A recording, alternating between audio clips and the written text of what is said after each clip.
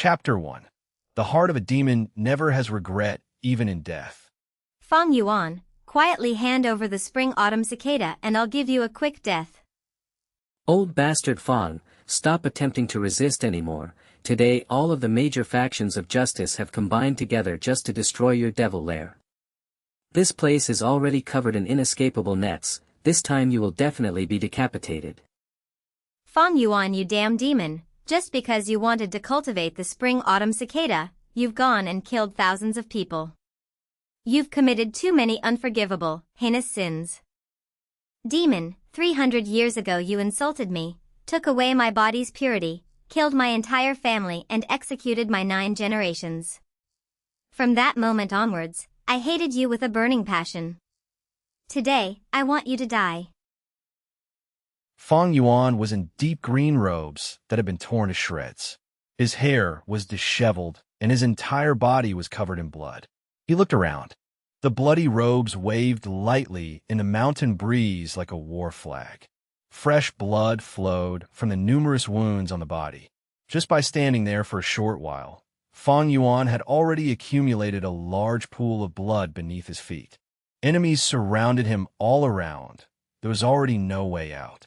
It was a foregone conclusion that he would die here. Fang Yuan understood his situation clearly, but even in the face of death his expression did not change. It was calm. His gaze was quiet, his eyes like deep pools of water in a well, so deep that there seemed to be no end. The major factions of justice that had surrounded him were not just the experienced elders, but also young and talented heroes. Around the heavily surrounded Fang Yuan, some were roaring, some were sneering. There were eyes that were gleaming with light, some holding onto their wounds while looking on fearfully. They did not move. Everyone was wary of Fang Yuan's final attack. For 6 hours this tense moment went on until the evening came, the sun casting its rays upon the side of the mountain. In that moment, it was as if the place was on fire. Fang Yuan, who had been silent as a sculpture the entire time, slowly turned his body. The group of warriors was suddenly alerted, and they all took a big step backwards. By now the gray mountain rock beneath Fang Yuan's feet had long been stained a deep red. Due to losing too much blood, his face had become deathly pale. In the afterglow of the sunset, it suddenly had a brilliant luster upon it. Looking at the setting sun, Fang Yuan lightly laughed. The sun sets above the blue mountain, the autumn moon with the wind of spring. The morning is fine like hair and night is like snow, whether you succeed or fail when you look back there's nothing left. As he said this, memories of his previous life on Earth emerged before his eyes. He was originally a Chinese scholar on Earth who chanced upon this world. He endured a hard life for 300 years and went through another 200 years. About over 500 years of his life flew by in the blink of an eye. So many memories that were buried deep inside the heart begun to relive themselves, sprouting into life before his eyes. I failed in the end. Fang Yuan sighed in his heart emotionally, yet there were no regrets. This end result was something he had foreseen. When he made his decision in the beginning, he had prepared himself for this. To be a demon is to be merciless and cruel, a murderer and destroyer. There is no place in heaven or earth for such a thing, turning into an enemy to the world, still having to face the consequences. If the spring-autumn cicada that I have just cultivated is effective, I shall still be a demon in my next life. With this thought, Fang Yuan couldn't help but let out a big laugh. Wicked demon, what are you laughing about? Be careful everyone, the demon is going to attack before his final moments.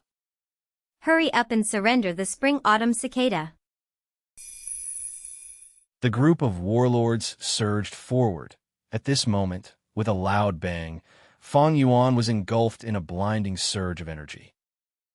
The spring rain quietly rained down on Qingmao Mountain. It was already late in the night, a slight breeze blowing with the light rain.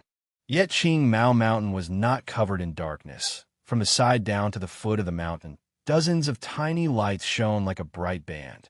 These lights shone from tall buildings, even though it could not be said to match up to 10,000 lights. Yet it was still a few thousand in number. Situated on the mountain was Guyu, one village, giving the vast, lonely mountain a rich touch of human civilization. In the middle of the Guyu village was a magnificent pavilion. A grand ceremony was being held at this moment, and the lights were even brighter than ever, radiating with glory. Ancestors, please bless us. We pray that this ceremony will bring many young men of outstanding talent and intelligence, bringing their families new blood and hopes. The head of the Guyu clan had a middle-aged appearance. His sideburns were graying, and he was clothed in ceremonial white robes, kneeling on the brownish-yellow floor. His body was straight with his hands held together, eyes tightly shut as he prayed sincerely. He was facing a tall black case. There were 3 layers on the case, all housing memorial tablets of ancestors. On both sides of the tablets was copper incense, the smoke rising. Behind him were over 10 people kneeling in a similar fashion as him. They wore loose white ceremonial garments, and were all the clan's elders, important members, and those who had much authority. After finishing prayers, the Guyu clan head bent his waist with his 2 hands pressing against the floor and kowtowed. As the forehead knocked against the brownish-yellow floor, light thuds could be heard. Behind him, the elders and important clan members solemnly and quietly followed suit. With this, the hall was filled with light thuds as the heads knocked against the floor. When the ceremony was over, the crowd of people slowly got up from the ground and silently walked out of the sacred temple. In the hallway, sighs of relief were heard from the crowd of elders, and the atmosphere loosened up. The noise of discussion slowly rose. Time flies too quickly. In the blink of an eye, a year has gone by. The previous ceremony feels like it just happened yesterday. I can still recall it vividly. Tomorrow is the opening of the annual grand ceremony. I wonder what new clan blood will show up this year. I hope that some highly talented youths will appear. The Guyu clan hasn't seen a genius emerge for 3 years now. Agreed. The Bai village, Xiong village, these few years all had some talented geniuses appear. Especially that Bai Ningbing from the Bai clan. His natural talent is quite terrifying. It was unclear who had brought up the name by Ning Bing, but the faces of the elders started to show worry. The boy's qualifications were splendid. In just a short period of 2 years' worth of training, he had already reached the level of a level 3 Gu master. In the younger generation, he could be said as the most outstanding one. It was to the point that even the older generation could feel pressured from the promising youth. In time, he would inevitably become the pillar of the Bai clan. At the very least, he would also be an independently strong warrior. No one ever doubted this fact. But for this year's youths that will be participating in the ceremony, not all hope is lost. You're right, Fang Ji's side has appeared a young genius. Able to start talking after 3 months, able to walk after 4. At 5 years of age he was able to recite poetry, seems exceptionally intelligent, especially talented. What a pity that his parents died early, now he is being raised by his uncle and aunt. Yes, this one has wisdom at a young age, also harboring big ambitions. In the recent years, I have heard his creations Jiang Jingjiu, Yongmei and Jiang Chengzi. What a genius. The Guyu clan head was the last to walk out of the ancestral temple. After slowly closing the door, he heard the discussions that were going on in the corridor among the clan elders. He knew at once that the elders were discussing about the youth known as Guyu Fang Yuan at that moment. As the head of the clan, it is natural to pay attention to the outstanding and prominent young ones. And it so happens that Guyu Fang Yuan was the most eye-catching one amongst the juniors. Experience has shown that those who have photographic memory at a young age, or those who possess strength that could rival an adult, or had other great inborn talents, all had outstanding cultivation qualifications. If this child shows a great potential, with great care he could even compete against Bai Ningbing.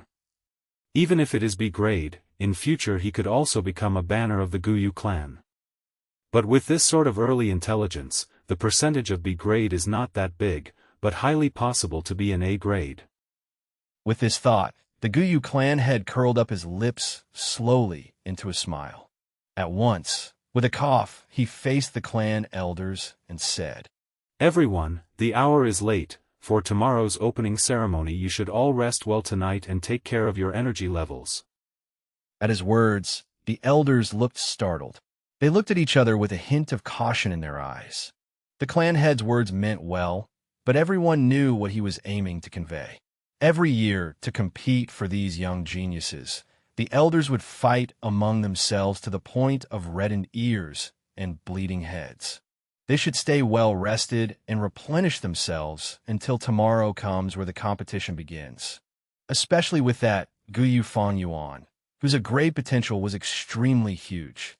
Not counting the fact that both his parents were deceased, and also that he was one of the two only descendants of Fang Ji's bloodline left.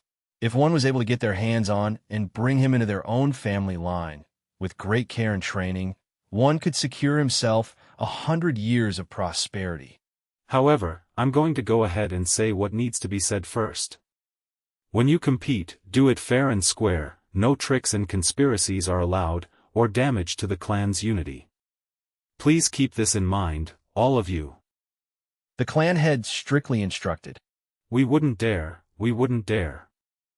We'll keep it in mind. Then this is good night, please take care. The clan elders slowly dispersed with deep thoughts.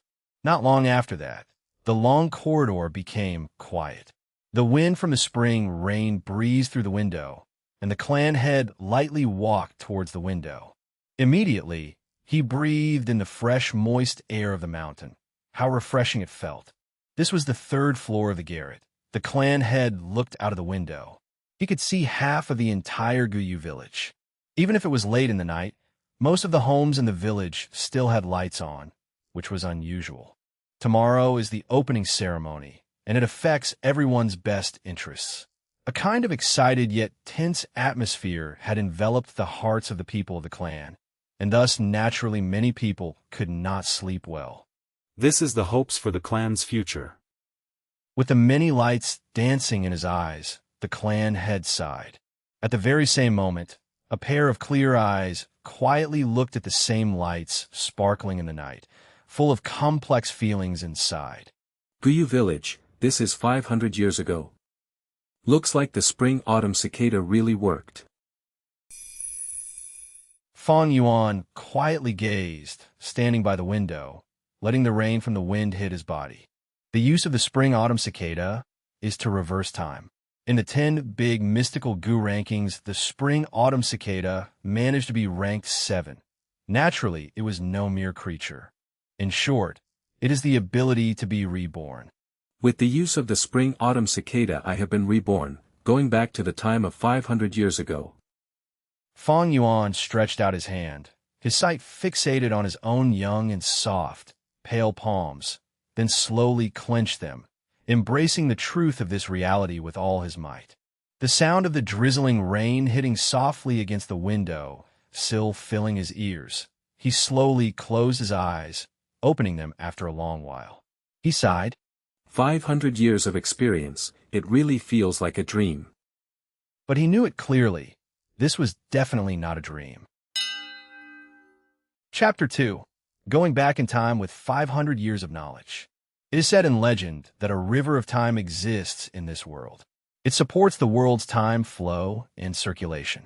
And by using the spring-autumn cicada's power, one can travel back upstream and return to the past.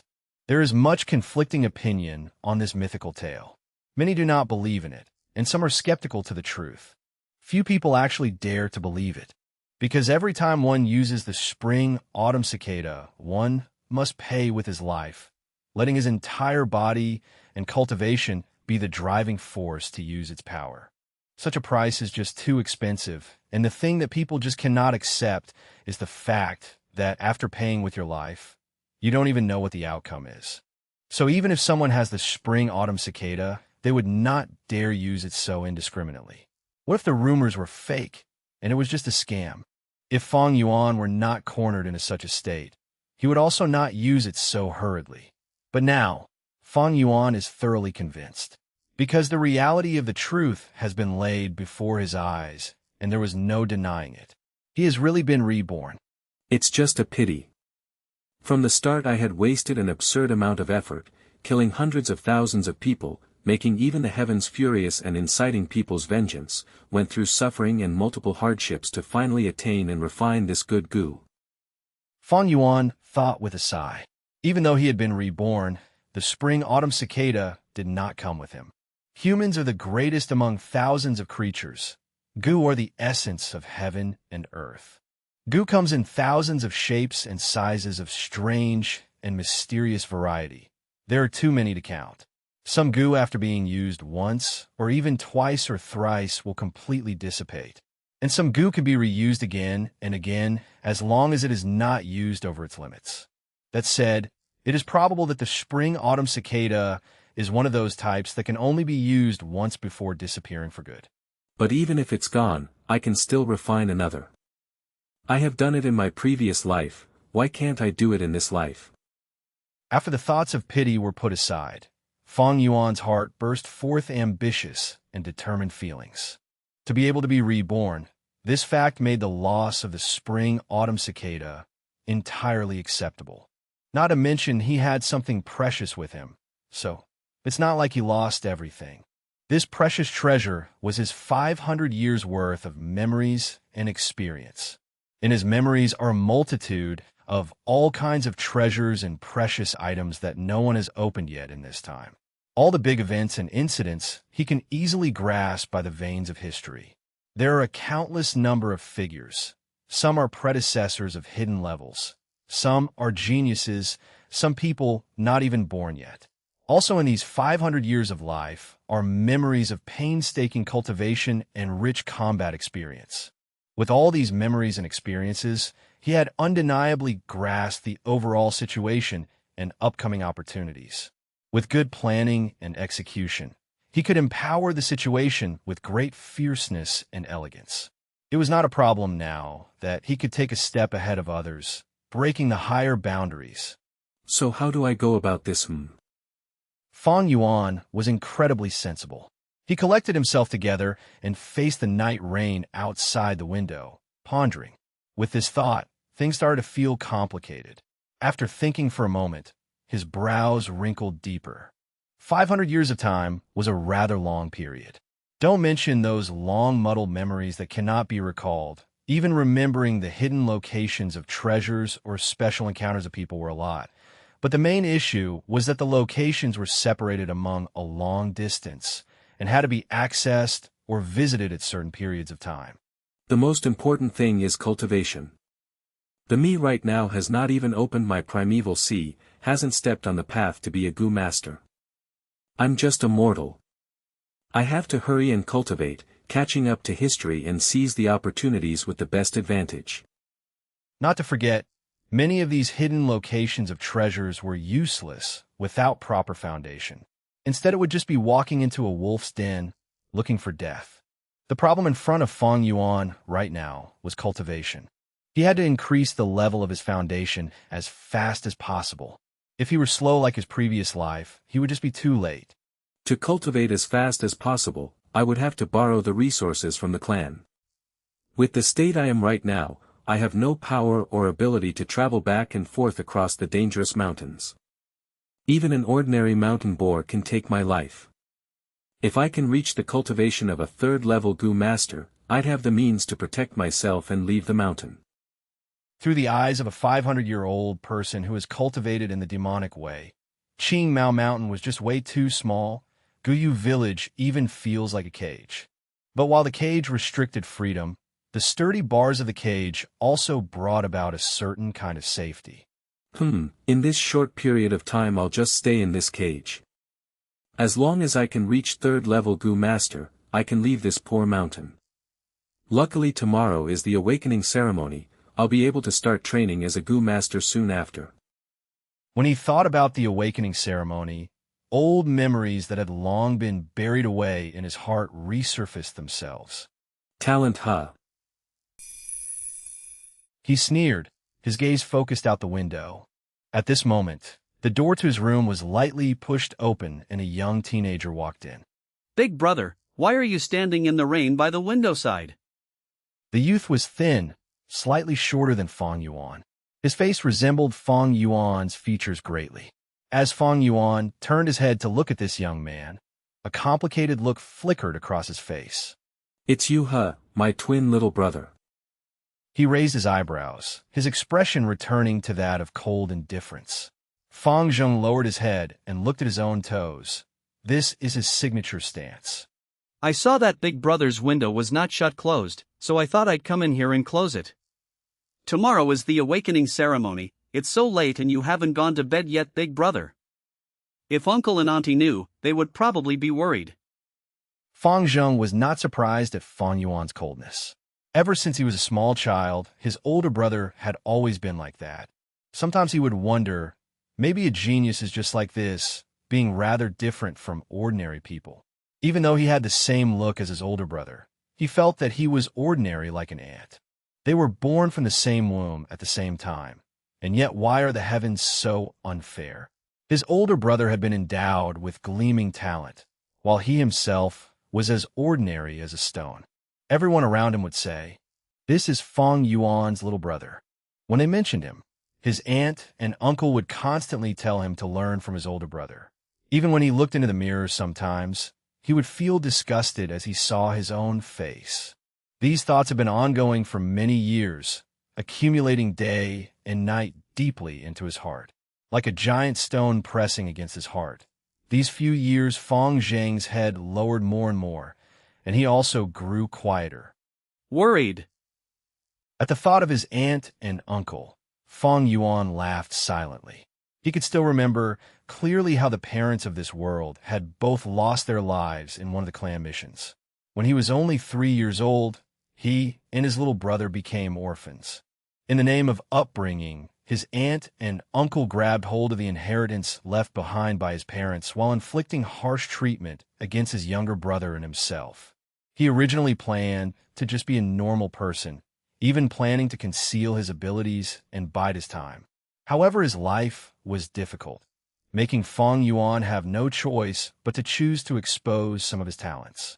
The so-called talent is merely but a mature and intellect soul that carried a few of Earth's popular ancient poems.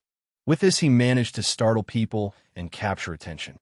Because of pressure from the outside world, the young Fang Yuan made a decision to keep a cold, indifferent expression to protect himself, reducing the possibility of revealing any secrets. Over time, the coldness would become a habit that he was accustomed to expressing. Thus, his aunt and uncle were no longer harsh on him and his younger brother. As the years passed and they got older, the future became more optimistic and better treatment increased. This was not lover, but a type of investment. It's hilarious how his little brother never saw this truth. Not only was he deceived by their aunt and uncle, he also started burying resentments inside. Although he looked like a good-natured and honest boy now, in Fang Yuan's memories, when his brother was found out to be an 8th-grade talent, the clan spent much effort in raising him with all they had. After that, all the buried resentment and jealous and hate inside was released, and many a time Fang Zheng would target, suppress, and make life difficult for his own older brother. As for his own grade, it was only C-grade talent. Fate loved to play a joke. A pair of twins, the older one only had C-grade talent, but had been known as a genius for a dozen years. The younger one, who was always overlooked, was the one with a grade talent instead. The results of the awakening ceremony had left the clan shocked. The treatment of the two brothers had suddenly reversed after that. The younger brother was like a dragon rising up to the heavens. The older brother was like a phoenix that fell down to the earth. After that came the many hardships and troubles from his own younger brother, the cold eyes of his aunt and uncle, the contempt of the clan's people. Did he hate it? Fang Yuan in his previous life hated it. He hated his own lack of talent. He hated how heartless the clan was, hated how fate was so unfair. But now, with his 500 years of life experiences, using this to rethink this course, his heart was actually calm, not a shred of hatred. What was there to be gained from resentment? Thinking about, if from another point of view, he could understand his younger brother, aunt, and uncle, even those enemies from 500 years later who attacked him. The strong eat the weak, survival of the fittest. These have always been the rules of this world. Everyone has self-ambitions. always struggling to grasp the opportunities. Among all the war and killing, what is there not to be understood?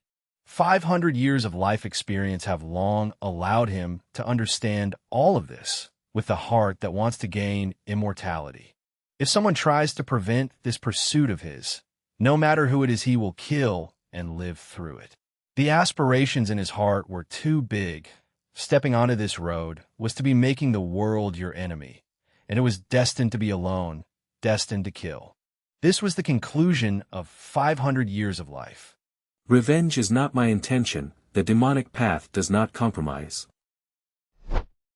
With that, he couldn't help but laugh and gave his younger brother a faint glance. You can leave. Fang Zheng's heart shook as he felt like his brother's eyes were sharp like an ice blade, seemingly penetrating the deepest parts of his heart. Under such a gaze, he felt like he was naked in the snow, unable to hold any secrets. Then I'll see you tomorrow, big brother. Not daring to say any more, Fang Zheng slowly closed the door and left. Chapter 3. Please go aside and scram. Bang, bang, bang. The patrolling night watchman banged his wooden clappers in a rhythm. The sound spread into the high pillar houses. Fang Yuan opened his dry eyelids while his heart silently thought. It's already the hour before dawn. He had been lying in bed thinking for a long time last night. He thought up a lot of plans. He probably only slept for a little over 2 hours. This body has not started cultivating, his energy is not so vigorous, and thus his body and mind were still shrouded in exhaustion. However, with 500 years of experience, Fang Yuan had long built up deep steel-like determination. This sort of sleep-deprived exhaustion is nothing to him. Immediately, he shoved away the thin silk blanket and got up neatly. He opened the window and found that the spring rain had stopped. The mix of fragrance of the earth, trees, and wild flowers greeted him. Fang Yuan felt his head clear, the sleepiness washing away cleanly. Right now the sun had yet risen, the sky still a deep dark blue, not dark yet not bright. Looking around, the tall houses made of green bamboo, and wood contrasting with the mountain, was a sea of pale green color. The tall houses had at least 2 floors. It was the mountain folks' unique structure of a house. Due to the mountain's uneven terrain, the first floor is massive wooden stakes. The second floor is where the people reside. Fang Yuan and his brother Fang Zhen stayed at the second floor. Young Master Fang Yuan, you're awake. I will go upstairs and wait for you to wash up. At this moment, a maiden's voice floated up from downstairs. Looking down, Fang Yuan saw his own personal servant, Shen Shui. Her looks were only slightly above average, but she dressed up well. Shen Shui wore a green robe with long sleeves and trousers, had embroidered shoes on her feet, and her black hair had a pearl hairpin. Her body from head to toe radiated youthful vitality. She looked happily at Fang Yuan while carrying a basin of water and walked upstairs. The water was at the right warm temperature and was used to wash the face. After rinsing his mouth, he used a willow twig with snow salt to clean his teeth. Shen Shui waited gently, her face wearing a smile and her eyes lively as spring. After he was done, she helped Fang Yuan dress, her plump breasts rubbing against his elbow or his back a few times during the process. Fang Yuan's face showed no expression. His heart was calm as water. This servant girl was nothing but his aunt and uncle's watch-eye and was a vain, heartless girl. In his previous life, she enraptured him. But after the awakening ceremony, when his status plummeted, she quickly turned away her head and gave him countless disdainful looks.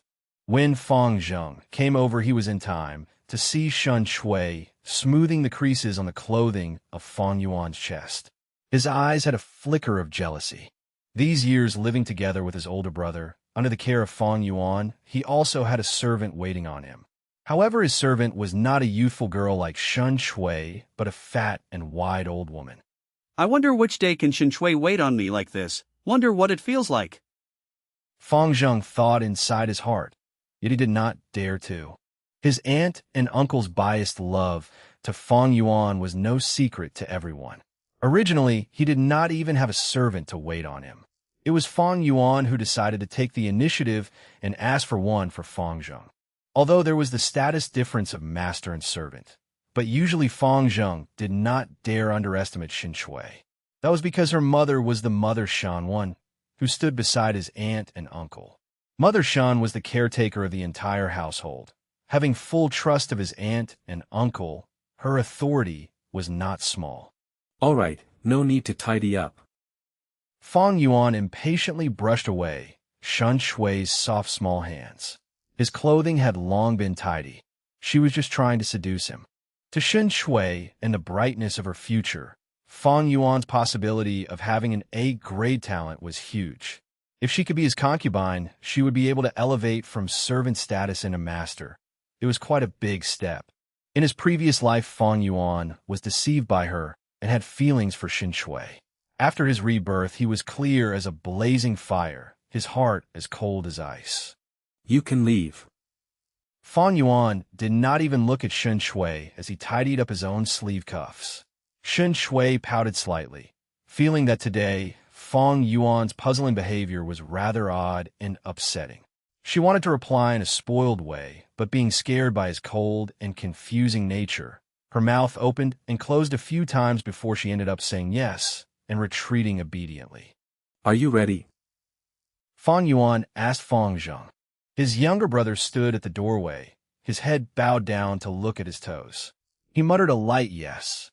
Fang Zheng had actually been awake since the fourth watch, too nervous to fall back asleep. He quietly got out of bed and got ready a long time ago, his eyes having black circles. Fang Yuan nodded. In his previous life, he was not clear about his younger brother's thoughts. But in this life, how could he not understand? But right now, it was meaningless to him, and he lightly said, Then let's go. So the two brothers left the house. On the way, they bumped into many youths of similar age, all in groups of twos and threes, quite clearly heading to the same destination. Look, guys, those are the Fang brothers. Their ears could pick up the small, cautious talk. The one walking in front is Fang Yuan. He's the Fang Yuan who created the poems. Some of them emphasized. So that's him. His face is expressionless, as if he had no regard for others, just like the rumors say. Someone said in a sour tone, filled with jealousy and envy. If you were like him, then you could also act like that. Someone coldly replied against the person, hiding a sort of dissatisfaction. Fang Zheng listened expressionlessly. He had long been accustomed to this kind of discussion. His head low, he followed quietly behind his older brother. By now the light of dawn had peeked over the horizon, casting Fang Yuan's shadow over his face. The sun rose gradually, but Fang Yuan suddenly felt like he was walking into darkness. This darkness was coming from his older brother. Maybe in this life, he would never be able to escape from the imprisoning, huge shadow of his brother. He felt a burst of pressure on his chest, making his breathing difficult. This damned feeling was even making him think of the word suffocate. This talk is a good example of the saying, those who have outstanding talent easily bring about jealous from others. Fang Yuan thought with a sneer as he listened to the gossip around. No wonder when it was announced that he had C-grade talent, he would be surrounded by enemies and suffer harsh, disdainful coldness for a long time. Behind him, Fang Zheng's breathing got dreary and tried to stop listening. What Fang Yuan did not manage to realize in his previous life, he could perceive with the finest detail in this life. This was the ability of keen insight that he had gained from 500 years' worth of life experiences. He suddenly thought of his aunt and uncle and how scheming they were, giving him Shen Shui to monitor him and passing his younger brother an old wet nurse, not including other things in life that were different among them. All these actions had intentions. They wanted to cause unhappiness in his younger brother's heart and instigate a rift among the brothers. People are not worried about whether they receive less. People worry about whether whatever they received is undistributed well. In his previous life, his experiences were too little, while his younger brother was too foolish and too naive. Thus his aunt and uncle successfully instigated a rift among them. After being reborn with the awakening ceremony before him, It seemed like the situation was difficult to change. But with Fang Yuan's evil way of means and wisdom, it's not like the situation cannot be changed. His younger brother can be suppressed entirely. That young Shin Shui, he could turn into a concubine early on. Not forgetting his aunt and uncle and the clan elders. He had at least several hundred ways of beating them. But, I don't feel like doing that. Fang Yuan sighed carefreely. So what if it was his own younger brother? Without the blood relation, his younger brother was just an outsider. He could easily give him up any time. So what if Shin Shui grew any prettier? Without love and loyalty, she was just a heap of flesh of a body. Keep her as a concubine? She's not worthy. So what if it was his aunt and uncle, or the clan elders? They're just passers-by in life. Why waste effort and energy to beat these people? As long as you don't get in my way, then you can go aside and scram. I don't need to care about you. Chapter 4. Guyu Fang Yuan. The sun rises in the sky, the sun ray brilliant. The mountain fog is not very thick. The sharp rays easily pass through. Over 115-year-old youths gathered in front of the clan pavilion. The clan pavilion was in the middle of the village, reaching 5 stories and having sharp, tilted roofs. It was heavily guarded. Before the pavilion was the square, and in the pavilion was the shrine of the Guyu ancestor memorial tablets. Every generation of clan head had lived in the pavilion. With every major ceremony or big incident, the clan elders would gather and discuss meetings here as well. This was the entire village's authority central. Good, all of you are punctual. Today is the awakening ceremony. It is your life's great turning point. I won't say much. Just come with me. The one responsible at the moment was the elder of the academy. His beard and hair were white, and he was in high spirits as he led the young teenagers into the pavilion. However, they did not go up, but were led downstairs after going through the entrance of a great hall. Following down a constructed stone ladder, they went into an underground cave. The group of youths made surprised and amazed noises. The underground cave was beautiful, stalactites sparkling with the colors of the rainbow. This light shone on the youths' faces, the neon hues gorgeous. Fang Yuan was mixed into the crowd, quietly observing everything that was happening. In his heart, he thought, hundreds of years ago, the Guyu clan came to Qingmao Mountain and settled down after migrating from the central lands to the south border. It was when they found a spirit spring in this underground cave. This spirit spring produces a large number of primeval stones. It could be said that this was the foundation of the Guyu village. They walked several hundred steps. It got darker, and the sounds of water were faintly heard.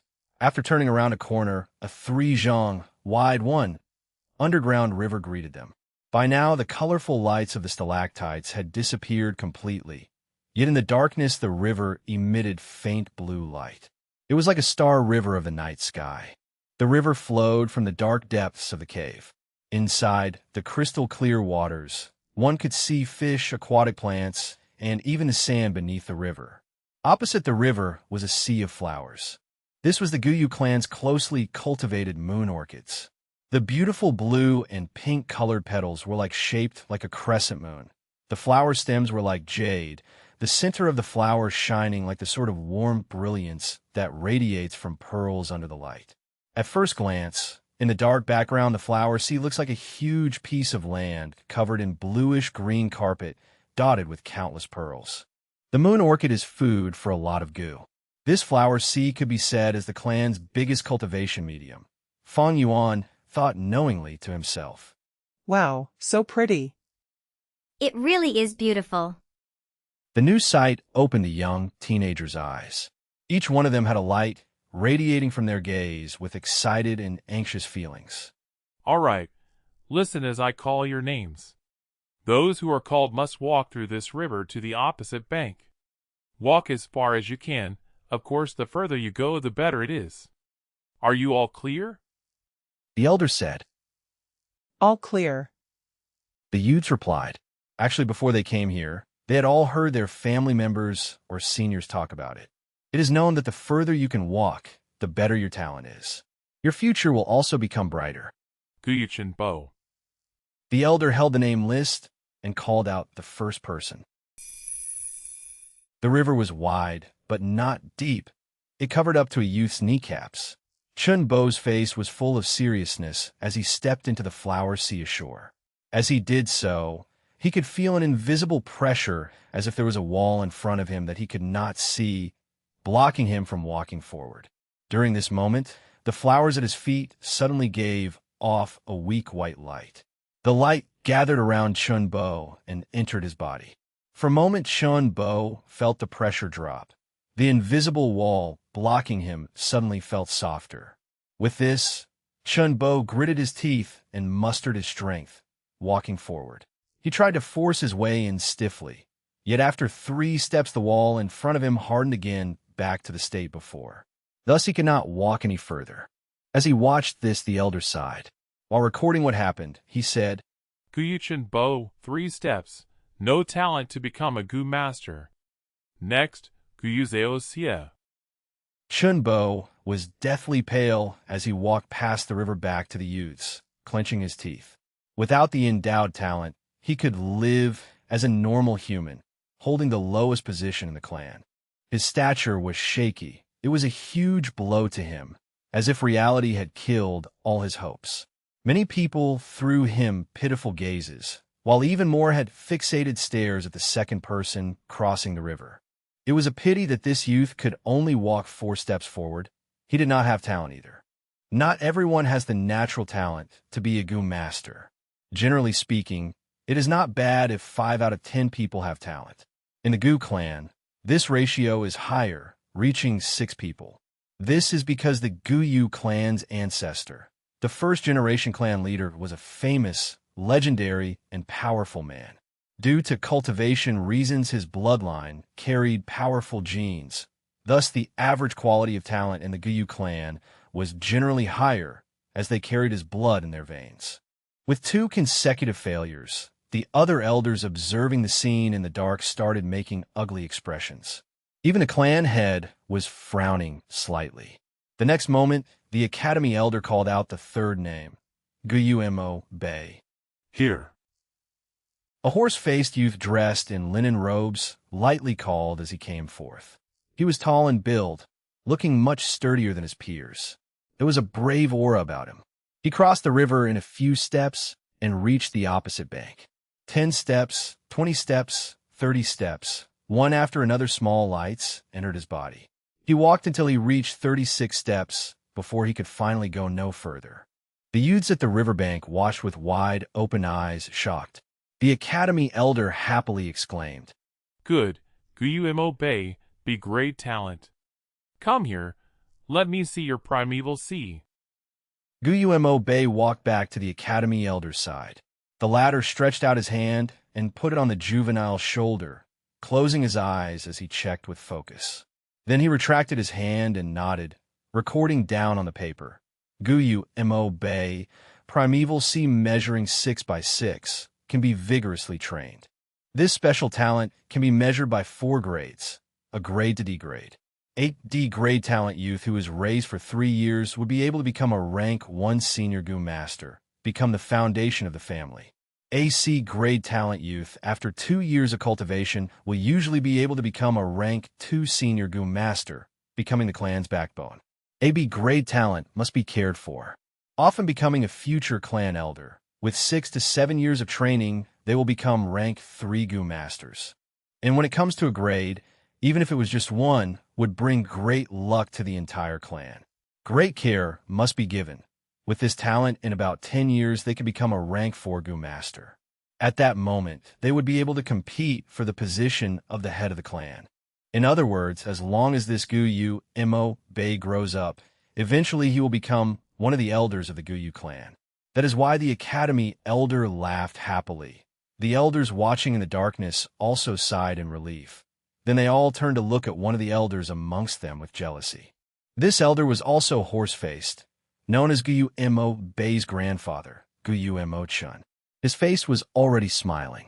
He provokingly looked at his old nemesis and said, What do you think?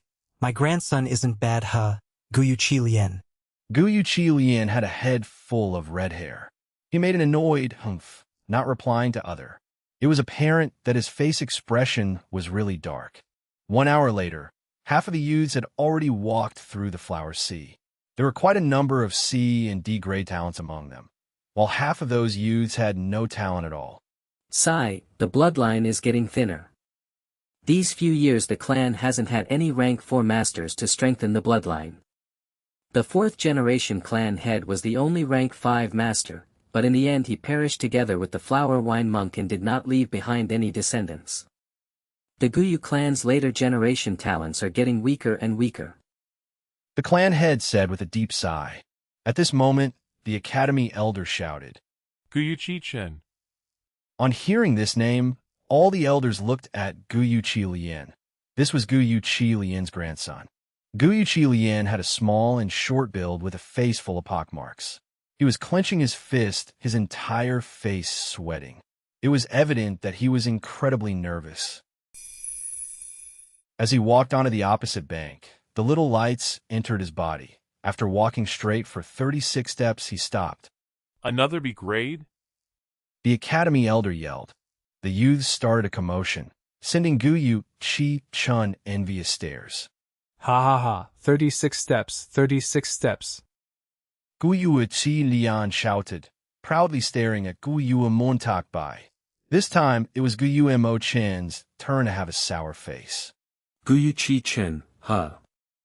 In the midst of the crowd, Fang Yuan stroked his chin thoughtfully. In his memories, the clan heavily punished Guyu Chi Chun because he cheated during the awakening ceremony. In reality, Chi Chun only had a C grade talent, but because his grandfather Guyu Chi Lian helped him fake the results, that's why he appeared to have B grade talent. To be honest, if he wanted to cheat, Fang Yuan had a countless number of ways to do so, some ways even more perfect than Guyu Chi Chen's method. If a B grade or a grade talent appeared, they would receive the clan's huge care. But firstly, Fang Yuan had only just been reborn. It was hard to prepare the cheating method by this condition. Secondly, even if he managed to cheat, he would not be able to fake his cultivation speed. He would be exposed by then. However, Guyu Chi Chun was different. His grandfather was Guyu Chi Lian, one of the 2 elders with the most authority within the clan. With this, Chi Lian would be able to cover up for his grandson. Guyu Chi Lian was always hostile towards Guyu Mo Chen. These 2 elders are the clan's 2 biggest influential authorities. To suppress his opponent, he would need his own grandson to have an outstanding talent. It is also because he was helping from behind, Guyu Chi Chen was able to conceal the truth for a time. In my memories, if it were not for that incident, the truth would never have been exposed. Fang Yuan's eyes shone with light, his mind thinking up ways to use this knowledge to his advantage. If he exposed the matter on the spot, he would receive a bit of reward from the clan, but then he would offend the highly powerful Guyu Chi Lian. This was not advisable. Within such a short time, he also could not blackmail them. Due to having low status, it would just backfire on him. As he pondered, he suddenly heard the academy elder call out his own name. Guyu Fang Yuan? Chapter 5. The First Human and 3 Gu, Hope's Awakening. In that moment, his surroundings went quiet. Countless numbers of eyes were on him. It's getting more and more exciting, Fang Yuan thought to himself with a laugh. Under the gazes of the masses, he walked across the river and reached the opposite bank. He could feel a layer of pressure on him. This pressure came from the spirit spring deep in the flower sea. The spirit spring produced primeval chi. Because the chi was too rich in here, it caused the pressure. But very quickly from the flowers below Fang Yuan's feet, little lights made their way up. These dots of light enveloped his entire body before finally entering him. These are the Hope Gu, mused Fang Yuan. The person in charge did not tell them, but he knew it very clearly. Every spot of light is a Gu, known as the Hope Gu. One of the oldest legends talk about the Hope Gu. In the legend, when the world was just formed, it was a land of savage wilderness. Among the wild beasts that walked the earth, the first man appeared. He was known as Rinzu I, eating raw meat and drinking blood, living a difficult life. In particular was a group of wild beasts called predicament. These wild beasts loved the taste of Renzu and longed to eat him.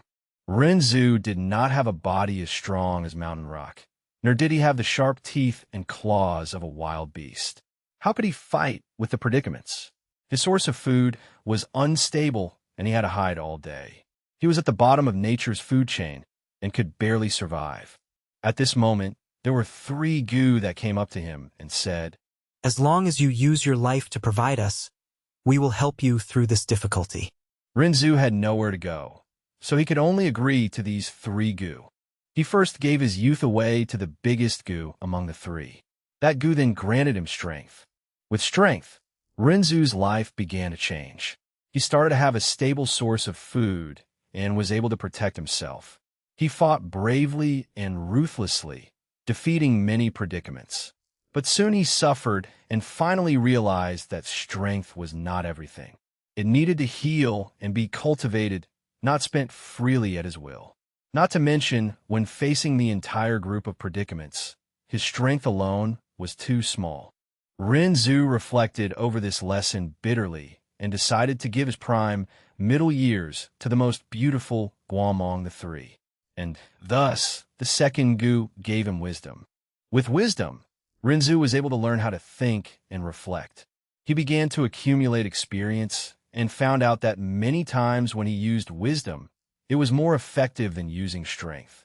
By relying on wisdom and strength, was he able to conquer all the goals that he formerly could not, and killed many predicaments. He ate the meat of predicaments and drank the blood of predicaments, surviving with tenacity. But good things do not last, and Renzu was old, and would only grow older and older. This is because he gave away his youth and middle years to keep the strength and wisdom Gu. When a man is old, his muscles deteriorate and his brain slows down. Human, what else can you give us? You don't have anything else left to provide to us. The strength and wisdom Gu said as they realized this. They left him. Without wisdom and strength, Renzu was once surrounded by predicaments. He was old and could not run. His teeth had fallen out and could not even chew wild fruits and plants. As he fell weakly onto the ground, surrounded by predicaments, his heart was filled with desperation. It was at this time the 3rd Gu said to him, "Human, take me up. I will help you escape predicament." Renzu tearfully replied, Gu, I don't have anything else left. See, the strength and wisdom Gu have abandoned me. I only have my old age left. While it is not as worth my youth and middle age, but if I give you my old age, my life would immediately end. Even though I am surrounded by predicaments right now, but I will not die immediately. I wish to live a little longer, even if just a second more. So you should leave. I have nothing else to provide to you. But the Gu said, "Among the 3 I have the smallest needs. Human, if you just give me your heart, it will be enough."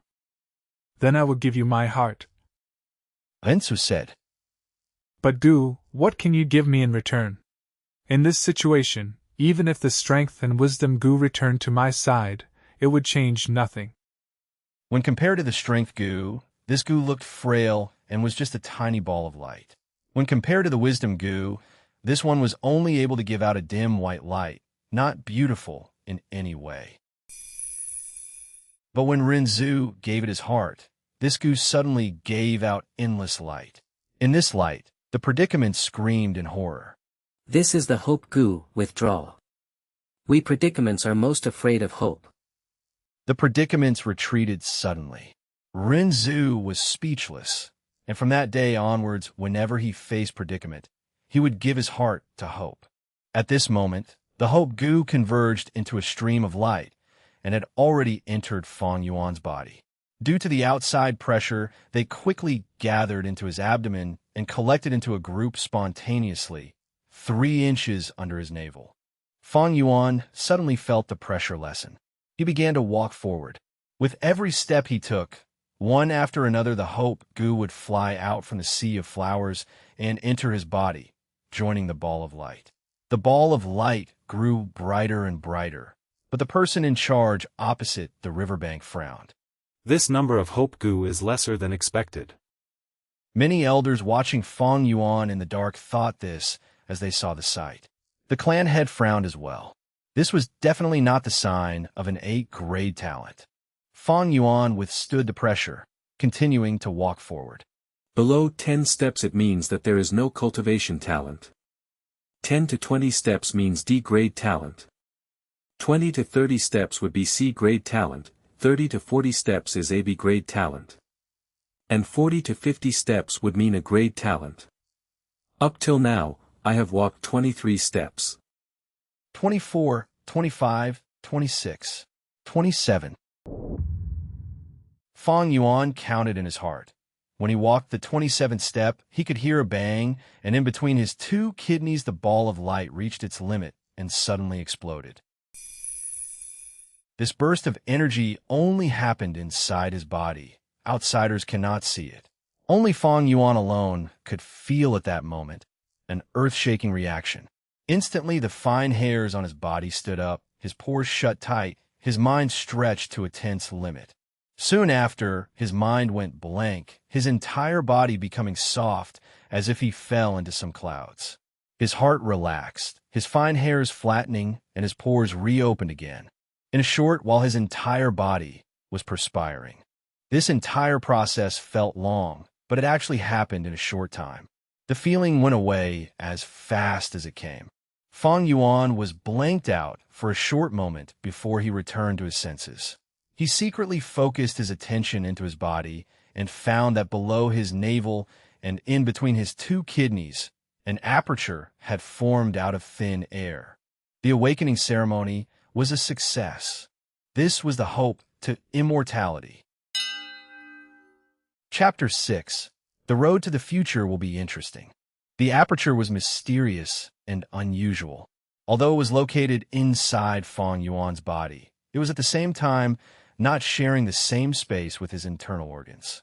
You could say that it was endlessly huge, yet at the same time infinitely small. Some call it the Purple Prefecture, some call it the Chinese Pool. However, many know it as the primeval sea aperture. The entire body is spherical, and the surface of it is covered in flowing white light, like a thin layer of light coating. It was the layer of light from the Hope goo that previously exploded. This thin membrane of light supported the aperture so it would not collapse, and inside the aperture was naturally the primeval sea. The sea waters were smooth like a mirror, showing a greenish-blue color, yet the water was dense and brought about a copper luster. Only rank 1 goo masters can form this green coppery primeval essence, known as the green copper sea. The height of the sea surface was not up to half of the aperture. It was only up to 44%. This was also the limitation of a C-grade talent. Every drop of seawater was pure primeval essence, representing the condensation of Fang Yuan's essence, vitality, and soul. It was also the accumulation of his life potential over the past 15 years. This primeval essence is used by goo masters to raise goo. This also means that from now onwards, Fang Yuan has formally entered the route of a rank 1 goo master. Since the aperture had opened, no more hope entered Fang Yuan's body. Fang Yuan gathered himself and felt that the pressure before him was as thick as a wall. He could no longer walk another step forward. Just like my previous life. He smiled indifferently at this result. You can't go any further? The academy elder shouted across the river, holding onto a small thread of hope. Fang Yuan turned around and walked back, answering with his actions. At this moment, even the young teenagers started reacting. The crowd suddenly buzzed with chatter. What? Fang Yuan walked 27 steps? So he was just AC grade talent. Unbelievable. Only AC grade for such a genius like him? A great disturbance erupted from the crowd. Big brother. Among them, Guyu Fangzheng looked up, watching with shock as Fang Yuan returned across the river. He could not dare to believe it. His own brother was only a C grade? He had always thought that his older brother would be an A grade talent. No, not just him, even his aunt and uncle and so many people among the clan thought the same too. But now, the result was unexpectedly the opposite. Damn, He was only a C grade. The Guyu clan had clenched both his fists, drawing a deep breath, disappointment in his voice. The elders watching from the darkness had mixed reactions. Some were frowning, some lowering their head in discussion, some looking up with a sigh. Could the results be wrong? How can that be? This method is accurate beyond reasoning, not to add that we were watching the entire time. Even cheating is hard. But all his actions and intelligence previously, how do you explain those? Used with higher quality of primeval C would indeed display characteristics that surpass the ordinary man, such as intelligence, perception, memory, strength, agility, and so on. On the other hand, these characteristics do not mean that the primeval talent is definitely high. Everything will still be determined by the results. Sigh, the bigger your hopes, the bigger the disappointment. The Guyu clan's generation now is no longer like the first generation. His socks were soaked with the icy cold waters from the river, the coldness piercing into his bones. Fang Yuan walked with the same emotionless face, his distance getting closer and closer towards the crowd. He could clearly see the academy elder's heavy expression, and was aware of the stares thrown at him from over 100 youths. These glares were mixed with amazement, shock, sneering, and some taking pleasure at this unfortunate event, some indifferent.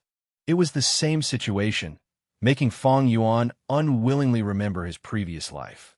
During that time, he felt as if the sky had fallen. When he crossed the cold river, he lost his footing and fell, soaking his entire body in the water, feeling so lost. No one came forward to help him up.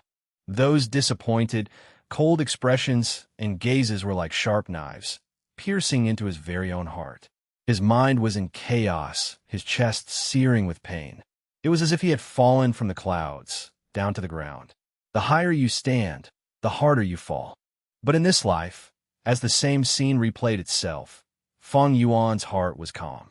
He thought of the legend, when predicaments come, give your heart to hope. And today, that hope is inside of him. Even though it was not big, but it was better than those people who had totally no primeval talent. If others feel disappointed, then let them be disappointed. What else can they do? What does other people's disappointments have to do with me? The most important thing is to carry hope inside my heart. 500 years of living had led him to understand that the interesting things that happen in a person's life happens during the process when one chases after his own dreams. There is no need to ask others around you to not be disappointed or make them like it. Walk on your own path. Let others be disappointed and unhappy however they please. Sigh. The academy elder let out a deep breath and shouted, Next, Guyu Fan Zheng. but no answer came. Guyu Fan Zheng. The elder yelled again, the sound of his voice reverberating inside the cave. I'm here. Fang Zheng snapped out of his shock and ran out hurriedly. Unfortunately, he tripped over his own foot and fell, hitting his head with a groan and tumbled into the river. Instantly, the entire cave was filled with huge laughter. The Fang brothers, nothing special. The Guyu clan head scoffed, feeling a sort of annoyed boredom towards Fang Zheng. This is such a huge embarrassment. Fang Zheng struggled and splashed in the water. The bottom of the river was just too slippery. He couldn't get up properly. Trying his best only made him look more stupid and clumsy. His heart increasingly flustered as the sounds of laughter filled his ears. But right at this moment, he suddenly felt a strong pull lifting him up. His head finally left the water surface, and his body found balance again. He wiped his face in a panic and focused his sight. It was actually his older brother Fang Yuan who had grasped his collar and pulled him up. Big brother. He opened his mouth to say, but instead he started choking on water, ending up triggering a violent cough. The difficult older and younger brother of the Fang family. Someone laughed at the riverbank. The laughter grew louder, yet the academy elder did not come out and stop it. He was deeply frowning, disappointment filling his heart. Fang Zheng was completely at a loss on what to do. and then he heard his brother say to him, "Go on. The road to the future will be interesting." Fang Zheng could not help but open his mouth in surprise. Fang Yuan's back was facing the crowd, so they could not see properly, but Fang Zheng could clearly feel the calmness radiating from Fang Yuan. As his older brother spoke, the corners of his mouth were slightly raised, revealing a deep and thoughtful smile.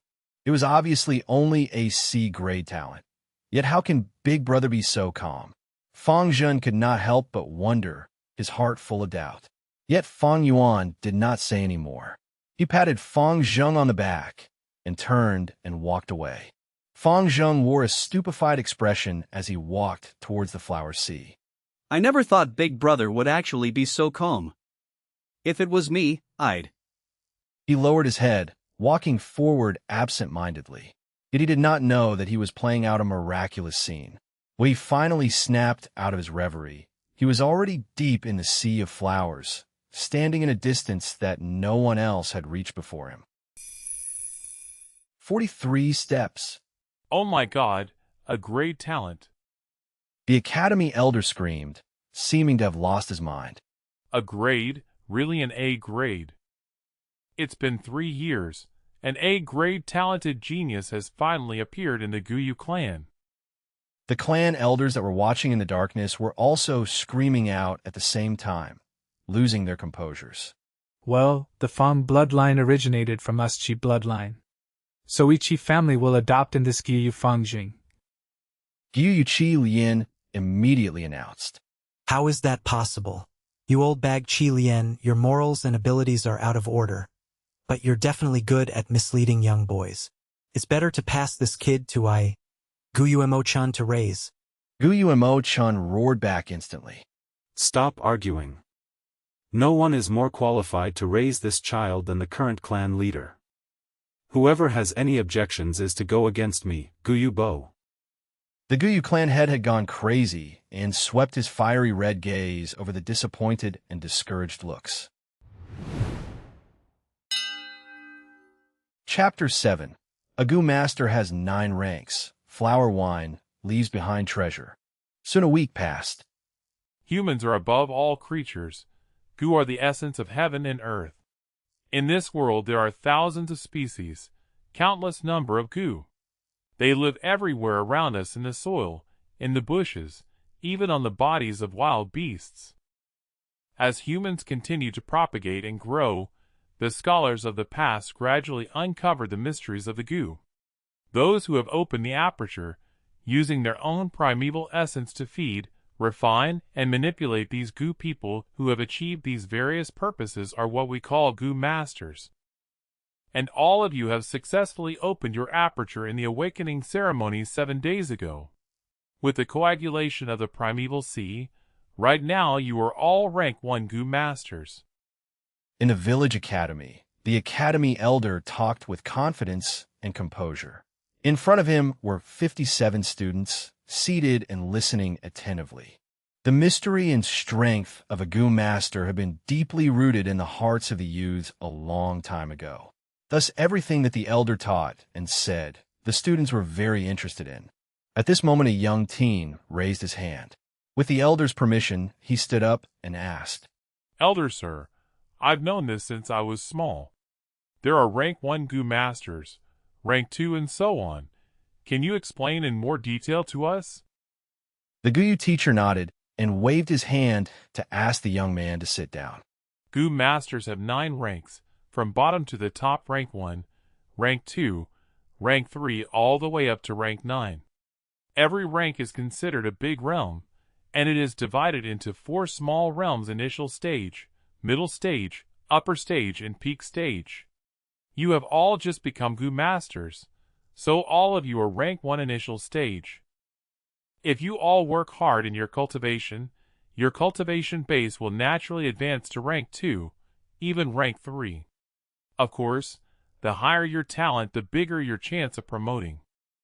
For D-grade talent, the primeval sea takes up about 2 to 3 layers of the aperture. The highest promotion reachable is rank 1 to rank 2. For C-grade talent, the primeval sea is 4 to 5 layers of the aperture. Usually the progress stops at rank 2, but with luck a small percentage of people can advance to rank 3 initial stage. B-grade talents have a primeval seed that takes up 6 to 7 layers of the aperture. They are able to cultivate to rank 3, even as far as rank 4. As for a grade talent, the primeval sea is plenty. It takes up 8 to 9 layers of the aperture. This kind of talent in a person is naturally the most gifted, and the most suitable for a Gu Master's cultivation, being able to reach rank 5. As for Gu Masters, who are rank 6 and above, they are all legends. I am not clear about the specifics either. In the Guyu clan, there has never been the appearance of a rank 6 Gu Master, but rank 4 and rank 5 Gu Masters we have had before. The teenagers' ears all up, their eyes shining brightly as they listened. Many of them couldn't help but look at Guyu Fangzheng, who was sitting rigidly at the first row. He was an A-grade talent after all. Their eyes were filled with feelings of envy and jealousy. At the same time, there were some who stared at the corner at the last row of the classroom. Leaning against the window at the corner was Guyu Fang Yuan, who was bent over the desk sleeping soundly. Look, he's still sleeping. Someone whispered. He's been sleeping continuously for a week, yet he's still not awake? Someone cut in. There's more. I heard that he was up all night, wandering about at the edge of the village. There's been people who've seen it more than once. Apparently he holds a wine jar at night, dead drunk outside. Luckily these few years the village surroundings have been cleared clean, so it's safer. The fellow schoolmates whisper here and there, letting all kinds of small gossip spreading around quickly. Ah well, the blow was just too big. Someone hailed as a genius for so many years unexpectedly ending up to be a C-grade talent in the end. If only it was just the case. Of all the people, his own little brother was pronounced an A grade, right now being the center of attention, enjoying the best treatment. The younger brother soars up to the sky, while the older brother falls to the ground. Tut tut. As the discussion amongst the students got louder and louder, the academy elder's brow deepened into a frown. In the whole classroom, all the teenagers were sitting respectfully, showing liveliness. This made Fang Yuan, who was sleeping on his table, stand out so much that it hurt the eyes. It's already been a week, yet he's still so dispirited. Initially I must have been mistaken by him. How could someone like this be a genius? The elder thought disgruntledly. He had spoken many times to Fang Yuan regarding this matter, but to no effect. Fang Yuan still did whatever he liked. He would sleep through every class, making the elder in charge of teaching have a very frustrated headache. Forget it, he's just AC grade. If he can't even withstand this sort of blow, fostering him with that kind of temperament will just end up wasting the clan's resources.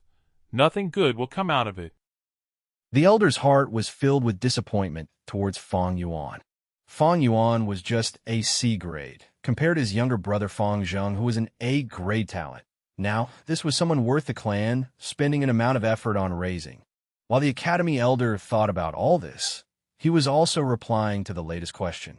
In the clan history, there has been many strong masters. For rank 5 masters there were 2. One of them is the first generation clan head, our ancestor. He was the one who established Guyu village. Another one was the 4th clan head. He had remarkable talent, and managed to cultivate all the way to the realm of a rank 5 Gu master. If it wasn't for that despicable shameless demon flower wine monk sneak attack, he might have been able to achieve rank 6, but who knows? As he said this, he heaved a deep sigh. Below the platform, the youth started shouting in a rage. It's all because of that flower wine monk. He was too sinister and cunning. What a pity that our 4th clan leader was soft-hearted and benevolent, and died at a young age. If only I was born a few hundred years earlier. If I saw that demon, I would have torn off his ugly face. The 4th clan head and the flower wine monk story is something that the entire Guyu clan knows. The flower wine monk was also a rank 5 Gu master, famous among the demon faction in his time for his many years as a big flower thief. A few hundred years ago, he traveled to Qing Mao Mountain. He attempted to commit crimes in Guyu village, but was found out by the fourth-generation clan leader in the end. After a earth-shakingly huge battle, the flower wine monk was beaten to the point he had to beg for mercy on his knees. The fourth clan head was merciful and kind, intending to spare his life. Yet the flower wink monk suddenly launched a sneak attack, successfully inflicting heavy wounds on the fourth clan head. The clan head flew into a rage, killing the flower wine monk on the spot. However, his heavy injuries were not curable, and thus he died. Therefore, in the hearts of the Guyu clansmen, the fourth-generation clan head was a great hero who sacrificed his life for the village. Flower wine monk huh? Awoken by the classroom's noisy chatter, Fang Yuan opened his sleepy eyes. He stretched his body and thought with resentment in his heart. This flower wine monk, where did he die? Why is it that I still can't find his legacy after searching around the entire village? In his memories, there was a Gu master from the clan who was broken-hearted and started drinking a lot. About 2 months later from now, the man was heavily drunk as he lay down outside the village. His heavy wine aroma unknowingly attracted a liquor worm. The Gu master was ecstatic, fully intent on catching it. The liquor worm hurriedly fled, and, as the Gu master was in hot pursuit after it, he followed the liquor worm's trail and discovered an underground hole entrance and went in. The liquor worm was a very precious and expensive type of goo. The half-drunk Gu master decided to risk it and enter the hole, finding himself in a secret underground cave. After that, he discovered the bones of the flower wine monk and the inheritance he left behind. When the Gu master returned to the village, he reported his discoveries and immediately caused a big stir among the entire clan. Later on, that Gu master benefited much from it, his cultivation base suddenly becoming outstanding. His lover, who had once abandoned him before, was attracted to him again, and he became the talk of the clan for a while. Sadly, I only heard bits and pieces about this piece of news, so I don't know where the accurate location is. It wasn't like I knew I would be reborn again to this day. Flower wine monk, where in the world did you die off to? These few days he'd been buying a lot of wine, wandering around the village as soon as night arrived. He wanted to use the aroma of liquor to attract the liquor worm. Unfortunately, he never saw the liquor worm appear, making him feel very disappointed. If I could find that liquor worm and refine it into my vital goo, that would be so much better than the clan's moonlight goo. In the blink of an eye, it's already April, there's not much time left. Fang Yuan heaved a sigh and gazed out of the window. Under the blue sky and white clouds, verdant mountains stretched into the distance. In the vicinity was a bamboo grove. This was Qing Mao Mountain's unique spear bamboo. Each bamboo stick as straight as a line, the ends of the bamboo exceptionally sharp like the tip of a spear. Not too far away, the woods were already turning green. The tender shoots sprouted in a sea of yellow-green color. Every now and then, beautiful and colorful sparrows would perch on the branches. The wind of spring blew, wrapping up the freshness of the mountains and rivers and dispersing it into the world. Without knowing it, the class was almost over. The academy elder finally informed. This week I have taught you all how to contemplate and check your own aperture's primeval sea, and how to meditate and shift around the primeval essence inside your body. Now is the time for you all to refine your vital goo. After this class ends, you will all go to the Academy's goo room and pick a goo worm. After choosing your goo, please go home and focus on refining it. When you have finally refined your goo, then you can come back to the Academy and continue attending class. At the same time, this is your first assessment. Whoever can finish this assessment first will be rewarded a generous sum of 20 primeval stones. Chapter 8. Things will always be things, but humans will change. Beside the academy was a goo room. The goo room was not big. It was only 60 meters superscript 2 in size.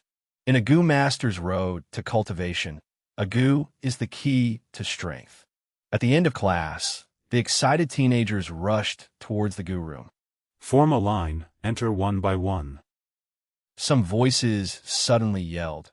It was natural that there were guards outside the goo room. The youths went in one at a time and came out. Finally, it was Fang Yuan's turn to enter the goo room. This room was a mysterious room. The four walls all had holes. In each one of these embedded square holes were another square hole. Each of the holes differed in size, some big and some small. The bigger ones were no bigger than an earthenware cooking pot, the smaller holes no smaller than a fist. In the many square holes were all kinds of containers. There were gray stone basins, verdant jade dishes, exquisite grass cages, earthen stoves, etc. These containers kept in all kinds of variety of goo. Some goo were silent, while some goo made a lot of noises, creating chirping, clucking, rustling sounds, and so on. All these noises combined together to create a sort of life symphony. Goo are also divided into 9 big levels, following the same concept of the 9 rank realms of goo masters. All the goo in this room are rank 1 goo. Fang Yuan glanced around, immediately aware of this. Generally speaking, rank 1 goo masters can only use rank 1 goo. If they used higher level goo, these masters would need to pay an extremely heavy price. In addition, goo need to be fed. The high cost of feeding higher level goo was often not something lower ranked goo masters could afford. Thus, to goo masters who were newcomers, they would always pick a rank 1 goo worm as their first refined goo unless under a special situation. There is great significance to the first goo that a goo master refines. It will become their vital goo, interconnecting their lives together. If it dies, the goo master will suffer a huge blow. Alas, my original wish was to get my hands on the flower wine monk's liquor worm and refine it as my vital goo. But right now there are still no leads on my search for the flower wine monk's skeleton. I don't even know when will I be able to find it, or when someone else does. Just to be safe, I'll pick a moonlight goo first. Fang Yuan sighed inwardly as he walked straight along the wall on his left. One of the top layers of the holes in this wall had a row of silver plates. In every plate was a goo. These goo were crystalline and shaped like a crescent. It was like a piece of blue quartz. Against the backdrop of the silver dish, the goo gave off a quiet and beautiful feeling. Known as the moonlight goo, this variety of goo was the local goo of the Guyu clan, and many of the clansmen would choose the moonlight goo as their vital goo. The moonlight goo was not a goo of nature. It was a breed that was cultivated with a secret method by the Guyu clan. The moonlight goo could not be found anywhere else. It could be said that this goo was a symbol of the Guyu clan. Since it was all rank 1 moonlight goo, there was very little difference among one another. Fang Yuan casually chose one and took it. The moonlight goo was very light, comparable to the weight of a piece of paper. The insect occupied a small area of his palm. It was roughly the size of a common jade pendant. As Fang Yuan put on his hand, he could see through it and gaze at the lines on his palm. With one last look and finding nothing wrong with it, Fang Yuan put the moonlight goo into his pocket and walked out of the goo room. Outside the goo room, the queue was still quite long. As soon as the next person in line saw Fang Yuan leave, he went into the room hurriedly with excitement. If it were others, when they got their goo, the first thing they would do would be to take it home and quickly refine it. But Fang Yuan was not in a hurry to do so, for his mind was still thinking about the liquor worm. The liquor worm was more precious compared to the moonlight goo. Although the moonlight goo was a specialty of the Guyu village, it did not help a goo master as much as a liquor worm. After he left the goo room, Fang Yuan headed straight for the tavern. Shopkeeper, 2 jars of aged wine. Fang Yuan fished around his pockets and drew out the remaining primeval stone pieces, putting them onto the counter. These few days he would come here and buy wine, then go around the village border and scout, intending to attract the liquor worm, so it would appear. The shopkeeper was a short and fat middle-aged man, his face oily. After these few days, he had already remembered Fang Yuan. Sir, you've come. While he greeted Fang Yuan, he stretched out a thick and short chubby hand and skillfully swiped away the primeval stone pieces. As he put them onto his palm, he shifted his hand up and down and felt that the weight was correct. With this, the shopkeeper's smile deepened. Primeval stones were the currency used in this world, used to measure the value of all commodities. At the same time, it was also a condensed matter of the world's essence, usable on oneself, and is important in helping a Goom master in his cultivation. As it has monetary attributes as well as usable properties, it was similar to the gold on Earth. Earth has a gold currency standard system, and in this world it was replaced with primeval stones. Compared to gold, the purchasing power of primeval stones is even more astonishing. However, with Fang Yuan's continued spending like this, no matter how many primeval stones he had, it would not be enough. 2 jars of wine every day, and it has been 7 full days already. The initial savings I had are already almost all spent. Fang Yuan frowned slightly as he walked out of the tavern with 2 jars of wine. Once someone becomes a Goom master, he would be able to extract primeval essence straight from a primeval stone to replenish the primeval sea in his aperture. Thus, to Goom masters, primeval stones were not just a form of currency, but also a supplement in their cultivation. With sufficient primeval stones, the rate of cultivation will increase greatly. This can make up for the disadvantages of those with lower talent grade. I won't have primeval stones to buy wine anymore tomorrow, yet the liquor worm just doesn't want to appear. Do I really have to take the moonlight goo and refine it as my vital goo? Fang Yuan felt rather unsatisfied. As he walked with the 2 jars of wine in his hand, he started to wonder. Academy Elder said, the first person who manages to refine his vital goo will get a reward of 20 primeval stones. Right now I guess a lot of them are at home trying their best to refine their goo and compete for the first position. A pity, refining the vital goo is more of a test of one's talent. Those with better primeval talent will have better advantage. With my C-grade talent, without any special means I have totally no chance of winning. It was at this moment the voice of Guyu Fangzheng called out to him from behind. Big brother, you really did go to the tavern and buy alcohol. Follow me, Aunt and Uncle want to see you. Fang Yuan stopped in his tracks and turned around. He found his younger brother was no longer like before, always lowering his head as he spoke. Right now, the 2 brothers gazed at each other face to face. A gust of wind blew, lifting up the older brother's messy short hair, the lower hem of the younger brother's robes swishing around. Just a short period of 1 month has gone by, yet humans change. A week after the awakening ceremony, a huge change came upon the older brother and the younger brother. The older brother, Fang Yuan, fell from the clouds, the title of genius mercilessly destroyed, and the younger brother began to bloom with radiance, slowly rising up like a new star. To the younger brother Fang Zheng, this sort of change was earth-shaking to his world. He finally tasted the feelings that his older brother used to have, the feelings of people pinning their hopes on him, the feelings when people use envious and jealous looks to gaze at him. He felt like he was suddenly dragged out from a dark corner and placed into a heaven filled with light. Every day, when he woke up, he felt like he was having a very sweet dream. The difference of how he was being treated from before and now was like day and night, making him somewhat unable to believe his reality even until now, but at the same time also strongly unaccustomed to it. It was hard to adapt.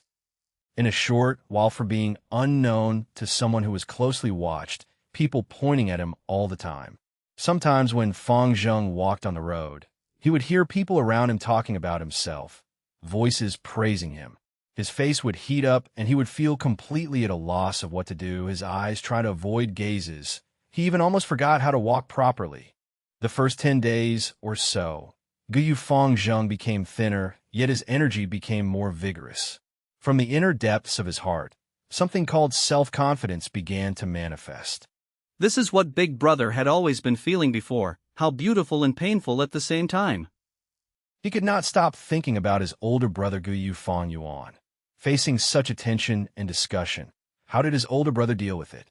He subconsciously started to imitate Fang Yuan, pretending to look expressionless all the time, but quickly found that he was not fit for this kind of style.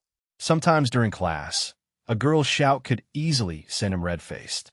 On the roads, all the flirting from older women even caused him to flee in a hurry many times. He was like a toddler learning how to walk, stumbling and falling as he tried to get used to his new life. During this entire process, he was unable to avoid hearing about his older brother, falling into depression, becoming a drunkard, not going home at night, sleeping soundly in class. He felt very shocked at this. His own older brother, once a strong entity and hailed as a being of great genius, suddenly becoming like this? But slowly he started to sort of understand. His big brother was also a normal man after all.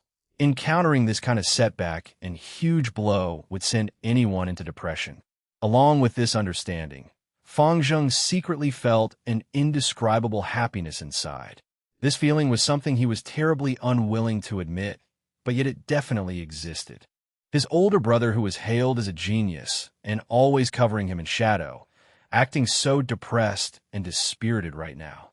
From a reverse angle, it was a testimony to his own growth, wasn't it? He was the outstanding one. This was the real truth. Hence, when he saw Fang Yuan holding the wine jars, his hair messy and clothes untidy, Guyu Fang Zheng felt relieved, his breathing also becoming a lot easier. But yet he said, "Big brother, you have to stop drinking, you cannot go on like this. You have no idea how worried the people who care about you are, you need to wake up." Fang Yuan was emotionless. He did not say anything. The two brothers gazed at each other. Younger brother Guyu Fang Zheng's eyes were shining, giving off a sharp and keen feel. And the older brother Guyu Fang Yuan's two orbs were a deep black, faintly resembling a deep ancient pool. These eyes could not help but make Fang Zheng feel a strange oppression. Not long after, he subconsciously turned away his gaze and looked somewhere else. But when he realized it, he felt a sudden rise of anger. It was an anger that was directed at himself. What's wrong with you? Can't even muster the courage to look directly at your big brother? I've changed. I've completely changed. With these thoughts, his eyes shifted back their sharpness, and he shot his gaze at his brother again. But Fang Yuan was already not looking at him. Holding a jar of wine in each hand, he walked past Fang Zheng and said in a dull voice, "What else are you gawking at? Let's go." Fang Zheng's breathing became disoriented, the strength that had accumulated inside his heart no longer able to be released. This made him experience a depression that was hard to describe. Seeing that his older brother had walked far ahead, he could only quicken his pace to catch up. But this time his head was no longer lowered but rose to meet the sun. His gaze was fixed on his own feet that was stepping on his older brother Fang Yuan's shadow. Chapter 9. Two people who start on the same road, gradually becoming distant. The sunset was a red hue setting over the east. The sky was still bright, but everything seemed to be covered by a shade of gray. Overlooking the window, the mountains in the distance were gradually drawing towards a heavy black color. The light in the living room was dim. Aunt and uncle sat high in their chairs, their faces enveloped in shadow, their expressions hard to discern. As he saw Fang Yuan carrying the two jars of wine, his uncle Guyu Dong Tu's eyebrows twisted into a knot. He opened his mouth and spoke. "In the blink of an eye, you are both 15 years old now. Since you both have the talents of a Gu master, especially Fang Zheng, your aunt and I are proud of the both of you. I will give you both 6 pieces of primeval stones, take it. Refining your Gu consumes a lot of primeval essence, so you'll need these primeval stones." As he said this, some servants came over and passed Fang Yuan and Fang Zheng each a small bag. Fang Yuan took his bag silently. Fang Zheng immediately opened his bag and looked inside to see 6 pieces of oval-shaped, grayish-white primeval stones. His face lit up with gratitude at once, and he stood up from his seat, facing his aunt and uncle.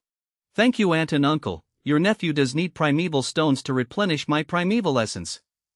You have both raised me until today. This gratitude is engraved into my heart. I shall not forget it forever." Uncle smiled and nodded. Aunt hurriedly waved her hands and said warmly, Sit down, sit down. Although you both are not our children directly, we have always raised you as our own.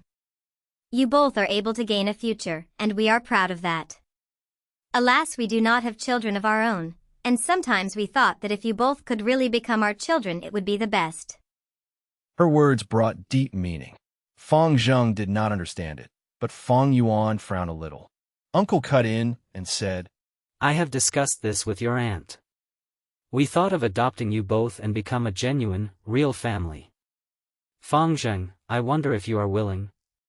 Fang Zheng was stunned for a second, but the look on his face quickly emerged a joyful smile, and he said, To be honest, ever since both my parents died I have longed very much for a family of my own. To be able to become a family with aunt and uncle, this is too good to be true. Aunt's expression loosened, and she laughed. Then you are our good son. Shouldn't you stop calling us aunt and uncle? Father, mother. Fang Zheng, in a state of realization, changed his statement. Aunt and uncle laughed heartily. What a good son. Not a waste of a husband and wife to raise you since you were 5 years old. And we have raised you for 10 whole years. Aunt wiped her tears. Uncle looked at the silent Fang Yuan and said gently, Fang Yuan, how about you? Fang Yuan shook his head without saying a word. Big brother. Guyu Fang Zheng was about to advise him, but Uncle, whose tone was unchanged, stopped him. If that's the case, Fang Yuan my nephew, we won't force you. Since you are already 15 years old, you need to start being independent, this way you will also easily carry on your Fang bloodline. Uncle here has prepared 200 primeval stones for you as financial support. 200 primeval stones. Fang Zheng's eyes opened wide. He had never seen so many primeval stones in his life. He couldn't help but reveal a jealous expression. But Fang Yuan still shook his head. Fang Zheng was puzzled, while Uncle's expression changed slightly. Aunt's face had also turned cloudy. Aunt and uncle. If there is nothing else, then your nephew will take his leave. Fang Yuan did not give them any chance to speak again. After he finished his sentence, he took his wine jars and left the hall immediately. Fang Zheng rose from his seat and said, Father, mother. Big brother is not thinking straight. How about you let me advise him? Uncle waved his hand and deliberately sighed. Alas, this matter cannot be forced. Since you have the heart, as your father I am already very content. Servants, take care of young Master Fang Zheng, treat him well. Then your son will take his leave. Fang Zheng retreated, and the living room fell into silence. The sun set below the mountain, and the living room became darker. In a while from the darkness, Uncle's cold voice emerged. Looks like this brat Fang Yuan has seen through our plot. Among the regulations of the Guyu clan, it was clearly stipulated that the eldest son at 16 years of age would have the qualifications to inherit the family property. Fang Yuan's parents had passed away, leaving behind a fortune. It was being taken care of by aunt and uncle. This inheritance was not something a measly sum of 200 essence stones could compare to. If Fang Yuan had also agreed to be adopted by aunt and uncle, then he would lose the right to inherit this fortune. If Fang Yuan, at this year's age of 15, decided to be independent, he would also not conform to the clan's regulations. Luckily we managed to win over Fang Zheng, and Fang Yuan only has C-grade talent. Uncle heaved a sigh, feeling joyful. Then husband, if Fang Yuan decides to go independent at 16 years of age, what do we do? Aunt's tone was hysterical as she thought about the inheritance. Since he is acting undisciplined, then he can't blame us. As long as we catch him committing a huge mistake before he leaves us and expel him from our family, it will be counted as snatching away his right to inherit the legacy. Uncle explained coldly. But the brat is very clever, how would he make a mistake? Aunt asked, puzzled. Uncle rolled his eyes immediately and whispered angrily. You are really stupid. If he won't make a mistake, can't we frame him instead? Just let Shen Shui seduce Fang Yuan and scream assault, we catch him on the spot, fabricate a story about him acting wild while he was drunk. Surely we can expel Fang Yuan. Husband, you really have a way. What an ingenious plan. Aunt was overjoyed at that moment. The thick colors of the night covered the sky, and the stars that blanketed the sky were mostly covered away by floating dark clouds. Each of the households in the village gradually lit up with lights. Guyu Fangzheng was ushered into a room. Young Master Fangzheng, the old master personally had me tidy up this room specially for you. Mother Shin said with a hospitable tone. She bowed her waist, her face having a flattering smile. Fangzheng looked around with a glance, his eyes shining. This room was at least bigger by 2 times compared to his previous room. The middle of the room was a spacious bed. Beside the window was a rosewood desk with a delicate set of ink and paper. The walls were decorated with exquisite ornaments, and beneath his feet was not an ordinary floor, but covered in a layer of soft handmade carpet. From his childhood until now, Fangzheng had never stayed in such a room. He immediately nodded his head continuously and said, "This is very good, it really isn't bad, thank you Mother Shin." Mother Shun was aunt and uncle's most highly valued person. She was in charge of all the slaves in the house, and was a housekeeper who lived up to her reputation. The girl Xin Shui who served Fang Yuan was her daughter. Mother Shin laughed. I am not deserving of young master's gratitude. It is my duty, my duty. Young master, do not hesitate to eat well and sleep well. Whatever you want, just shake the bell beside your bed. Somebody will attend to you immediately.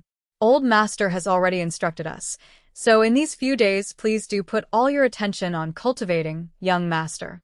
Just leave all the other chores to us. Fangzheng felt a gush of gratitude in his heart. He did not say anything, but deep down inside he decided, this time I must get number 1 and not let aunt and uncle down. The dark clouds in the sky were getting heavier, and the night was getting darker. In the night sky, most of the stars were covered away by the clouds, leaving a few shining with faint light, blinking away in the sky. Aunt and uncle must be plotting on how to expel me from the house right now. In my previous life they secretly instigated the servants to provoke me, and then framed me. Then they expelled me from the family. I wonder if there will be any changes in this life. Fang Yuan sneered in his heart as he walked along the streets. He had long seen clearly the true colors of his aunt and uncle, but he could also understand it. Men would throw away their lives in pursuit for wealth. No matter whether on Earth or in this world, there would always be many people who would be willing to trample over kinship, friendly and love for their own self-interests and benefits. In fact, kinship did not exist. In the beginning, when aunt and uncle took in Fang Yuan and Fangzheng, their only purpose was to seek the heritage. It was just so that the 2 brothers were repeatedly unexpected. All things are difficult before they are easy. To me this is more so of the case. Firstly, I do not have outstanding talent. Secondly, I do not have the care of a teacher. It is equivalent to raising a family from nothing, but with my parents' legacy it can be said to be a huge advantage for me. In my previous life aunt and uncle stole away the heritage, and because of that I had to waste 2 full years to be able to cultivate to rank 1 peak stage. In this life I cannot afford to make the same mistake. Fang Yuan pondered in his mind as he walked. Instead of staying home, he held the 2 jars of wine and walked towards the outskirts of the village. The night deepened and the dark clouds obscured the starlight. The mountain breeze blew, growing stronger gradually. The mountain rain was coming, but he still had to search. To get a hold of his parents' inheritance, he would need to wait until he was 16. And the flower wine monk's treasure was the only thing that he could get his hands on in the short run. There were not many people on the streets. The houses along the road showed a dim light. Some small rubbish and leaves were blown away by the wind, drifting about. Fang Yuan's thin clothing could not stop the mountain wind, and he could not help but feel a cold chill. He simply opened the wine jar, drinking a small mouthful of wine. Although it was turbid wine, but after swallowing it he felt a warm feeling rising up. This was the first time that he actually drank wine in these few days. The further he walked out of the village, the lesser the houses beside the road, and the dimmer the lights became. In front of him, it was even darker. The wind blew heavily against the mountain forest, the branches swaying in the night, making a whistling noise that sounded like a herd of beasts roaring. Fang Yuan's pace did not slow down. He walked out of the huge entrance of the village and out into the darkness, going further as he walked. And behind him were the bright and brilliant lights of tens of thousands of houses. In these lights, there was a warm corner. The younger brother Fang Zheng was seated at his desk, reviewing the notes that he had taken down during class. The lights in the house were shining brightly. The solid wall blocked away the cold winds. Beside his hand was a cup of warm ginseng tea, the steam rising up from the cup. Young Master Fang Zheng, the hot bathing water has been prepared for you. Outside the door, Shun Shui's voice softly floated through. Fang Zheng's heart jolted. Then bring it in, please. Shin Shui walked into the room with her waist bowed, her expression pleased. Your servant greets young master. Her eyes sent amorous glances at Fang Zheng. Fang Yuan was only a C-grade talent, but Fang Zheng was an A-grade talent. To be able to get a hold of him is truly the biggest fortune. Chapter 10. A storm may arise from a clear sky. Refining goo is full of hardships. Pitter-patter. Big, heavy raindrops fell to the earth, battering the roof of the verdant bamboo house, making brittle sounds. The surface of the pond in front of the building was full of ripples as the rain fell. The fish in the water swimming lively around, the aquatic plants swaying about at the bottom of the pond. The sky was overcast. A thick rain curtain obscured the field of vision as far as the eye could see. In the somewhat dim room, the window was open, and Fang Yuan quietly watched the heavy rainfall, sighing. It has already been 3 days and 3 nights. On the night 3 days ago, he had walked out of the village with 2 jars of wine, searching around the surroundings. But when it was late into the night, it started pouring rain. Put aside him being drenched to the bones, the main point was that in the situation, he could not go about searching anymore. The rainwater would quickly wash away the wine fragrance. At the same time, if he forced himself to search under such conditions, it might arouse suspicions. Although previously he pretended to become a depressed, drunken person to cover up his real motives. But he knew never to underestimate the intelligence of others around him. Only a fool would think others were stupid. Thus, under this helplessness, Fang Yuan could only stop his search. Not to mention that the moment it started raining, the rain had went on continuously. Sometimes it became heavier and sometimes lighter, but it never stopped. I guess in this way, I won't be able to find the liquor worm for a short period of time. To be safe, I can only choose to start refining the moonlight goo. While I refine it, if I can find the liquor worm during the process, it would be the best, but if I can't, then this would have to do. But this matter is very common. A storm may arise from a clear sky, something unexpected may happen anytime. In this world, who can do everything without obstacles in his way, having a perfect journey?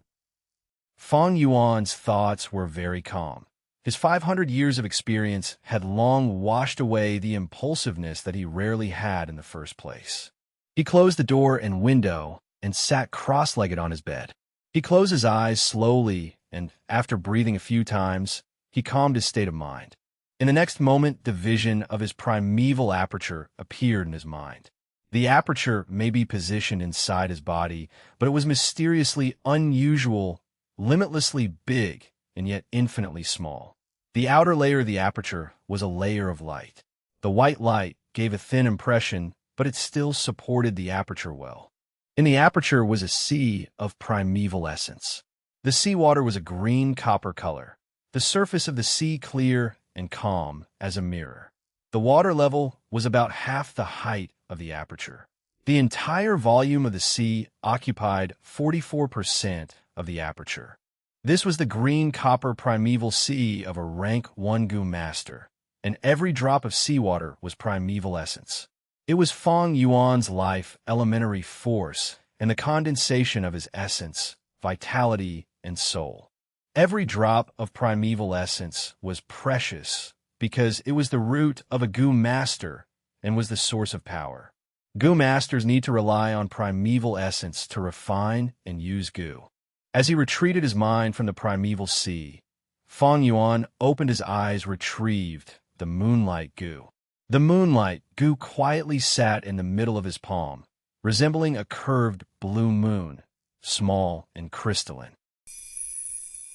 With a simple thought, the primeval sea in his aperture tumbled, and a jet of primeval essence broke from the sea surface and transferred out of the body, finally rushing into the moonlight goo. The moonlight goo suddenly radiated fiercely in blue light, slightly trembling in Fang Yuan's palm, resisting the influx of primeval essence. Goo are the essence of heaven and earth, carrying the secrets of the world, the bearers of the law of nature. They are living creatures that live freely under the sky, each born with a will of its own.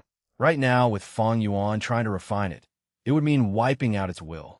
Feeling the danger looming, the moonlight goo naturally resisted. The process of refining is a very difficult one. The moonlight goo was like a curved crescent moon. As the green-copper primeval essence poured into the crescent, the two pointed ends of the crescent turned green.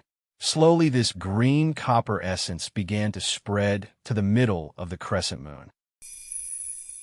In less than 3 minutes, Fang Yuan's face had become pale. A huge volume of primeval essence continuously poured into the moonlight goo, making him feel a weakness that rapidly attacked his heart. 1%, 2%, 3%, 8%, 9%, 10%. 10 minutes later, Fang Yuan's primeval sea had used away 10% of primeval essence. Yet on the blue crystalline moonlight goo surface, the points of green copper essence on the two tips of the crescent only expanded a tiny little area towards the center. The resistance of the moonlight goo was immensely strong. Fortunately, Fang Yuan had anticipated this earlier and did not feel surprised. He persisted and poured in more essence into the moonlight goo. 1%, 2%, 3%. After another 20 minutes, the primeval sea in Fang Yuan's body was only left with 14%. The green copper essence on the moonlight goo had expanded slightly. The two tips of green essence adding up together, covering the surface of the moonlight goo by about 1/12. The rest of the moonlight goo surface was still the original color of light blue. Refining a goo is so hard. Fang Yuan sighed as he looked at it. He broke the influx of primeval essence, stopping the refining process. Up until now, he had been refining for half an hour. The primeval sea in his aperture consumed over more than half, with only 14% of primeval essence left, and the moonlight goo was only refined by 1/12 of it. To make matters worse, the moonlight goo was still emitting its faint blue halo. Even though Fang Yuan had stopped refining, the moonlight goo did not stop resisting. It was still driving out Fang Yuan's green coppery primeval essence. Fang Yuan could clearly feel that the primeval essence that he poured into the moonlight goo was being pushed out bit by the moonlight goo out of its body. On its surface, the green copper essence at the two tips of the moon crescent was slowly shrinking. Based on this speed of reduction, in about 6 hours later, the moonlight goo would be able to completely expel all of Fang Yuan's primeval essence. At that time, when he needed to refine this goo, it would make no difference from starting over again. Every time when refining goo, it is just like a fight between two armies, a battle of positional warfare, or war of attrition. Even though I refined 1/12 of the goo, I wasted 3/4 of my primeval essence. When refining goo, a goo master has to replenish his primeval sea while continuously engaging the refinement process, consolidating his victory. The refinement of a goo is a test of one's skill in shifting his primeval essence and the patience of an enduring battle. Fang Yuan took out a piece of primeval stone from his money bag as he pondered. A goo master had two ways to replenish the consumed primeval essence. The first way was natural recovery. After a period of time, the primeval sea would naturally replenish the primeval essence. In the case of a C-grade talent like Fang Yuan, it would take about 1 hour to replenish 4% of primeval essence. In 6 hours, it could recover 24% points of the total quantity primeval essence. The second way was to absorb the natural essence directly from primeval stone. The primeval stone is a treasure from nature itself. as condensed natural primeval essence, while absorbing at the water level of the primeval sea was rising with a continuous speed that could be seen with the naked eye. After about half an hour, the primeval sea had been replenished back to its original volume of 44%. At this level, the rising water level of the sea stopped abruptly. Even though there was still space inside the aperture, Fang Yuan could not store any more primeval essence. This was the limit of his sea grade talent. Thus, from here one can see the significance of the grade of one's cultivation talent. The higher the talent, the more primeval essence the aperture can hold, and the faster the natural recovery of the primeval essence will be. In Fang Yuan's case, to refine a goo and solidify his results, he would have to absorb primeval stones because his primeval essence natural recovery rate cannot defeat the rate of the moonlight goo expelling it out. However, in the case of the A-grade talent Fang Zheng, he could replenish 8% of primeval essence every hour. In 6 hours, he would recover 48% of primeval essence. And in the same time frame, the moonlight goo could only expel away 3% points of primeval essence. Fang Zheng did not require the external help of a primeval stone. He could go on refining with a few rests in the process and successfully refine the moonlight goo in a few days. That was why Fang Yuan knew from the beginning that in this test, to refine the moonlight goo, he never had the chance to obtain the first position. It had nothing to do with a person's actual strength, as the first factor was the grade of talent. The second factor would be primeval stones. If there was an abundance of primeval stones without hesitation to consume, a B-grade talent could also surpass an A-grade talent and obtain the first position. In my hands are 6 pieces of primeval stones. I cannot compare to Guyu Mo Bei or Guyu Chi Chen, these kinds of people who have their elder family members supporting them from behind. My talent is on C grade, and cannot be compared to Fang Zheng who has an A-grade talent. I never had a chance of winning in this test. Why not divert my energy and go look for the liquor worm? If I can make the liquor worm into my vital goo, it would be so much better than the moonlight goo. The sound of rain outside the window has gotten lighter, there seems to be a sign of ceasing. The rain has been ongoing for 3 days and 3 nights, it should be time it stopped. Fang Yuan kept the moonlight goo and got down from his bed. As he was about to open the window, there was a knock on the door. Outside the door came his servant Shun Chui's voice. Young Master Fang Yuan, it's me. It has been raining straight for 3 days, so I brought you some food and wine. Young Master can eat and drink and ease some depressed feelings. Chapter 11. It's just power play. Fang Yuan frowned slightly. Based on intuition and 500 years' worth of life experience, he could smell a conspiracy. His eyes flashed, and he relaxed his brows. I'm a little hungry right now, you came at the right time. Come in, he said. Outside the door, while carrying the food box, Shun Chui smiled coldly as she heard his reply. But when she pushed open the door, her face was left with a gentle and meek expression. Young Master Fang Yuan, the food and wine smells really good. I can smell it as I hold the box. Her voice was sweet and had a hint of longing and flattery. She put the food box on a small table and took out the dishes, arranging them nicely. The food was indeed very fragrant and tasty. After that, she took out 2 wine cups and poured the wine. Come, young master. Sit down. Your servant mustered her courage today and wants to accompany young master for a drink. She smiled like a flower, walking to Fang Yuan's side. Boldly she took him by the hand and pulled him over to sit at the chair by the table. Then she sat on his thigh and leaned her gentle body against Fang Yuan's chest, acting like a timid and lovable woman, whispering in his ear. Young Master Fang Yuan, your servant has always liked you. It doesn't matter what grade you are, I will always wish to be beside you, rely on you, and comfort you. Tonight your servant would like to give her body to you. She really dressed up today. She put on blusher, her lips like cherry powder.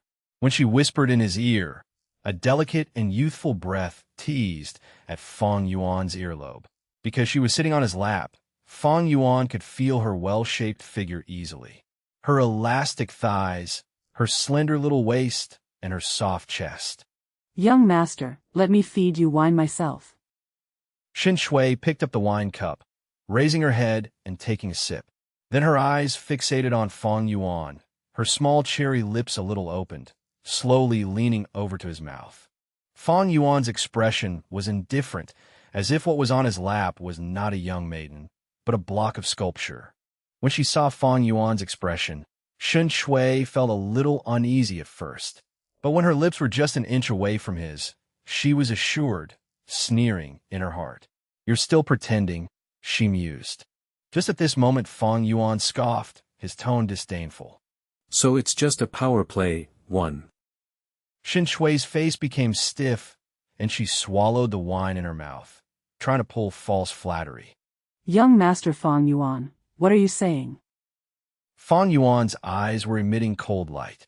He stared into Shen Shui's eyes, placing his right hand on her snowy white neck at the same time, slowly pressing it with force. Shen Shui's pupil shrank, and her voice was full of panic. Young master, you're hurting me. Fang Yuan did not answer, but his hold on her neck grew stronger. Young master Fang Yuan, your servant is a little scared. Shen Shui already had difficulty breathing. She was looking flustered. A soft pair of hands subconsciously grasped at Fang Yuan's hand, trying to pry his hand away. But Fang Yuan's hand was strong like iron, unable to be pulled away. "Looks like uncle and aunt let you come over to seduce me and frame me.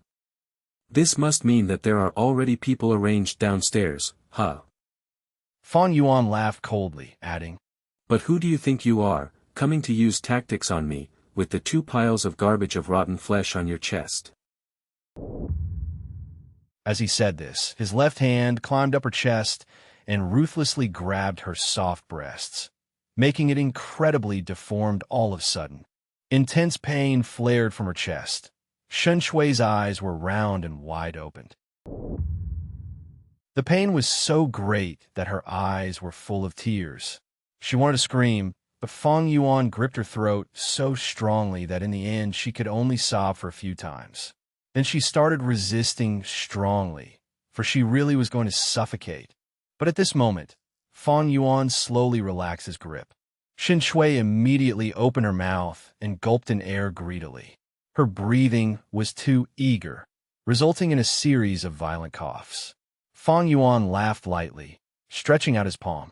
He gently stroked her cheek, his tone carefree as he spoke. "Shen Shui, do you think I can kill you, or not?"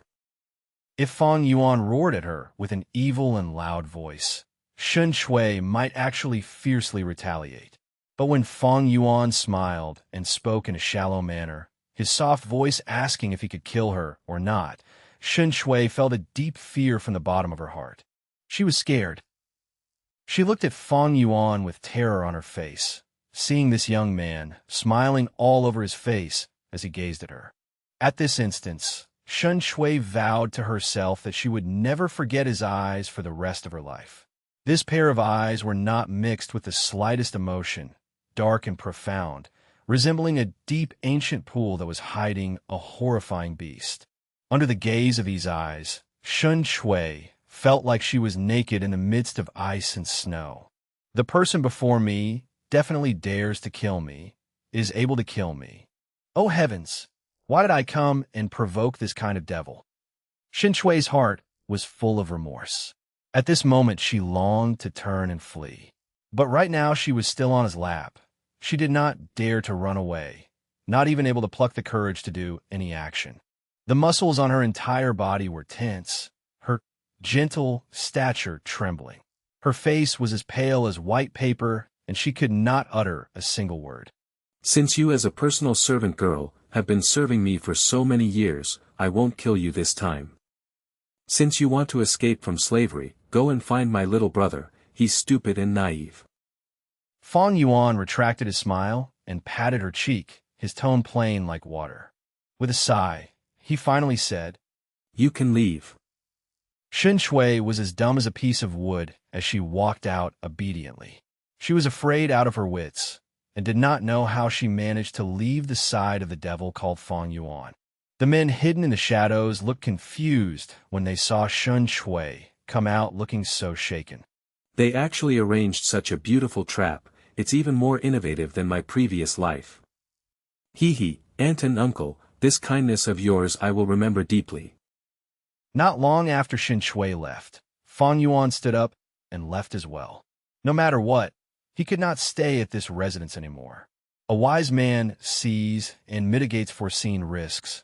What more to say for a devil? When there is insufficient strength, only a fool would put himself in danger.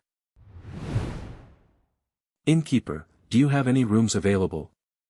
Fang Yuan came to the only inn in the village and asked for the price. Yes, yes. There is room on the second floor and third floor. Not only is it cheap, the rooms are also tidy and clean. The first floor is the cafeteria. Guests of the inn can come here and eat. There is also service for asking the inn workers to bring up food to your room. The innkeeper was full of hospitality as he entertained Fang Yuan. This inn was the only one in the village, but the business was not very good. In fact, it was somewhat deserted. Only when the annual merchant caravan came by to trade on Qing Mao Mountain, then would be full of people. Fang Yuan was a little hungry, so he passed 2 full round pieces of primeval stones to the innkeeper. Give me a good room for me to stay in, and prepare 2 jars of wine, 3 to 4 different dishes, return me any excess balance. Done. The innkeeper took the 2 pieces of primeval stone and asked, Would you like to eat in your room, or dine in the hall? Fang Yuan looked at the sky. The rain had stopped, and it was nearing evening. He could simply eat in the lobby and set out straight for the outskirts of the village when he was done, continuing his search for the treasure of the flower wine monk. Thus he replied, I'll eat in the hall. The inn had a dining hall. There were a dozen square tables, for long benches surrounded each table. In between the tables were huge and thick pillars that were supporting the inn. The floor was covered with big tiles of marble, but it was wet. It was hard to conceal the moisture of the mountain. There were 3 tables seated with people. Seated by the window, an old man was drinking wine, gazing outside at the sunset, being all alone. In the middle of the cafeteria was a table seated with 5 to 6 hunters. They were discussing about their hunting experiences in loud voices, and at their feet were a pile of different kinds of mountain prey, like pheasants and hares. In another corner was a table with 2 young people, seemingly discussing in secret. Their figures were hidden in the darkness. It was hard to see them, and harder to know their gender. Fang Yuan decided to sit by the table nearest to the door. Soon after, the dishes were served on the table. With my C-grade talent, to refine the moonlight goo I would need to borrow primeval stones. If my luck is good and this moonlight goo does not have a strong will, I would only need 5 pieces. But if it is stubborn that I'd be in trouble, probably need around at least 8 pieces. Goo are living creatures, so it is natural for them to have the will to survive. Some have a strong will and would always resist the refinement process. Some goo have weak will.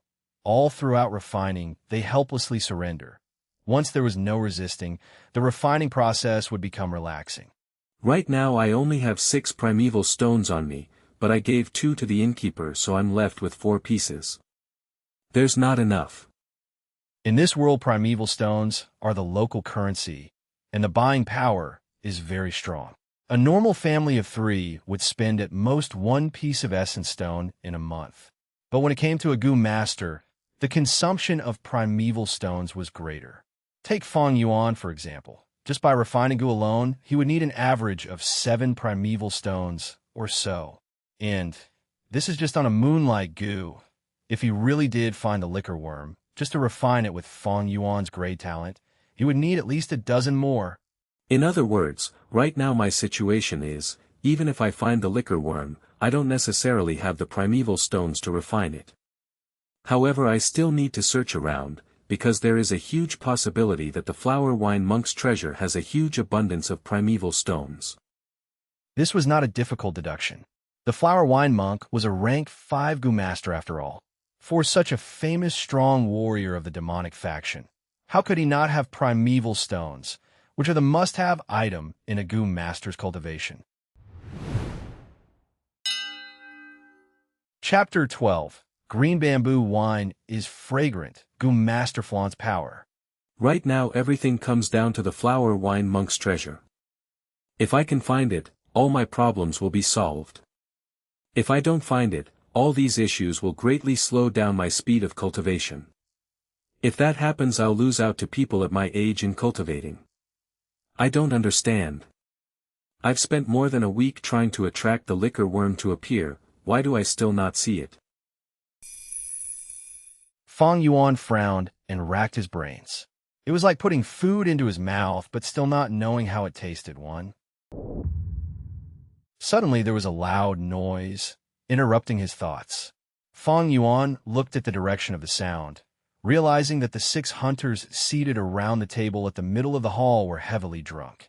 The atmosphere around them was fiery and their faces were all red. Brother Zhang, come, drink another cup.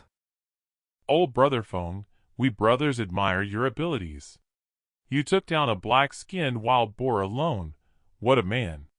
This cup of wine you must drink, or else you'll be disrespecting us. Thank you, brothers, for your sincerity, but I really can't drink anymore. Brother Feng can't drink anymore. Perhaps you dislike this wine because it's not good enough? Waiter, come over. Give me some good wine. The noise was becoming louder. It was obvious that the group had drunk a lot. The waiter hurriedly went over and said, Well, good sirs, we do have good wine, but it is quite expensive. What? You're afraid we won't pay up? When the hunters heard the waiter, quite a few of them stood up and stared at the waiter.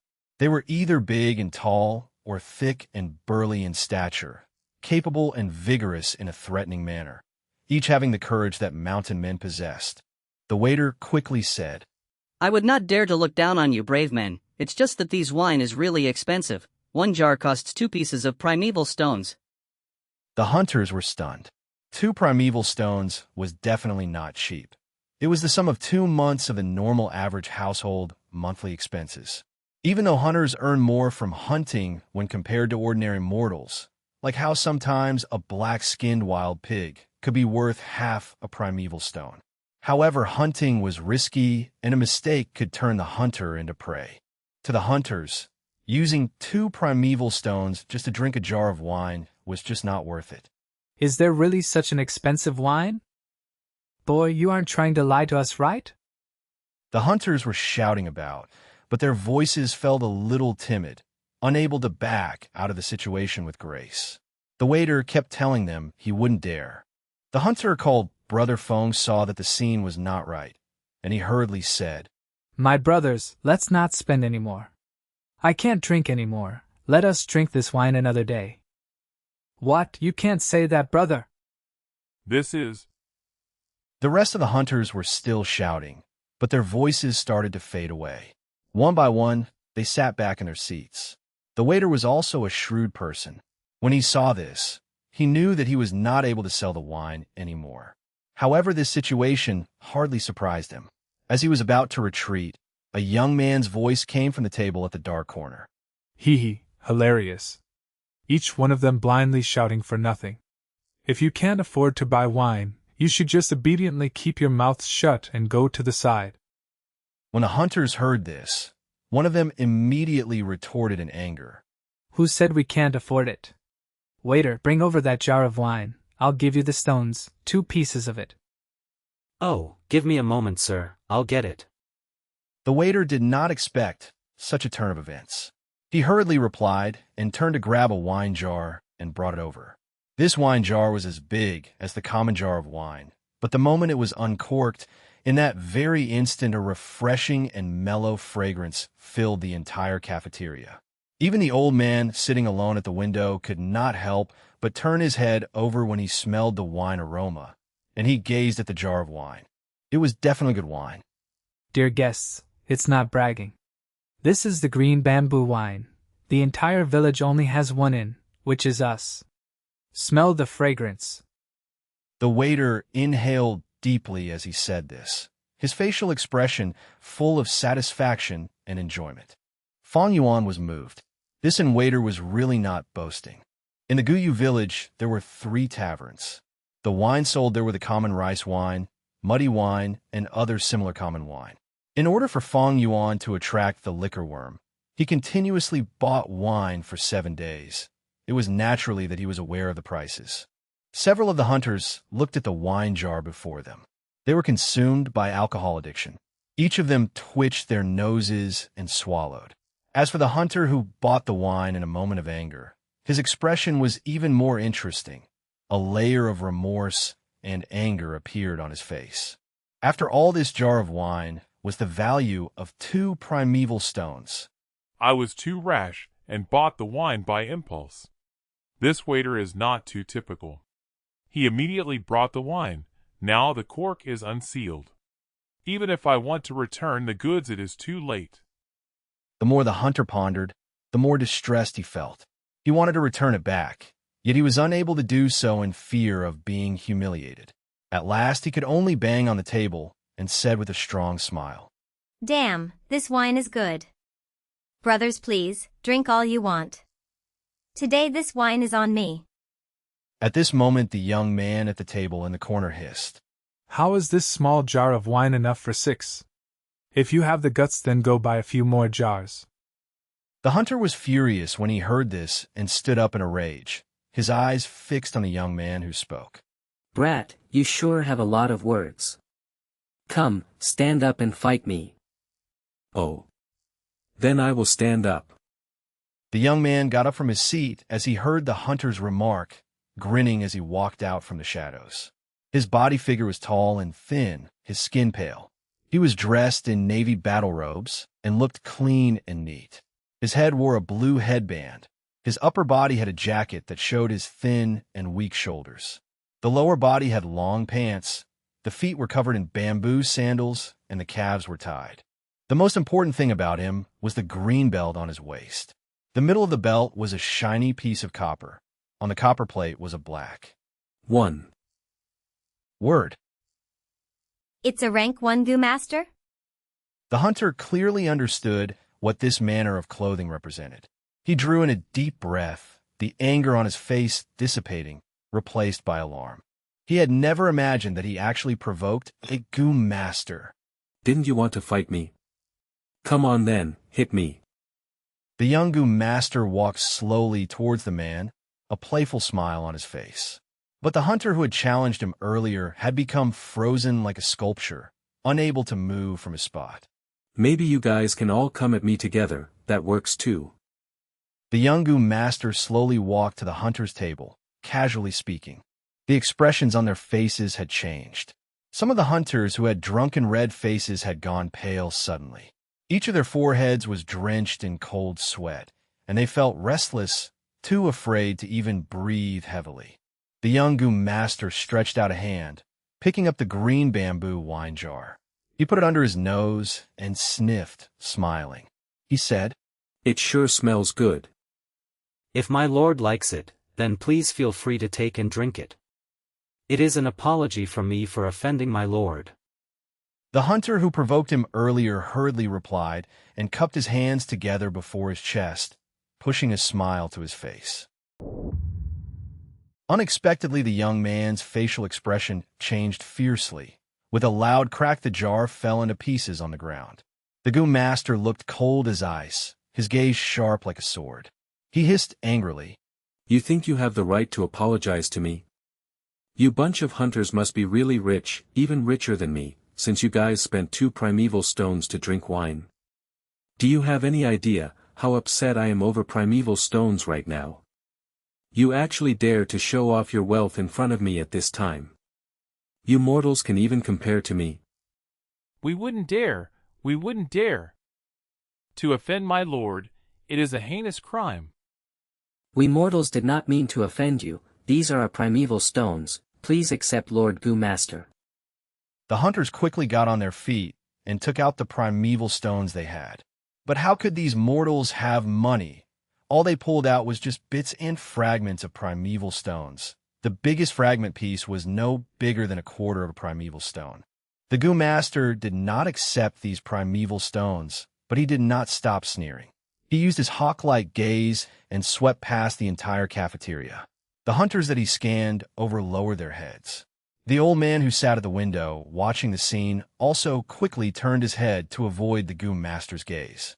Only Fang Yuan watched quietly, void of hesitation. The clothing that this young Goom Master was wearing was the uniform that only formal Goom Masters could wear, so Fang Yuan was not qualified to wear it. Fang Yuan would only receive it from the clan after he graduated from the academy. The word 1 on the copper piece on the belt of the young Goom Master was to indicate his position as a rank 1 Goom Master. However, he was already around 20 years or so, and the aura of primeval essence that his body emitted seemed to indicate that he was rank 1 upper stage. Starting cultivation at 15 years of age and only reaching rank 1 upper stage at around 20 years of age, this showed that the young Goom Master was only of D grade talent, which was a grade worse than Fang Yuan. There was a high possibility that this man was only a logistics Goom Master, not even counted as a battle Goom Master. However, even if that was the case, when facing these 6 brawny hunters, it was more than sufficient. This was the gap of power between a Goom Master and a mortal human. With power, one can be at the top. This is the nature of this world. No, actually any world is also the same. The big fish eats the small fish and the small fish eats the shrimp. It's just that this world shows it even more openly. Fang Yuan mused secretly. All right, Jiangye, you already taught them a lesson. Let's not further embarrass these mortals. If it gets out, even if you are not embarrassed, I would be. The other young person sitting in the corner voiced out. When everyone heard the voice speak, they realized that this young person was a woman. The young Goom Master called Jiangye stopped sneering as his female companion chided him. He did not even bother looking at the fragments of primeval stones that the hunters had taken out. These stones were not even the sum of 2 primeval stones. He was definitely not interested in it. He flicked his sleeve and walked back to his original table. As he strode back, he said maliciously, If you think you have the guts to continue drinking, then go and drink green bamboo wine. I want to see who still dares to drink this wine. The hunters all lowered their heads, acting like 6 obedient sons after being scolded. The strong aroma of wine filled the entire cafeteria. The hunter who bought the wine felt his heart aching as he smelled the fragrance. After all, he had spent 2 primeval stones on this wine, yet he never got to drink even 1 mouthful. Fang Yuan put down his chopsticks. He had eaten enough. As he sniffed in the wine aroma, his eyes flashed for a moment. Then he took out 2 primeval stones and put them on the table. Waiter, give me a jar of green bamboo wine, he said indifferently. The whole scene froze. The young Goom Master called Jiang, yet instantly stopped in his footsteps. The corners of his mouth twitched, and he exhaled.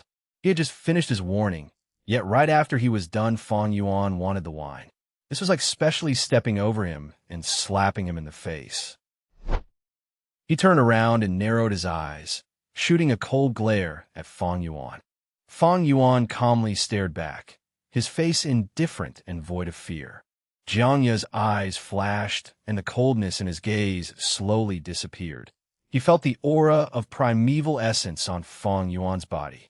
After realizing Fang Yuan's identity, he lit up with a smile and said warmly, Ah, it's a junior brother. Everyone else came to the realization, and the looks they shot at Fang Yuan changed. No wonder this young teenager was not one bit afraid of a Goom Master. It was because he was also one. Even though he was still attending the academy, his position was already different. Lord Goom Master, your wine. The waiter scurried over, smiling all over his face. Fang Yuan nodded at the young Goom Master and took a jar of wine and walked out of the inn. Chapter 13. The Bamboo Forest Under the Moon, a Bead of Snow. Around 300 years ago, an incredible genius appeared in the Guyu clan. He was very talented and had already cultivated to the point of a rank 5 Goom Master at a young age, and even had the possibility of going further.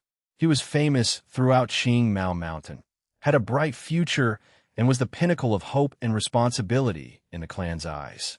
In the history of the Guyu clan, everyone spoke of him the most, the 4th clan head. Unfortunately, he sacrificed himself to protect his people and fought the equally powerful rank 5 Gu Master, the demonic flower wine monk. Even though he defeated the flower wine monk after a fierce battle, he let the devil get on his knees and beg for mercy. In the end, he was careless and got caught by the flower wine monk's sneak attack. The fourth head angrily executed the flower wine monk, but due to his own heavy injuries, he died an untimely death. This tragic incident had long since circulated until today, becoming a popular story among the Guyu clan.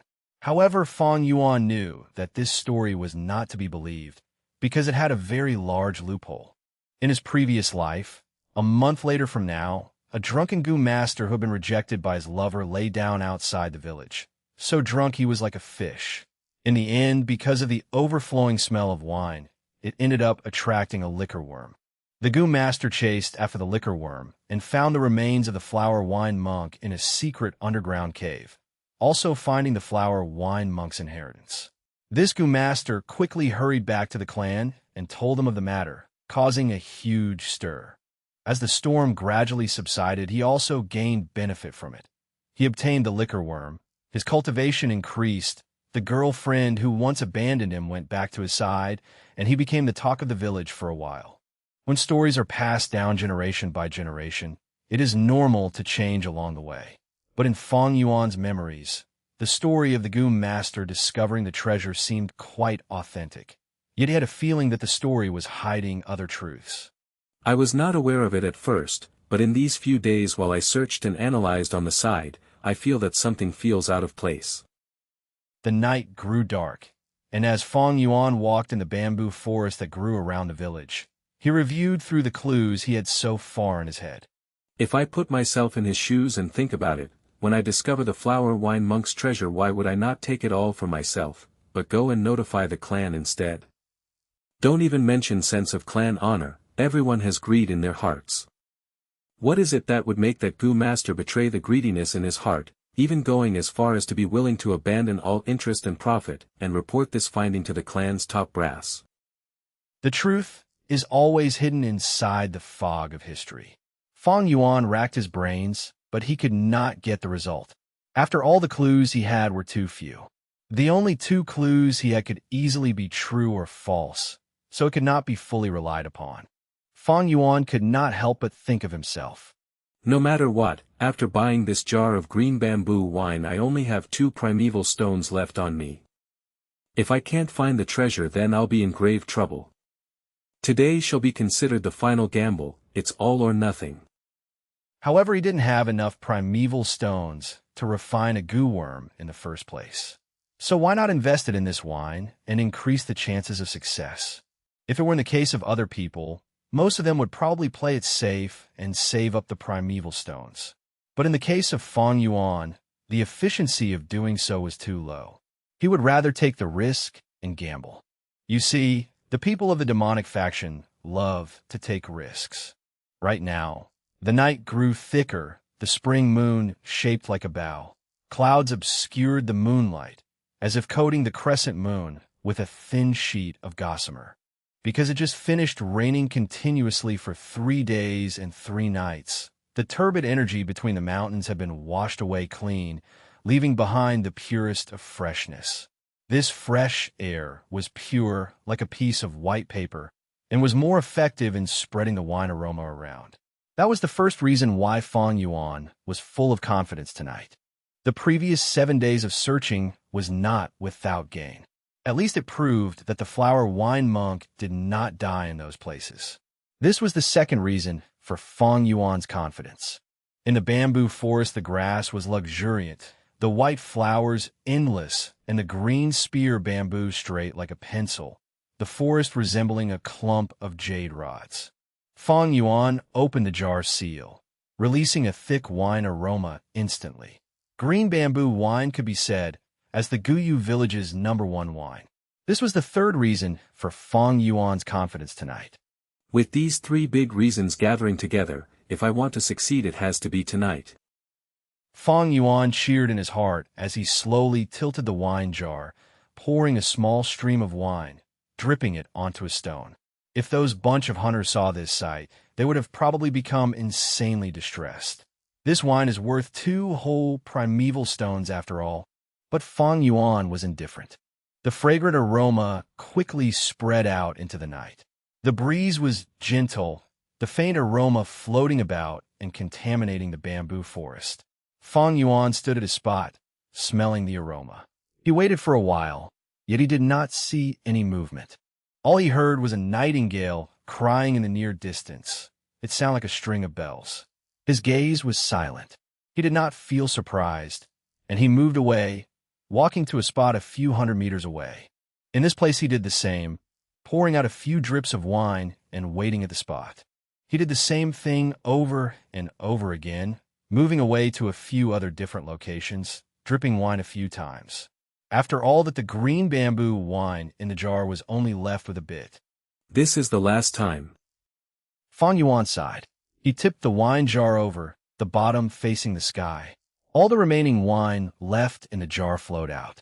The wine sprinkled over the grass, letting the green grass sway about. The wildflowers were stained with wine, slightly lowering their heads. Fang Yuan stood with the last shred of hope in his bosom and gazed around. Right now the night was already very deep. A thick cloud had obscured the moonlight. The dark shadows were like a curtain covering the bamboo grove.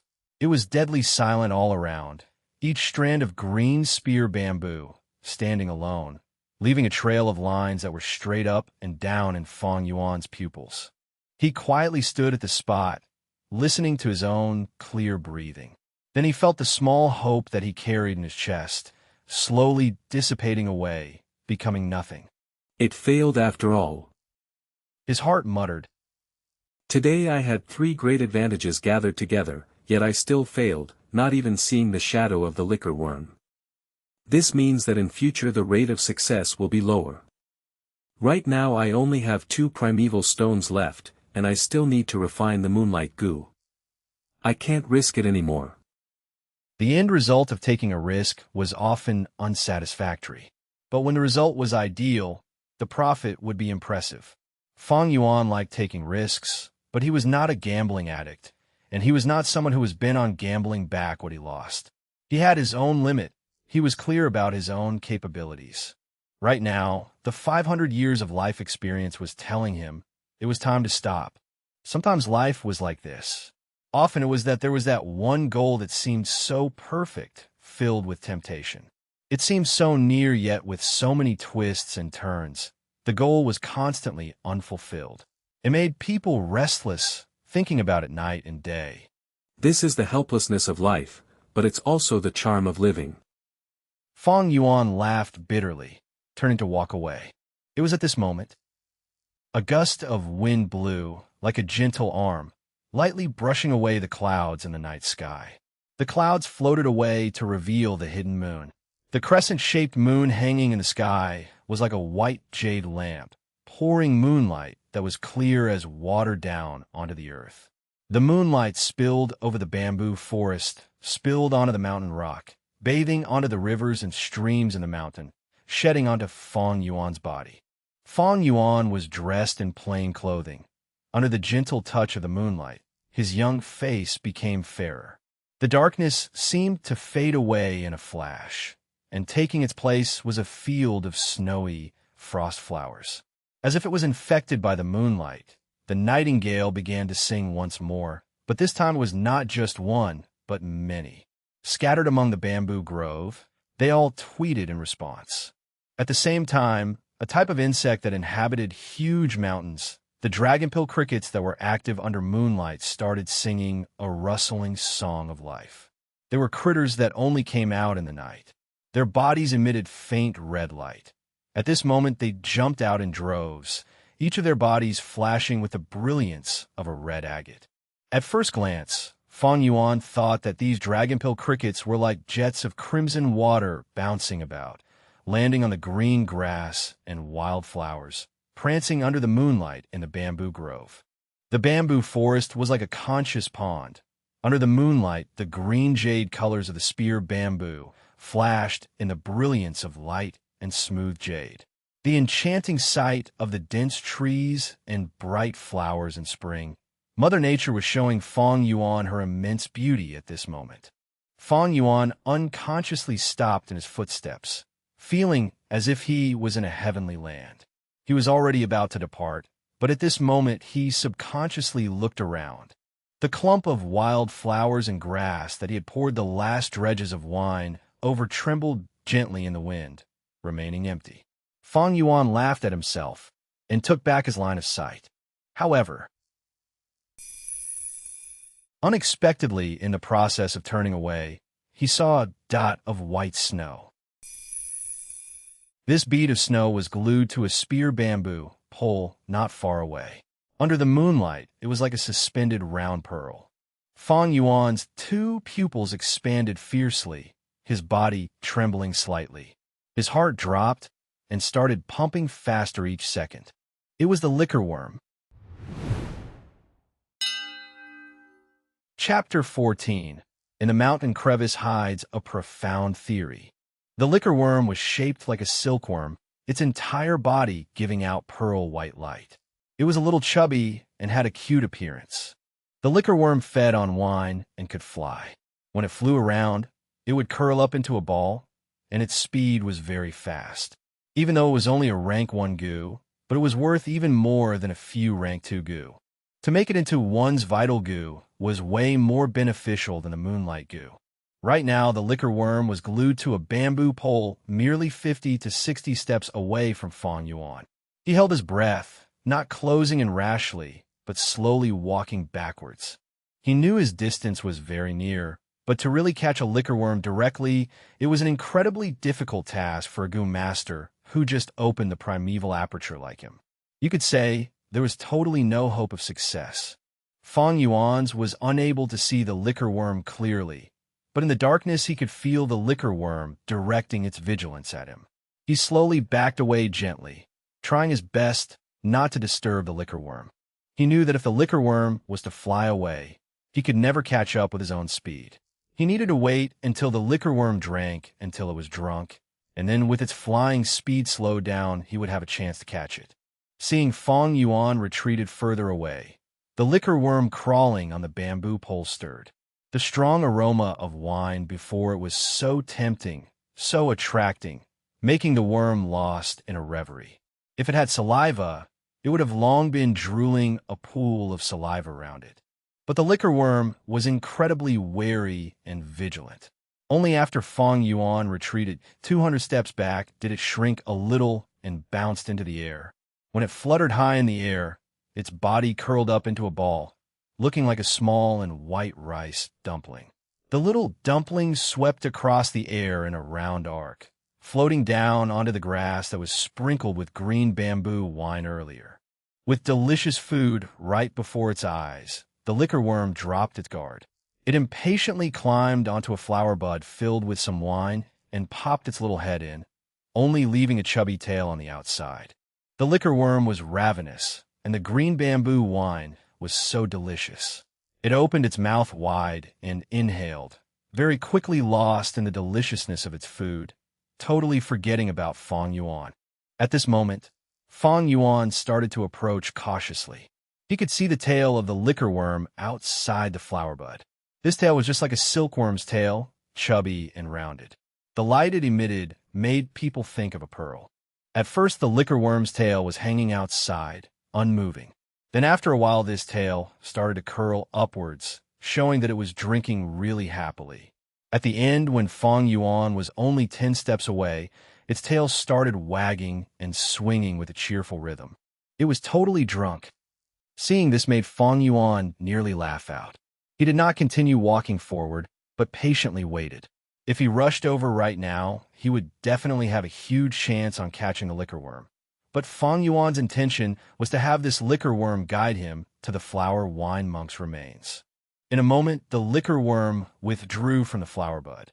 Its body was fatter and its head swayed about, resembling a drunken man. Unexpectedly, it did not realize Fang Yuan's presence. It climbed up onto another bright yellow flower and perched on the stamen, feeding heartily on the wine droplets there. This time after it had finished drinking, it finally felt full. Its body slowly shrank into a round ball and slowly flew up. When it was 1.5 meters above the ground, it leisurely flew in the direction of the deeper part of the bamboo forest. Fang Yuan quickly followed after its trail. The liquor worm was already heavily drunk, making it fly slower by half of its usual speed. Even though this was the case, Fang Yuan still had to run with all his might to follow after its shadow. The night was washing past his vision as the young teenager ran in the bamboo forest, chasing after a small bead of snow not far ahead. The moonlight was gentle, the breeze slow and steady. In the bamboo forest that was like a clear pond, the stalks of green spear bamboo flashed past before his eyes, quickly falling behind him. The ground was a green carpet of grass, riddled with blossoming wild flowers. There were small stones with moss growing, and the yellow shoots of bamboo. Fang Yuan's faint shadow was also speeding ahead on the ground, passing through the shadows that each stalk of bamboo cast on the earth like a black line. He tightly kept his sight on the bead of snow, gulping in huge amounts of fresh mountain air, ordering his legs to catch up in the midst of faint wine aroma in the air. Because of his speed, the moonlight looked like water to his eyes. Light and shadow moved frequently, like he was galloping in water filled with seaweed. The liquor worm flew out of the bamboo forest, and so did Fang Yuan. A sea of white flowers with a yellow spot in the middle borrowed the wind from his feet, scattering their petals. A group of dragonpill crickets resembling a flowing poem just so happened to move to the front. As Fang Yuan dashed through, there was a swoosh, and a red cloud bloomed before him, dispersing about a sea of red star fireflies that emerged from the cloud. A quiet mountain stream paved with pebbles, the gurgling water surface reflecting the spring moon in the night sky. With a few splashes, Fang Yuan waded across, creating thousands of silver-colored ripples. It was a pity that this stream, after so many ages, had its beautiful and precious stones trampled upon and broken. Fang Yuan was in hot pursuit, firmly following behind the liquor worm.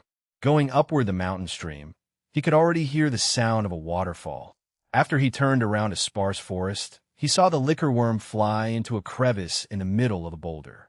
Fang Yuan's eyes lit up, and he stopped in his tracks. So it's here. He panted heavily, his heart beating against his chest like mad. With this one stop, he could feel his entire body covered in sweat, hot air surging throughout his body, accompanying his accelerating blood flow. Looking around, he found that this place was a shallow benchland one. Pebbles of various sizes covered the ground, the river surface barely covering over the small stones. There were also blocks of gray boulders scattered freely in the area. Behind Qingmao Mountain was a huge waterfall. The flow of the waterfall varied with the weather. It plummeted down to the earth, pounding out a deep pool. Beside the deep pool was the Bai clan village, a clan with powerful influence that was comparable to the Guyu village. The waterfall branched out to many smaller branches, and it was apparent that Fang Yuan was facing one of the many branches of a branch. On normal occasions, this benchland was dry, but due to the recent heavy rainfall that went on for 3 days and 3 nights, a shallow stream formed here. The source of the flowing stream was from a huge boulder that the liquor worm had entered into earlier. The boulder leaned against a vertical mountain wall. Small waterfalls that branched away from a main waterfall were like silver pythons that flowed down the mountain wall, hitting onto the boulder. After a considerably long time, the middle of this huge boulder had eroded away and formed a crevice. At this time, as the waterfall washed down, the water current gently roared. It was like a white curtain completely obstructing the gap in the boulder. After observing his surroundings, Fang Yuan's breathing was no longer anxious. His eyes flashed with a hint of resolve. He walked to the boulder and took in a deep breath, and then he rushed in head first. The boulder gap was rather large, and 2 adult humans could walk side by side in it with no problems. What more to say with Fang Yuan, who was merely a 15-year-old teenage boy? Once he rushed in, the rapid currents pressured down on Fang Yuan's body. At the same time, the cold water quickly drenched him from head to toe. Fang Yuan battled against the water pressure, moving in quick steps forward. As he walked a few dozen steps, the water pressure started to lessen. But the space in the fissure also began to shrink, and Fang Yuan could only walk sideways. His ears were filled with the roaring of the water. The top of his head was a sheet of white, and deeper into the boulder was a black darkness. What was hiding in the darkness? It could be a poisonous serpent, but it could also be a poisonous gecko. Perhaps it was a trap set by the flower wine monk, or perhaps it was empty. Fang Yuan could only continue forward by walking sideways, slowly edging into the darkness. The water no longer washed over his head. The stone walls were covered in moss, grazing against his skin, feeling slippery. Soon he was swallowed by the darkness, and the stone crevice became narrower, squeezing around him. Gradually, even his skull could not rotate freely. Still, Fang Yuan gritted his teeth and continued forward. After walking another 20 more steps, he realized that there was a red shade of light in the darkness. At first, he thought it was an illusion, but when he blinked and focused, he began to confirm that this was indeed light. This realization made him renew his spirit. He continued walking for another 50 to 60 steps, the red light growing brighter. In his eyes, the light slowly expanded into a long, vertical, and fine seam. He stretched out his left arm, suddenly feeling that the wall in front had bent away. Instantly, he rejoiced, knowing that there was an enclosed space inside the huge boulder. With another few steps, he finally rushed into this light seam. His eyes were greeted with the sight of an approximately 80 meters superscript 2 wide enclosure. I have been walking for so long. With this distance I'd have long passed the boulder, so I should be in the heart of the mountain cliff right now. As he sized up this hidden space, he moved his hands and legs about, stretching his limbs.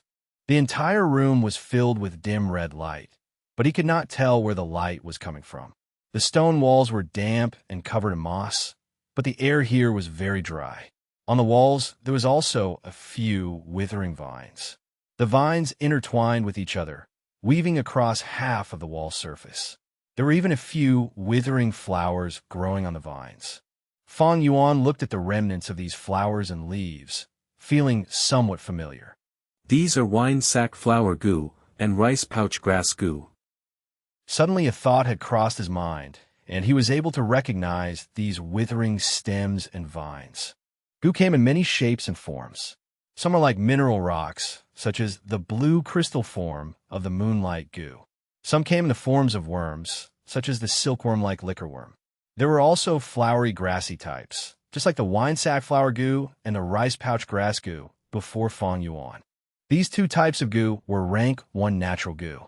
Just with pouring in primeval essence would they be able to grow. After growing up, the middle of the flower would secrete flower nectar wine, and the grass pouch would grow out fragrant rice. Fang Yuan moved his line of sight along the vines, and sure enough, he discovered a heap of withered roots gathered into a ball-shaped clump at a corner. The liquorworm was resting on the clump of dead roots, sleeping soundly. It was already within easy reach. Fang Yuan walked over and took the liquorworm into his arms. Then he got onto his knees and pulled the dead vines apart, discovering a pile of skeleton bones bundled inside. I've finally found you, flower wine monk. There was a smile on his lips as he saw this. Just as he was about to reach his hand out and strip away the remaining vines, suddenly, Try touching it? a voice full of murderous intent suddenly sounded behind Fang Yuan. Chapter 15. History is written by the victorious.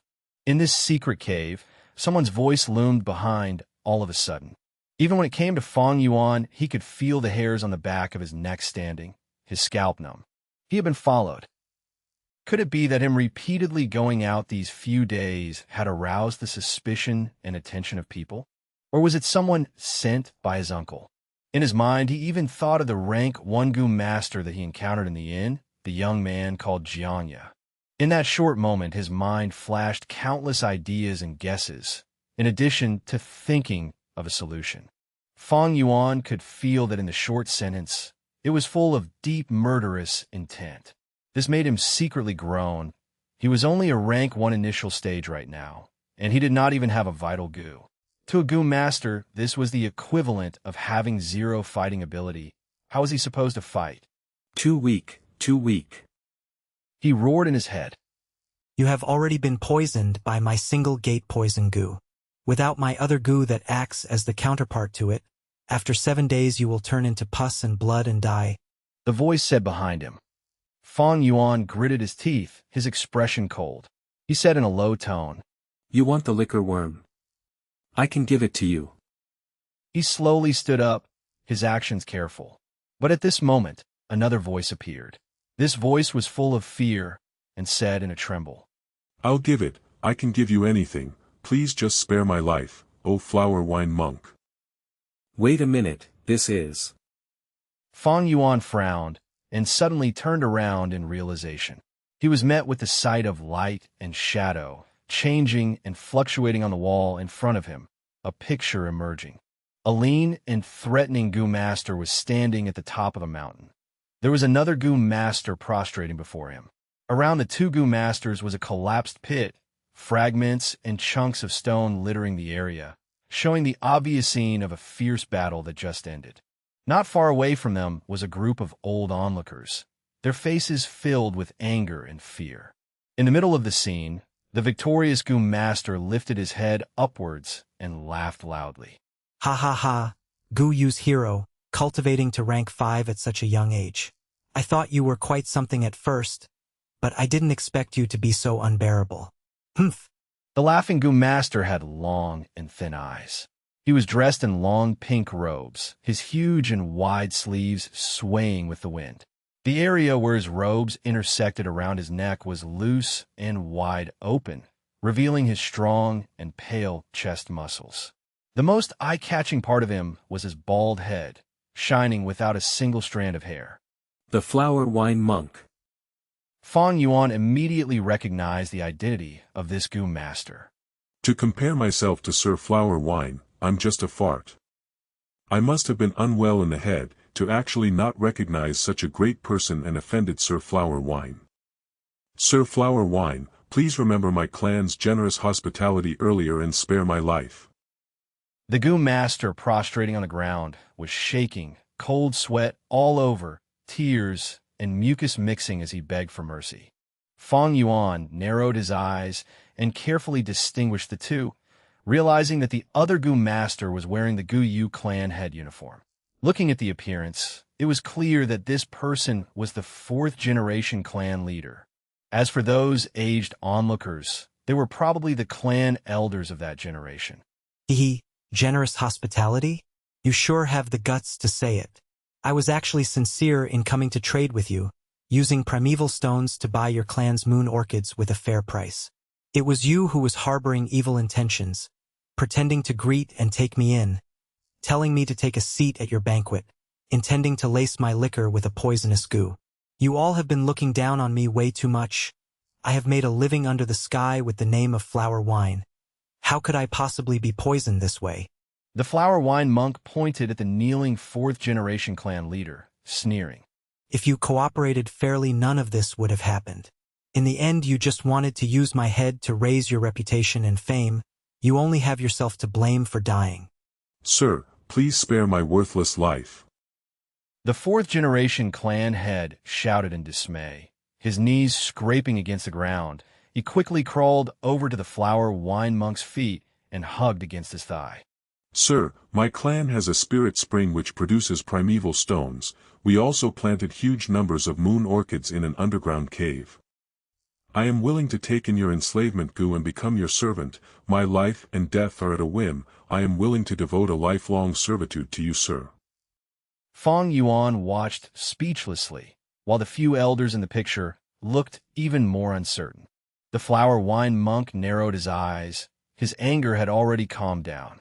His eyes flashed, and he said, Humph, the enslavement goo is precious beyond reasoning. It is a rank 5 goo. Do you really think I would have one? However, you have been infected by my single gate poison goo. Only I can cure the poison, so I'm not afraid of you disobeying. Since that is the case, your clan has to give me 3,000 stalks of moon orchids every week, also 3,000 primeval stones. I will come around every now and then to pick up the goods and temporarily cure your poison, sparing your useless life. Thank you so much for your mercy, sir. Thank you so much for your mercy, sir. The fourth-generation clan head cried repeatedly, kowtowing nonstop. His head bled continuously as it bumped against the mountain rock. Humph. Stop kowtowing. I despise groveling people like you the most. What so-called Guyu genius, strong rank 5 fighter, how unworthy of your name. You better serve me properly. This is also regarding your life. Ugh. The flower wine monk suddenly cried out, his face making a horrified expression. He kicked away the fourth-generation clan head with his leg, his body swaying. He frantically backtracked a few big steps, yelling at the fourth-generation clan head. How do you still have goo? The fourth-generation clan head was kicked at the pit of his stomach, and he spat out a mouthful of blood. He got up with a painstaking effort, his face revealing a scheming smile. Heh heh heh, anybody has the right to punish people of the demonic faction. This goo is called Moonshadow, it is the best at hiding. Even though it is only rank 4, but it has the ability to restrict the usage of the primeval sea and primeval essence. Demon, you and I have been fighting fiercely, you don't have many goo on you anymore, how could you possibly restrain the Moonshadow goo? Just obediently surrender and become my servant, as long as you serve me until I am happy, you will still have a chance to live. The flower wine monk flew into a rage and roared. To hell with you. His voice had barely faltered away when his body surged forward like a bolt of electricity, a punch landing onto the fourth-generation clan head's heart. The fourth-generation clan leader did not expect the flower wine monk to be so radical. Even if his primeval sea was threatened, the flower wine monk was unwilling to compromise. A huge force came, and he flew into the air, his body falling onto the ground like a broken sack. Thump! He spouted out a huge mouthful of fresh blood. The red liquid mingled with countless bits of internal organs. Have you gone mad? We could have totally settled this over a discussion. He stared daggers at the flower wine monk, his lips moving with great effort. His sentence went unfinished, for his legs gave way and his head crooked to the side. He died. Clan head. Men of the demonic path are all insane. Kill him, kill this demon. Avenge the clan leader. He has been inflicted by the Moonshadow goo. He can't just simply use his primeval essence anymore. Over a time, even his primeval essence will be threatened. The elders who were watching at the sidelines all roared in fury and swarmed the area. Ha ha ha, all those who are looking for death. Come. The flower wine monk cried into the air. Facing the elders charging at him, he rushed at them head first. A fierce battle ensued, and the flower wine monk quickly had the upper hand. Very soon, all the elders had collapsed onto the ground, some of them injured and the rest dead. Just as the flower wine monk was about to finish off the surviving elders, his facial expression suddenly changed, and he covered a hand over his abdomen. Damn. I'll come back in future to deal with you lot, said the flower wine monk. He stared daggers at a few of the elders, and his body moved like electricity as he fled into the mountain woods, disappearing without a trace in the blink of an eye. Chapter 16. Taking as much as possible that one could take. Try touching it. You have already been poisoned by my single gate poison goo. Without my other goo that acts as the counterpart to it, after 7 days you will turn into pus and blood and die. To compare myself to Sir Flower Wine, I'm just a fart. I must have been unwell in the head to actually not recognize such a great person and offended Sir Flower Wine. Sir Flower Wine, please remember my clan's generous hospitality earlier and spare my life. The scene replayed itself over for the second time on the wall.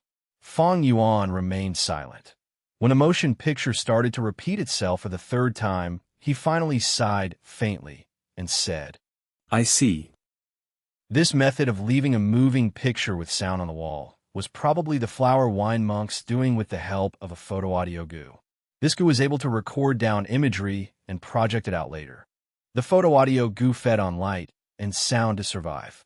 For some unknown reason, this secret cave emitted red light, while at the same time the stone crevice was connected to the outside world, so it would not completely isolate the sounds outside. Right now, Fang Yuan could still hear the roaring of the smaller waterfalls. Thus, the photo-audio goo was able to live on in this secret cave.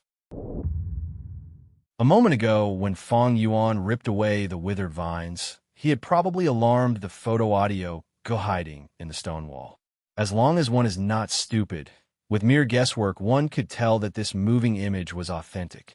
Back then, the fourth-generation clan head tried to plot against the flower wine monk, but he failed. After he lost in the battle, he tried a sneak attack. Even though it repelled away the latter, he eventually died because of it.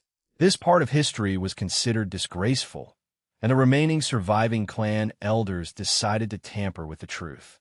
They reversed the roles of the fourth-generation clan head and the flower wine monk. The flower wine monk became the one who was defeated in battle and tried a sneak attack, and later died on the spot.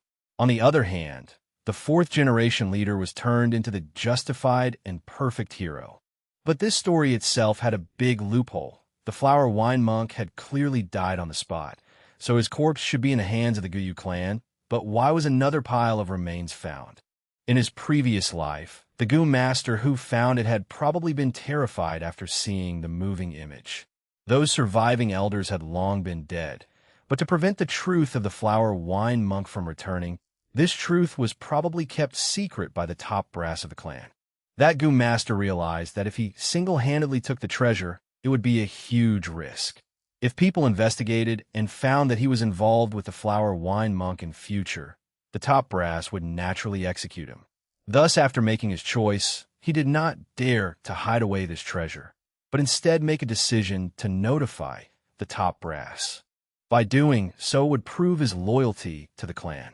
His subsequent circumstances would also show that he made a wise choice. However, even if he did that, it didn't mean that Fang Yuan would do the same. I went through a pretty rough time searching for this treasure, so I should take everything for myself. Why should I share it with others? So what if I've been found out? Without braving the risks, where would you get profit? That Gu master is really cowardly. Fang Yuan smiled coldly, no longer caring about the moving image that kept repeating on the stone wall. He turned around and stretched his hand, using his strength to pull apart the dead vines and roots. The flower wine monk's remains were also affected. It was originally intact, but right now it was being broken into several pieces. Fang Yuan could hardly care. He kicked away a piece of leg bone that was in the way and squatted again, searching through the remains. Firstly, he found a bag of primeval stones. When he opened them, he only found 15 pieces. Old miser. Fang Yuan spat. The flower wine monk's outer appearance looked flashy, but unexpectedly he only had so little money put aside. However, he quickly thought of the reason. The flower wine monk went through a fierce battle. Add on to the fact that he got tainted by the moonshadow goo, so he would definitely have used primeval stones to heal his injuries. To be able to leave behind 15 pieces was actually not bad already. After that, he found a few dead goo remains. Most of them were flower and grass variety, and had all completely withered away. Goo are also living creatures, so they also need food to survive, and most of them are picky. Though the grass goo and flower goo need less food, but in this secret cave there was not even a single ray of sunshine. And after that, there was nothing. The flower wine monk was on the same level as the fourth-generation clan leader. After fighting a fierce battle, he fought with around 10 elders right after. His own goo were mostly consumed, and up to this stage, as he wanted to heal his injuries, he grew the wine sack flower goo and the rice pouch grass goo here. Yet in the end, because of the moonshadow goo, he was dragged to death. After 300 years, the goo in his possession also died away. The only ones left were the photo-audio goo on the wall and the liquor worm. This liquor worm was probably reliant on the wine sack flower goo and barely lived through until today.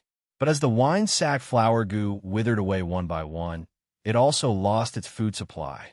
This prompted the liquor worm to go outside and look for wild wine sack flowers. Then in this night, it was attracted by the aroma of the green bamboo wine and came before Fang Yuan. The photo audio goo can only record once, since it's a one-time use goo. Looks like the liquor worm is my greatest gain here, no wonder that Goo Master decided to report to the clan. Looks like it was because the profit was too small, and not worth such a huge risk. A sort of understanding rose into Fang Yuan's heart. In his memories, that Goo Master was already rank 3, while the liquor worm was just a rank 1 goo. To Fang Yuan it was more precious, but to that Goo Master it was pretty much nothing. However, it was clear that due to his report, the clan gave him a big reward. Should I also tell the clan? Fang Yuan thought for a moment. Then he pushed away this idea. The flower wine monk's treasure seemed to be just the liquor worm and the primeval stones, but that was not the case. The most valuable thing was actually the wall that hid the photo audio goo. In other words, it was the moving image that did not stop repeating on the wall. This image could entirely be sold to other villages. Trust in the fact that the top brass of the 2 other villages on Qing Mao Mountain must be very interested in this sort of evidence that could strike hard onto the conviction of a clan. What? You said something about a sense of loyalty and honor to the clan? I'm so sorry, Fang Yuan does not have one bit of that. Moreover, this moving image isn't even some kind of strong force that can destroy the entire clan. It won't do much substantial damage. The indifferent nature of the clan will also not look at Fang Yuan with importance. He needed to rely on his own hard work and find cultivation resources. In the early stage of cultivation, he needed to borrow the powers around him more. Count on the clan. Heh heh. Fang Yuan sneered in his heart. How can I be so naive like my past life? Do not depend on anyone. You must rely on yourself on everything in this world. After making sure that he had ransacked every corner of the cave, Fang Yuan began his way back following the original road home. Holding against the water pressure and squeezing past the boulder, he returned outside the mountain. Looking back at this huge boulder, Fang Yuan suddenly thought of his past life. It was said that the remains were found in an underground secret cave. But how was this place underground? It was clearly in the inside of the mountain wall. No wonder he couldn't find it for 7 days straight, even though he wasted so much effort. Looks like in his past life, after the clan found out about this place, the first thing they did was to destroy the wall with the image, and then go about spreading a truth riddled with lies to mislead the clan's people. To be able to find this place tonight was partly due to luck, partly due to hard work, and the biggest reason would be the green bamboo wine. This green bamboo wine was really rich. It could be said to be the best in Qing Mao Mountain. Perhaps in his past life, after that Goo Master lost his lover, the wine that he had been drinking was this wine. But all of this was no longer important. The flower wine monk's treasure had been unearthed and ransacked by Fang Yuan.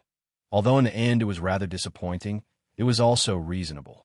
The most important was that Fang Yuan's original goal, liquor worm, was in his hands, and the item he needed the most, primeval stones, was also gotten. Next up, I will need to set my heart on holding myself in the inn refining this goo. As long as I have a vital goo I can return to the academy and be qualified to stay in the academy dormitories.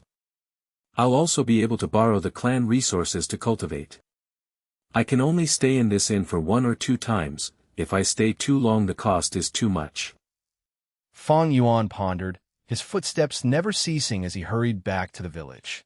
He was originally left with 2 primeval stones, but now he gained 15 pieces, so the total is 17 pieces. But to a Goo Master, this small amount of primeval stones mean nothing. Chapter 17, Starting to Refine the Liquor Worm. With my C-grade talent, the amount of my primeval C in the aperture is only 44%. The speed of goo using up primeval essence is way faster than my own recovery rate. If I want to refine a goo I would need to borrow external help, which means I need to waste primeval stones. The weaker the goo's will, the smaller the resistance, the easier it becomes for me to refine it. However, any living creature will always have the will to live. To refine the moonlight goo I would at least require 5 primeval stones, at the most I'd need 8 pieces. Right now to refine the liquor worm, I would need at least 11 pieces, at the most I would need 16 pieces. Although the liquor worm was also a rank 1 goo like the Moonlight goo, but it was definitely rarer. Thus the difficulty of the refinement process also increased. In other words, even though right now Fang Yuan had 17 primeval stones, but just to refine the liquor worm he would at most be left with 6 pieces, or at least 1 primeval stone. In the night, the bright crescent gave off clear and pure moonlight. The moonlight was like the Lady Saint's gentle hand, lightly stroking over the Guyu village. Along the way the bamboo houses were like jade, standing in great numbers. The night breeze blew slowly. Under this moonlight, Fang Yuan found his way back to the inn. The inn door had already closed. Fang Yuan banged on the door. I hear you. I hear you. Who is it, knocking on the door at this late time? The inn worker grumbled as he opened the door, his eyes puffy from sleep. But when he saw Fang Yuan standing at the door, all the displeasure and sleepiness from his expression changed, and he bent his waist and said with a flattering smile, "Ah, it's his young lordship. This little one is very lucky to be able to open the door for his lordship." Fang Yuan nodded his head, his expression cold with indifference, and walked into the inn. His expression made the worker laugh in a more humble manner, and he took the initiative to ask, "My lord, are you hungry? Would you like me to notify the kitchens and make some small dishes for you as supper?" No need. Fang Yuan shook his head and only ordered, "Go and prepare some hot water for me, I would like to wash myself." "Yes." The worker immediately nodded. "My lord, go on to your room first. I guarantee you, the hot water will be sent over immediately." Fang Yuan let out a noise of approval and went up the stairs, heading towards the second floor. The worker watched Fang Yuan's back, his 2 eyes glittering in the light, revealing an expression of jealousy. "This is a goo master. Oh, if only I had the talent to cultivate, how good that would be." He shook his fists, sighing deeply. These words floated into Fang Yuan's ears, and he smiled bitterly in his heart. A goo master had the power to transcend mortals, becoming a man above men. But in this process the price that was to be paid was also very high. The first difficult problem was financial resources. A goo master needed primeval stones to cultivate. Battles also required primeval stones. Refining goo also needed primeval stones. Trading was also not an exception. Without primeval stones, how could cultivation be possible? This point was a difficult position that, being an ordinary mortal who watched from the sidelines, the inn worker would not understand. Just like earlier in the evening, the young goo master Jiang vented his anger and displeasure on the hunters when he dropped their wine jars. His meaning was, he himself could not bear to spend primeval stones to drink this green bamboo wine. Yet these hunters who were just ordinary men actually had such money to spare. To take a glimpse at the whole picture, just that meaning alone could tell a lot about the cultivation situation of a goo master. The strength of a goo master was great. They achieved more than a common mortal, but the price was also great. Many a time, using every single piece of primeval stone needed great consideration, especially when it came to lower-ranked goo masters. Do not be fooled by the glorious surface. In reality, the life of a goo master is constantly strained by money. Not to mention, as the realm of a goo master increases, the resources they require also increase. Without proper backing, it is very difficult for a goo master's road to cultivation. Fang Yuan thought of his previous life and had deep understanding of this reality. He returned to his room. Just after he lit the lamp, the inn worker came up with a basin of hot water. Of course, there were cloth towels and other toiletries. Fang Yuan let the worker leave and closed the room door. He put down the door latch, washed himself, and got up to his bed. Although his body was feeling a little tired, his heart still flared with a surge of excitement. I finally got my hands on the liquor worm. The liquor worm is rarer than the moonlight goo, because in a sense it is a goo that increase a goo master's latent talent. Fang Yuan sat cross-legged on the bed and took out the liquor worm. The liquor worm was still sleeping soundly. Its body size was slightly bigger than the moonlight goo, soft and white like a silkworm. Under the light, its body was shrouded in a layer of faint wavering light, just like a pearl's mellow luster. Two little eyes resembling two black sesame seeds were mounted on its chubby white head, making it appear charmingly naive. Placed in his hand, it was not heavy. Its weight was about half a chicken egg. When smelling it carefully, its body exuded a whiff of wine aroma. This fragrance was not the aroma of green bamboo wine, but the liquor worm's own fragrance. The smell was faint and misty, as if it was not there. Fang Yuan's nose twitched as he inhaled the fragrance of the liquor worm. The wine fragrance moved straight downwards into the aperture, entering into the green-copper primeval sea. The primeval sea surged and rippled for a moment, quickly absorbing in the wine. A gleam of pure and refined primeval essence was produced. The other primeval essence had an emerald green color, shining with a metallic copper luster. However, this primeval essence was a pale green, and it was more condensed than the original primeval essence. This was the primeval essence that a rank 1 middle stage Goo Master could produce. Aware of this gleam of pale green primeval essence in his green copper sea, Fang Yuan revealed a satisfied smile. Right now my cultivation base is just that of a rank 1 initial stage. But with the liquor worms condensing, after the primeval essence is refined I will be able to have rank 1 middle realm primeval essence. The beauty of this benefit is something that cannot be said in 1 or 2 sentences.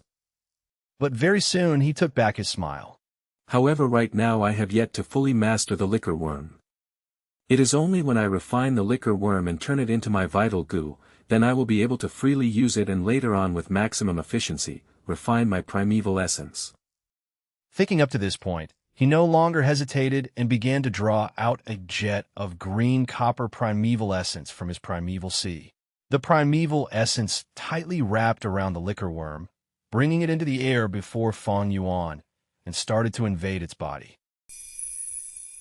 The liquor worm felt its life at danger and woke up immediately. It began to struggle violently, using its own power to drive out Fang Yuan's primeval essence. This liquor worm has a really strong resistance.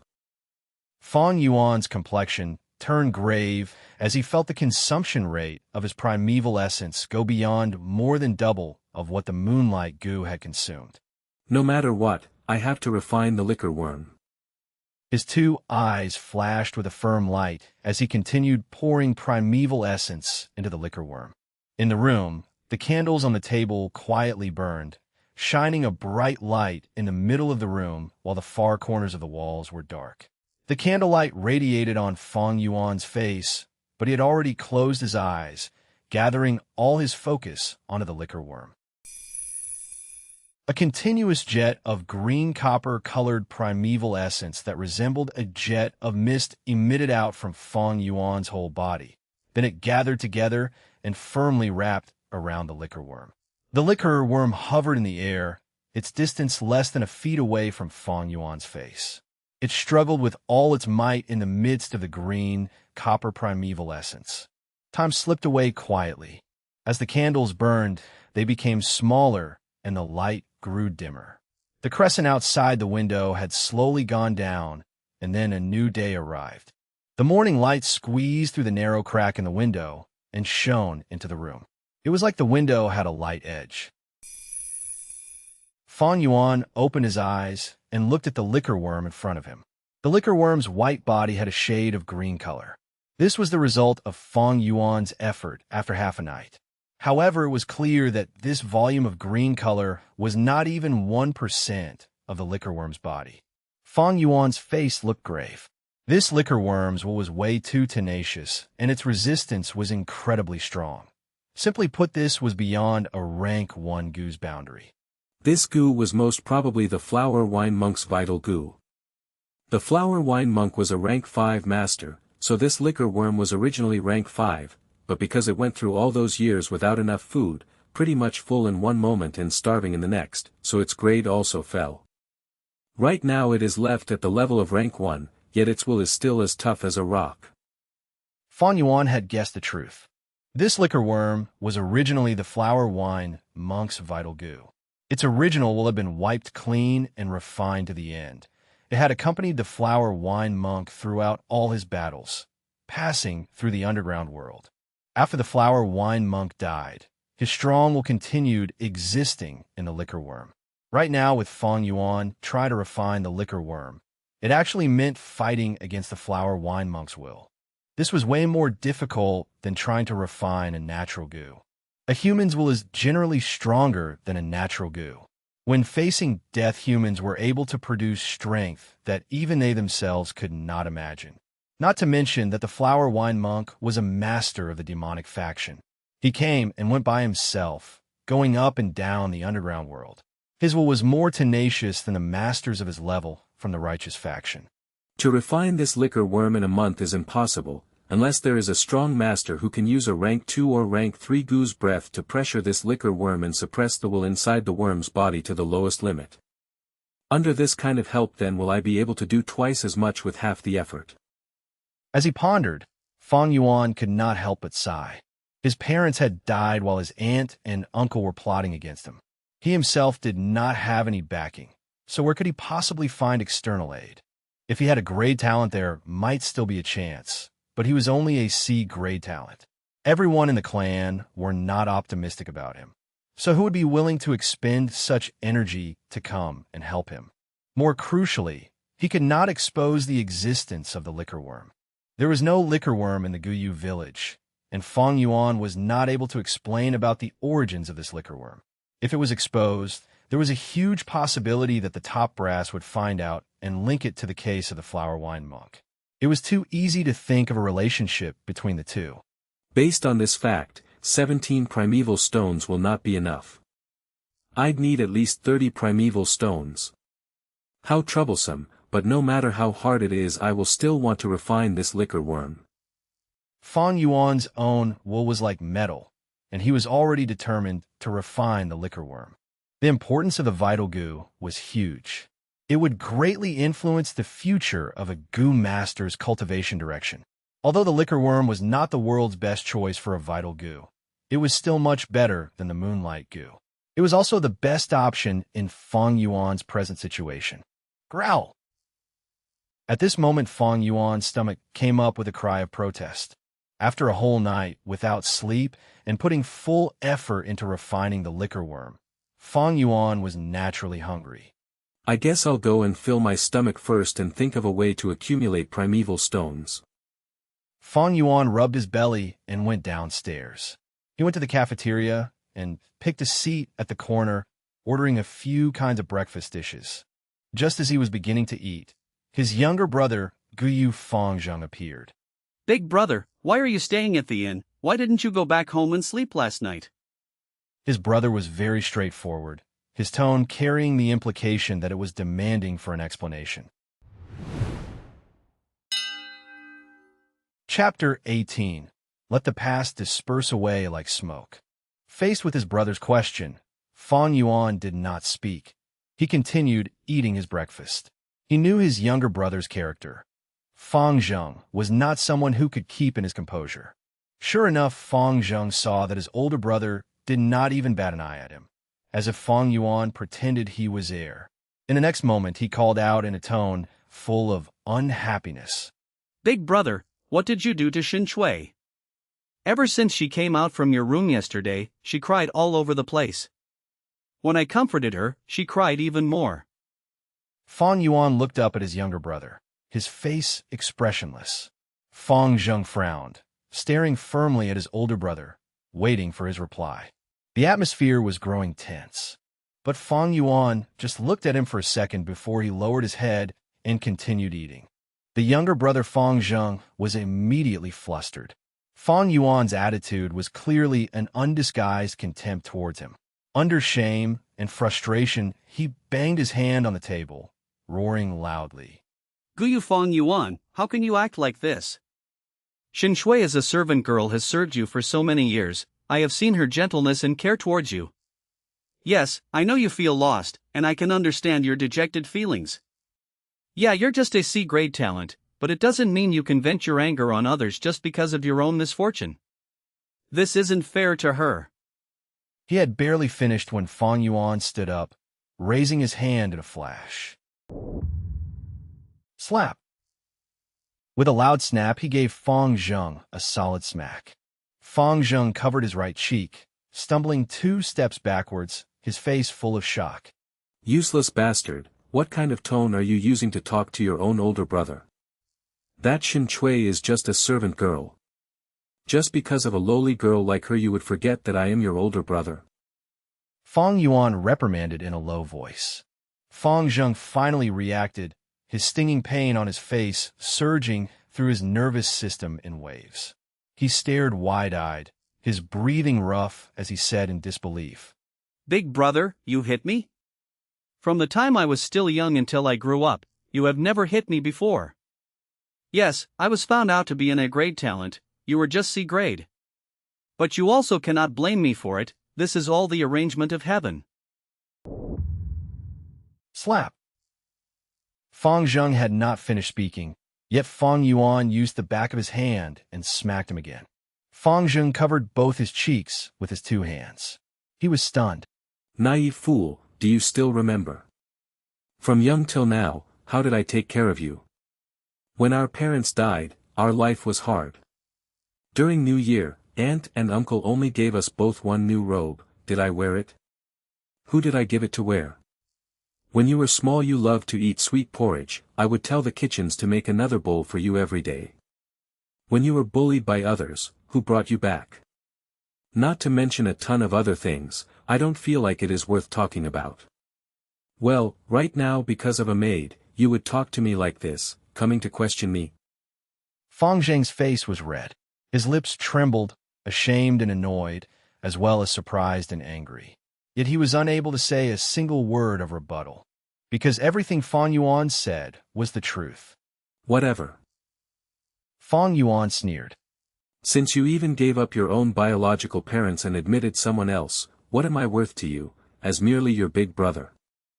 Big brother, how can you say that? You also know that I have always longed for the warmth of a family since I was young, Fang Zheng immediately explained. Fang Yuan waved his hand, stopping his brother from continuing. From today onwards, you are not my little brother, and I am no longer your older brother. Big brother. Fang Zheng was surprised, opening his mouth to say more. At this moment Fang Yuan spoke. Don't you like Shen Chui? Don't worry, I didn't do anything to her. She's still a virgin, untouched and pure. Pass me 6 primeval stones and I'll pass her to you. From today onward she can be your personal maid. Big brother, why are you? To have his inner thoughts revealed out loud so suddenly, Fang Zheng felt a surge of panic, feeling rather unprepared. But at the same time his heart was assured. The one thing he was worried about the most did not come true. Not long ago in the night, Shen Chui personally served and washed him. Even though nothing important happened, Fang Zheng could not ever forget the gentleness of that night. Every time when he thought of Shen Chui, he would remember her skillful hands and her soft red lips, and his heart would throb.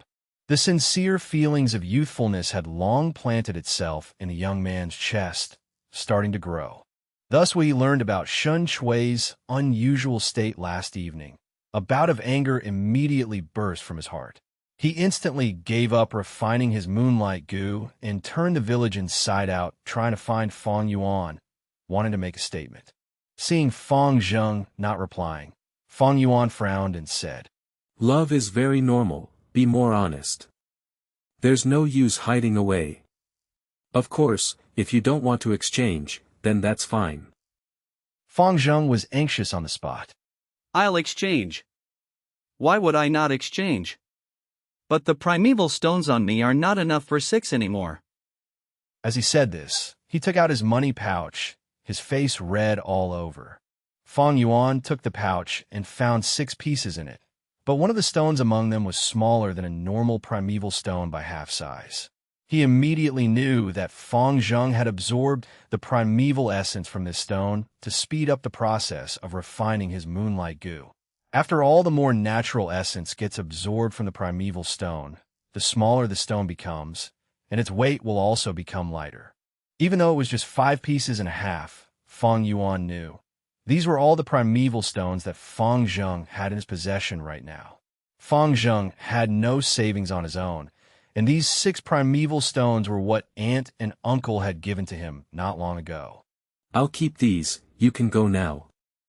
Fang Yuan's expression was cold as he tucked the bag away. Big brother. Fang Zheng wanted to say more. Fang Yuan raised his eyebrows slightly, speaking in a slow and leisure manner. Before I change my mind, you better disappear from my eyes. Fang Zheng felt his heart tighten. He gritted his teeth and finally turned and left. When he stepped through the doorway of the inn, he subconsciously covered his chest with his hand, feeling a wave of uneasiness. There was a feeling that was telling him that he had just lost something very important. But very quickly he fell hot as he thought of Shen Shui and that dreamy night.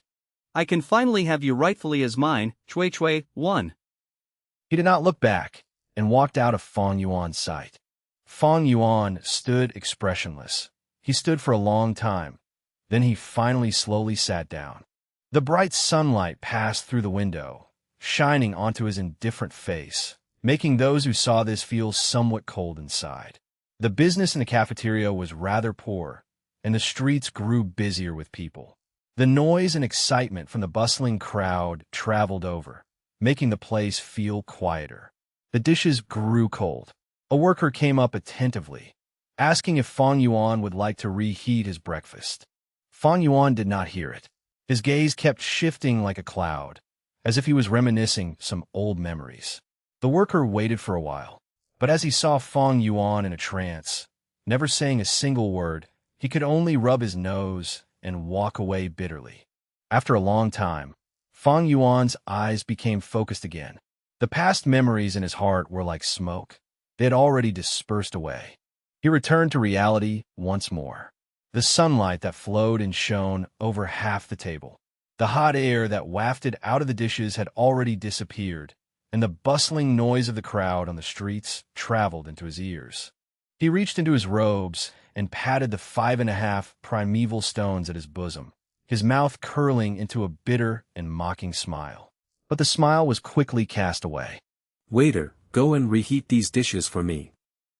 Fang Yuan took a look at his dishes and faintly opened his mouth, shouting away. At this moment his eyes looked so chilly. What? Your older brother really said that? In the hall, Uncle frowned, his voice cold. Aunt sat aside, looking speechlessly at the fresh red handprint on Fang Zheng's cheeks. Yes, when I met Big Brother, he was at the inn eating breakfast. The entire thing went like this. Fang Zheng replied politely. Uncle's frown deepened, all condensed into 3 black lines, too. After a few breaths, he sighed and said in a solemn tone, Fang Zheng, my child, you must remember this. The maidservant Shen Shui is not Fang Yuan's personal property, we assigned her to him. How can he use her as a trading item? If you wished for it, you should have told us earlier on. We would just assign her to you. Fang Zheng was stunned as he listened to this. Uncle waved his hand. You can take your leave. You gave all your primeval stones to Fang Yuan, so I'll just give you another 6. Remember, use them properly on refining your goo and seize number 1. We will be very proud of you when you do. Father, your child is ashamed. Fang Zheng was suddenly moved to tears. Uncle sighed and replied, Just go, hurry back to your room and refine your goo. You don't have much time left. When Fang Zheng took his leave, Uncle's face revealed a ferocious and angry expression. Bang! He hit the table with his palm using great force, hissing, Humph, this damn bastard. He actually took our workers to do an exchange, he's really cunning. And advised, Husband, calm your anger. It's just 6 primeval stones. What do you understand, woman? This Fang Yuan is only a C-grade talent, if he wants to refine the moonlight goo he would need primeval stones. With his weak experience of a first-timer, 6 primeval stones won't be enough to refine it. But now that he has 12 pieces, it will be more than sufficient. Uncle was so furious he gritted his teeth. He added, A goo master's cultivation will very swift as long as there are enough resources and no obstacles. In 2 or 3 years, the clan will be able to produce a rank 2 goo master. The lower Fang Yuan's cultivation rank, the smaller his hopes of trying to seize the family inheritance 1 year later. Right now he is still young, just starting to cultivate. We shall hinder him and let his starting process fall behind those at his age. The academy resources are always awarded to excellent students. With his latent talent, once he falls back he won't be able to get any resources. Without the help of resources his cultivation will fall even further. With this vicious cycle, I would like to see if he has the ability to inherit the family inheritance a year later. Ant did not understand. Even if we do not stop him, he would at most be at rank 1 middle stage a year later. Husband, your cultivation is at rank 2, why are you still afraid of him? Uncle was so angry he stomped and said, Woman, you really are a case of long hair but short insight. With just my identity as the senior, should I really beat down the younger generation? If he wants to get back the inheritance, it is reasonable and cannot be stopped directly. I can only fight back using the clan rules. It is stated in the clan rules, to be head of the house at 16 years old, the person must have at least rank 1 middle stage cultivation. Otherwise it means that Fang Yuan will have no right to waste the clan resources. After I have said this, do you understand now? Ant was enlightened. Uncle narrowed his eyes, a glint in his gaze. He shook his head a little, sighing as he said, Fang Yuan is just too smart, too cunning. He could even see through a power play. What kind of intellect is this? Scheming and calculating at such a young age, how terrorizing. Initially I was going to continue plotting against him, yet he moved out straight away. I wanted to further rely on Shen Chui to monitor and trouble him, but in the end he went away and even earned 6 primeval stones. Alas, if he could be as stupid as Fang Zheng, that would have been great. Oh right, from today onwards you must treat Fang Zheng better. He is an A-grade talent after all.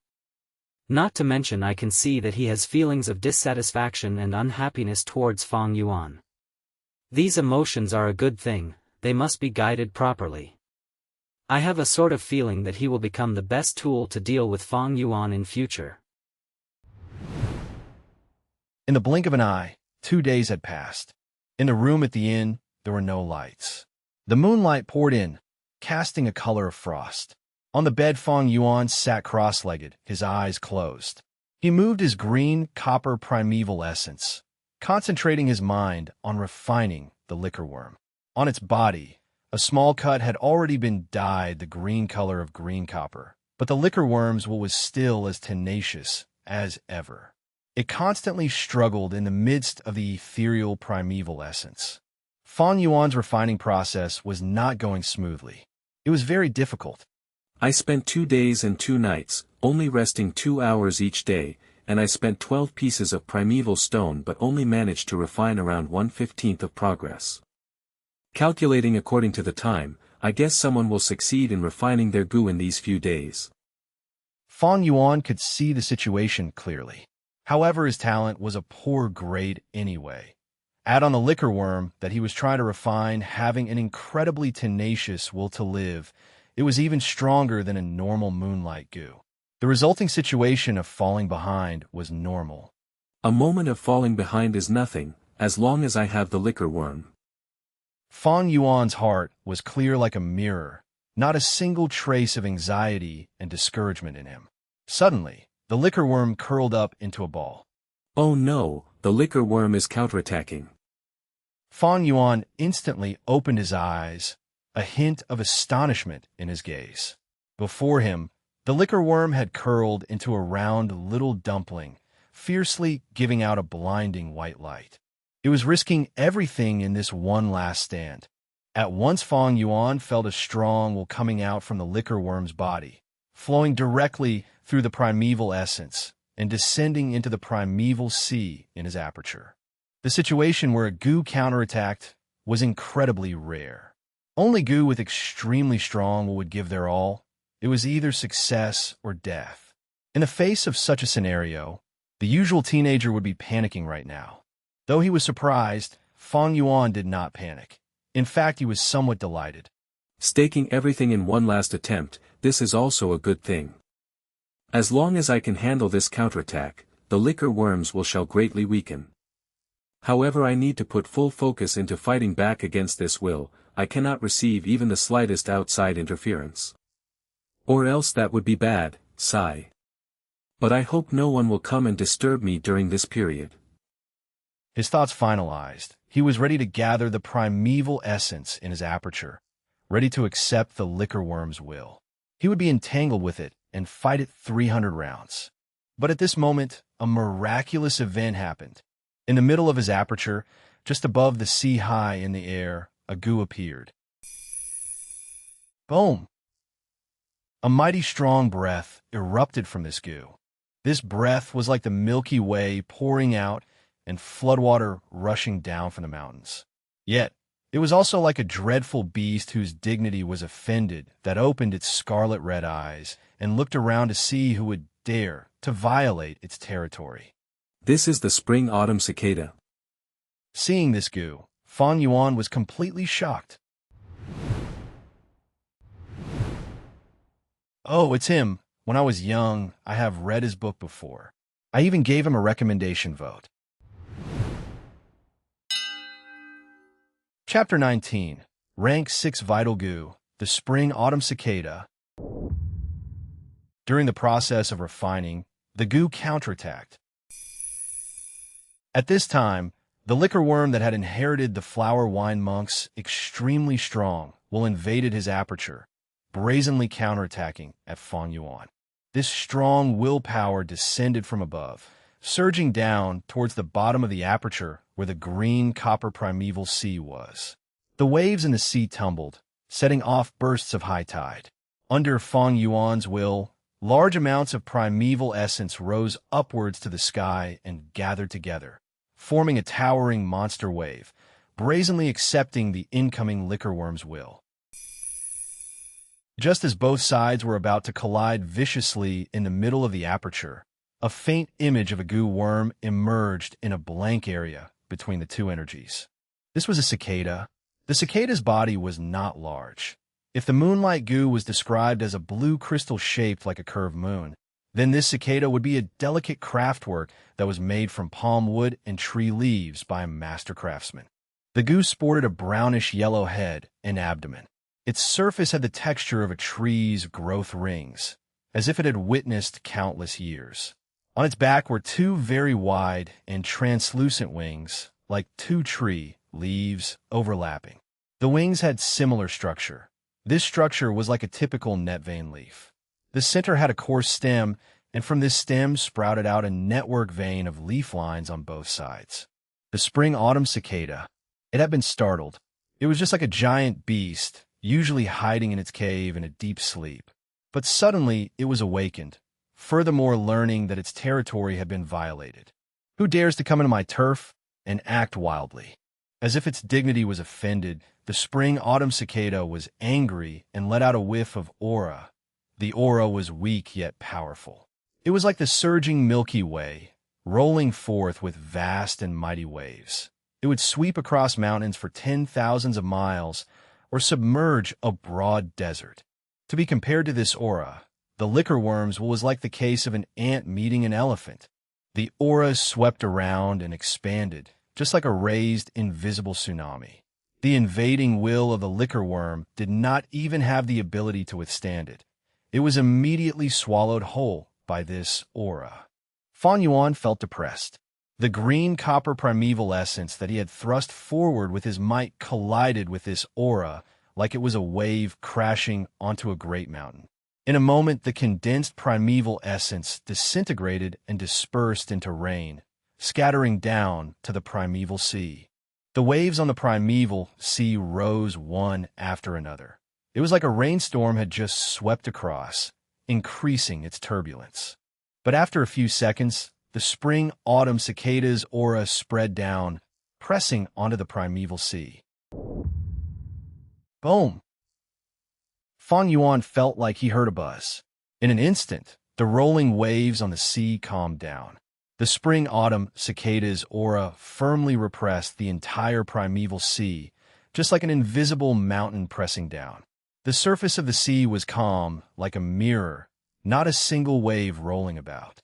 It was like an originally crumpled piece of paper, a boundless giant hand covering over it suddenly, flattening it. This was easily an incomparable power. Fang Yuan felt a pressure weighing like an enormous invisible mountain pressing down on his heart. He compared it to Sun Wukong being pressed down by the Five Elements mountain. Fang Yuan could not even mobilize a single pint of primeval essence. However, although he was shocked, he was not afraid. In fact, his heart felt great joy. I didn't think the spring-autumn cicada would actually follow me and be reborn together. So it's actually not a one-time use goo worm, but one that can be used again repeatedly. The spring-autumn cicada was a rank 6 grade, and it was the first rank 6 goo in Fang Yuan's previous life, as well as his last. Just to make it, Fang Yuan had used all means and resources, wasting an incredible amount of strength, using 30 years of fermenting to finally succeed. But not long after he succeeded, when the spring-autumn cicada was still fresh from the oven, warriors of the righteous faction felt Fang Yuan's threat and gathered together to attack and kill him. After being reborn, Fang Yuan did not find the spring-autumn cicada, so he thought it had died.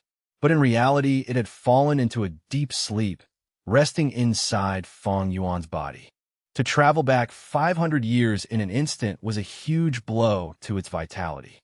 It was too weak, so weak that even Fang Yuan as its master could not feel it. Right now, even though the spring-autumn cicada had appeared, its situation was still bad. After being reborn, it had always been resting in a deep sleep. To appear right now was because it had felt the danger that the aperture was facing. It could be said that the liquor worms had awakened it. It was weak, very weak, extremely weak. In Fang Yuan's memories, the original spring-autumn cicada was full of vitality.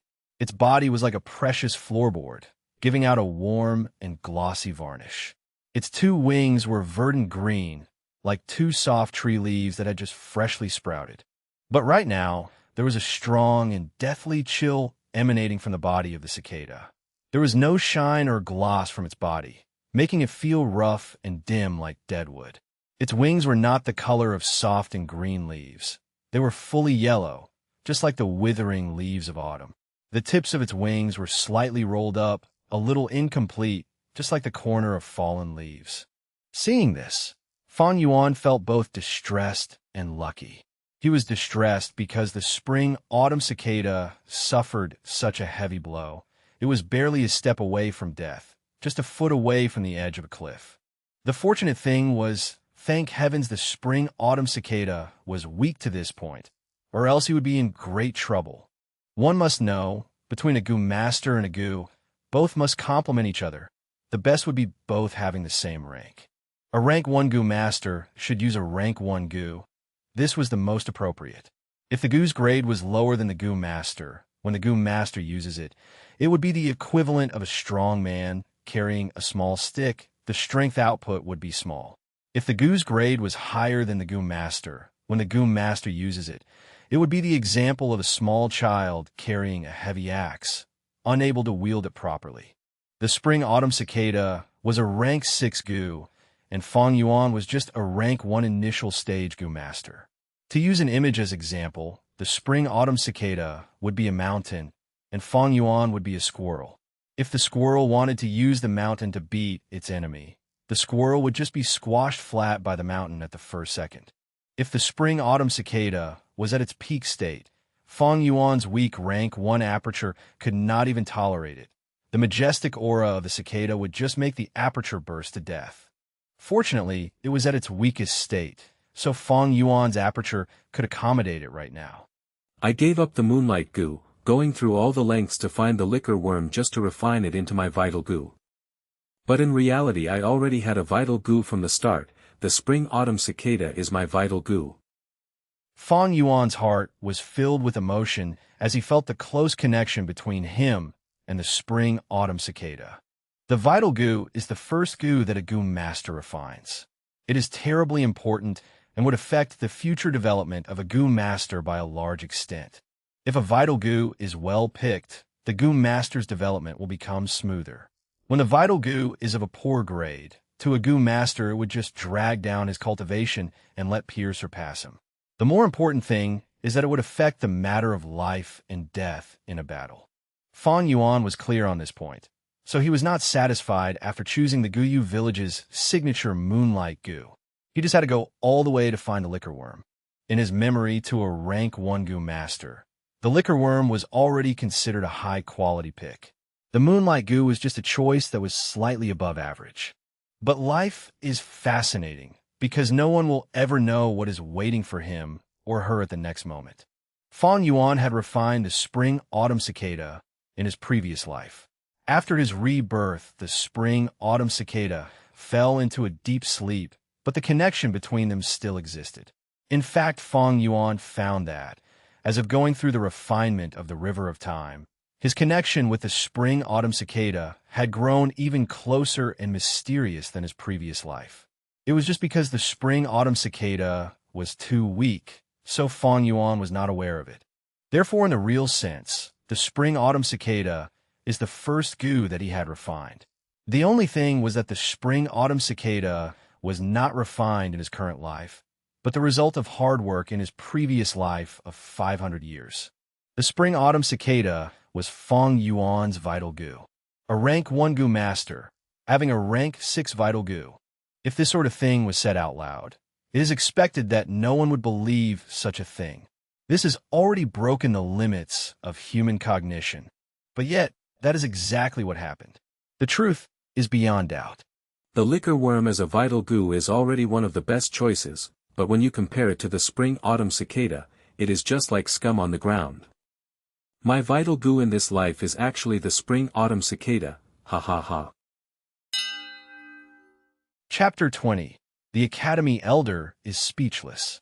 The immense joy he felt did not overcome his mind. He quickly calmed down and started to consider the consequences that the spring-autumn cicada would bring to him. The spring-autumn cicada's ability is rebirth. But right now it is at its weakest state. At the instant I use it, it'll die. However, it is still a rank 6 goo, so I can totally use its aura.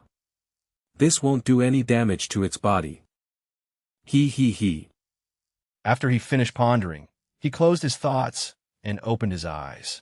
The liquor worm was hovering before him, shivering in the midst of the smoke-like green copper primeval essence that had surrounded it. Earlier, because it wanted a chance to survive, desperation drove the liquor worm risk everything on a single throw. Yet in the end, it was easily defeated by the spring-autumn cicada's aura. Due to this, it suffered a heavy blow. Its current strength, not even 1% of the original will it had. Spring-autumn cicada. With a simple thought, Fang Yuan released a small trace of the spring-autumn cicada's aura. This aura pressured onto the liquor worm's body. The liquor worm immediately stood still, motionless like a dead creature. It scattered what felt the spring-autumn cicada's aura. Like a mouse that had run into a cat, it was frightened.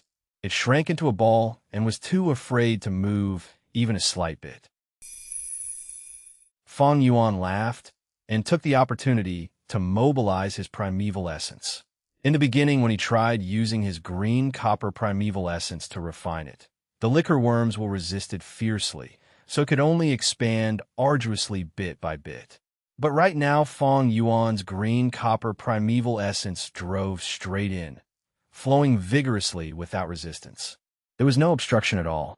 The green copper color on the surface of the liquor worm rapidly expanded. In a few winks, the once pearl-white liquor worm was fully dyed green. The general situation had passed. The last remains of the liquor worms was finally washed away easily by Fang Yuan's will, dissolving into nothingness. With that, the liquor worm was fully refined. Compared to the beginning where Fang Yuan had to endure hardship akin to trampling mountains and crossing ravines, the refining process right now was as easy as swallowing saliva. A kind of mysterious and cordial feeling connected the liquor worm and Fang Yuan together. The refined liquor worm was like a part of Fang Yuan, If Fang Yuan told it to huddle up, it would curl. If he told it to curl into a ball, it would curl into a round little dumpling. The feeling was like moving his own finger. Fang Yuan took back his primeval essence, and the liquor worm returned to its fat and white state. Then with a leap, it went through thin air and plunged into the middle of Fang Yuan's aperture. When it was inside, the liquor worm flew a distance away around the hovering spring-autumn cicada and entered the green-copper primeval sea. On the sea surface, the liquor worm stretched its body arbitrarily. Occasionally, it would twist around its chubby waist, appearing comfortable, as if it were bathing in a hot shower. With the spring-autumn cicada, my plans will have to change. Fang Yuan gathered his mind away from the aperture and took out the moonlight goo. He repeated what he did earlier, letting out a hint of the spring-autumn cicada's aura, pressing it down on the moonlight goo. As it felt the spring-autumn cicada's aura, the moonlight goos will immediately surrendered, its fear so great it could only turtle up in the furthest corner of its own body. Fang Yuan's primeval essence poured in. In the blink of an eye, the moonlight goo was dyed a jade green color. Finally, with just a simple thought, the moonlight goos was easily strangled. After he was done, he took back his primeval essence, and the moonlight goo returned to its original, semi-transparent, blue crystal form. He put away the moonlight goo. It did not enter his aperture, but instead directly dropped onto his forehead, forming a pale blue crescent mark in the middle of his brow. The entire refining process of the moonlight goo from beginning to end did not take more than 5 minutes. Comparing the start of his difficult refining process to the situation right now, the speed was rapid and created a sharp contrast. Not only was it very fast, the consumption of primeval essence was also very little. For the past few days, Fang Yuan had consumed 6 pieces of primeval stones just to refine the liquor worm. But tonight, while Fang Yuan could see the bottom of the primeval sea in his aperture, he did not use a single stone. Haha, with the spring-autumn cicada at hand, it is as easy as having a god's help. After today, all I just need to do is use its aura to pressure down, any rank 1 goo will be easily refined. Even though I only have C-grade talent, I don't need to borrow the help of primeval stones. The difference of before and now is like heaven and earth. Fang Yuan's mood was joyous. Right now, his situation was like pushing away the mist and cloud to see the blue skies. Although the spring-autumn cicada was at its weakest point, it was still a rank 6 goo. A fallen tiger still leaves behind threat. A festered ship still has 3 pounds of nails, 1. Just relying on its aura, Fang Yuan's cultivation from today onwards would receive a huge driving force. At this moment, the moon outside the window was bright and the stars were few. The moonlight flowed through the window, shining on Fang Yuan's face. Initially I thought I wouldn't be able to get number 1, but the road twisted and turned unexpectedly. Time waits for no one. I must go to the academy now and receive the top prize. Fang Yuan's eyes glistened. With a thought, the spring-autumn cicada faded away from view and disappeared once more, returning to its deep slumber. Then he called out the liquor worm and hid it away at a corner of his bed. This was to prevent the academy's unnecessary examination. 15 minutes later, in the clan academy, the academy elder had long gone to bed, but in his dreams he could vaguely hear the sound of somebody knocking on the door. He was awoken by the noise, and he opened his eyes, rather displeased. Who is it outside there in the middle of the night? Instantly a voice replied in a respectful tone. Reporting to Sir Elder. It is a student from this year's batch. He has already finished refining the moonlight goo. You have instructed your subordinates earlier to report to you the very instant the first name appears, no matter what time it is. Well, it's true that happened. The academy elder frowned, and then he got off his bed. As he put on his robes, he asked, Which student is it that got number 1 this year? Is it Gu Fang Sheng? The subordinate outside the door replied, It seems so. The moment I heard the news, I hurried over here to tell you about it. Sir, it seems to be someone from the Fang family branch. Hee, counting the time, it is probably him. The Academy elder laughed lightly, confidently saying, Who else could it be besides the A-grade talent genius? All those B-grade talent students would still be worse even with the help of primeval stones. Or else why would the grade of cultivation talent be so important? As he said this, he pushed the door open and came out. Outside the door, his subordinate respectfully bowed, moving 2 steps backwards. Sir is right. He echoed. In the hall, 10 candles or so burned together, brightening up the hall. The man who had received Fang Yuan had already cleared up all doubts by now. Under the bright light of the candle fire, his face showed a stunned expression. Wait, what did you just say? You are called Guyu Fang Yuan, not Guyu Fang Zheng? Fang Yuan nodded. At this moment, the elder walked in from the entrance. Fang Yuan and the man stood up and turned around to greet. When the Academy elder saw Fang Yuan, his face was full of smiles. He strode over and stood in front of Fang Yuan, patting his shoulder in a friendly manner. You did well, Guyu Fang Zheng. You did not disappoint me. You are indeed an A-grade talent genius. All those B-grade, C-grade peers of yours will never compare to you no matter how hard they try. Ha ha ha. Fang Yuan and Fang Zheng were twin brothers. Their outer appearance was similar to a fault. Even the Academy elder was mistaken. Fang Yuan was neither haughty nor humble. He took a little step back, letting his shoulder free from the Academy elder's hand. He stared at the Academy elder, his hands folded behind his back. Then he said with a faint smile, Sir Elder, you have been mistaken. I am Guyu Fang Yuan, Guyu Fang Zheng is my younger brother. Huh? The Academy elder opened his mouth slightly, his expression startled. He glared at Fang Yuan doubtfully, his brow turning into a frown. After a few breaths, he finally spoke. You are Guyu Fang Yuan? Correct, sir. Fang Yuan replied. You have refined the moonlight goo? The Academy elder was extremely surprised. His 2 eyes glared firmly at Fang Yuan's crescent mark on his forehead. His eyes were shining. He was asking the obvious. Indeed, that is the case. Fang Yuan said. Then you are first of your batch? The Academy elder was asking stupid questions, but he was not entirely at fault. After all, this situation was entirely out of everyone's expectations. One must know that he had been in charge of the Academy for decades and is extremely experienced. He had seen C-grade talent students contending for number 1 before this, but it was never this early. Not to mention that in this batch there were peers with A and B grade talent. If there is no one earlier than me. Fang Yuan pretended to be in deep thought. Then he rubbed his nose and continued. Then it seems like it. The Academy elder. Chapter 21.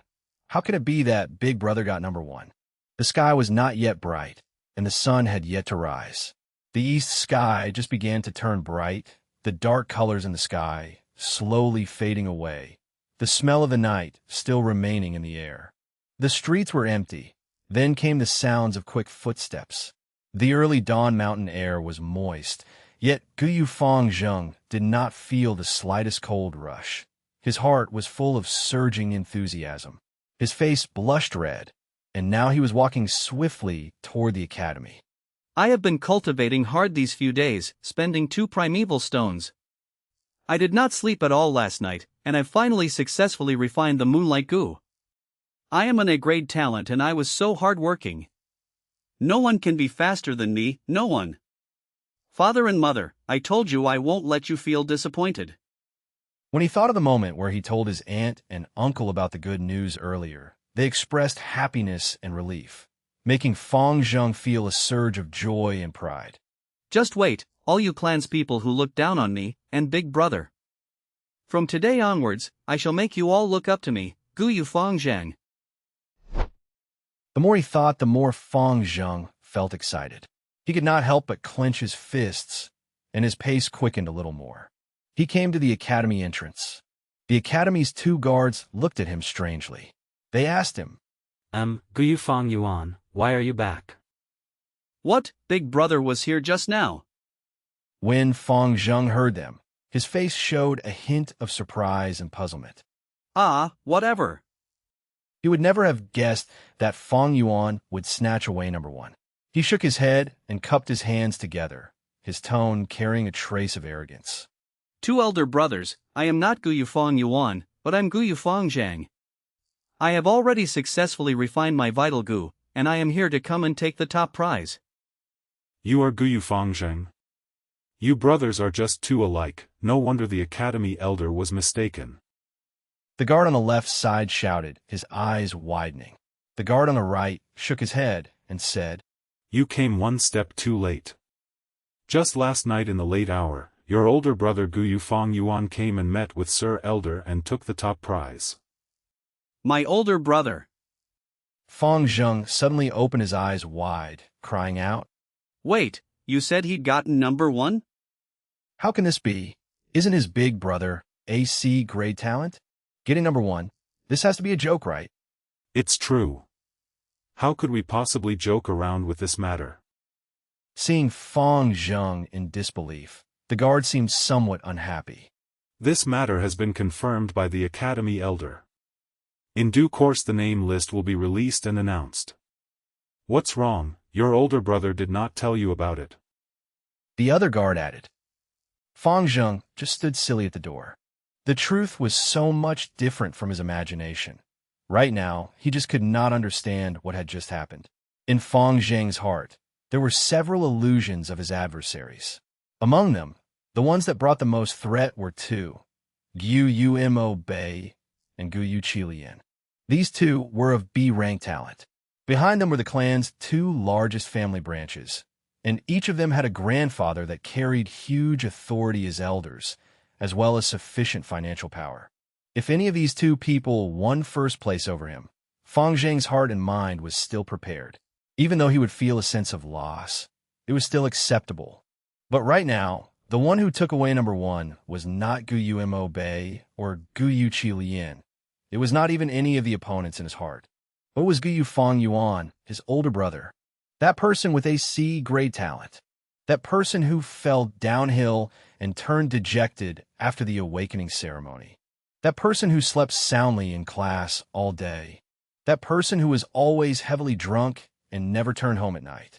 That person who bullied Shun Shui, slapped him twice, and took all his primeval stones away. That person who always held him down, just like a shadow entrenched in his heart. How can it be like this? It can't be possible. In a short while, Fang Zheng roared in his heart. I was so hard-working, but he just drank every day until he became drunk, and yet in the end he was the one who got number one. Is this even fair? Why? Why? The sun rose from the east, the birds chirped around, and the overflowing air of spring took over Qing Mao Mountain. Guyu Fang Zheng bathed in the warm sunlight. He slowly lowered his head, gritting his teeth, looking at his own lonely shadow.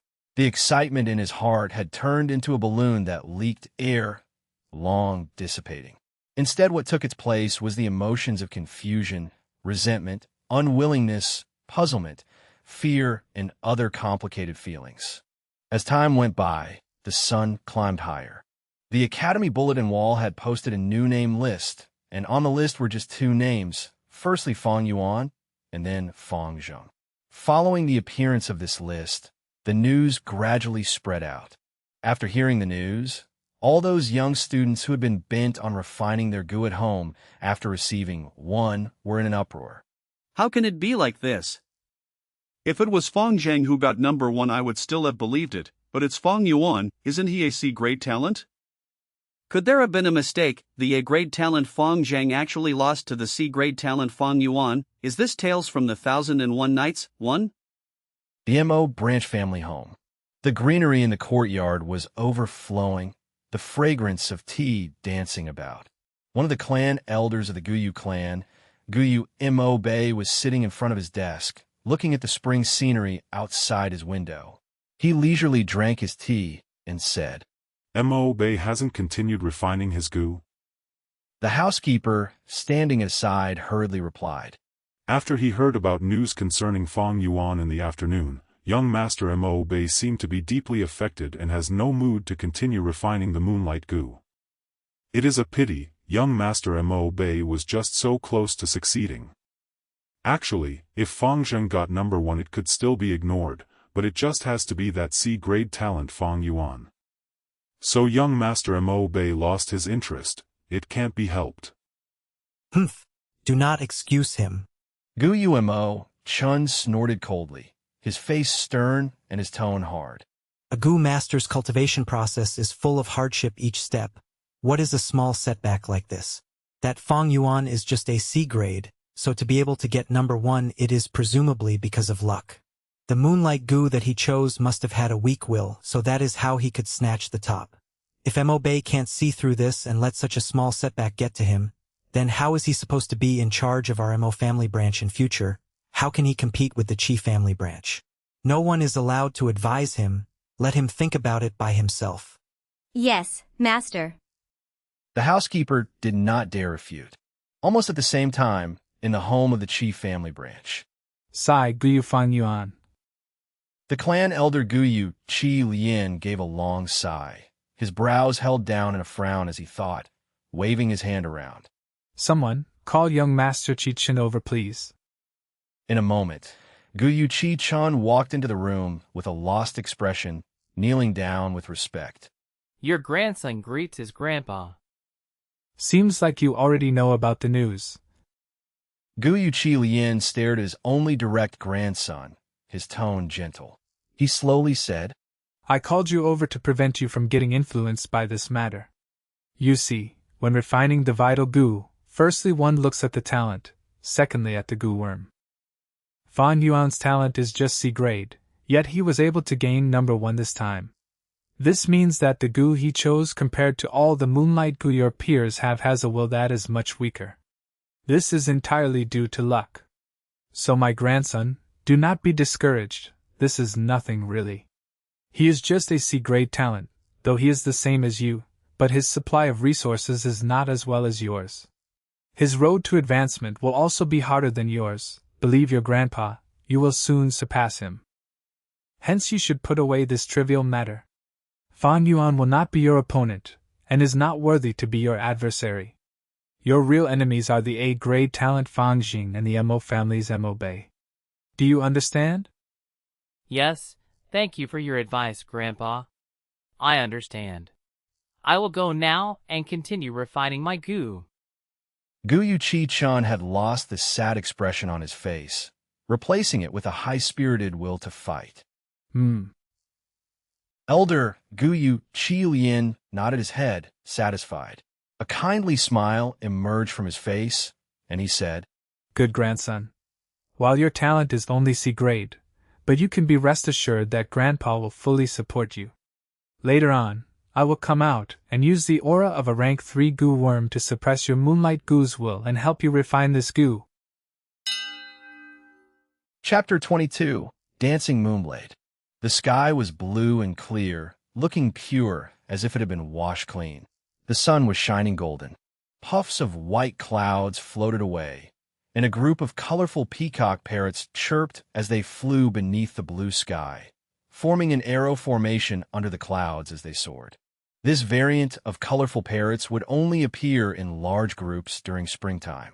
Their bodies were littered with feathers the color of the rainbow, their bodies the size of an eagle. The birds had parrot beaks, while their tails were that of a peacock's flowing long tail. It had been 10 days since the day Fang Yuan managed to acquire number 1 in the test to refine the vital goo. The spring breeze blew over the whole mountain's green grass, while the wild flowers bloomed eagerly and the bees and butterflies danced around together. Life was surging all around. It was the wonderful beauty of spring. The breath of spring was so strong that the tall bamboo walls surrounding the training grounds could not hold it back. This training field occupied 3 muon. The ground was flat, paved with a layer of thick and wide gray graphite. Its 4 sides were planted with green spear bamboo. These green poles were placed closely together side by side, straight and tall, forming a circle of green high walls. While below the wall corners were stone as well, Clumps of green grass emerged from many areas. In between the bamboo were also some wild roses, poking in from the outside, a few even climbing the wall. 57 young teens at the age of 15 were standing in the midst of the training field right now, formed in a semicircle around the academy elder who was in the center, putting their focus on him. This was a lesson to teach the students on how to use the Moonlight Goo. The Moonlight Goo is our Guyu clan symbolic goo, just like the Xiong 2 house's Bear Strength Goo, and the Bai 3 house's Stream Goo. The majority of you on the field have chosen the Moonlight Goo as your vital goo, so you must all watch properly. Soon I will demonstrate personally how to use the Moonlight Goo to attack. Students whose vital goo is not the Moonlight Goo must also concentrate on me, as this classical long-distance attacking method can also be used on other goo. The spectrum of methods one can use is very wide. As he spoke, the academy elder stretched out his right hand, his 5 fingers opening wide. He lowered his palm so that the young teens could see the center of it. Firstly, you use your mind to mobilize the Moonlight Goo, moving it to the center of your palm. Following his voice, the crescent mark that represented the Moonlight Goo moved down the elder's arm and into his palm. Then, you mobilize the primeval essence in your aperture, pouring it into the Moonlight Goo. A thread of white-silver-colored primeval essence gushed out from the elder's body, so fine it was almost impossible to see. It entered the Moonlight Goo in his palm. The academy elder was of a rank 3 realm, and only rank 3 Goo masters could produce white-silver-colored primeval essence. Rank 1 Goo master's primeval essence was commonly known as green copper primeval essence, while rank 2 Goo masters had theirs called red iron primeval essence. When they reached rank 3, it becomes white-silver primeval essence. Once it absorbed the thread of white-silver primeval essence, the crescent-shaped mark in the elder's hand instantly glowed brighter and brighter. Although it was daytime, it still issued a brilliant pale blue light. That's awesome. How beautiful. The youngsters could not help but let out praises of surprise and amazement when they saw it. The pale blue light was clear like water. It flickered faintly in the elder's palm. At first glance, it would seem as if the academy elder's hand was scooping a handful of moonlight. The academy elder smiled a little. Now watch carefully. The last step is just like how I will do it, launching it out. As he said this, his widely opened 5 fingers slowly closed together. Then he lifted his arm up and slowly moved it forward, his arm straight. Finally, he waved his palm lightly in a cutting motion. The entire movement was steady and powerful. Swoosh! The young students could hear a light brushing sound beside their ear.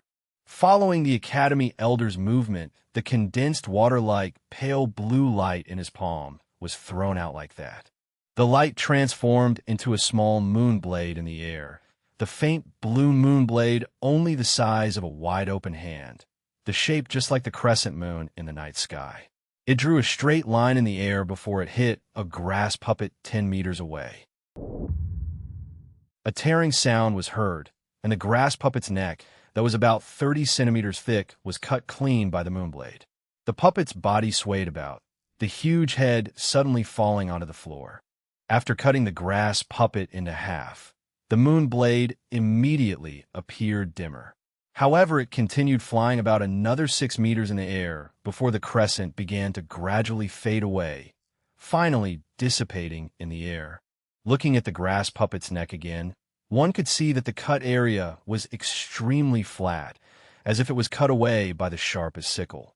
The youngsters were all shocked as they saw this, their eyes wide open. A few of them even touched their own necks involuntarily, astonished by the attacking power of the moonblade. After a short silence, the sounds of exclamation began. The teenagers had shining eyes as they stared at the grass puppet, some of them staring at the elder's palm. A few of them were looking at their peers, talking and whispering excitedly. Only Fang Yuan stood hidden in the crowd with a cold expression, his stature calm. In his previous life, Fang Yuan had cultivated to rank 6, and he had created the Bloodwing Demon Sect in the Middle Kingdom. He taught tens of thousands of people, and was reputed as a giant figurehead of the demonic faction, his fame illustrious. The Academy Elder was just a rank 3 Gu Master. This small trick was just child's play to him. It would not cause any ripple of emotion in Fang Yuan's heart. All those of you who have refined the moonlight goo, step out. Each one of you shall take a grass puppet and follow the way I just did it. Throwing out the Moonblade, practice attacking. Once the Academy Elder was finished, around 30 students stepped out. In this batch, the entire clan had 100 young teens joining the awakening ceremony. Those who had cultivating talent were around 57. Among these students, those who had chosen the moonlight numbered around 35. After going through these few days of hard work, they had all refined the moonlight goo. Those that were left were all D grade talents. It was not because they did not desire to refine the moonlight goo, but it was due to the inability of their talent, so they could only withdraw after learning of the difficulty. To the youngsters of the Guyu clan, the moonlight goo was not a simple goo worm, but the symbol of the clan's glory. Very quickly, 35 of them stood in a row. Each of them faced forward, standing 10 meters away from a grass puppet on the opposite. Fang Yuan stood in the middle of the row, but he did not garner any attention. The practice began. The students all stretched out their right hands, letting the moonlight goo move to the heart of their palm. One by one, the blue crescent mark started to give out water blue light as green copper primeval essence was poured in. But when they drew a vertical cut with their palm, only 7 or 8 crescents flew out. Among these crescents, some of them only appeared for a short moment before dissipating away. Some flew out for 2 to 3 meters before disintegrating into blue light with a bang. Some flew further, but the direction was severely off course, flying straight up to the sky. The young teens all frowned. When they saw the elders' demonstration earlier, it seemed quite easy.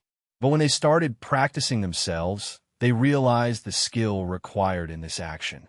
To throw out a moonblade and to have it hit on the grass puppet, it really was not that simple. The elder had a faint smile as he watched. He saw the scene every year and was not surprised. The remaining 22 students could only stand outside the field, watching jealously. After practicing for 5 minutes, the youngsters were gradually able to produce moonblades. For a time in the training ground, pale blue-colored moonblades flew about everywhere. A few moonblades would fade halfway, a few unluckily crashing into another. Some flew out of the training field, twisting around. Those that were able to hit on the grass puppets were just a small few. Of course, these were all due to sheer luck. The Academy Elder started to tutor and guide each one personally. He focused greatly on Fang Zheng, Mo Bei, and Qi Cheng, and those others with good latent talent. He patiently corrected their postures, teaching them his experience. Towards those C-grade talent students like Fang Yuan, he only mentioned 2 sentences. Fang Yuan kept condensing the blue light in his hand. He waved his palm a few times, cutting the air, but he did not release the light, pretending and acting. With the field a mess at the moment, and no one focusing on himself, he moved his thoughts and released his hold on the moonlight goo, his palm tilting a little, making a cutting action. In order not to raise attention, he did not focus on his own grass puppet opposite him, but aimed at the one on his left. With a whoosh, a moonblade flew out quickly, passing through the center of chaos, drawing a straight line in the air and cutting accurately into the neck area of a grass puppet. The grass puppet wavered for a moment, the neck area cut deeply by the moonblade. But very quickly, the green grassy area that was cut began to regrow, tangling together and healing away the wound. Of course, this grass puppet was not a normal scarecrow. It was a rank 1 scarecrow goo, having the nature-type ability of self-recovery. Unless the puppet was cut into half at once, it would just recover back to normal in a short while. Wow, look at that crescent. How cool, who threw it? Moonblades that were able to hit grass puppets right now were rare. Fang Yuan just casually hit one, yet it caused the most significant results so far. Thus, in an instant, the students outside the field gave out cries of surprise. Even the Academy Elder's attention was caught, and he asked, That Moonblade just now was not bad. Was it yours? He looked at a C-grade talent student with an inquiring eye, since that grass puppet was just opposite him. This male student blinked his eyes, feeling somewhat bewildered as he faced everyone's sudden gazes at him. To be honest, the field was just in a chaos earlier with moonblades flying about, so even he did not know if it was he himself who threw it. However, looking at it, it probably is me, thought the young boy. Then he nodded his head subconsciously. The youngsters around him immediately looked at him with admiration. Who is he? What is his name? Some of the girl students asked around. Even he can throw out a moonblade. I must not lose. Guyu Mo Bei's eyes flashed with a hint of determination. So it's not Big Brother who threw it. Guyu Fang Zheng inexplicably sighed with relief. After uncle and aunt consoled him, he was able to recover from the previous blow. Big Brother, you won first place last time because your luck was good, picking a weak-willed moonlight goo. A goo master's cultivation cannot always rely on luck. I will win you. Fang Zheng was cheering for himself in his heart. You did well. Continue trying hard. Seize the feeling you had earlier. The academy elder patted the student's shoulder, smiling as he encouraged him. The young boy quickly showed excitement, and he nodded continuously, his eyes appearing with a different luster. The elder took the opportunity and announced, Listen up, everyone. This will be your homework. Practice well after class. In 3 days, I will check the results. Whoever performs the best will receive 10 pieces of primeval stones as the prize. Understand? Yes. The young students all shouted loudly. They could not help but be more excited when they heard about the primeval stone reward. However, only 3 minutes later, the moonblades that flew about in the air started to thin gradually. Damn, every single moonblade takes up 10% of primeval essence.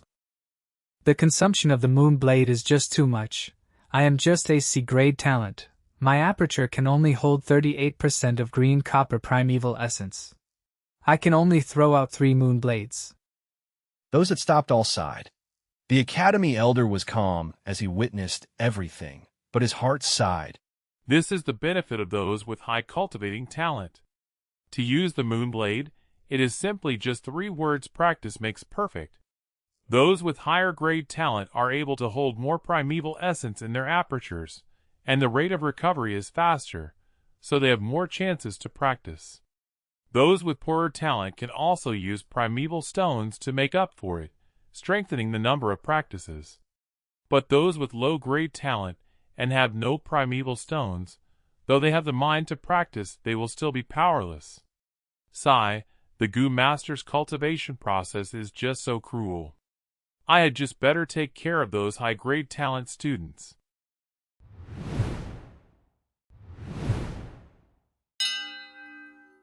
Chapter 23. Raising a goo is like raising a mistress. The sun had already set. The sunset glow was still burning in the sky. The mountains far away in the distance were covered in a thick layer of gray ash, gradually turning to black. In the academy, a day's class was over. The students walked out from the academy in groups of 2s and 3s. I'm really happy today. I learned quite a few things. Especially how I got to learn how to use the moonlight goo. The way the moonblade flies in the air looks so cool. It's too bad that my talent isn't enough, so in the future I can only be a logistics goo master. I won't be able to go onto the battlefield. The young teenagers happily chatted away. A few of them called their friends over. Let's go and eat. We can drink some rice wine while we're at it. What do you think? Sure, that's not a bad suggestion. You guys go on first. I need to go to the store beside the academy's goo room and buy a grass puppet. It will be easy to practice at home with it. Fang Yuan went to the goo room alone. The academy's goo room kept quite a few rank 1 goo worms. There were many types and variations, and Fang Yuan's moonlight goo was taken freely from inside. Once in a while the students would have a free chance to pick a goo worm. If one wanted to get extra goo, they would need to pay up. In this short time, Fang Yuan had no wish to refine any other goo. He walked to the building beside the goo room. It was a small store. In the store there were 7 students, each of them negotiating over the counter with the store owner for buying grass puppets. It's you, Junior. The rank 1 goo master responsible for the store was in his 20s. When he saw Fang Yuan, he automatically greeted him while bargaining with his customers. Fang Yuan was taken by surprise, finding out that this goo master was Jiangya. It was the young goo master that had taught the hunters a lesson in the inn. Ah, it's you, Senior. Fang Yuan nodded his head, his face expressionless. Jiangya took out a grass puppet from the counter behind him, passing it to the student who purchased it. At the same time, he threw Fang Yuan a friendly smile and asked, "Did Junior brother come here to buy a grass puppet as well? If you want me to leave one for you, you just need 3 pieces of primeval stones. These things sell like hotcakes. Right now there's only 7 left. If you wait any longer there won't be any stock left." Jiangya's attitude towards mortals was arrogant, but towards people like Fang Yuan, he was very kind and sincere. Fang Yuan shook his head, laughing secretly as he thought, this Jiangya really did know how to do business. The grass puppets were made with the scarecrow goo. Even after including the primeval essence that was put in, the final cost should not be more than 1.5 primeval stones. Senior, this isn't fair. It should be first come first serve. Why leave any for him? Yeah, we all came early. If you want to do business you should know the rules. 3 pieces will be 3 pieces, here's the primeval stones, give me a grass puppet. The youngsters in the store were all worried when they heard that the store only had 7 puppets left. They stopped trying to negotiate and took out their stones to buy it. Very quickly, 7 satisfied teenagers walked out. Does my junior want to buy a grass puppet? Jiangya laughed as he asked. It seems like they were sold out, but actually there's still the 8th puppet stowed away below the chest. If Junior doesn't buy it now, you will miss the opportunity. Fang Yuan had no interest toward the grass puppet. He shook his head and pulled out a piece of primeval stone, putting it on the counter. I want to buy 10 moon orchid petals. Jiangya was stunned. He looked Fang Yuan deep in the eye, taking away the primeval stone and pulling open the counter drawer. Then he took out a paper bag, saying, 10 pieces of moon orchid flower petals, not 1 less. Please make sure. Fang Yuan checked the goods on the spot and found no mistake with it. Finally, he left the small shop. Goo have to be fed. A goo master refines goo, uses goo, and at the same time needs to raise goo. Refining a goo is difficult. There's the risk of counterattack. Using a goo is not easy. One needs a lot of practice. The knowledge of raising a goo is even more extensive and profound, because there are all kinds of goo worms and their food are exceedingly strange. Some need to swallow soil, some need starlight, some require tears, and some feed on the clouds and air from the 9 skies. Just by taking Fang Yuan's current 3 goo, for example, the moonlight goo requires moon orchid petals, 2 meals a day. In the morning and night, 1 meal. Every meal 2 pieces of flower petals. Meanwhile, for the liquor worm, it needs to drink wine. A jar of green bamboo wine could support it for 4 days. As for the spring-autumn cicada, it is even more peculiar as it drinks straight from the river of time, maintaining its vitality. The river of time supports the flow of this world. It is not far away in the sky, but very near at hand, flowing by every person's side. Every move made by every living creature requires the push of time. Time is like flowing water, hurriedly gliding forward. The river of time is invisible and colorless, while in reality all living creatures are actually surviving and living in the waters of the river of time. After buying the bag of moon orchid petals, Fang Yuan went to the inn to buy green bamboo wine. The liquor worm could also drink some turbid wine or rice wine to live. However, with this kind of second-rate wine, the amount it needed to drink would increase, and it would need many jars every day. After calculating, Fang Yuan decided it would be better to buy green bamboo wine straight away. Not only would it be more worth than buying second-grade wine, it would also not arouse suspicion. Young sir, you've come. The workers in the inn had already known Fang Yuan. Fang Yuan passed him 3 pieces of primeval stones directly, saying with a familiar ease, "Give me a jar of green bamboo wine and make me a few good dishes. You don't need to give me the change, just put it here first. At the end of the month when it amounts up to 1 stone, you can subtract from my bill with it."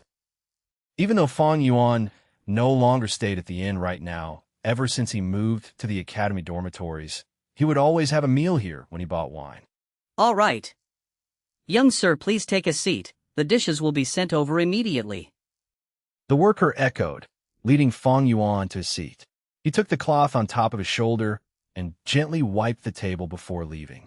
Indeed, as the worker said, the dishes were very quickly served. Fang Yuan ate and calculated at the same time in his mind. A piece of primeval stone can buy me 10 pieces of flower petals. The moonlight goo consumed 4 pieces every day. A jar of green bamboo wine costs 2 pieces of stones, and it can support the liquor worm for 4 days. In other words, just to raise and feed the 2 of these goo, I would need to spend nearly 1 stone every day. It does not seem like much, but in reality this was very costly. The monthly living expenses for a mortal family of 3 only used up 1 piece of primeval stone. From the starting of refining the goo until today, 16 days had already passed. Just to raise the goo alone, Fang Yuan had already spent 14.5 primeval stones. I have acquired the flower wine treasure, taken away Fang Zheng's bag of primeval stones, and also got the first place reward. My primeval stone assets once reached up to 44 pieces and a half. However, in the early days of refining the goo I wasted 6 pieces and a half, then I used 14 pieces and a half on feeding these goo. My living expenses cost half a piece, and today I am probably left with 20 pieces. Fang Yuan took out his money pouch. He opened it and looked inside. The bag contained pieces of primeval stones inside. Each of these stones were grayish-white in color, their shapes ellipsoid, and the volumes equal, the size similar to a duck egg. After counting, he found that he really only had 20 pieces left. In other words, if this continued on, then Fang Yuan would only be able to go on for half a month with the remaining stones he had left. He was not like his peers. They had relatives and friends to help them out, especially with the case of students like Guyu Mo Bei and Guyu Chi Chung, who were loaded with primeval stones. Fang Yuan could only think of a way himself.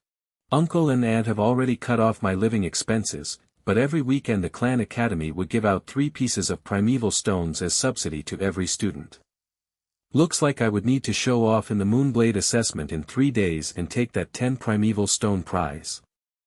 Fang Yuan chewed the food in his mouth while he pondered. His current age was just at the age where the body was growing. Without realizing it, all the rice and dishes had entered his stomach. Taking up the sealed green bamboo wine jar, Fang Yuan lifted his feet and started walking, leaving the inn. Young sir, young sir. Then worker chased after him from behind and said, Just to tell young sir something, but in less than a month the trading company will arrive to the village. By convention they would always buy the green bamboo wine in our shop. Young sir loves our green bamboo wine and always buys a few jars every week, so the innkeeper ordered me to tell young sir about this matter. The green bamboo wine in our store has limited supply, so after we sell it to the trading company I'm afraid we would be left with very little. Is that the case? When Fang Yuan heard the news, he frowned slightly. To know someone and tell apart the conversation, Fang Yuan had 500 years of experience. The shop worker and the young Gu master Jiangya spoke with similar meaning. However, Fang Yuan could naturally tell the difference with Jiangya's tricky words and the shop worker's truthful words. This matter was a little troublesome. Fang Yuan needed to feed the liquor worm, and he needed a huge amount of green bamboo wine in the long run. If this ran out of stock, then he would have to use huge amounts of second-rate wine to feed the liquor worm. It was not possible for him to drink several jars a day. After a while, people would be suspicious. After thinking about it, Fang Yuan took out 10 pieces of primeval stones and said, Then I'll buy another 5 jars. I will need you to carry them for me and follow me to put them in the academy dormitory. All right, young sir.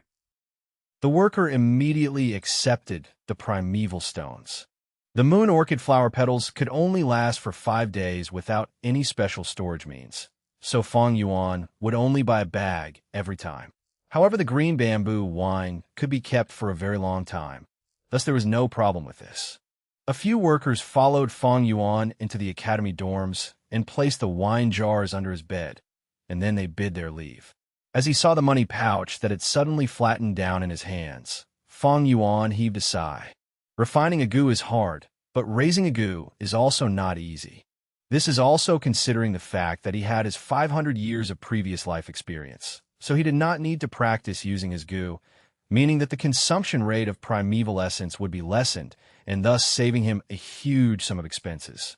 For those at his age around him, they would need to practice using the moonlight gu and would need to waste primeval essence. To increase proficiency, one would need to practice many times. When too much primeval essence is consumed, primeval stones would have to be used as a supplement since the recovery rate is too slow. To buy a grass puppet, it costs 3 primeval stones as well. All this is money. Fortunately, my spring-autumn cicada feeds on time and not anything else. Otherwise I would have long gone bankrupt. I would never be able to support it. Fang Yuan suddenly felt very lucky. The more high-end the gu is, the greater the food consumption needed or the more precious and rare the food required would be. Thus the more difficult it would be to keep. A normal level rank 2 gu worm would cost up to around 1 to 2 pieces of primeval stones a day. It is good enough if the food is purchasable. There were some gu that required food that was relatively difficult to find.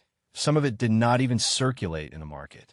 Just like the spring-autumn cicada's food being time itself, this was actually more precious. After all, there was a saying, an inch of gold cannot buy an inch of time. No matter how much money you have, can you buy time? You can't. In theory, a gu master can refine an unlimited amount of gu. As long as you can refine it, whether 10, 100, or 1,000 worms is possible. You can refine as many gu as you wish to. But in reality, a gu master normally only had 4 to 5 gu. Why? The biggest reason is because it is hard to afford. The higher the grade of the worm, the more expensive it would cost to feed and raise. It often gave a gu master too many difficulties to cope with, making them have unceasing headaches over it. Another reason was unable to use. To use the moonlight gu to throw out a single moonblade attack, one would need to use up 10% of primeval essence. A C-grade talent gu master could run out of primeval essence in their apertures after launching 3 to 4 attacks. To raise so many gu, wouldn't it be a waste if one couldn't use them anyway? Thus, in the gu master's cultivation, there was a saying going around. Raising a gu is like raising a mistress. To keep a mistress, you would need to buy food, clothes, a house, etc. It is very expensive, and the more you have, the more costly it is. A normal man cannot afford it. Even if you keep so many, a man's energy is limited. He cannot use them all. Would you raise them just to look at them? When the rank of the gu master increases, so does the food standard of the gu worm. Thus, please refrain from seeing how a gu master has no limit to the number of refining gu. In general, a gu master only keeps around 4 to 5 gu of his level. If the number of gu was raised higher, the gu master would go bankrupt. Chapter 24.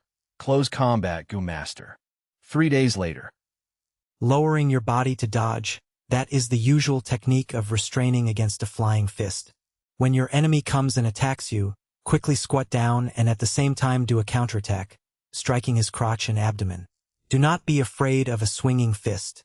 Usually those who come up and start swinging their fists at the first moment are people who have no brains and are impulsive and rash. On the martial arts field, the Academy's martial arts, 1. Instructor spoke while he performed actions to demonstrate. A wooden puppet's right first swept over, and the martial arts instructor quickly squatted down, dodging the incoming attack. Then he threw a punch at the puppet's abdomen, knocking it down with a few punches. The students were looking at the demonstration in a circle, but most of them were lacking in spirit, showing very little interest. The Academy taught a variety of courses, and this lesson was the one that taught foundation of martial arts. Using fists and legs to exert oneself was too inferior to the handsome and cool attack style of the Moonblade, making almost all the students absent-minded.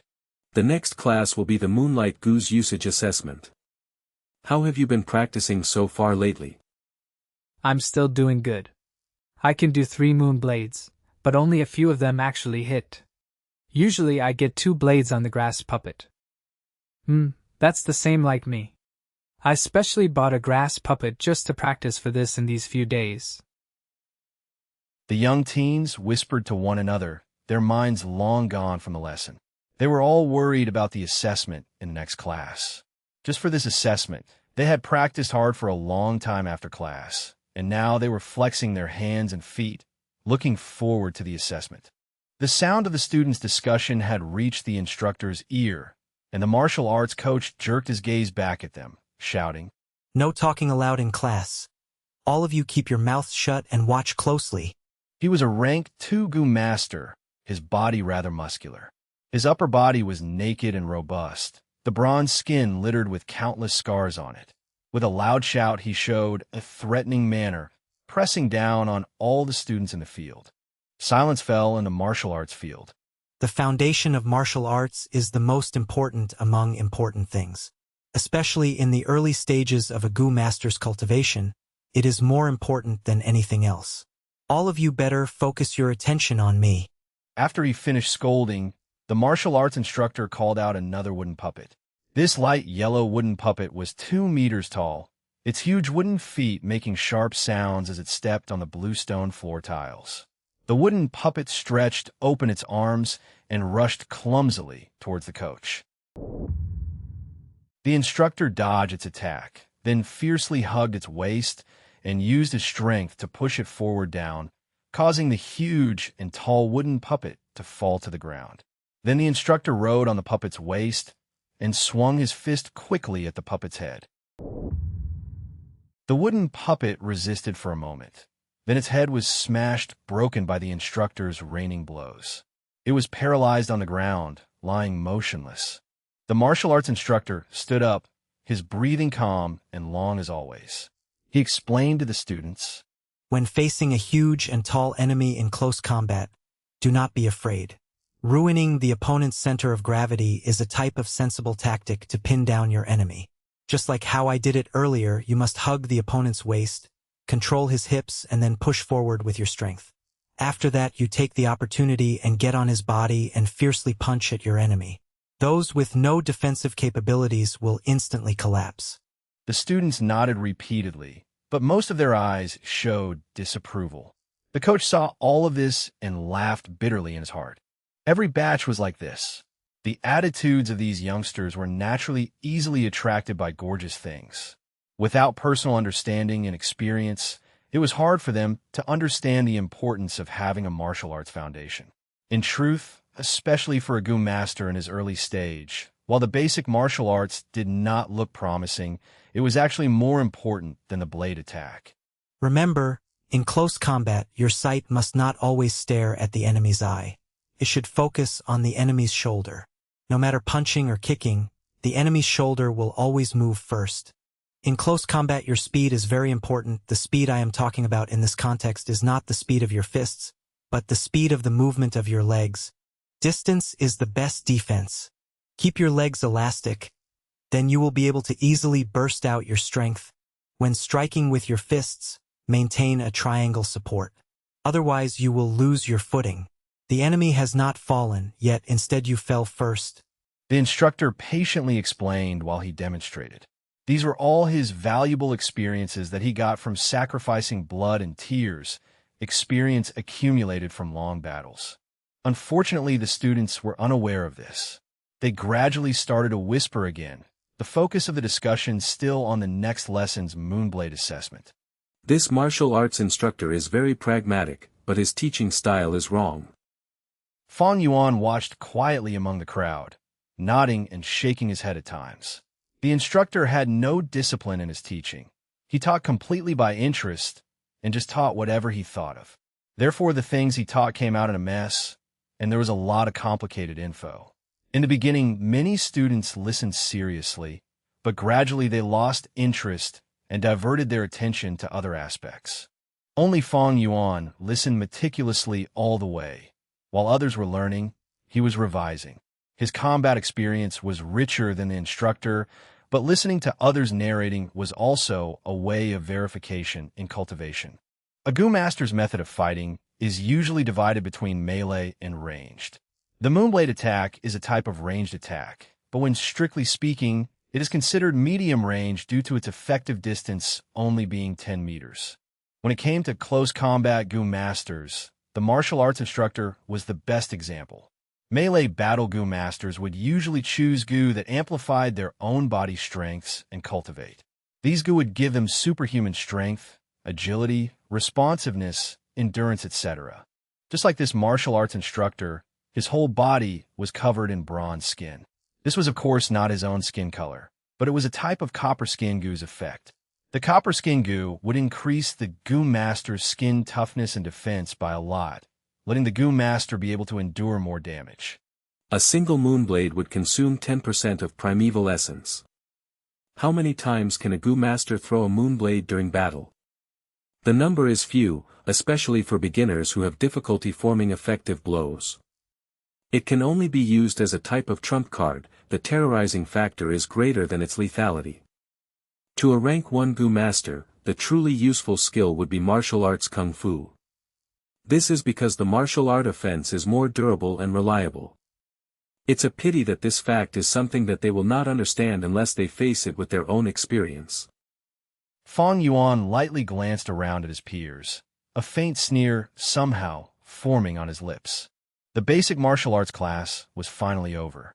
After a short rest, the students' eyes were filled with anticipation. The academy elder was late. He waved his big hand, pointing at the row of grass puppets in front of the bamboo wall. He went straight to the subject and said, "All right, today is the day to check the results. I want 5 people in a group coming up in proper sequence, using the Moonblade to attack 3 times. Swoosh. The first group of students went up, and the Moonblade danced in the air. After 3 rounds, only 9 Moonblades hit on the grass puppets. The academy elder shook his head a little, feeling slightly displeased. This hit rate was too low, the key being that among these 5, only 2 managed to successfully throw out 2 Moonblades. You all better practice properly after this, especially you, and you." The elder reprimanded in a short sentence. Then he waved his big hand and said, "Next group."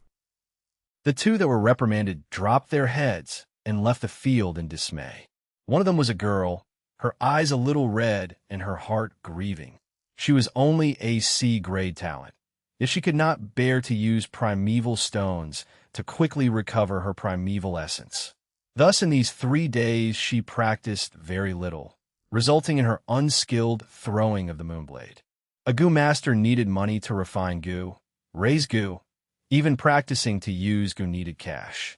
But where was she able to get so much money? Even though her 2 parents were supporting her from behind, but every family had their own problems.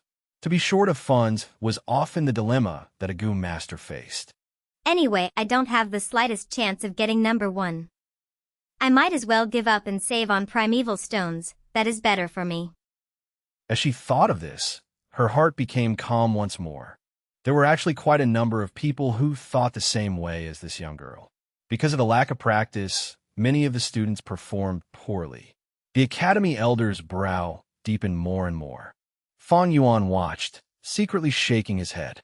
These people are really pitiful and sad. Just for a small amount of primeval stones, they gave up their own chance to make progress. Primeval stones are meant to be used. If you want to become a miser and accumulate primeval stones, then what did you become a Gu Master for? In other words, those who were short-sighted would often haggle over every penny and chase after less important things. As for those with lofty aspirations, they usually showed a tolerant and generous attitude, and had the strength to give up and let go of things. It's finally my turn. At this moment, Guyu Imo-Bei's horse face lit up in a confident smile all over, and he walked up to the field. His stature was stout and gave out a fierce and strong aura. After standing, still he raised his hand and threw 3 Moonblades. All 3 of them hit. Among the blades, 2 of them hit on the puppet's chest, while the other blade hit the puppet's left arm, shaving away a few green grass. This result naturally caused the young teens to burst with admiration. Well done. The elder's brow slightly smoothed out. The next group came up, Guyu Chi Cheng standing among them. He had a small and short body, his face full of pockmarks, his expression bringing a slight nervousness. He sent out 3 moonblades continuously, and all 3 hit on the puppet's chest, cutting out 3 intertwined scars.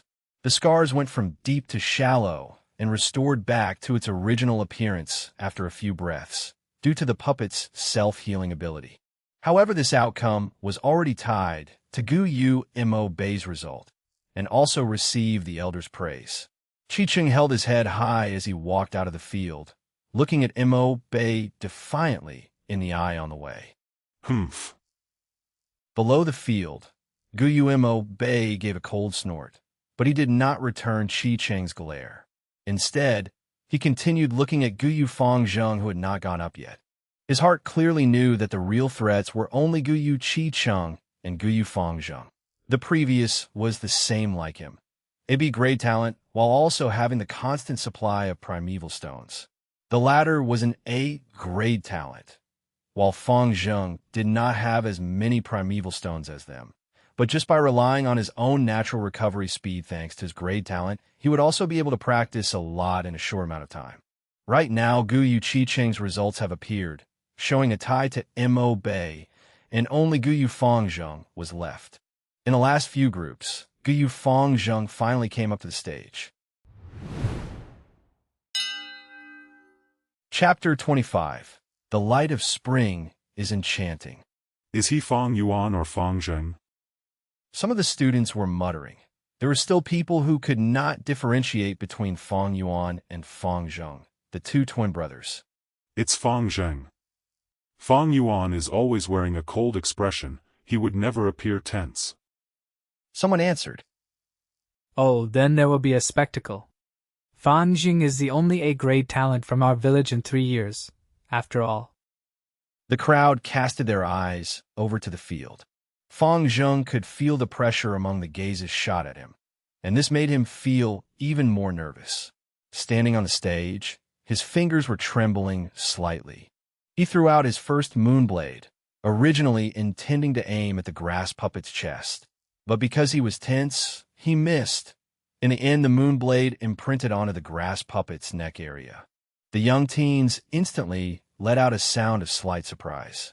They thought that Fang Zheng deliberately did it. Instead of aiming for the easiest spot, which was the chest of the puppet, he went for the neck instead. This was a showcase of huge self-confidence towards his own attacking skill. They could not help but look forward to Fang Zheng's next move. Guyu Mo Bei and Guyu Chi-Cheng, however, had their complexions cast down. Only those among the field who could see Fang Zheng's error were the Academy Elder and Fang Yuan. How dangerous! Looking at the moonblade, Fang Zheng exclaimed in his heart while secretly feeling lucky. He took in a few deep breaths, trying his best to calm down. Then he threw out 2 blades. This time he did not make any mistakes, and the 2 blades hit accurately on the grass puppet's chest.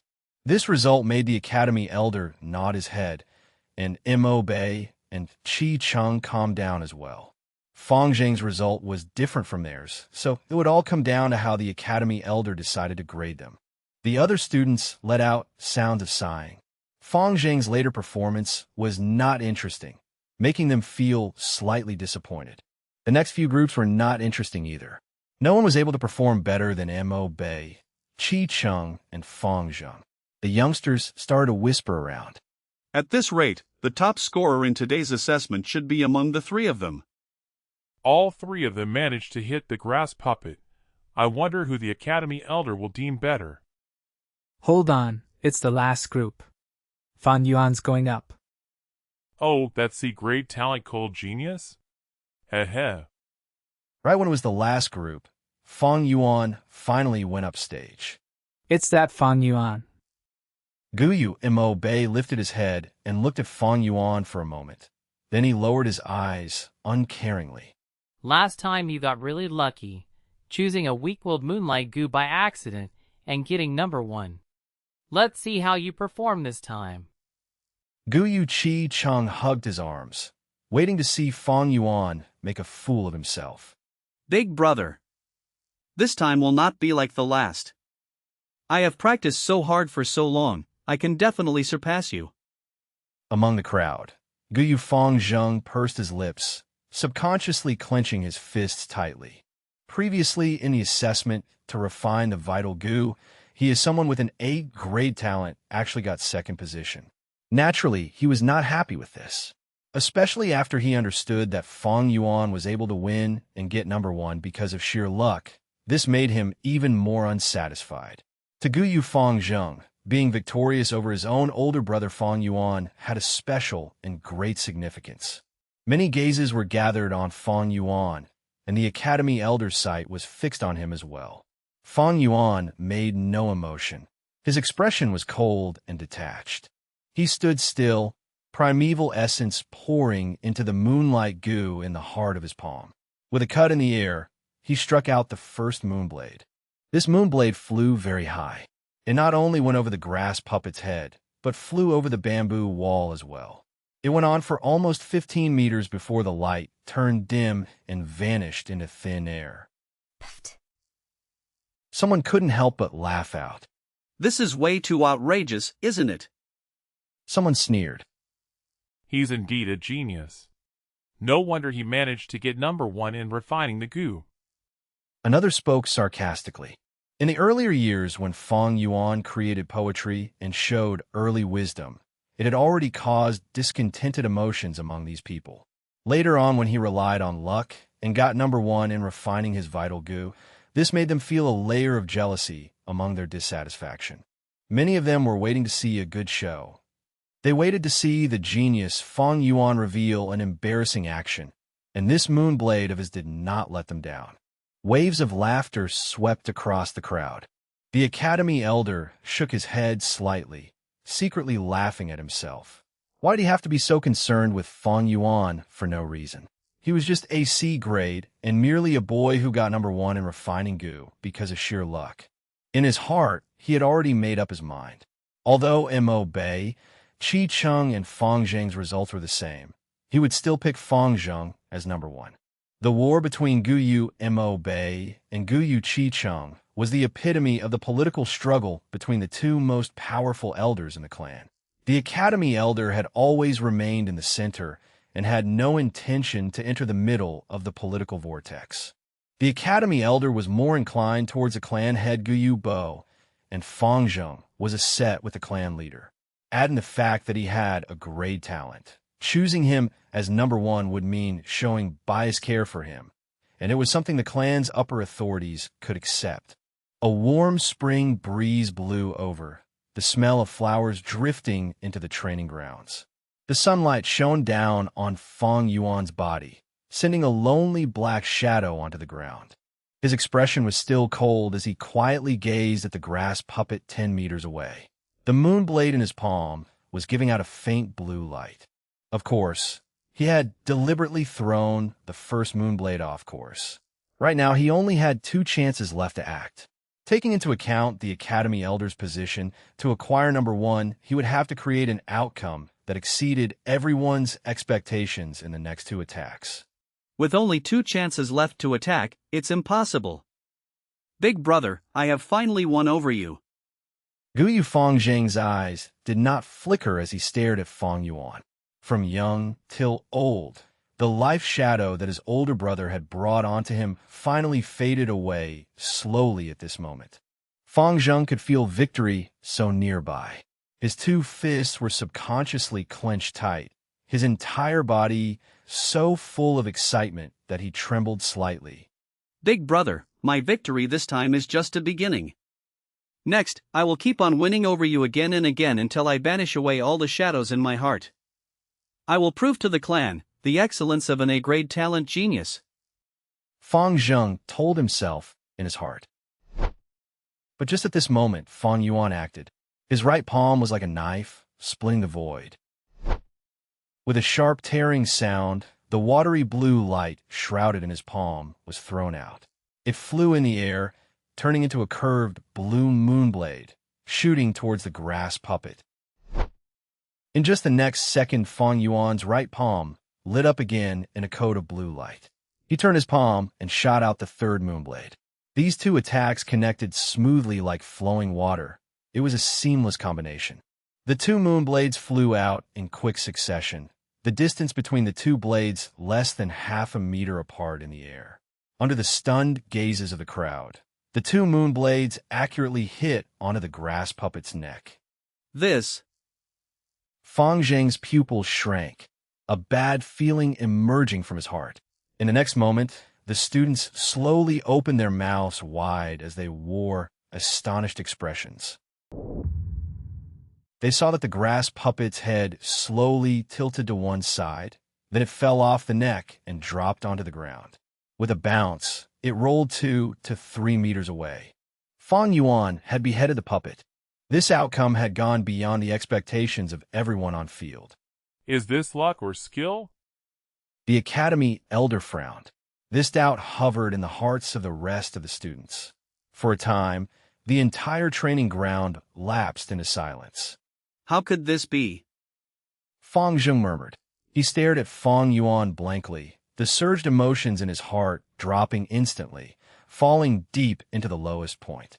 Fang Yuan narrowed his eyes, acting as if he was oblivious to the gazes that fell onto him from the crowd. Cluck, cluck. Under the blue skies and white clouds, a group of peacock parrots suddenly flapped their wings and flew in midair. They dragged their magnificent, long and slender peacock tails, clucking in the air as they flew about playfully. Fang Yuan stood in the center of the training field. Looking up, under the bright sunlight, the multicolored feathers of the birds dazzled even greater and gorgeous. His expression was indifferent, as if the person who just cut off the grass puppet's head was not him. Ah, the light of spring is really enchanting. He sighed in his heart. Chapter 26. The Nature of All Organizations. As it neared nightfall, the sun on the edge of the horizon looked like blood. The afterglow rays poured into the school, where around 50 students sat upright. On the stage above, the Academy elder was reading out names one by one, distributing allowance to them. This was the Academy's weekly subsidy where every 7 days' allowance would be distributed. One could say it was financial aid for these young teens. After all, with their capabilities, to feed and raise their own goo was a lot of financial pressure. Gu Fang Yuan. The elder read aloud.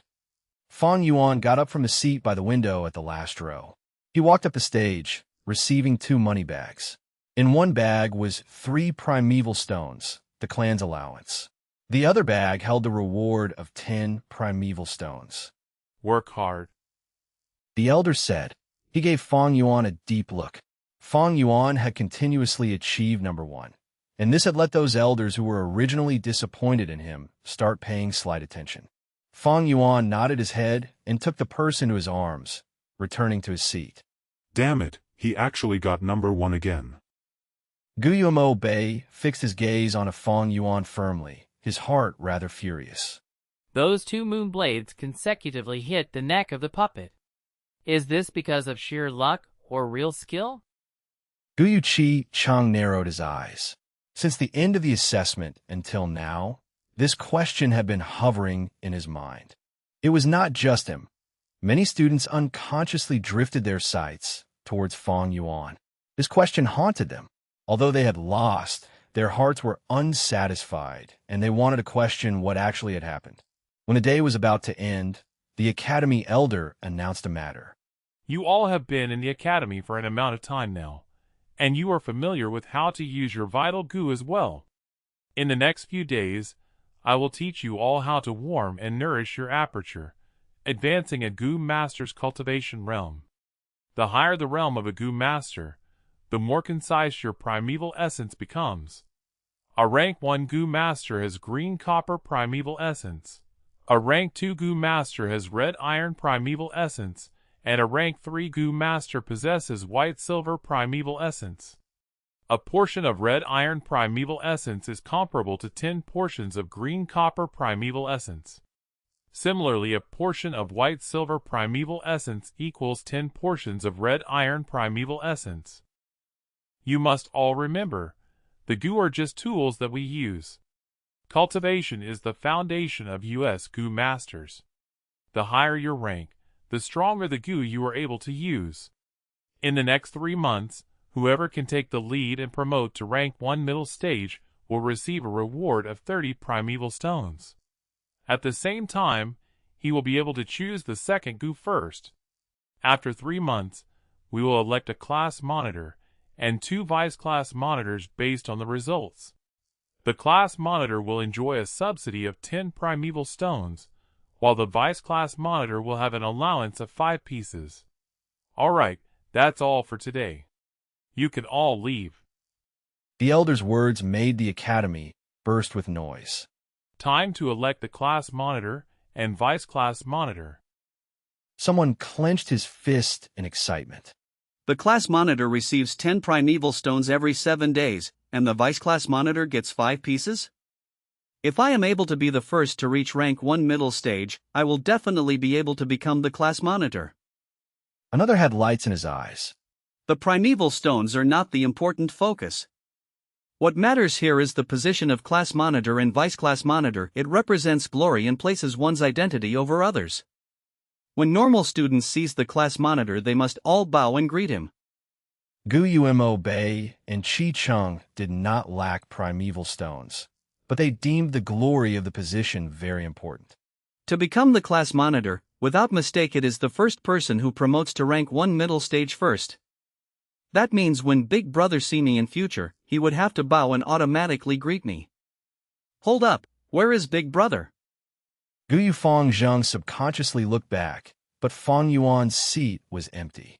The students walked out of the academy. Where's Guo Fang Yuan? Guo Bei wanted to look for Fang Yuan and ask him face to face. However, Fang Yuan was 1 step ahead and had long left. Humph, he sure ran away fast. Is he afraid? Looks like he got lucky again in today's test. Gu Yuiki Chengiznird. Whatever, it's just 10 primeval stones. I don't need to care about this small matter. Right now what's important is to advance to middle stage and get that class monitor position. Guo Bei narrowed his eyes, looking at his side where Guo Chi Chung and Guo Fangzheng were. These 2 figures were his real enemy, while Fang Yuan was just a small C-grade talent. He was not on par. In the first 2 times, Fang Yuan got lucky and got number 1. However, this time it is a cultivation test, and the focus is on the talent of cultivation. When the talent is higher by a grade, the advantage becomes much greater. Guo Chi Chung thought, depressed in his heart. His real grade talent was only a C grade. It was only because of cheating that let him gain the illusion of having B grade. Just a mere class monitor and 2 vice class monitor positions got them itching their fists. How hot-blooded and naive they are at this age. Fang Yuan sneered as he leaned against the gateway of the academy. The so-called glory was just a valuable tool the upper levels used to motivate those below them. In the end, it was just a layer of illusionary glory. It was useless. His 500 years of experience had long allowed Fang Yuan to understand some of the secrets of life. Whether it comes to a clan, sect or demonic group, whether it is this world or earth, all organizations are like this. The high and low positions are established, making the law of promotion clear, letting those in the organization climb up non-stop from the bottom. Because chasing after profit is the nature of humans, and positions of authority often make people have superiority, creating the illusion that oneself is living a more valuable life than others. Power is like the carrot dangling in front of a donkey. The desires of humans are stimulated by it, and each of them secure their personal gains with someone with authority for it. After climbing up one level, there will be a higher level. While they are busy currying favor for personal gain, their hard work is squeezed out from them and their value is exploited by the upper position. In every organization, as long as there is a chain of command, it is to give serve to those at the upper ranks. The so-called class monitor and vice class monitor position is like the smallest carrot, luring everyone else into the structure of the clan. And to stop those below from realizing the truth, those at the higher positions integrate shared values, clear-cutting the idea of glory, meritorious deeds etc. The establishment of high and low positions are made along with unequal benefits. Sometimes the use of religion is done to dominate people's hearts. This is the real truth, yet it is a pity that too many people in the world do not understand. They foolishly work hard for others. And for every organization in the world, the most fundamental of its essence is just one thing, and that is, the redistribution of resources, where the higher the position the more resources they can enjoy. In his previous life, Fang Yuan had founded the Bloodwing Demon Sect in the Middle Kingdom, where he taught up to tens of thousands of people. He erected the positions of demon soldiers, demon generals, demon sages, etc. Each position gave their corresponding benefits, letting countless people flock over like ducks, letting Fang Yuan order them around. This kind of experience allowed Fang Yuan to understand clearly the way of thinking in this principle. Thus any organization is just a representation, while the real basis is just one word, resources. Without food resources, one will die of starvation. Without water resources, one will die of thirst. Without cultivation resources, one will become weak and sooner or later, be bullied to death. And for a Gu master, primeval stones are the most important resource. Fang Yuan's two orbs were deep like an ancient pond, and as his mind reached this point the corners of his lips curled up slightly, creating the outline of a sneer. He had long left the academy, and right now he stood at the gate entrance of the school. He saw the first batch of students coming out, gradually walking closer towards him. It's Fang Yuan. What's he doing at the middle of the gate entrance? Every time I see his dead dysfunctional state, I feel so pissed off. Don't worry about him. He's probably waiting for someone. The young teens paid no attention to him. Just as they were about to walk over, Fang Yuan strode across and blocked them. I'm plundering. Everyone must surrender a piece of primeval stone before they can leave. Chapter 27. Outright Extortion. The young teens were instantly shocked and angry. What? I didn't hear wrongly, did I? Fang Yuan, your head must have overheated and gone confused. You would actually stand at the gates of the academy and blackmail us? Have you gone mad? Who gave you the guts to put your ideas on us? Scram, you're just a petty C grade. How dare you block my way? If you don't scram, I will send you flying with my erg. Fang Yuan suddenly lashed out. His right palm furiously cut forward. His movement was quick and precise, his slice of his palm hitting the left side of someone's neck. This unlucky teenager was totally not expecting Fang Yuan to suddenly attack him. While he was still cursing at Fang Yuan, he suddenly suffered a heavy blow. His two eyes instantly rolled up, and he fainted on the spot. You actually dared to strike? The crowd jumped, and the young teens subconsciously retreated backwards. Guyu Beiju fainted, what do we do? Some of them were terrified and scared, shouting around in horror. What else can be done? There's so many of us, and Fang Yuan is alone. We should all rush at him together and beat him up. Some people were shouting, their rage erupting. That's right, he sure doesn't know his place. How he dares to provoke us by himself. He's definitely digging his own grave with his overambitiousness. Everyone get on him together. Yet before they could do anything, Fang Yuan had already struck. He strode a few steps forward, rushing into the group of teenagers. He slashed his palm, and the edge of his hand cut onto a youth's neck. The young man rolled his eyes upward and fell. Dash. Another teen yelled loudly, swinging his fist at Fang Yuan, sweeping through the air. Fang Yuan lowered his body and dodged. Then he lifted his leg and kicked the boy's crotch area. HHOWWWWW dash. The youngster's loud roar was originally sonorous and indignant, but after he took the blow, his voice instantly rose higher and became sharp and shrill, filled with a kind of misery and pain. Thump. He covered his crotch with his two hands, his knees giving way as he dropped to the ground. He rolled around on the floor, screaming loudly, the pain so great his entire body was covered in cold sweat. Fang Yuan swung his two fists around like a tiger that had entered a flock of sheep. He had 500 years of battle experience, and these youngsters were just a bunch of soft green kids. They had only just started cultivating not long ago. How could they possibly be his opponents? In the blink of an eye, Fang Yuan put down the entire group of young students. If they had not fainted, then they would be lying on the ground, the pain making them drained and their bodies hurting all over. What's going on here? Guyu Mo Bei arrived and exclaimed. He saw that Fang Yuan stood at the entrance of the academy gates, and there were 5 to 6 students on the floor around him. This Fang Yuan, he wants to extort our primeval stones. One of them, lying on the floor, shouted angrily while clutching his belly. Wow, still full of energy, huh? Fang Yuan's expression was flat as he kicked fiercely at the abdomen of the boy, who just yelled, "Ow!" The youngster immediately cried out in pain, his body curling up like a shrimp. Fear emerged from his face, his tears streaming down as he dared not to speak again. As they saw this scene, the students that came over all felt Fang Yuan's fierce savageness and cruelty, their hearts throbbing. All right, all of you be good and hand out a piece of primeval stone. Then I'll let you go, or else, these people on the ground here will be your fate.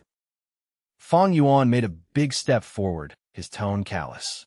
In your mother's face.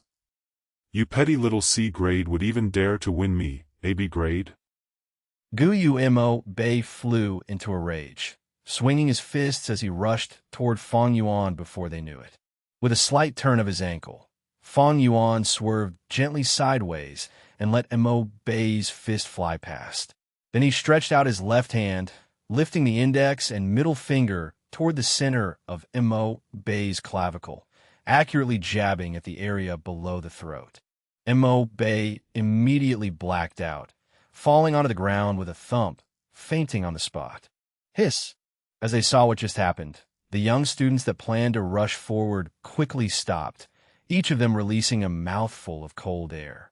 In the eyes of these youngsters, Fang Yuan's attacks were suddenly too profound to be understood. They did not pay attention to basic martial arts, but in reality, it was vaguely mentioned during class. The human body had many vulnerable parts, and several parts that Fang Yuan had struck were one of those vulnerable places. When these parts were struck, it would easily make a person faint on the spot, and a heavy blow would induce a life-threatening crisis. However, Fang Yuan had proper restraint when he attacked. Those that he had tackled down were either knocked out or suffering in immense pain, losing the ability for combat in a short amount of time. There was no one who was really seriously injured. This was the terror of 500 years' worth of combat experience. Are you going to give me your stones or not? Fang Yuan did a step forward, forcing the other youths. They looked at each other for a moment. Then half of them gritted their teeth while the other half roared angrily, all of them swarming towards Fang Yuan. Fang Yuan dodged about while striking at the same time.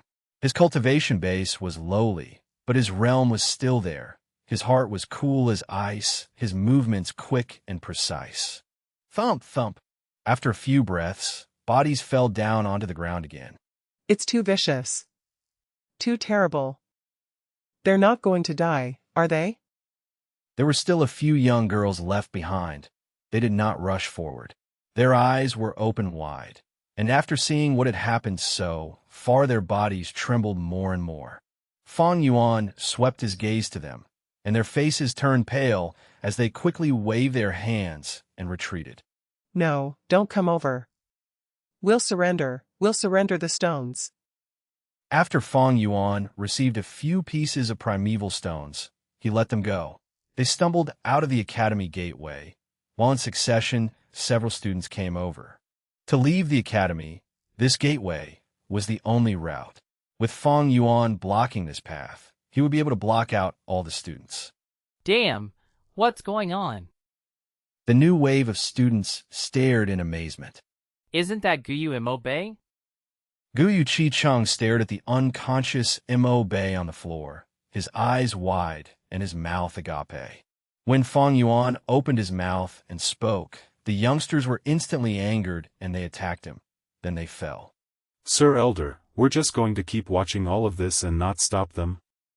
What if someone loses their life? How are we going to salvage the matter? The guard were worried. Some of the guards were indignant, saying, "This Fang Yuan has too much guts. He would actually dare to extort his classmates at the academy school gates under our eyelids. This is acting with utter disregard of the law and discipline. As long as Sir gives the command, we subordinates will take away this kid." The violent matter of Fang Yuan blocking the gateway and openly extorting his classmates had long attracted attention since the beginning. But mortal guards had no right to punish the students, so they could only go first to the Academy Elder and report. When the Academy Elder heard the news, he did not immediately command for them to stop it. Instead, he went up the pavilion and observed from afar. "Looks like this child has fighting talent." The longer the Academy Elder watched, the more interested he felt. Fang Yuan's use of the Moonblade today had already caused some uncertainty in the Elder. Right now, he watched as Fang Yuan, with his strength alone, making an enemy out of the entire batch of students, bearing a sort of unstoppable fighting style of graceful demeanor. With this, the doubts in his heart were cleared. In this world, there were those who were particularly keen and sharp towards battles. These were hidden gifts. They were good at fighting, and they loved battles. In the battles, they were often inspired, and always created surprising and even unbelievable accomplishments. Ah, he's a natural battle Gu master. Pity, his talent is only C grade. In the end, he just lacks one step of a grade. The Academy Elder heaved a sigh. Sir, are you not going to stop this farce? Letting him go on with this nonsense? I'm afraid the consequences wouldn't be too good. The guards beside him had worried expressions on their faces. Chapter 28, Capital-Free Business. Why stop it? The Academy Elder lifted his eyebrows and laughed. He lifted a finger and pointed it at Fang Yuan, who was far away, and said, "This young man has taken control of the entire situation, and his attacks are fully restrained. Look at the way he cuts at the neck. He only acts on the left or right side, but never cutting at the nape. This is because he knows that striking the neck sides can make a person faint on the spot. Meanwhile, attacking the area at the back of the head and neck could cause death, so he automatically abandoned that way of attacking. Look at all those youths on the ground. Which one of them is actually heavily injured? None. Even if they were badly hurt. So what? Are you saying that our Academy's treatment Gu masters won't be able to cure this sort of traumatic wound?" But Sir Elder, that child is just too arrogant. He blocked the entrance. This is obviously not acknowledging our existence as guards. Being ignored isn't the main problem, though. The important matter is how the clan will think of our academy. To actually allow a small petty C-grade student make a fuss in the academy and not stop it. If word goes out, we're afraid this might affect your reputation, Sir Elder. The guard squinted as he said this. "Humph. In reality, is that because you all were disregarded by the boy, so your own dignity feels challenged?" The Academy Elder was not too happy. He sneered and shot a gaze as sharp as a sword edge at the guards. They all lowered their heads, all of them disagreeing. "What's wrong with fighting? As long as lives are not lost, it will stir up the competitive side of the students and temper their will to fight. To stop this kind of fight is to stifle the students' fighting passion. Was there no fighting in the past batches? Every batch had their own battles, and it happened very often. The only difference was that it usually happened in the latter half of the year, when the students had already mastered some means of fighting. With strength they itched to fight, and at the same time it is an aggressive age. Why didn't you stop those people back then?" The Academy Elder questioned in a cold voice. Maybe it was because the fights in the previous years were all single battles. There were rarely huge-scale fighting like this one. But this Fang Yuan is really good at creating a disturbance. The chief of the guards replied. No, no, no. The Academy elder shook his head. That was because you all did not dare to stop it. Because after half a year, a goo master will have the ability to fight beyond immortal strength. And with your petty mortal bodies, how are you supposed to stop it? Right now you all want to stop Fang Yuan. Perhaps it is because he just started cultivating, so he doesn't have enough power. It's also because you feel that he ignored your existence and offended your dignity. But you must all remember, these students all bear the surname of Guyu. They are my Guyu clan's clan members, your masters. Even if they are still of young age, no matter how weak, they are still your masters. The elder's tone had turned sharply. Your surnames are not Guyu. What is your worth? Because of your loyalty, you are all given the position of guards, rewarding you with some sweet benefits. But in reality, you are still slaves. Just slaves. A slave dare give preposterous opinions of their masters, caring about the matters of their masters? The elder's face was dark like water. This was not your subordinate's idea, not my meaning. I wouldn't dare. I wouldn't dare. The guard were ashen-faced as they kneeled down to the ground, spouting non-stop. The Academy elder gave a cold snort and pointed at the chief guard who had just called Fang Yuan a person good at creating disturbances. You gave an outrageous comment on your master. You are relieved of your position. After a while, the elders said to the others, After half a month, there will be a re-examination to determine the new chief. The other guards immediately had eyes that shone, their hearts pumping with enthusiasm. The position of chief of the guard. Every month, I'll be able to receive half a primeval stone more. To be able to become the chief is to become a man above men. Aside from the masters, I dare to see who else would show displeasure at me? If I became the chief, how cool that would be. All right, what are you all pestling here for? Get downstairs and wait for the battle to end, then sweep the field. The elder roared. Yes, yes, yes. Your subordinate takes his leave. The guards left in reverence and awe as they went down. One of the guards on the stairs lost his footing and fell down. Immediately, there was a series of sounds implicating a chain of people falling and knocking down. However, under the Academy elders' power and influence, the guards reddened their faces and endured in suffering, not letting out a single noise. Humph.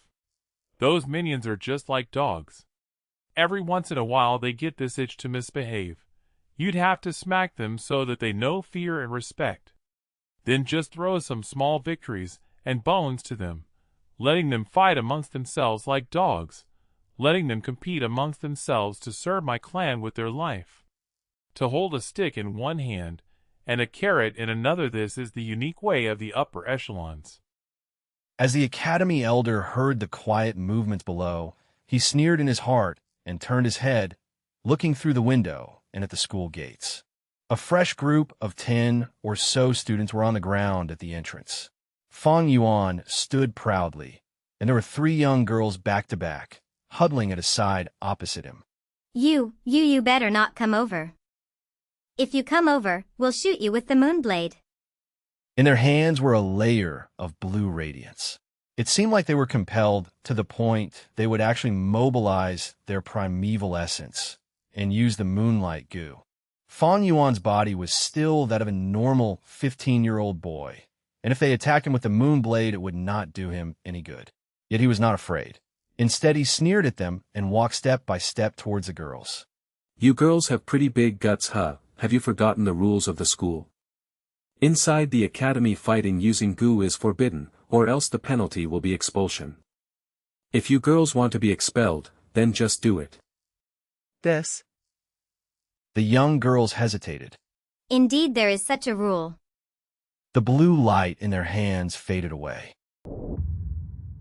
Fang Yuan's eyes flashed as he caught this opening and dashed forward, his palms waving in the air, cutting down 2 of them without a shadow of doubt. Being the last one, her morale dropped and her knees turned weak. She collapsed to the ground, crying heavily, begging Fang Yuan. Don't you come over, Fang Yuan, please let me go. Fang Yuan stared down at the young girl with a condescending look, his cold voice sounding in her ears. A piece of primeval stone.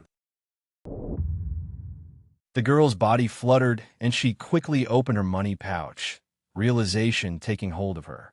She took out 3 to 4 pieces of primeval stones and held them in her palm, stretching out her hand to Fang Yuan.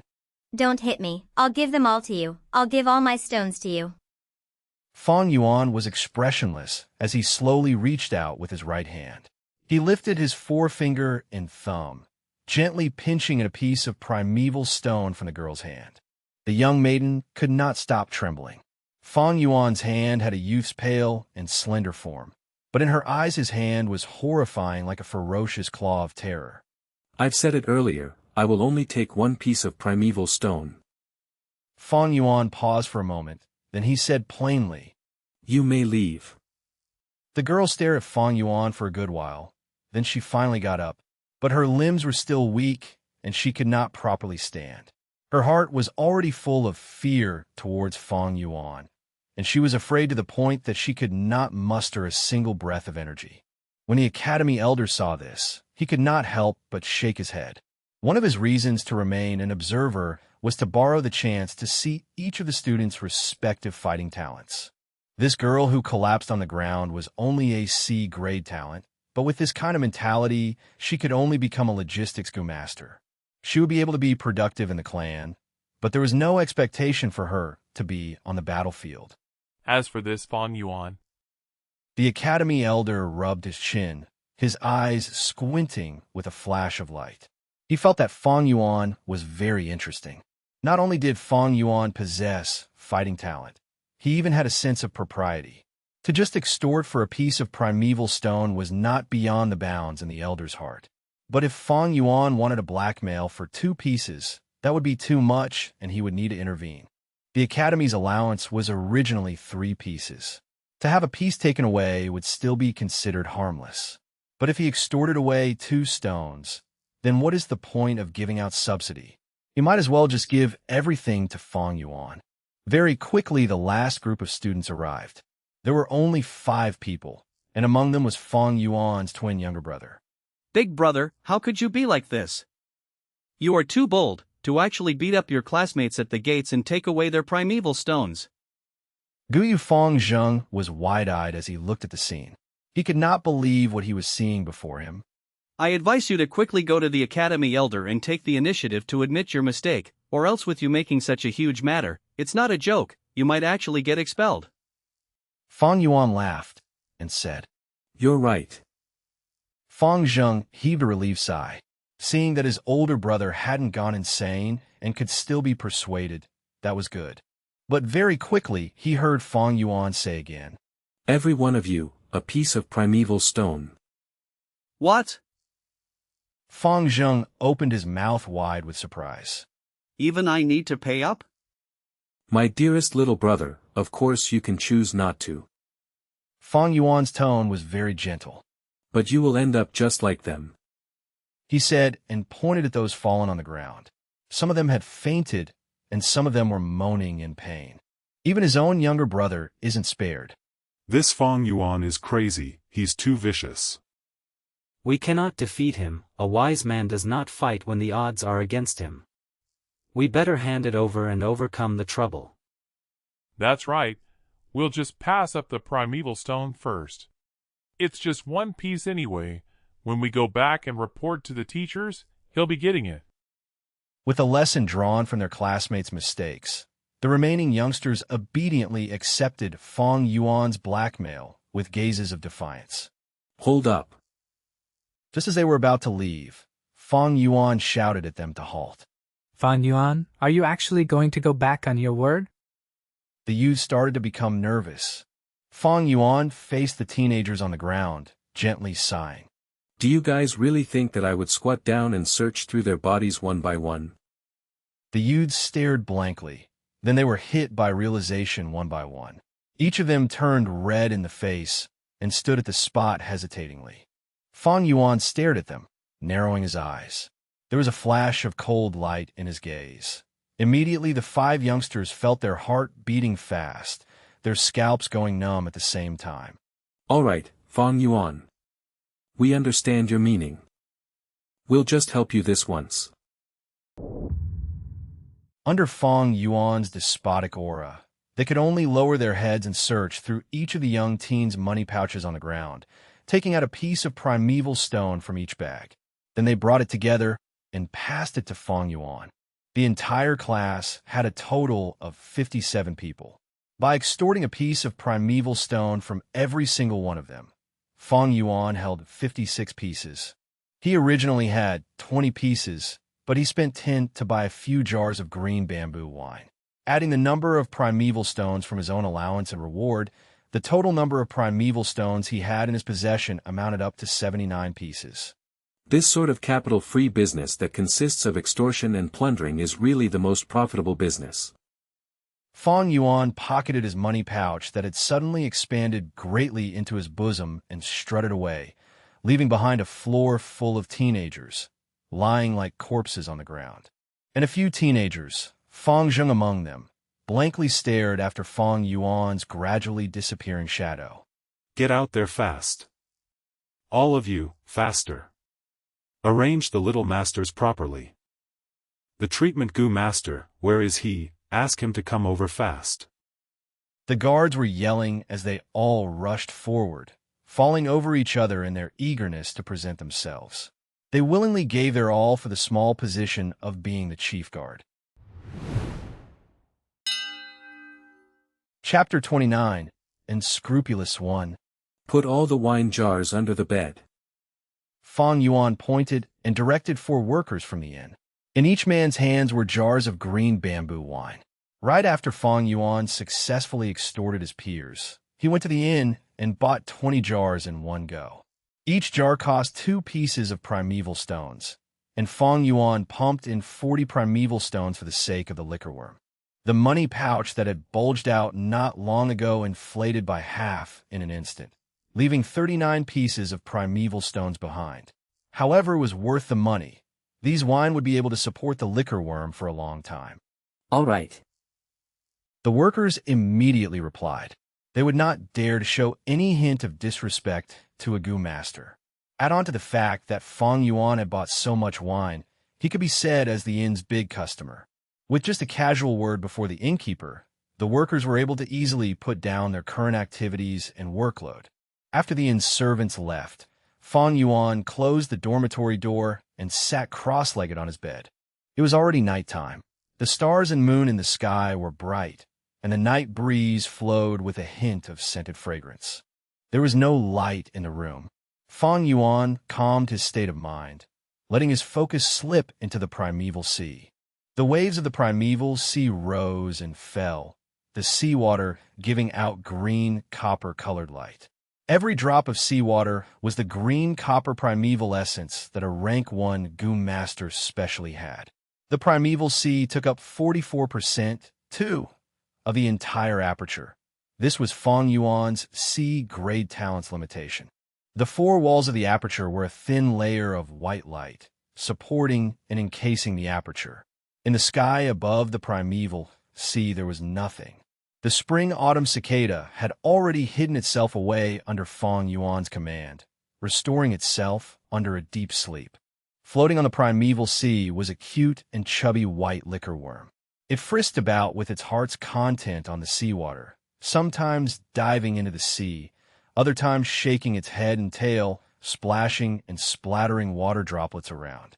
Fang Yuan sent a thought through his mind, and the liquor worm immediately responded. It stopped playing and curled up into the shape of a rice dumpling, leisurely floating into the air. It rose up to the middle of the aperture and out of the green copper sea. Go. Fang Yuan mobilized 1/10 of his primeval essence, transforming it into a narrow flow, thrusting it all into the liquor worm. The liquor worm had already been refined by him, so this time it did not resist. It took in the entire jet of primeval essence and absorbed everything into its body.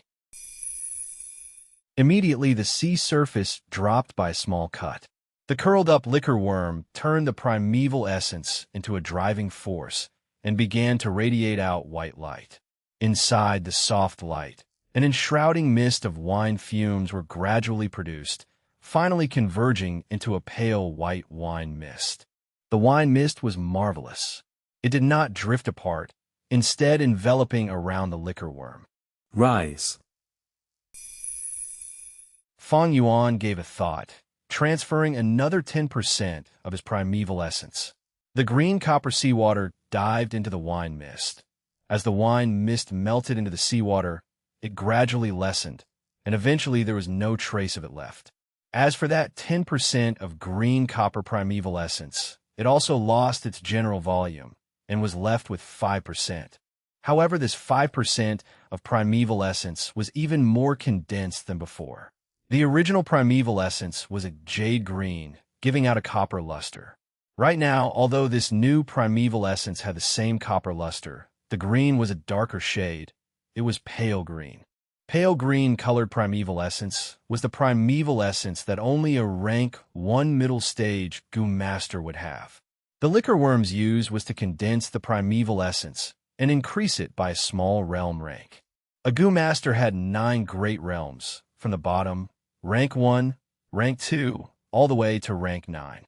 Every great realm was split into 4 smaller realms, which were initial stage, middle stage, upper stage, and peak stage. Fang Yuan was only a rank 1 initial stage Goo Master right now, but with the liquor worm's help he had 5% of a rank 1 middle stage Goo Master's primeval essence. If I want to condense out 5% of middle stage primeval essence, I would need to use 20% of initial stage primeval essence. I want to convert all the 44% of my primeval C into middle stage primeval essence, so I'd need to use around 180% of initial stage primeval essence. To reach this target as soon as possible, I'd need to borrow the help of primeval stones. As he thought of this, Fang Yuan opened his eyes and took out a complete primeval stone the size of a duck egg from his bag.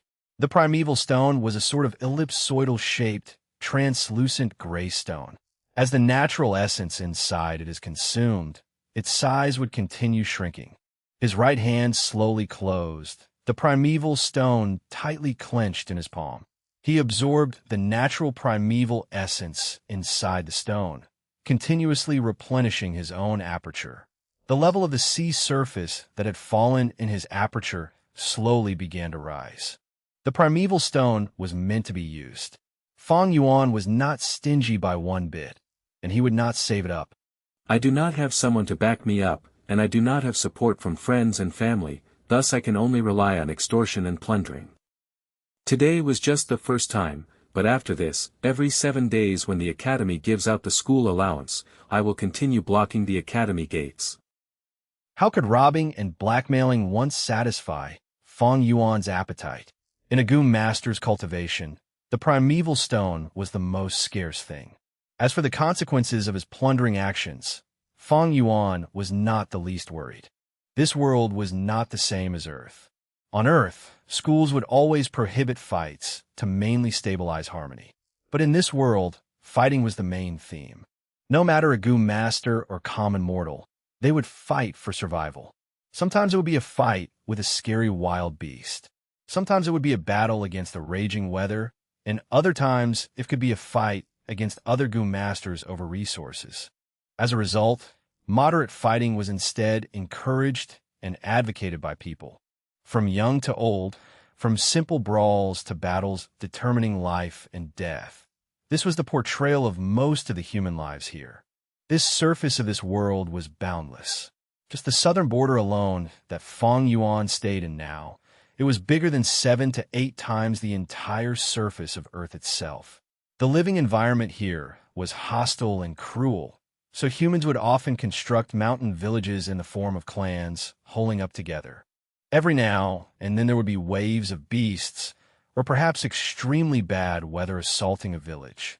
The Goo Master would become the core force of a village's protection, and every year the situation of attrition would become more serious. Surviving requires men with strong fighting will. A clan needs battle Goo Masters. There is never too much. Moreover, Fang Yuan's attacks were within the proper limit. He never attacked the lower jaw, as this would easily cause the skull to fracture and cause the loss of a human life. He also never struck the back of the head. When fighting, he did not use his fists or elbow or even jabbing with his fingers, but he used his palm. The number of kicks he used could also be numbered. The students that fell were not heavily injured. At most, they were lightly wounded. Fang Yuan was not bloodthirsty. He just treated killing as a type of means. Every time he acted, he would have a clear goal. Whatever the type of method, whichever would let him reach his goal the fastest, he would use it. In other words, he was unscrupulous in doing things. The clouds floated over, covering the moonlight. A shadow enveloped over the Guyu village. The watchman banged on his clappers, prompting people to know that it was already deep in the night. Be careful of fires, be on guard of beast assaults, as well as the possibility of foreign Gu masters sneaking into the village. There were still a lot of lights in the village. In the Qi family branch home, Guyu Qi Lian stayed in his study, the lights radiantly bright. This high-authority old man spoke with a gentle tone, expressing sympathy as he asked his own grandson Guyu Qi Cheng. I heard you were beaten up by that Fang Yuan today? Guyu Qi Cheng had a black right eye, and he angrily said, Yes, Grandpa. That Fang Yuan was just a petty C grade, yet he dared to act so arrogant. He blocked us all at the entrance, not caring about the friendly sentiments of his classmates, and he robbed us of our primeval stones. What's more, the academy just opened one eye and closed one eye over the incident. It was only when Fang Yuan strode away that the guards hurried over. Grandpa, this time you have to help me expel this angry resentment of mine. Instead, Guyu Qi Lian shook his head. This is between you and your juniors. You were blackmailed to lose a piece of primeval stone, and you did not suffer heavy injuries. Grandpa cannot act without any justifiable excuse. Even if you were heavily wounded, I will not stand up for you. Do you understand why? Guyu Qi Cheng was stunned. He struggled to think, and after a long while he hesitatingly said, Grandpa, I think I understand your meaning. You are hoping that I will rely on my own strength to find my way, right? You only understood one aspect. Guyu Qi Lian nodded his head and added, You must remember, you are not just an individual representative, but you are the image on behalf of our Qi family branch. For many years we have confronted the Mo family branch, and your every move will represent the hope of the future of the Qi family branch. Grandpa may help you in the shadows, but you must stand up and erect a self-reliant and strong image. Otherwise the elders who are supporting our family will not see the hope for our future, and they will abandon the Qi family. As he said this, Guyu Qi Lian heaved a sigh. This is also why Grandpa helped you to cheat and let you impersonate a B-grade talent. Our Qi family needs a strong successor to hold on to those who are supporting us. Guyu Qi Cheng was then enlightened. Grandpa, I understand now. Guyu Qi Lian shook his head. Just understanding won't do any good. You must work hard. Fang Yuan is just small trouble. Next up you must study hard and train diligently on your basic martial arts and get your dignity back. At the same time, do not forget to work hard on cultivating, promoting to middle stage as soon as possible. The best you can do is to win the position of class monitor. This will be great honor and a kind of help to our Qi family. All right, Grandpa. Guyu Qicheng replied loudly. He. This spirit is how the heir to our Qi branch should be like. Grandson, you must work hard. I will do my best to help you.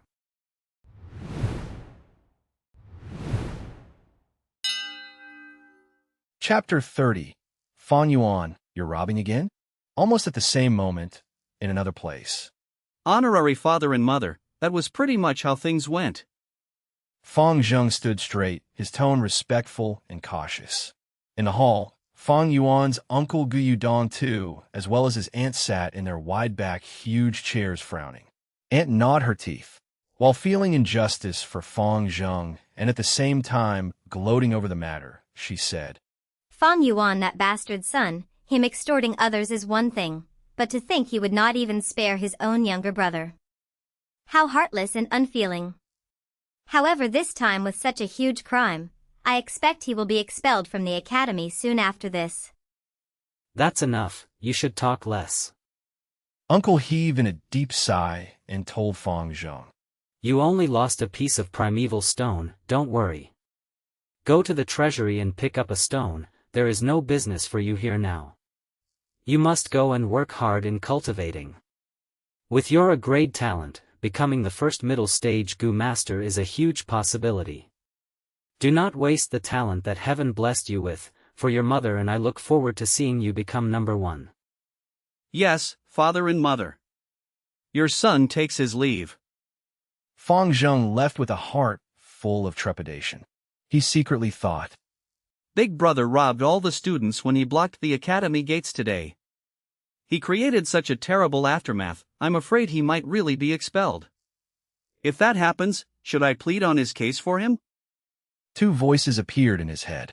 A voice said, No need to plead for him. He even robbed your primeval stone away, although you were his own young brother. Even if he was expelled, that was his own fault.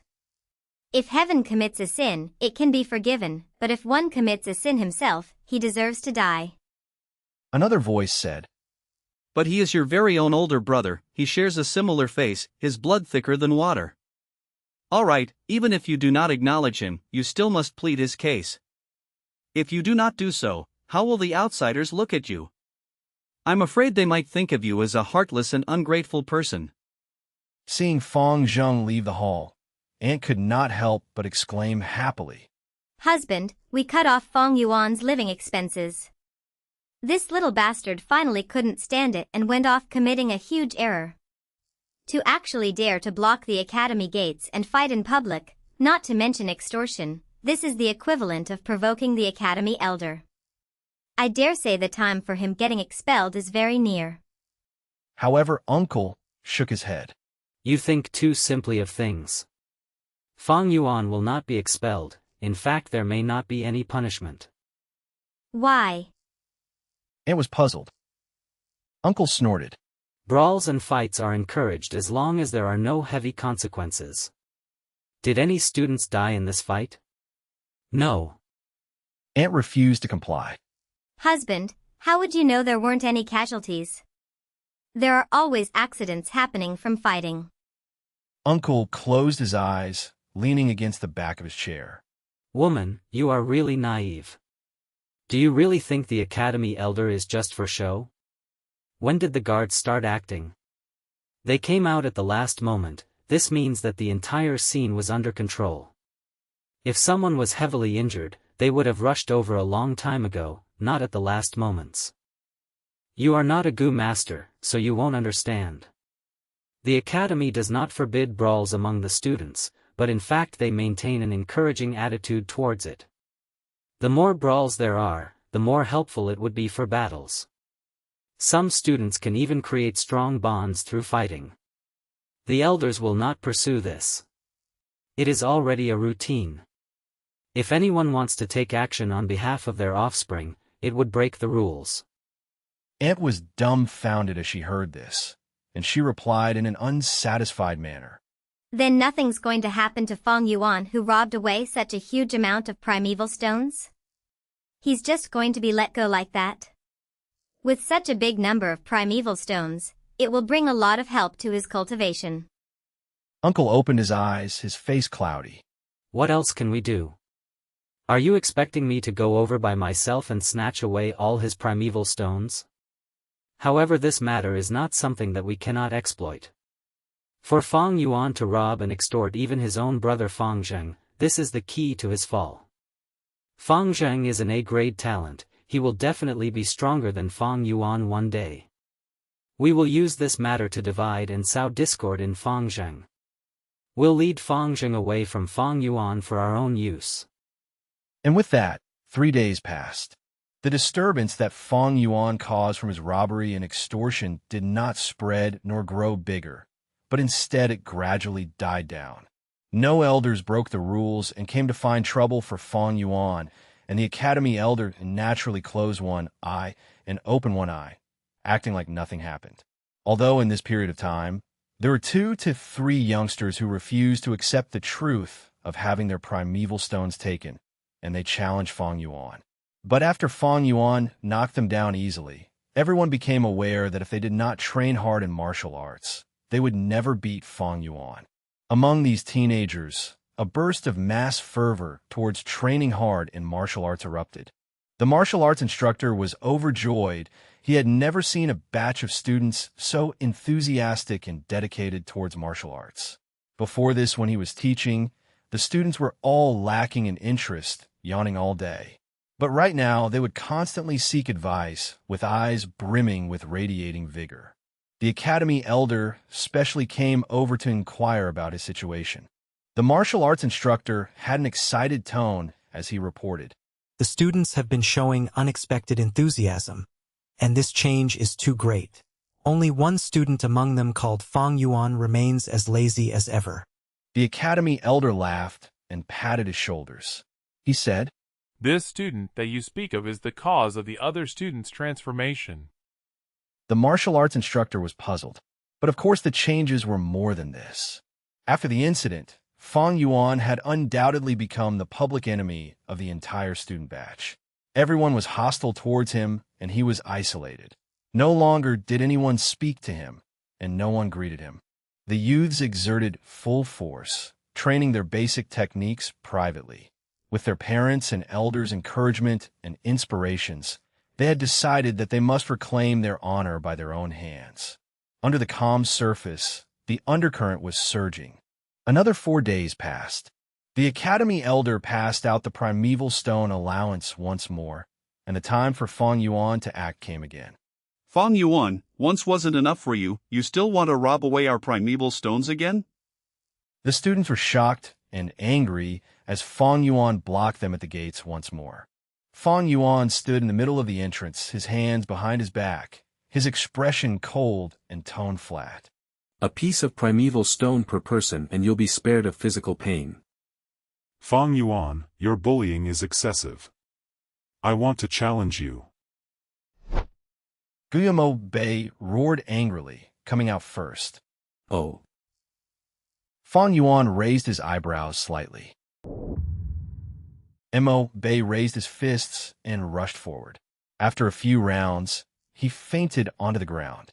Mo Bei, you're too useless. Watch me. Guyu Chi Chang yelled loudly and dashed towards Fang Yuan. After a transition of attack and defense, he joined after Mo Bei's footsteps.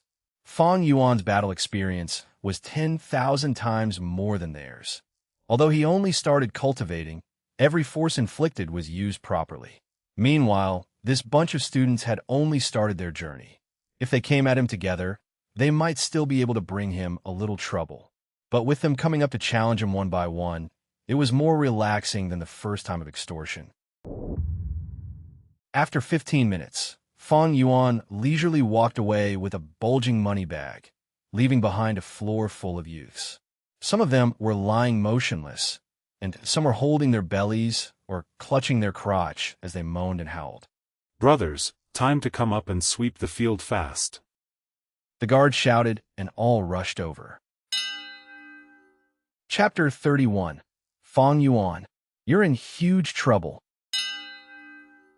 Chapter 31. Fang Yuan, you're in huge trouble. I've trained hard in basic martial arts for 7 consecutive days, but to think I only managed to endure 2 strikes from Fang Yuan and lost consciousness afterwards. Shame, unforgivable shame. Guyu Mo Bei exclaimed, full of anguish and regret. In the family garden, he faced the wooden puppet, unleashing punches and kicks that were resulting in resounding echoes. Suddenly, he heard a laughing voice. Little brother, do you have deep hatred for the puppet?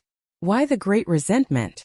Upon hearing this familiar voice, Guyu Mo Bei relaxed and stopped his attacks. He turned his head. Sister, you're back. Aha. The family council sent me out for an investigation mission which lasted more than 10 days. Guyu Montakyan laughingly replied. She was Mo Bei's blood-related sister, a rank 2 middle-stage Gu master. But soon, her face turned grim, her eyes sharply gazing at Mo Bei. Brother, what's the matter with those bruises on your face? Who bullied you? Ah, it's nothing. I accidentally tripped and fell. A hint of panic flashed across Mo Bei's face as he came up with an excuse. He did not wish for his sister to know of such an embarrassing event. The truth of the Mo family's future heir and the family head, Guyu Mo Chen's beloved grandson, consecutively knocked out twice in combat. But the fortunate thing was that he wasn't the only unlucky one. The others had suffered as well. Oh, you have to be more careful in that case. As for your combat training, this won't do. You do not have a gut hat enhances your defense right now, so use thick towels to cover yourself. This will protect your limbs from getting hurt. Guyu Mo Yin instructed before leaving. Hello, young miss. Good morning, young miss. Young miss is back. Your servant greets you, miss. Guyu Mo Yin hastily walked with a cold demeanor, and the servant she met on the way bowed and paid respects to her without fail. She walked to the study room. Without any warning, Mo Yin pushed the door and entered through. Inside the room, Guyu Mo Chan was practicing his calligraphy art with his back facing her. You're back? Guyu Mo Chan asked directly without turning his body. After investigating for half a month, what is the situation with the wolves' den? How did you know it's me, grandfather? Mo Yin gasped, slightly taken aback. Humph, in the entire family, you're the only person that dares to enter my room without even knocking the door once. Who else can it be besides you, my beloved granddaughter? Guyu Mo Chan reprimanded, although his face showed traces of concern and warmth, and he looked at Mo Yin with a smile. Montakian pouted. When it comes to doting, you actually adore little brother more. However, since he's the future family head, you are more strict on him so others cannot sense your concern for him. After a while, she asked. Grandfather, little brother was beaten up. I asked him and he lied about the situation, so I had no choice but to ask you. Guyu Mo Chen's face turned serious. You have not answered my question. He put down his brush and sat down. Mo Yin reluctantly reported. The wolf's den is almost full, so according to the current rate of breeding speed, although there won't be an outbreak this year, there will definitely be a wolf tide next year at our mountain village. Guyu Mo Chen inquired again.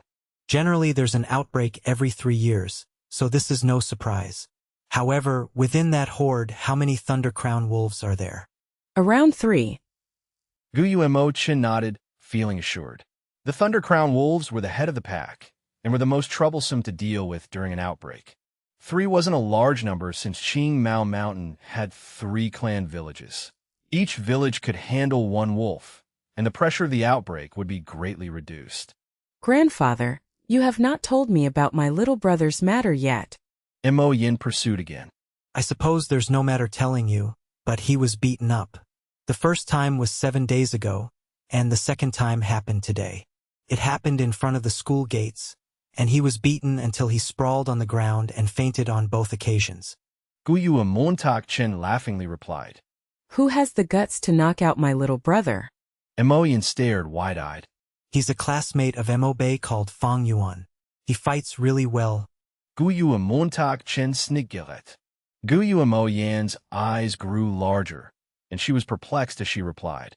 Grandfather, what are you saying? He is your own blood-related grandson. Guyu Mo Chan stared deeply at his granddaughter and spoke meaningfully. Mo Yen, my dear, you are a girl, so you may not understand. Defeat and humiliation only serve as fuel for improvement. Without failure, one can never develop and grow into a true, mature man. Mo Bei was defeated, and that is his own failure. Once he wakes up, he will ask fighting techniques from the teachers.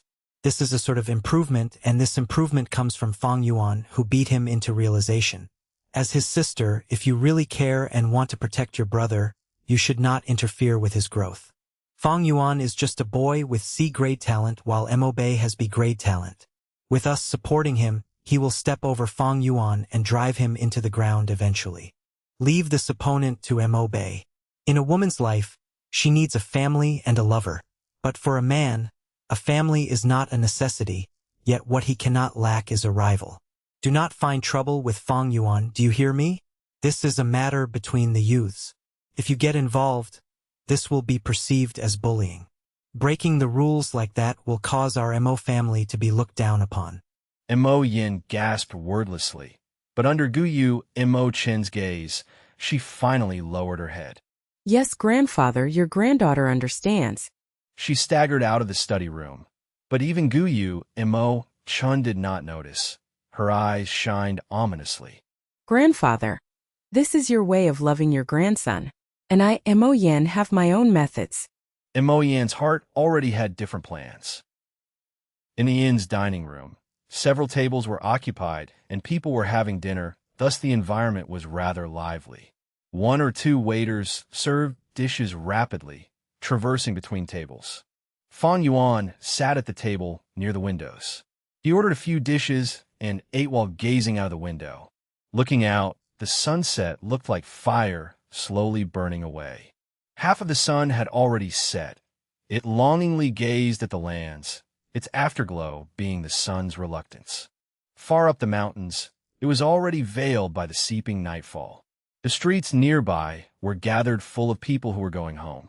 Some of them were barefooted, some muddy farmers, some of them herb pickers, some hunters holding mountain pheasants, wild boars and other animals, and some were masters. They wore a blue uniform, looking clean and spirited, a headband and a waist belt completing their appearance. The belt had a specific function. For rank 1 Gu masters, it was a blue belt. There was a bronze plate at the front, and the number 1 could be seen. For rank 2 Gu masters, their belt was red, and the steel plate in the middle showed the number 2. Sitting at the side of the window, Fang Yuan observed that there were 6 to 7 rank 1 Gu masters, and they were mostly young men. There was also a rank 2 Gu master, a middle-aged man. As for rank 3 Gu masters, they were the family elders. In 4th rank would be the clan head, the lord of the village. Rank 5 Gu masters were hardly seen, and in the entire history of the Guyu clan, there were only the 1st generation clan head and the 4th generation clan head who had reached this level. Actually, finding out a clan's strength is very simple. Just find a spot in the village, settle down and observe the people for a few hours, see how many rank 1 and rank 2 Gu masters there are, and you'll be able to see the clan's strength and wealth. Fang Yuan came to a conclusion with his accumulated knowledge of 500 years. Using the Guyu village as an example, there were around 20 people walking on the streets, and 6 were Gu masters. In these 6, there was a 50% chance of having one rank 2 Gu master. With this strength and capital, the Guyu clan managed to monopolize one of the best resource locations in Qingmao Mountain. But the mountain was just a small corner in the entire area of the southern border. The Guyu clan could only be considered as a middle-low tier clan. I have only started my cultivation, and with rank 1 initial stage, I do not even have the qualification to roam the southern border.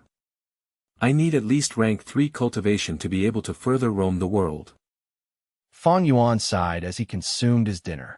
Qingmao Mountain was too small. It could not contain his ambitions, and he was determined to leave. You Fang Yuan, I have finally found you. At this moment, a middle-aged man laughed deviously as he approached. Fang Yuan turned slightly to see a man with a yellowish skin tone and hanging brows, but he had a huge body size and developed muscles. He strode several steps to Fang Yuan with his arms folded and proudly stared at the youth who was still consuming his dinner, with a hint of hostility. Fang Yuan, you've gotten yourself into huge trouble, do you know that? Heh, you have dared to hit our young master of the Mo family, and now our young miss is here to settle the score with you. The middle-aged man snickered continuously. He constantly stared and sized up Fang Yuan, faintly emitting a threatening aura. Chapter 32. Making Fun. If a normal person was stared at by this middle-aged man, they would have probably developed fear in their hearts already. However, Fang Yuan lost interest after looking at him for a second and continued focusing on his meal, treating this man as if he were invisible. Who's that guy? He wears the clothing of a family servant, and he is not a Gu master. Why would he dare to question young Master Fang Yuan? An employee wondered as he hid at the corner of the inn, sensing that the situation may turn ugly. Humph, he's like a fox assuming a tiger's ferocity. By using the Mo family as his backing, this servant man dares to clamor at a Gu master. If it were any other mortal man, they wouldn't have the guts to do this. Someone beside the employee replied in disdain. Even so, as a mere mortal he has the guts to cause a ruckus towards a Gu master. TSK, this kind of experience must feel really great. TCH, you shouldn't think that a Gu master is always high and mighty. Young Master Fang Yuan is merely a rank 1 initial stage Gu master, and he has just managed to refine his vital Gu. If they were to fight now, he may not be the opponent of this muscular and strong mortal. Sigh, let's just hope that when they fight later, they will spare our inn and the furniture. The employees chattered back and forth, but none dared to take a step forward, only staring from a distance. You still have the mood to continue eating? Seeing as how he did not manage to intimidate or scare Fang Yuan, the muscular middle-aged man had a hint of doubt in his eyes. Do you think I'm lying to you? There are already people reporting to young miss and she will be here shortly. Do not attempt to run away, young lad, because you won't be able to get away. My job here is to make sure you stay put. There will be much suffering for you later. Fang Yuan paid no heed to the man and continued eating his meal. The middle-aged servant frowned as he did not see a hint of panic or shock from Fang Yuan. This made him feel ignored, and his pride was severely offended. He had been a servant in the Mo family for over a decade, and he had acquired the trust of his master. Over a long period, he would naturally come to learn about the details of Gu masters. Rank 1 Gu masters mostly relied on their physical combat skills. In battle, a Gu worm's worth was attributed more to its deterrence factor than as a fighting force. He knew especially that for a young Gu master like Fang Yuan who had just started cultivating, his physical strength was far inferior when compared to a grown man. If it came down to close combat, he who had trained for many years would gain the upper advantage. At the same time, Fang Yuan had supposedly only refined the Moonlight Gu, so at the max, he would only be able to shoot out several Moonblades. The middle-aged man was used as a sparring partner from a long time ago, so he knew deeply that if a rank 1 initial stage Gu master were to use his primeval essence to unleash the Moonblade, the most it could do was cut several palm-sized wounds and cause limited damage if it managed to hit the human body. Additionally, the man had the backing of the Mo family, so when he confronted Fang Yuan, he had no fear and was wholeheartedly trying to show off his worth to his masters so that he could be rewarded and deemed more useful to the family. Young lad, you sure are courageous, huh? The middle-aged man's tone was turning unfriendly as he folded up his sleeves, revealing his well-toned and muscular forearms. His 2 arms were large and full of scars. The forearms had thick protruding veins and were even thicker than Fang Yuan's legs. The inn employees watched in fear, and several customers were already getting up, paying the bills, and leaving this land of conflict. Fang Yuan has been found? Suddenly, the door emitted a proud, loud female voice. Mo Yin strode forward in big steps and entered the inn. Behind her were numerous family servants. Her body figure was decent, slightly tall, and had the proper curves. But a long face like a horse's, an inherited gene from the Mo bloodline, caused her looks to be greatly affected, and thus she was only a middle upper tier beauty. However, she wore a dark blue uniform and a red belt, affixed with a square steel plate tied around her waistline. The steel plate was engraved with A. 2. Additionally, she had just returned from after a clan mission, so there was still lingering traces of the hardship that she had just gone through. These added up to create a field of pressure and threat that was emitted to her surroundings. Thus, once she stepped into the inn, the entire place went silent under her aura. Your servant greets you, young miss. The middle-aged man changed his attitude completely upon seeing Mo Yin. He tried to smile charmingly, and he bent his body as he walked a few steps and knelt on the floor, greeting Mo Yin. Upon seeing this change in behavior, the workers in the inn could only stare in shock with their mouths wide open. The tall and muscular figure, as opposed to his humble, groveling attitude, was a great mismatch and was seemingly amusing. But the employees of Ian did not laugh, as his behavior only greatly showed off Mo Yan's imposing pressure and status. Some of the inn workers could not help but worry for Fang Yuan, as he was their major customer. If something were to happen to him and made him unable to patronize the inn any further, it would be a huge loss. More of them were secretly praying for Fang Yuan to surrender. If a fight really broke out and destroyed the inn's property, that would be worse. Mo Yan did not even take a look at the groveling Gao Wan. Her eyes were fixed on Fang Yuan. She took a few steps forward and demanded in a fierce tone.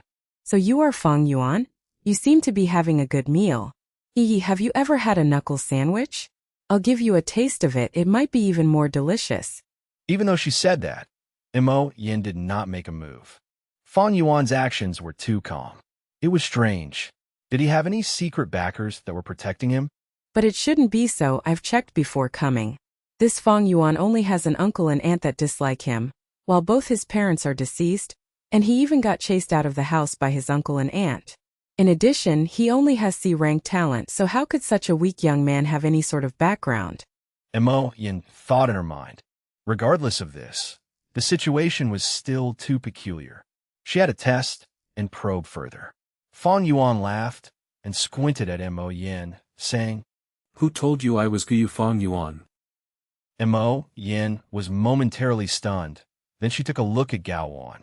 He had just stood up, but upon seeing this he immediately knelt back down with sweat pouring out of his forehead. He stammered and could not give a coherent reply. "Master, your servant, your servant." They had a drawing of Fang Yuan, but they did not know that Fang Yuan and Fang Zheng were twins that looked almost identical. No wonder this young man looked like he had no fear. He is actually Fang Zheng and not Fang Yuan. Mo Yan's servants guessed in their minds. Fang Yuan cannot be compared to Fang Zheng. The former is merely a C-ranked loner with no background. The latter, however, has a ranked talent and was pulled into the clan head's faction at the awakening ceremony, and as long as he grows smoothly, he has a bright future ahead. Mo Yan did not get proper reply from Gao Wan, causing her to be even more hesitant. At this point, the only ones who knew Fang Yuan's identity were the inn employees. However, they could not afford to offend either parties, so they only kept their mouths shut. Fang Yuan was satiated from his meal. He stood up and glanced lightly at Mo Yan. "You want to find Fang Yuan? Come with me, I'll bring you to the school hostel to look for him." If the person in front of me is Fang Zheng, I would not want to offend him. However, even if he is really Fang Yuan, I will follow him closely on this trip, so I have no fear of him impersonating Fang Zheng. In an instant, Mo Yan made up her mind. All right, I will go together with you to the school hostel. After you. Mo Yan turned her body to make space for Fang Yuan, stretching out her arm and indicating for Fang Yuan to take the lead. Fang Yuan laughed nonchalantly and strode forth. Mo Yan followed closely behind with her servants trailing at the back. So close. They're finally gone. Even if they start fighting, it is none of our inn's business anymore. The employees that were left behind all sighed in relief as they patted their chests. A group of people approached the school hostel. Halt. Stop right there. The school hostel only allows our clan's Gu-masters to enter and leave. The two guards at the door stopped Fang Yuan, Mo Yan, and her gang. Insolent. Do you not recognize who I am? How dare you stop me? Mo Yan stared at the two and screamed. We dare not. The two guards hurriedly gestured. Young Miss Mo Yan, this guard holds you in high regards. However, the clan rules are absolute, so how about this? You can bring one servant in. This is the most we can do for you. An elderly guard politely responded. Mo Yan clicked her tongue. Her heart was full of dissatisfaction. Yet in the presence of the clan rules, she did not dare to break them. The Mo family was prosperous, and thus they had many enemies. Do not forget that aside from the Mo family branch, there was also the Chi family to contend with. Apart from a Chi family, the clan head's faction also wanted to get a hold on the Mo family. All of you stay behind. Gao Wan will follow me. Thinking about it, Mo Yin gave her orders. Gao Wan immediately held his chest up high with a look of joy on his face. Thank you, young miss, for the opportunity. Let's go, Junior. Mo Yin smiled at Fang Yuan with a questioning look. Fang Yuan remained unfazed as he led them in. He reached the dormitory door, opened the lock, and pushed the door open. He then took a step into the room and stopped. Within the room, there was nothing extra. It was all simple furniture, and there was no one else. Mo Yin stood at the doorstep, took a look inside, and her face turned grim. Junior, you better explain yourself well. There is no one in the room. Fang Yuan smiled faintly. Aren't I someone? Mo Yin stared at Fang Yuan, a glint flashing in her eyes as she suddenly seemed to have understood. I am looking for Gung. Fang Yuan snickered. You know, I never said that I wasn't Guyu Fang Yuan.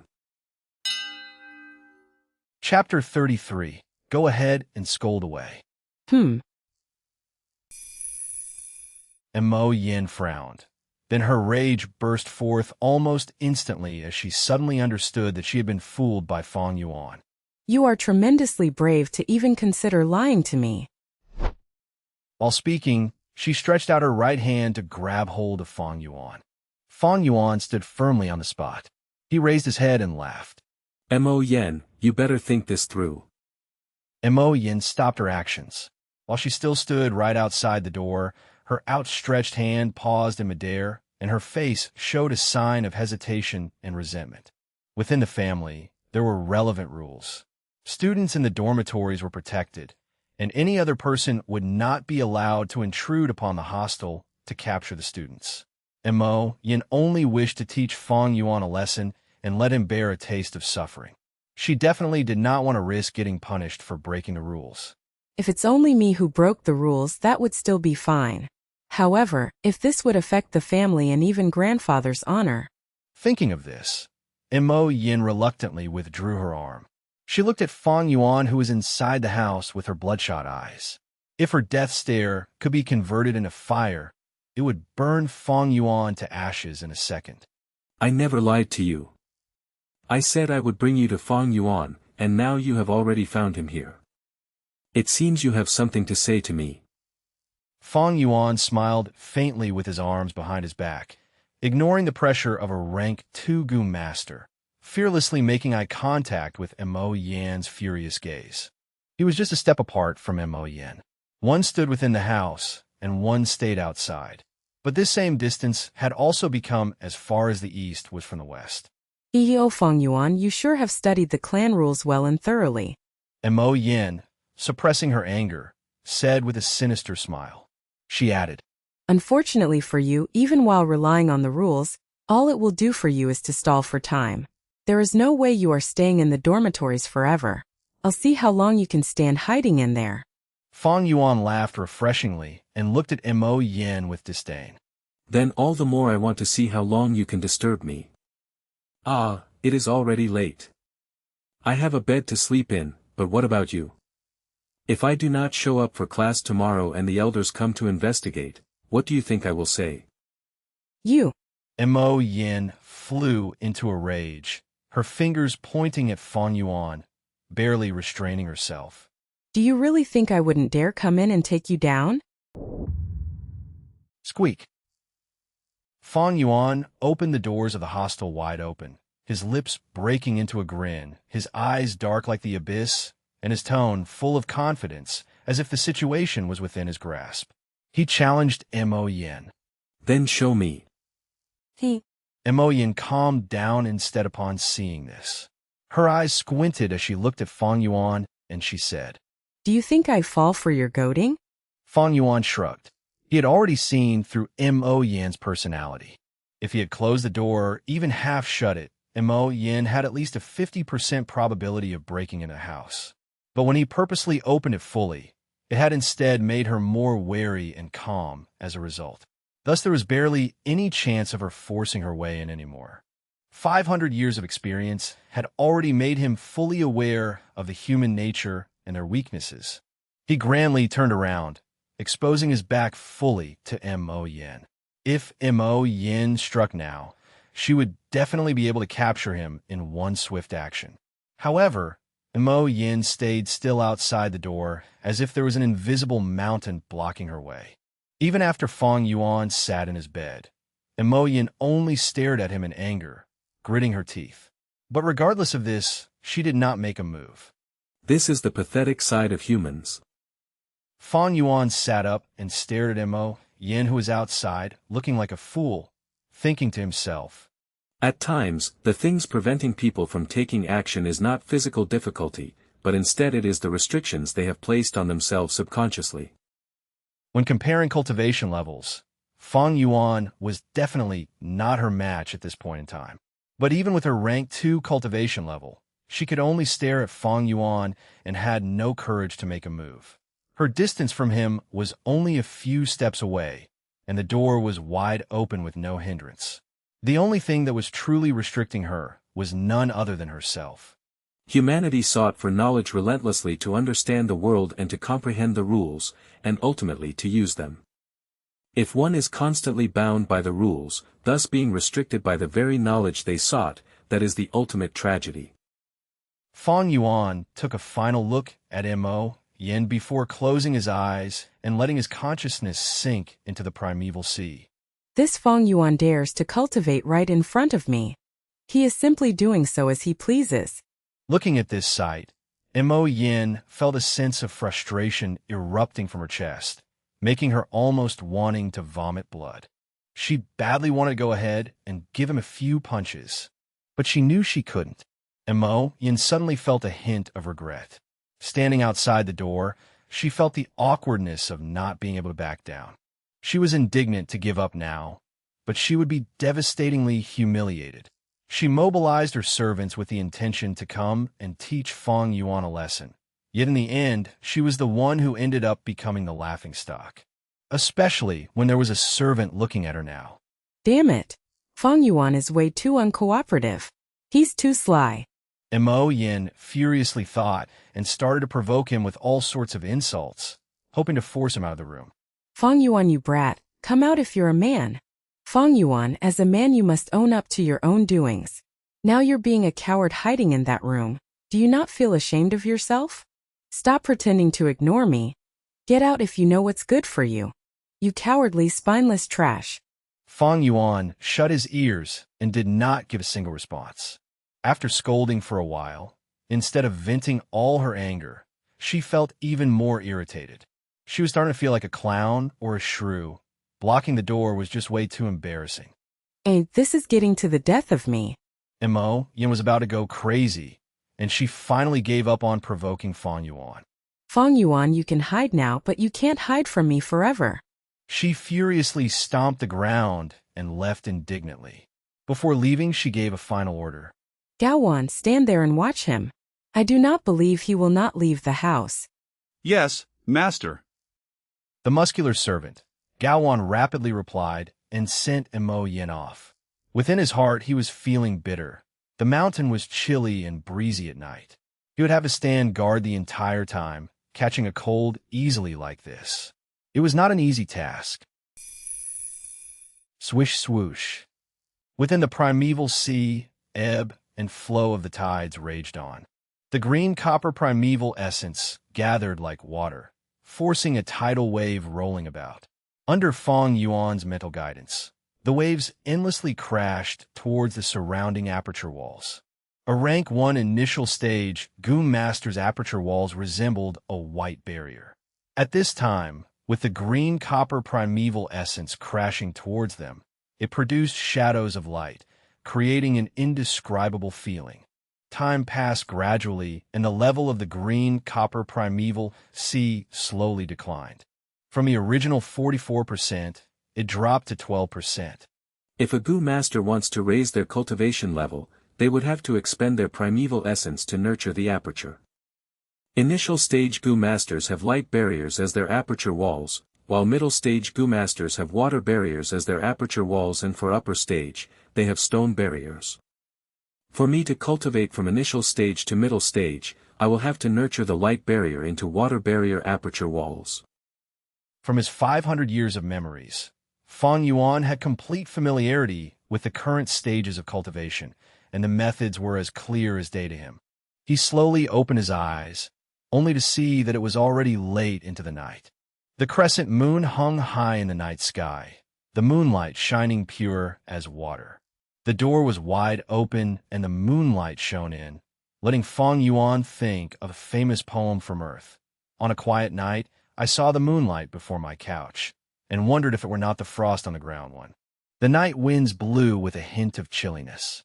Fang Yuan did not have any warmth-type goo, and with just the body of a 15-year-old, he could not help but shiver slightly. The night in the mountain was very cold. Scoundrel, you finally opened your eyes. How long are you planning to be cultivating there? Get out, you'll be punished regardless. You beat up our young master Mobe, so it was only a matter of time before young miss teaches you a lesson. Seeing that Fang Yuan had woken up, Gao Wan, who was standing at the door, got his spirits up. Fang Yuan squinted. It seemed that the rank 2 female Gu master had left. Scoundrel, did you hear me? Hurry and come out here. You have a room to stay in and a bed to sleep, but I had to stand here all night. If you don't come out anytime soon, don't you believe I might just barge in? Seeing no reaction from Fang Yuan, Gao Wan threatened. Fang Yuan remained unfazed.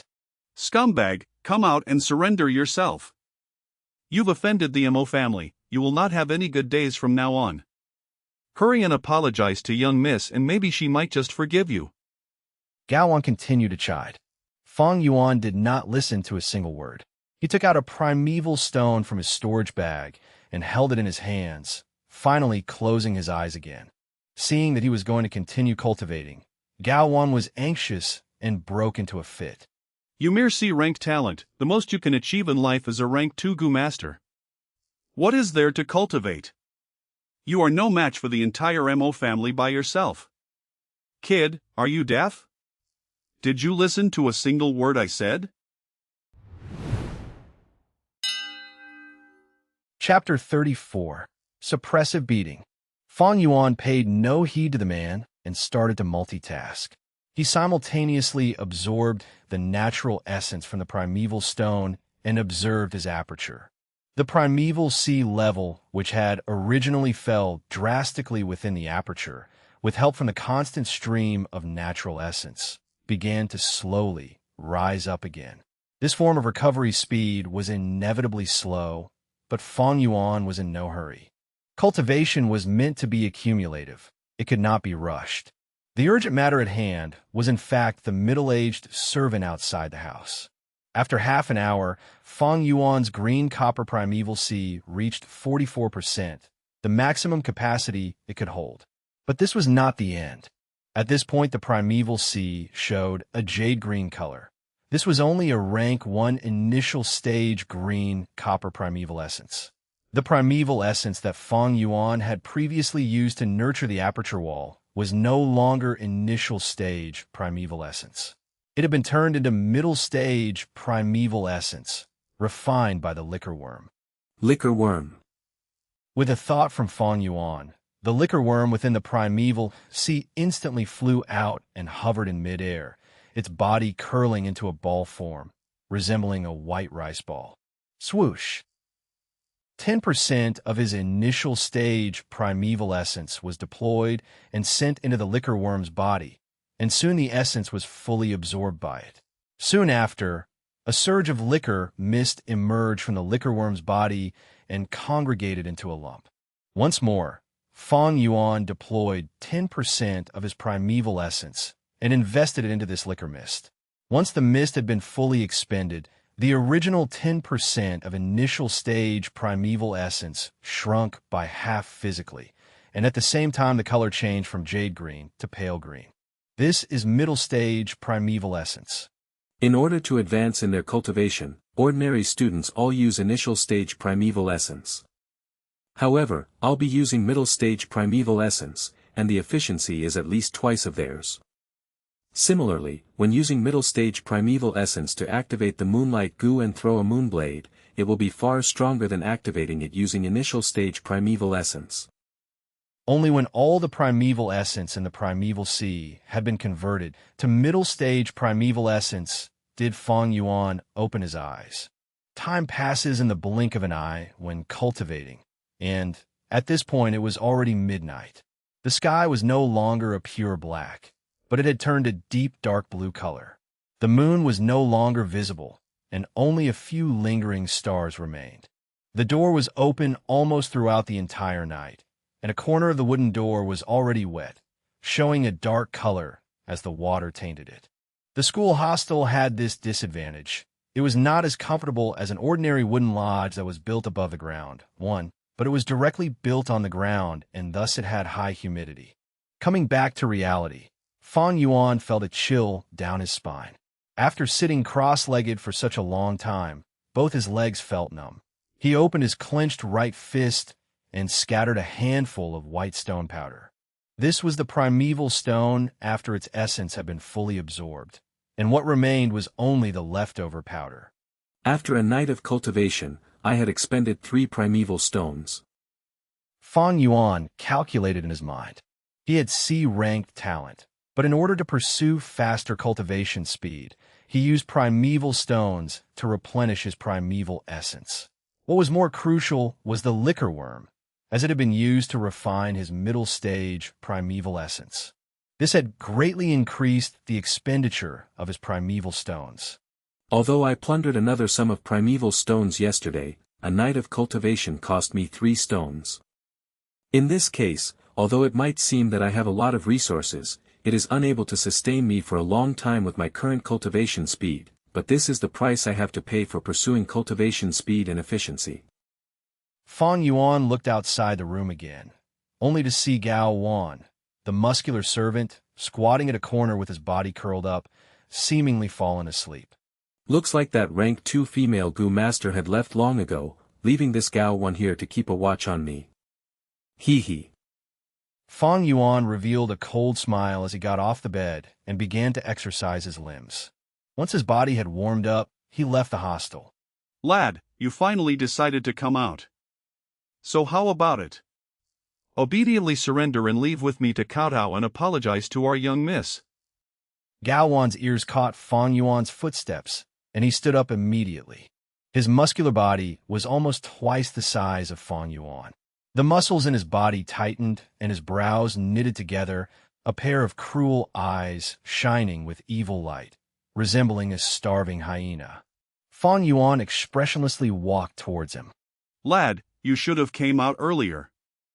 By coming out now, do you know how much the Great Knee had to suffer by watching over you? He snickered while approaching Fang Yuan, evidently planning something sinister. At this moment, Fang Yuan lightly cried out, and with a ferocious leap he aimed both fists towards Gao Wan. Bastard, you're courting death. Gao Wan's face distorted with rising anger within him, raised his brick-sized fist, and he punched towards Fang Yuan. The fist was extremely powerful, slicing through air, and the swooshing sound of the wind could be heard. Fang Yuan's eyes shone clear as crystal. Seeing that the fist was approaching close, he sidestepped and turned towards Gao Wan's rear. Stretching out a finger, he struck towards Gao Wan's waist. Gao Wan blocked with his retracted arm. Fang Yuan did not get a clear hit, and ended up hitting on a Gao Wan's left forearm. Fang Yuan's finger felt like it had hit a steel plate, painful and numb.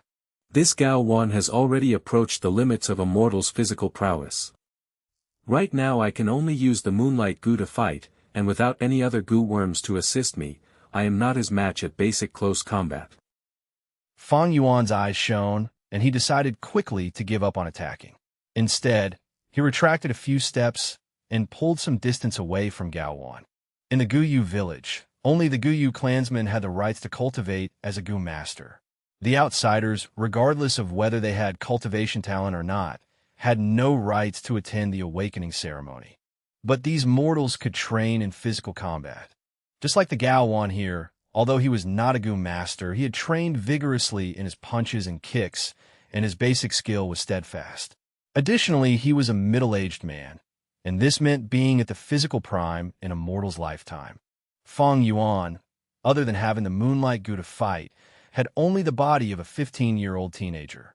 Be it strength, agility, or endurance, he was not Gao Wan's match. Martial artists like Gao Wan were sufficient enough to kill a rank 1 initial stage Gu Master. Even towards a rank 1 middle stage Gu Master, they still posed a certain threat. This lad is too sneaky. Seeing that Fang Yuan had drawn some distance between them, Gao Wan felt anxiety within his heart. The waist was a vital point of the body, and if it was damaged by someone through brute force, the harm was not negligible. If the force was exerted beyond a point, it could also be deadly. Gao Wan had waited outside the hostel for the entire night, and thus his body was enshrouded by the moist atmosphere, causing his reaction speed to be slightly slower. Hence the strike earlier had almost succeeded. Fortunately, although he was a bootlicker, he had trained hard in his physical ability. So at the crucial moment his body's reflex instinctively reacted and allowed him to narrowly block Fang Yuan's attack. I can't be careless anymore. This lad behaves like a wolf, striking harsh and deviously, getting his way whenever I am even but a little careless.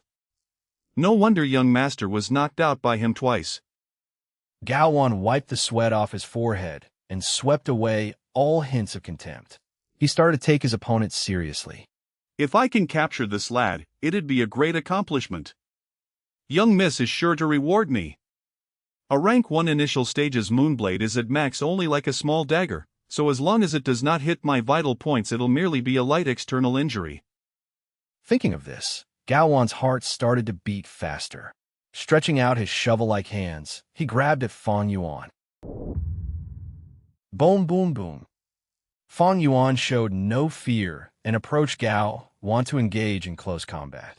Exchanging punches and kicks, taking turns attacking and defending, loud impact sounds echoed through the area. When plundering the students, he had only used his palm with his objective being to control the crowd. But now in engaging with Gao Wan, Fang Yuan had gone all out. At times he used his fingers to jab at the eyes, sometimes strangling the throat, hitting the jaw with the base of his palm, chopping at the back of his opponent's head, using the knee to strike the pelvic area, or using his hands to grab at the waist. Gao Wan's sweat poured out like a river. Fang Yuan's moves were all aiming at the vital points, each strike devious and deadly, as if he wanted to end Gao Wan's life right there. Gao Wan was a mere mortal, and unlike the Gu Masters, although he trained well in his physical combat, his vital points remained vital. Mortals were unable to train their eyelids to become steel-like. This was the limits of the mortal martial arts. In addition, Gao Wan did not dare to unleash any deadly moves on Fang Yuan. Fang Yuan was a Guyu clansman, so killing him would incur public rage and he would be immediately executed. In fact, the Mo family will be the first to carry out his punishment. Thus his only thought was to capture Fang Yuan alive, and it would be good if he could make Fang Yuan suffer in the process of capture. One side has apprehension, while the other side had killing intent. The situation thus became Fang Yuan suppressing Gao Wan in the fight. Chapter 35. Go ahead and scream. Fang Yuan had the upper hand for now, but it could not sustain him for much longer. Exchanging blows back and forth, he was already panting in exhaustion. In contrast, Gao Wan's breathing was still smooth and in sync, reflecting the huge difference in stamina between the two. At the same time, as Gao Wan exercised his limbs, his body gradually heated up while his punching speed became faster and faster.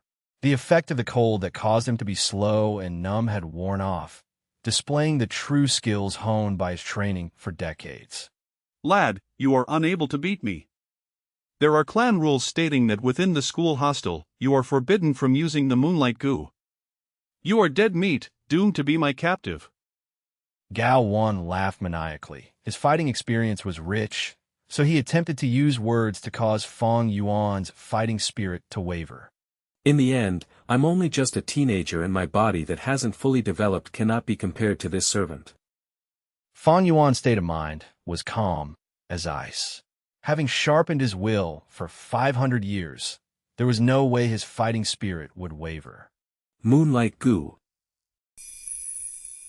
He called out in his mind, activating his primeval essence, and at the same time leaping backwards to pull away from Gao Wan. Gao Wan wanted to chase after him, but he suddenly saw a watery blue light emitting from Fang Yuan's palm. His face darkened, and he shouted, "Lad, you are using the goo worm to fight in the school hostel. This is against the clan rules." So what if I break the rules? Fang Yuan sneered. He learnt the clan rules and memorized it to heart, but it was not for the sake of obeying it. Immediately, his palm slashed an arc towards Gao Wan. With a ching sound, the blue moonblade flew towards Gao Wan's face. Gao Wan gritted his teeth as he raised both arms to cover his face, forming a protective shield. At the same time, he rushed towards Fang Yuan without pause, planning to endure the attack while ending the battle as quickly as he could. The moonblade struck his arm. With a popping sound, his flesh and blood poured out under the moonlight, a wave of extreme pain hitting Gao Wan's nerves. The unguarded man nearly fainted from the pain. How can this be? His rush towards Fang Yuan stopped, and he frightfully found out that both his limbs had been cut open with a deep wound. Fresh blood oozed out from the wound and from the side, while bloody muscles could be observed hanging around his flesh. Even the broken white bones of the forearm could be seen. Gao Wan was shocked beyond words. This is impossible. A rank 1 initial stage Moonblade, the most it could do is to lightly injure my flesh. How could it cut through my bones? Only a rank 1 middle stage can do this. He had no idea. While Fang Yuan was a rank 1 initial stage Goo Master, due to the liquor worm's refining, he possessed rank 1 middle stage primeval essence.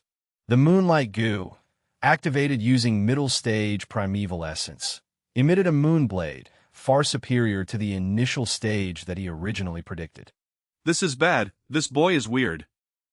Gao Wan, who was caught off guard, had already suffered a grave injury. His fighting spirit was gone, and he decisively decided to retreat. Are you able to escape? Fang Yuan smiled coldly as he started to give chase, the moonblades in his hands shooting out consecutively. Save me! Gao Wan shouted out in horror as he fled, his voice traveling far out beyond the school hostel. What is going on? Someone is asking for help. The voice alerted the school hostel guards who were nearby.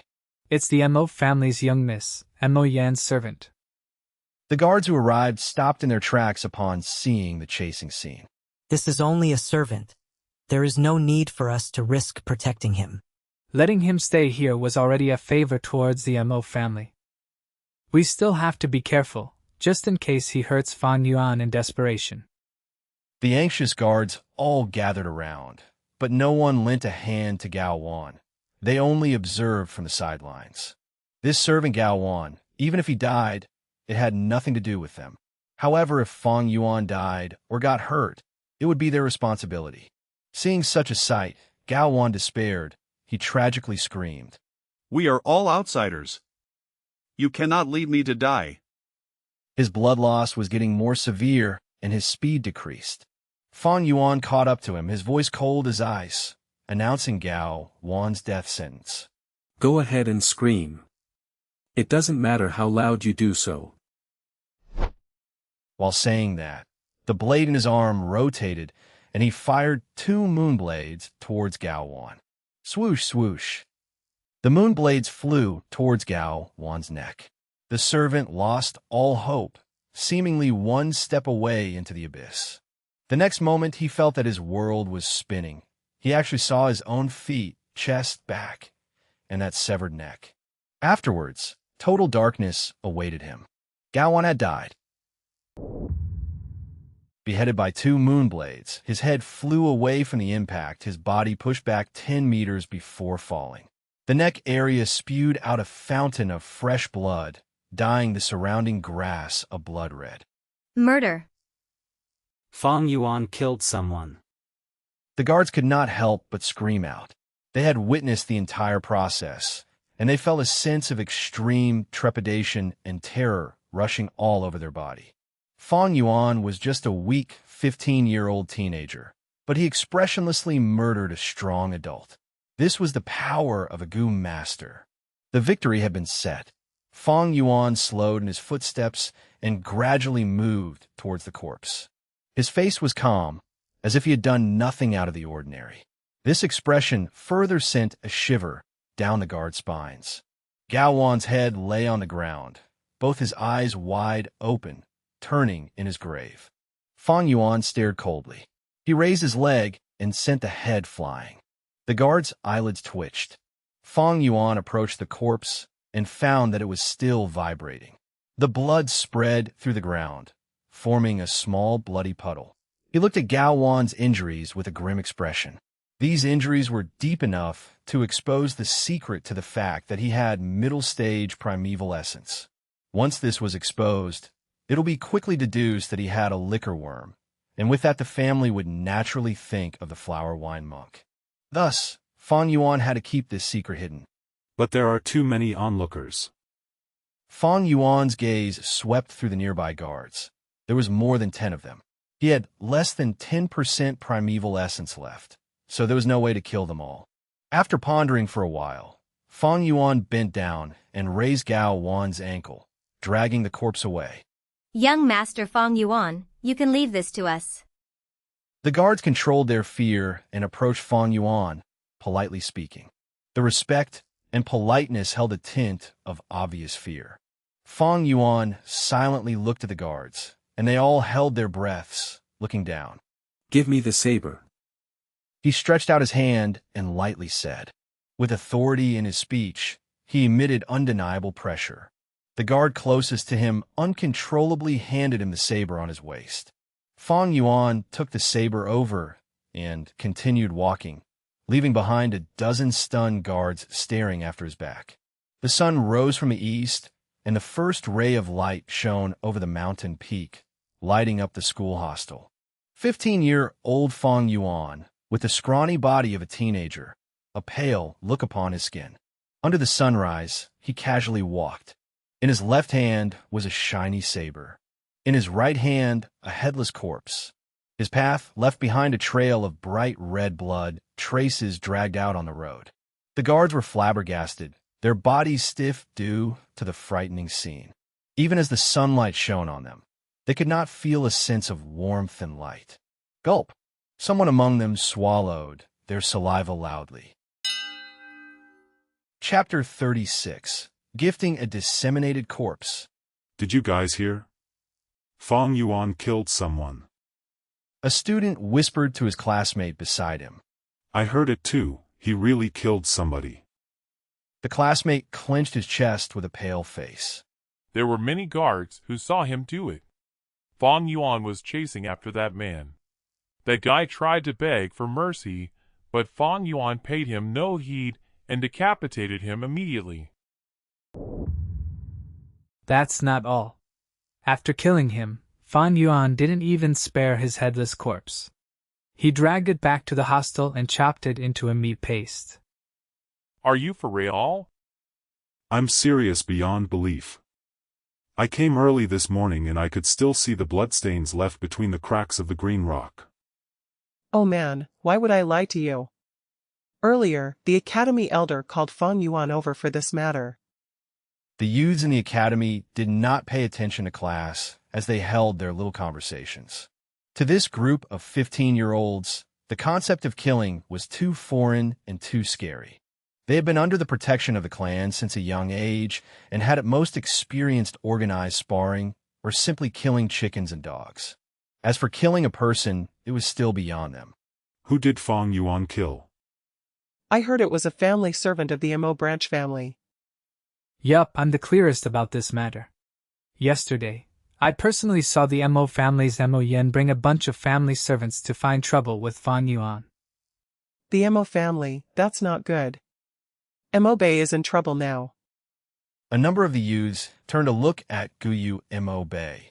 Mo Bei sat on his seat with a pale face. He had only heard about the news of Fang Yuan killing someone this morning. Additionally, It was the Gao one that Mo Bei was familiar with. As one of the more energetic family servants, Gao Wan was good at boot licking and had also put effort into his fighting skills. He was an able lackey. A long while ago, Gao Wan had even sparred with Mo Bei for a bit. To think that he was simply killed by Fang Yuan. It was precisely because of this that Mo Bei felt astonished. He was full of disbelief and felt twice the shock compared to the others. However, compared to his shock, he felt a greater sense of worry and fear. Facing a murderer like Fang Yuan, it would be a lie if Mo Bei said that he was not afraid. Actually, it was not just him. The other youngsters were afraid too. When Fang Yuan had robbed them twice previously, all of them had gotten physical with him. I actually fought with such a ruthless murderer. To think that I'm actually still alive. Many of them patted their chest, feeling a lingering fear. Fang Yuan killing someone was still somewhat acceptable, but the crux was that he even dissected the corpse and chopped the body into meat paste. That was way too cruel. The truth of such a horrifying crime had a strong impact on all of the youth's pure and innocent minds. Within the room, there was only the Academy Elder and Fang Yuan. The Academy Elder sat while Fang Yuan stood. Neither of them spoke a word, causing the atmosphere to be extremely tense. The Academy Elder silently looked at Fang Yuan, and a hint of complication flashed in his eyes. In the morning, the guards had reported to him about Fang Yuan's murder incident. This news had made him feel both shocked and suspicious. He was a rank 3 Gu master and was in charge of the academy. He obviously knew the fighting strength of a rank 1 initial stage Gu master. Fang Yuan being able to kill Gao Wan was like the weak defeating the strong. In truth, some guards had already reported to him that Mo Yin had trapped Fang Yuan within the academy by barging in the previous night. Back then, he had not paid attention to the matter and had not stopped them. He was the academy elder. His objective was to nurture future Gu masters, not to protect them. As long as there were no deaths among the students, he encouraged hidden conflicts. Mo Yin coming to find trouble with Fang Yuan was something that he was happy to see. For one, he knew that regardless of whether the fight was won or lost, it would be beneficial to Fang Yuan's growth. Secondly, he wanted to suppress Fang Yuan's influence. Fang Yuan had consecutively blocked the academy's gates and robbed the other students. His influence was too great. It had to be suppressed. However, he hadn't expected that Mo Yin would return fruitlessly and that the family servant that she had left behind would be unable to beat Fang Yuan. Gao Wan even got killed by him. In this world, strength was above all else. Killing someone was not something peculiar. Especially to a Gu master, it was something very common. But it was not so simple when it was a 15-year-old's first kill. The academy elder vividly remembered his first killing scene. Back then, he was already a rank 2 Gu master. At the age of 19, he had killed a Gu master from the Bai clan's village in a conflict. After killing the person, he vomited profusely and panicked in his heart. For a few days, he had no mood to eat and had no appetite. He could not even find peace in his sleep. The moment he shut his eyes, he would see the dead person staring angrily at him. But looking at Fang Yuan now, his face was calm as ice. Where was the fluster? Not to mention that he had no uneasy feelings. It was almost like he had slept perfectly well last night, as if the person who killed a man was not him at all, especially when the academy elder heard more about the matter. After Fang Yuan had killed the servant, he did not spare the corpse, and had even dragged it back to the dormitory to chop it into meat paste in his rage.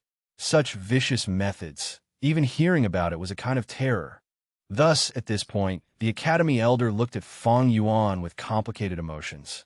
On one hand, he was amazed at Fang Yuan's indifference towards life. His attitude was as steady and as cold as ice. On the other hand, he was appreciative of the fact that Fang Yuan was a born battle freak. After familiarizing himself with the moonlight goo for a few days, he had managed to kill someone with it. An ordinary teenager, even those of great talents, may not be able to achieve this. This was a talent for battle. If he was well-nurtured and fought for the clan, it would be all of their enemies' nightmare. Lastly, he felt worry and distressed. worried because after this incident, Fang Yuan's reputation was sure to rise, and it would be impossible to suppress him. Fang Yuan was way too daring. Not only did he disobey the clan rules by using his goo in the academy, he even killed someone with it. There was a need to suppress his influence. Otherwise, how would the elder be able to manage this academy anymore? Distress was because he did not know how to perfectly resolve this issue. After all, it involved the Mo family's side. Fang Yuan, do you know why I called you here to meet me? The academy elder used a solemn and deep voice to break the silence in the room. I know. Fang Yuan nodded and replied. I used the moonlight goo in the academy, breaking the clan rules. According to the rules, as it is my first offense, I should compensate 30 pieces of primeval stones as punishment. He evaded the crucial point and did not mention Gao Wan's death. The academy elder was stunned for a second. He had not expected that Fang Yuan would answer like this. His expression darkened as he coldly snapped. Don't try to blur things in front of me. I'll ask you, what was the matter with Gao Wan's death?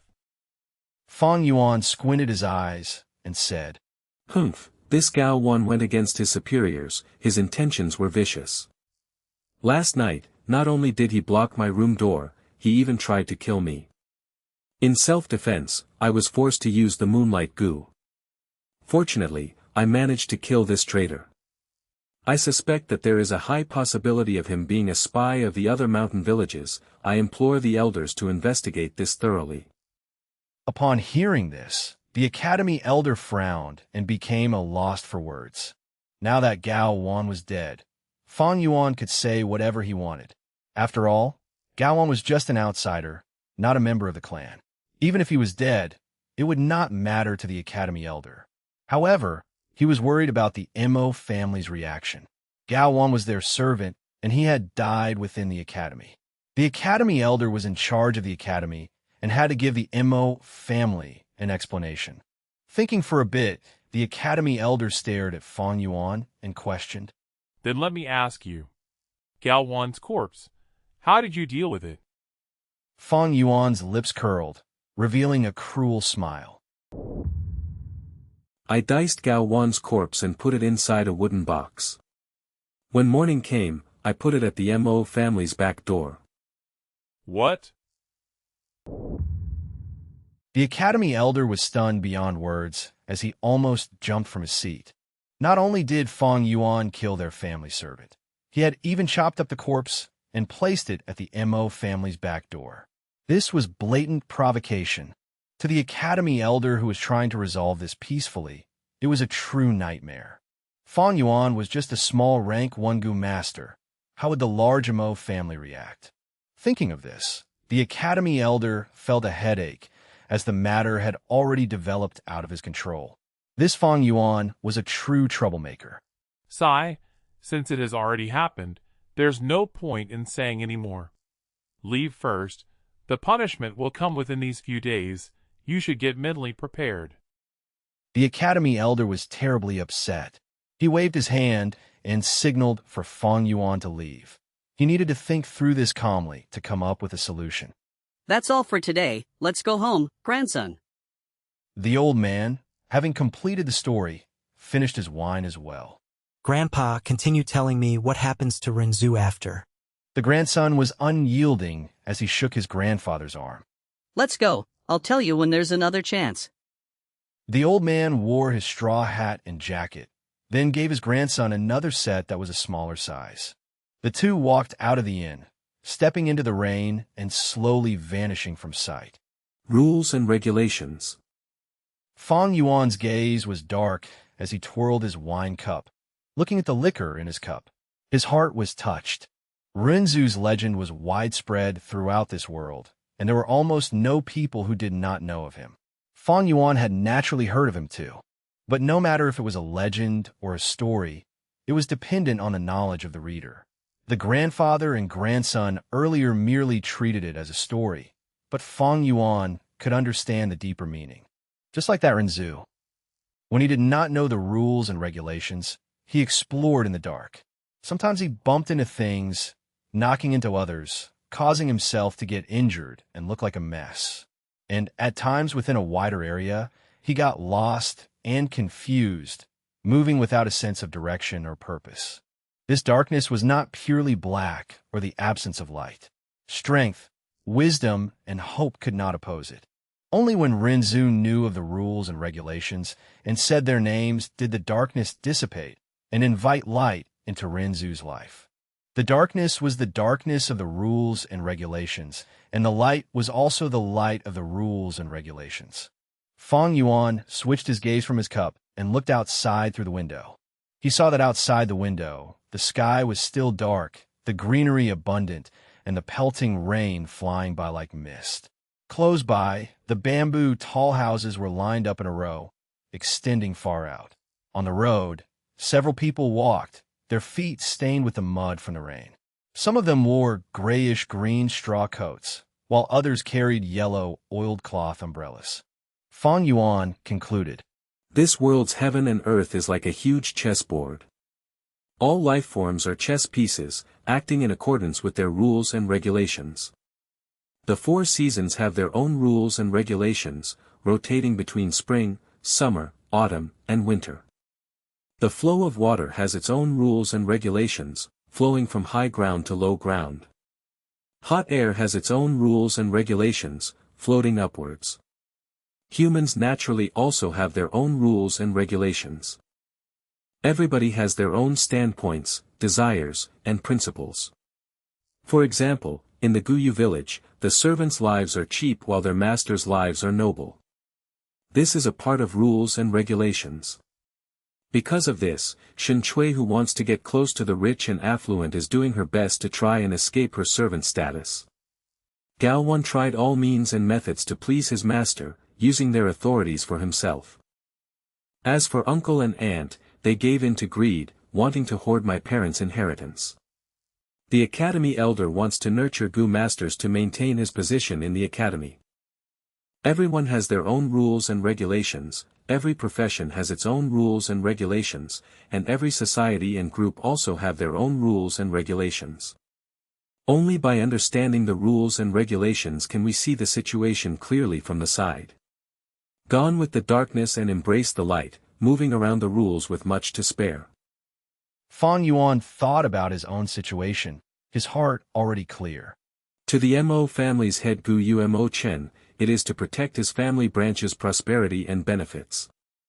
Mo Yen found trouble with me, and that would be considered spoiling the rules, so for the sake of his family honor, he will not do anything to me. In fact, he might even compensate me. Actually, the Mo family has great influence, so if they risk their reputation and are bent on punishing me, there is nothing I can do to resist them. However, Gu Mo Chen is afraid. He is not afraid of himself breaking the rules, but he is afraid that others will follow in his footsteps.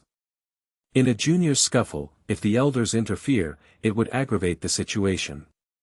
If it involved the higher-ups, it'd pose a threat to the entire mountain village. Gu Mo Chen's fear lied here. What if in future conflicts, others laid their hands on his grandson Gu Mo Bei? In his entire family line there's only one male, so what would happen if he died? This kind of fear, maybe he doesn't realize it himself. He is only subconsciously protecting the rules.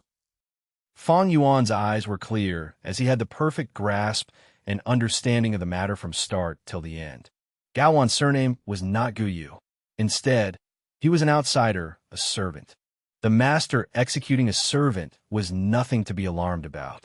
In this world, it was normal. In the case of Fang Yuan killing Gao Wan's death was not crucial. The crucial part was his master, the Mo family behind him. However, Gu Mo Chen should be able to understand my intention of compromise and threat from the time I sent a box of a minced corpse to them. This is also what I want him to think. If I'm not wrong, the Mo family will not pursue Gao Wan's death. Of course, if I had better talent and was at least AB grade, the Mo family would feel threatened.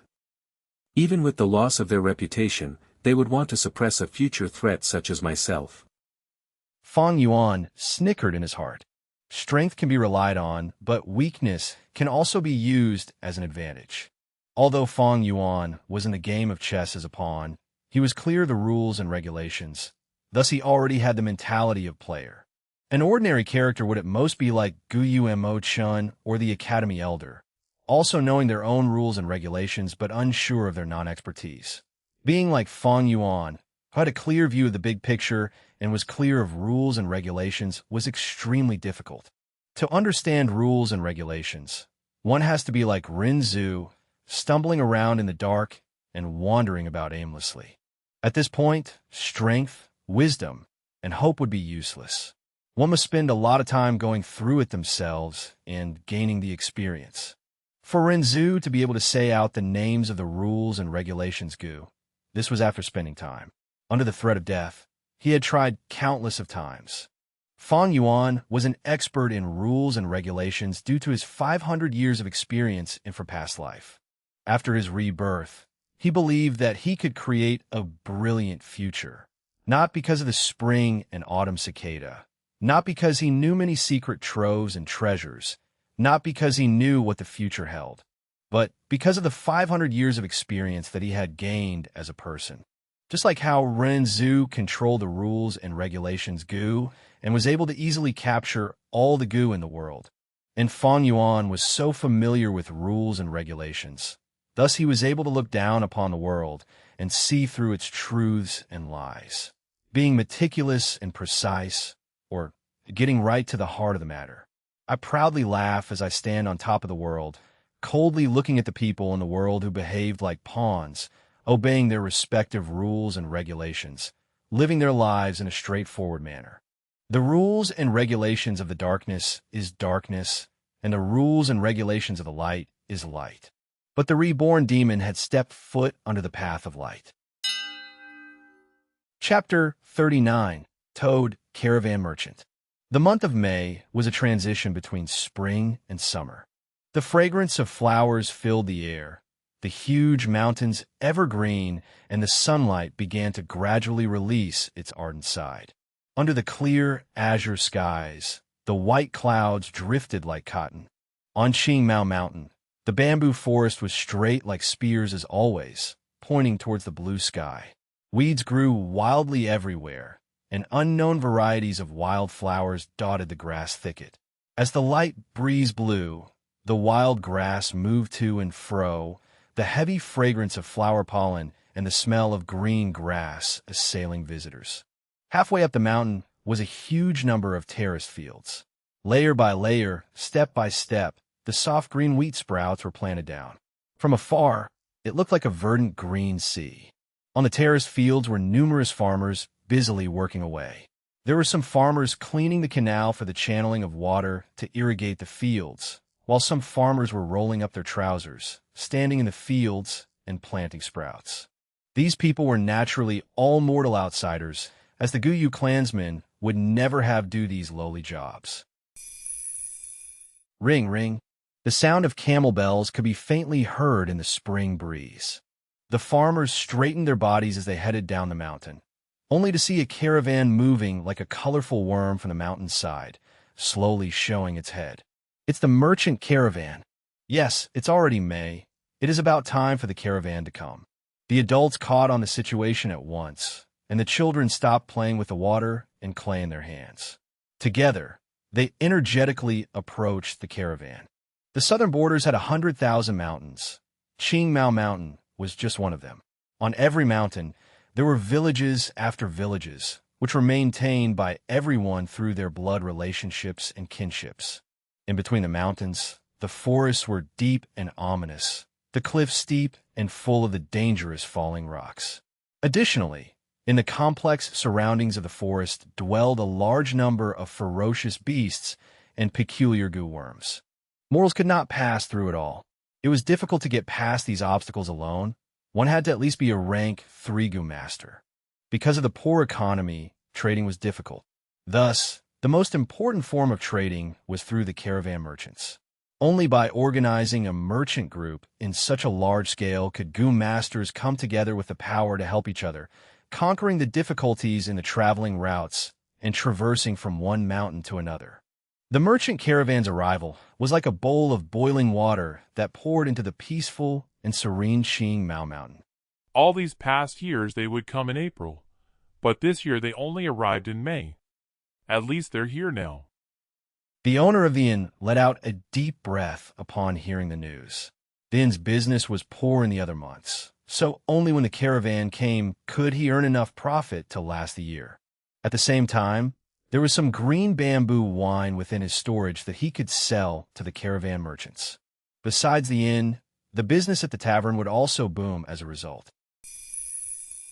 The caravan merchants entered the Guyu mountain village one by one, led by a treasure brass toad. This toad was 2.5 meters tall, its entire body orange-yellow in color. The back of the toad was thick and full of warts and knots. It was like the lumps of bronze nails on ancient city gates.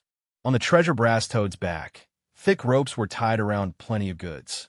At a glance, it seemed like the toad was carrying a giant backpack.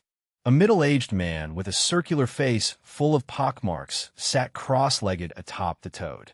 He was fat and had a large belly. Both of his eyes formed into slits when smiling. He cupped his fists as he greeted the surrounding Guyu villagers. This man's name was Fu of the Jia clan. His cultivation was at rank 4, and he was the leader of the merchant caravan this time. The treasure toad hopped slightly as it moved forward, but Jia Fu, who was sitting on its head, was stable and steady.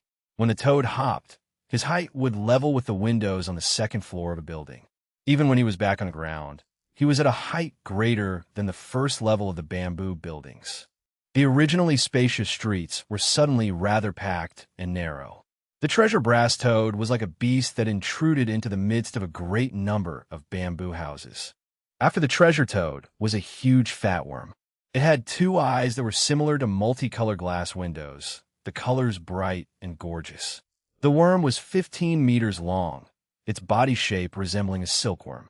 However, the surface of the worm was covered in a thick layer of black, porcelain-like leather armor.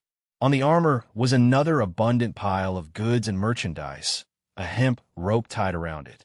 In between the gaps and intervals of the goods, Gu masters sat one by one, some old and some young.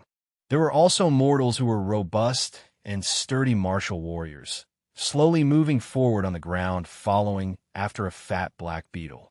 After the fat beetle, there were ostriches with brightly colored feathers, hairy mountain spiders, winged snakes with 2 pairs of feathered wings, and so on. However, these were in small numbers. Most of the creatures were toads.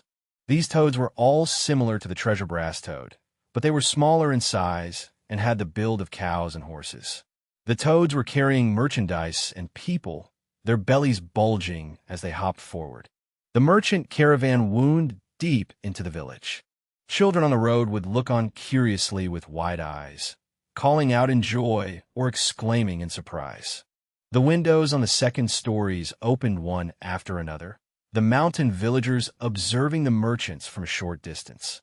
Some had eyes that flashed with fear, and some others waved their hands to express a warm welcome. Old brother Jia, you came a little late this year, you must have had a hard journey.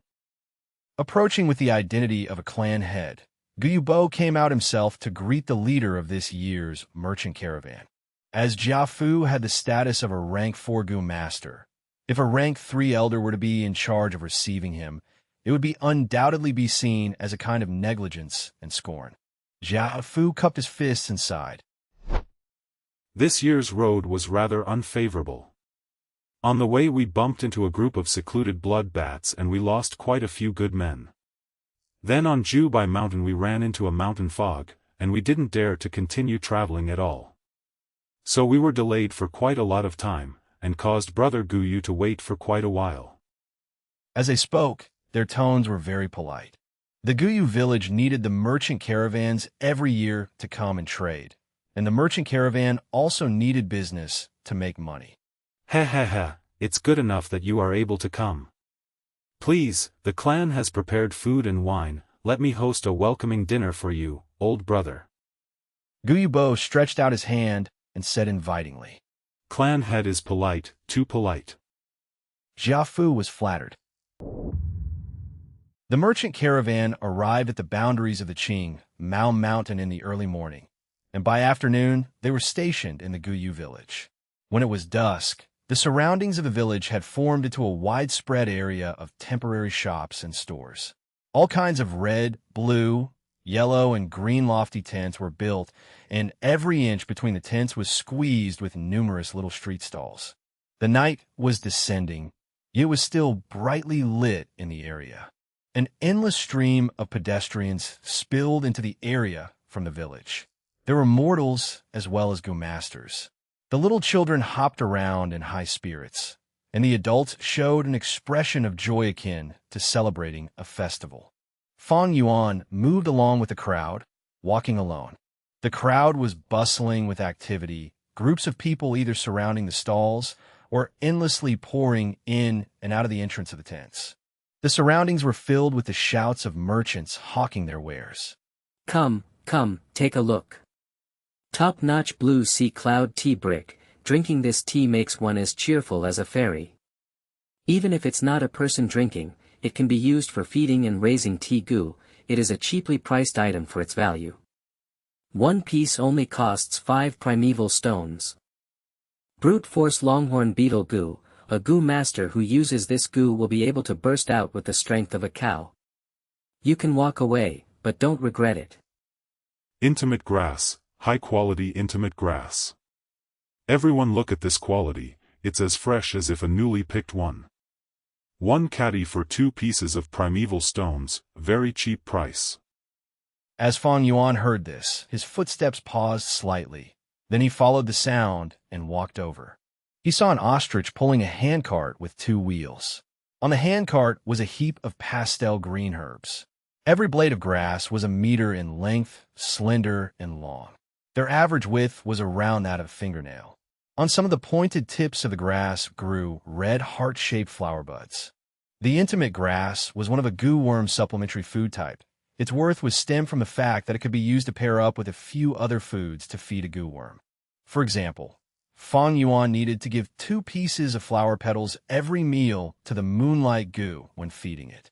If he mixed in a blade of intimate grass, the moonlight goo would be full just from eating 1 petal. The intimate grass only cost 2 pieces of primeval stones per caddy, while the moon orchid petal cost a primeval stone for every 10 pieces. With a simple calculation, one would know that mixing the intimate grass in to feed the goo would be more cost-effective. Half a month ago, because I used the moonlight goo in the academy to kill Gao Wan, I was fined 30 primeval stones. However, the Mo family paid me 30 primeval stones later as compensation, so I didn't really take any losses. In recent days I have robbed twice, my total number of stones amounts to 118. However, recently I continuously spent essence to refine middle-stage primeval essence and nurture the 4 walls of my aperture, and I would use up 3 pieces of stones every day. Adding on the costs of feeding goo, my own daily expenses and successively buying green bamboo wine, I have 98 pieces at hand right now. Ever since Fang Yuan killed a person, the cruel and callous image had deeply rooted itself into the hearts of the students, and for a time no one dared to challenge him. This led to his plundering becoming much easier, as every time only a very small number would dare to resist. Fang Yuan calculated in his heart. Then he moved his line of sight and continued walking deeper into the heart of the setup of temporary stores. The intimate grass stall was surrounded by a group of people. They were all either goo masters or students, holding primeval stones in their hands as they shouted and rushed to buy it. It was not that Fang Yuan lacked the money to buy intimate grass, but he had no time. If memory serves, that mud-skin toad should be in that store. In my previous life there was a goo master who got it from gambling on the first night, hence he earned big time. I must hurry, I cannot lose a great deal through trying to save a little. Chapter 40. Toad Goose Slumbering Within the Purple Gold Rock. The further one walked, the more flourishing and prosperous it was. Small street vendors lessened while large tents increased in number. There were all sorts of large tents to be seen, red, blue, green, yellow, in different shapes and sizes, several being a cylindrical shape. Some erected 2-door pillars at the entrance of their tents, while others hung large red lanterns instead. Inside, some tents had vibrant lights, whereas others were dim and dark. Fang Yuan observed his surroundings as he walked, finally stopping near a gray-colored tent. It's here. He evaluated while looking at the tent. It had 2 pillars at the entrance, and there were carvings on the pillars, 2 lines of antithetical couplet. 1. The left side wrote, Small display of courage, obtain good fortune during the 4 seasons. The right side wrote, Large display of skills, obtain good prosperity in all 4 directions. In the middle, there was still another line. Luck changes with time. That's right, this is a gambling den. This gambling den took around 1 mu 2 of land. It was considered a large-sized tent. Fang Yuan walked inside. Inside of the tent, there was 3 rows of counters on a side. On the counter were pieces of amber or fossils. Some were as big as a palm, others were as big as a face. There were also others which were even bigger. Those were as tall as a person. It obviously could not fit on the counter, thus it was directly placed on the ground. Different from the other tent shops, it was silent in here. Several Gu masters stood before the counters, some meticulously observing rocks on the display counter, while others took the fossils and rubbed it in their hand to get a feel of it. There were some that were discussing quietly with their companions, and some were discussing the price with their shop clerks. But no matter what they discussed, they spoke softly, doing their best not to disturb others. This was a rock gambling den. In the Gu world, there were all types of Gu, coming with different shapes and sizes and all sorts of effects. Gu worms have their respective food to consume. Without food, they can only last a short amount of time before dying. But nature, towards life forms, was both uncaring and benevolent. If they lacked food, the Gu worms still have a chance of survival. That was to hibernate, undergoing self-sealing. For example, if the moonlight Gu did not have moon orchid petals to consume, it may undergo self-sealing. It will try to maximize the conservation of its strength, like winter hibernation, falling into a deep slumber. At this time, not only would the blue glow on its body dissipate, it would also turn from a transparent crystal state into a gray rock, covered in a layer of rock shell. Eventually, the rock crust will get thicker and turn into a boulder. Or for example, the liquor worm, if it underwent self-sealing, it would form a white cocoon around it, curling its body and falling into a deep sleep within the cocoon. Of course, this situation of sealing and hibernating may not happen to every Gu worm. It has a small chance of occurrence, and in most cases, the Gu worm will not fall into hibernation, but instead starve to death.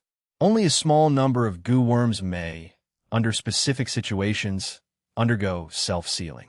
A few Gu masters who accidentally obtained these sealed Gu worms' rocks or cocoons would awaken the Gu worms that were slumbering within.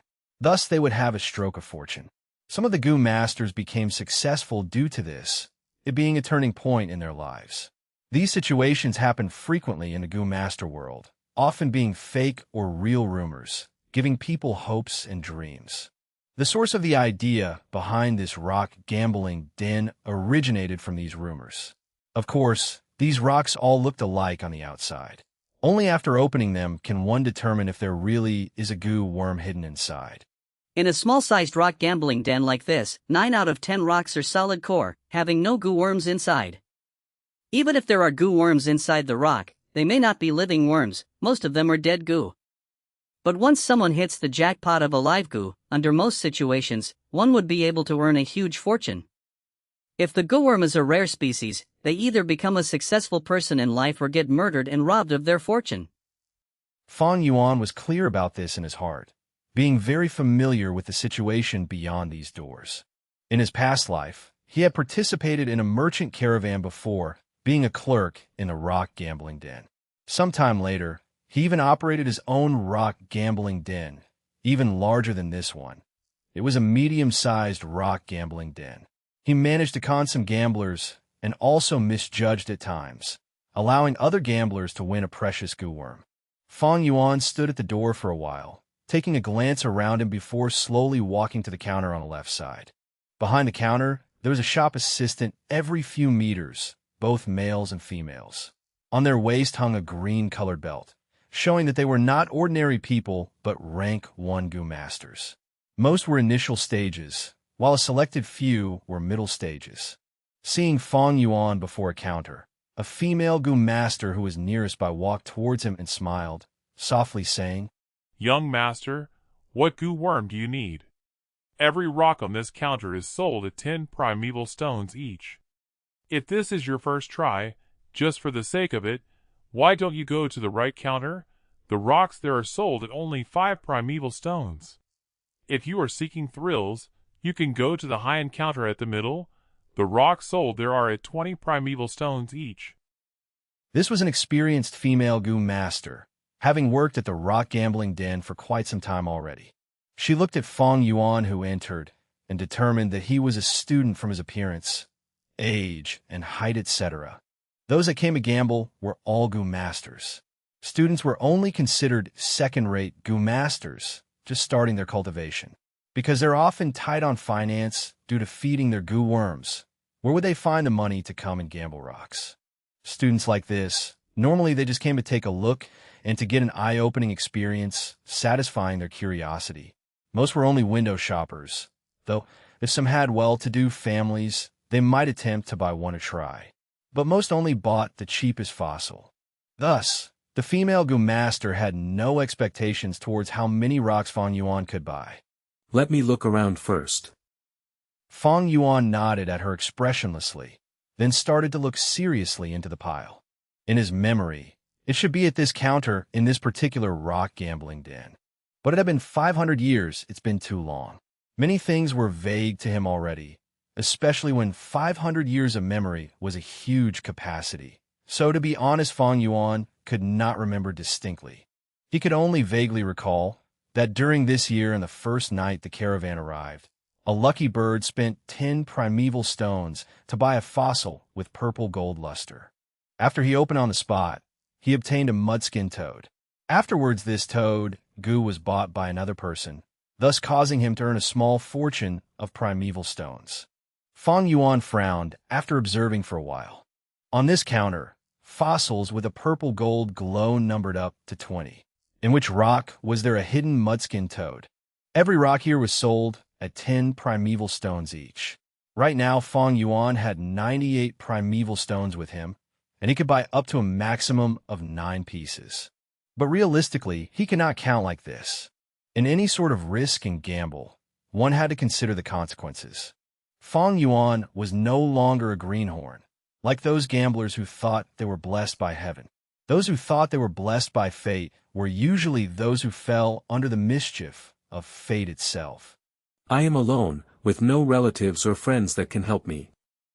I have to save some primeval stones to survive, as well as to buy food for my Gu worms. He counted, and under the most basic reservation, he could buy at most 7 pieces of fossils. This rock, the purple gold, is dotted like the stars, but it's flat as a pancake. There's definitely no mudskin toad inside. This piece has striking purple gold color, but it is only fist-sized. If there really is a mudskin toad inside, the rock should be at least 30% larger. This purple gold fossil, well, it's big, but the surface is extremely smooth, while the mudskin toad's skin is supposed to be rough and uneven. This is evidently not the one. Fang Yuan continued to observe and evaluate, using the method of cancellation. When Gu worms hibernate after self-sealing, they would form into a natural fossil, being undetectable from most of the world's detection methods. The remaining detecting methods were too rough, and once used, it would instantly kill the Gu worm within that is barely alive.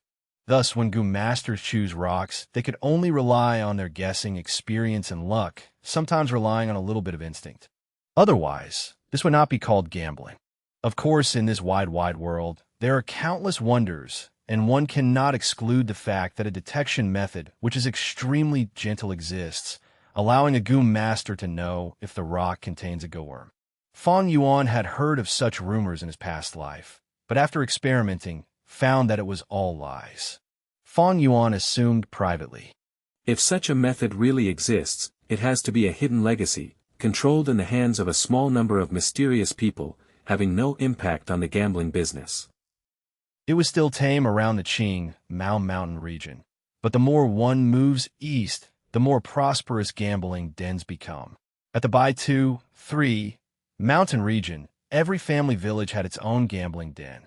In some large-sized forts, there were even large-sized gambling dens built. The 3 villages that were famous for their rock gambling were Pan Shi, 4 village, Gumu, 5 village, and Songjing, 6 village, where there were even mega-sized gambling dens. These 3 mega-sized gambling dens each had 1,000 years of history. Currently, their business was still blooming, with an endless number of gamblers. There had never been a situation of clean sweep by anyone. Currently, the tent that Fang Yuan was in can only be barely qualified as a small-sized gambling den. If it was any other 15-year-old who came, they would definitely be confused by all the different fossils, and even if they chose it, it would be by random guessing. But Fang Yuan was different. Firstly, he already knew a portion of the answer from the start. Thus his search range shrunk to less than 30 pieces. Of course, to find that one rock out of these 20-odd pieces was extremely difficult as well. But using his 500 years of experience as backing, with such a rich pool of information, he picked out 6 pieces of purple gold fossils that best fit the criteria after observing for a while. He had an 80% chance of confidence that the mudskin toad was hibernating within one of these 6 fossils. Chapter 41. Dissecting Rocks. I want to purchase some rocks. Having picked his targets, Fang Yuan said to the female Gu Master. Newbie. The female Gu Master immediately thought. Even the shittiest gamblers would pay very close observation when they wanted to buy the rocks. First they would look carefully, then place the stones in their palms and rub to feel the surface and its weight. Even after such actions, if they find that the feeling is off, they would give up. No one would say purchase at the start. And for such a type like Fang Yuan, who said purchase up front, he is undeniably a newbie who is having his first rock gambling experience. Although the female Gu Master thought this, she did not show any difference in her expression, but continued to smile like a flower, saying softly to Fang Yuan. Then which piece are you choosing? Fang Yuan pointed and said, This piece. She immediately retrieved it. Fang Yuan pointed again and said, This piece. She felt perplexed, not expecting this youngster to buy 2 pieces. It seems like this youngster is the type to gamble heavily. She evaluated mentally. But next, Fang Yuan pointed yet again. And this piece, that piece, I'm buying them all. The female Gu Master was stunned.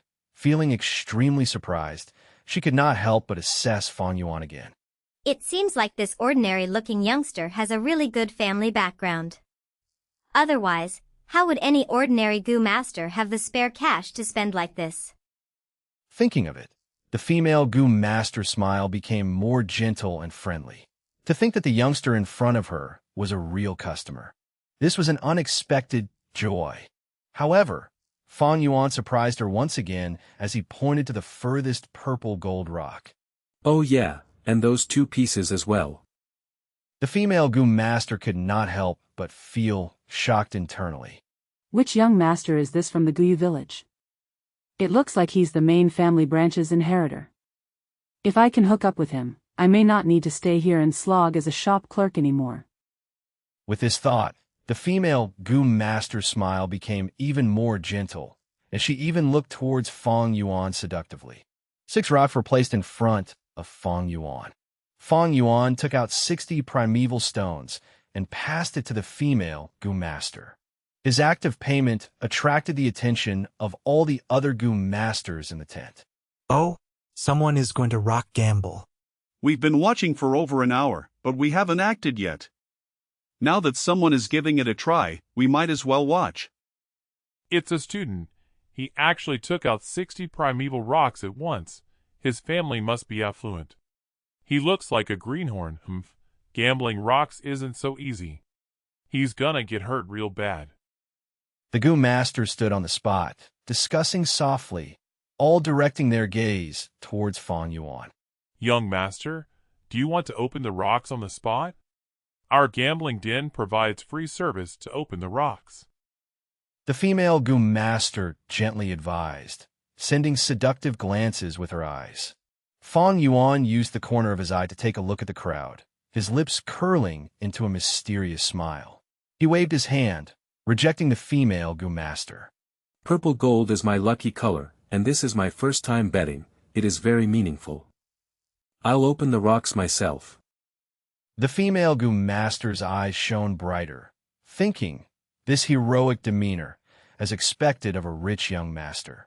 Never in her dreams would she be able to imagine that Fang Yuan could be said to be kinless in Guyu village, a drifter with no backing, having to rely on himself for everything. TSK, so what if you have money? I wonder which rich kid this is, coming here to waste his parents' hard-earned money. Ignorant young lad, how can one choose the rocks based on lucky color? Sigh, this act is simply akin to throw primeval stones into the water, and waiting to see the ripples for fun. The Gu Masters in the tent lost their excitement at once. After thinking that Fang Yuan was a prodigal son, their already low expectations vanished into thin air. Some Gu Masters even retracted their gaze and turned around to continue inspecting the fossils on the counter. The changes to his surroundings did not affect Fang Yuan's state of mind at all.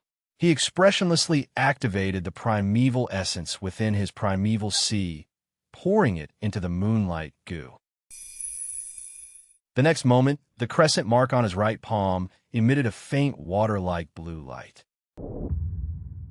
Fang Yuan used this right hand to grab a purple gold rock, holding it in his palm. Next, he closed his fingers and slowly rubbed against the surface of the fossil.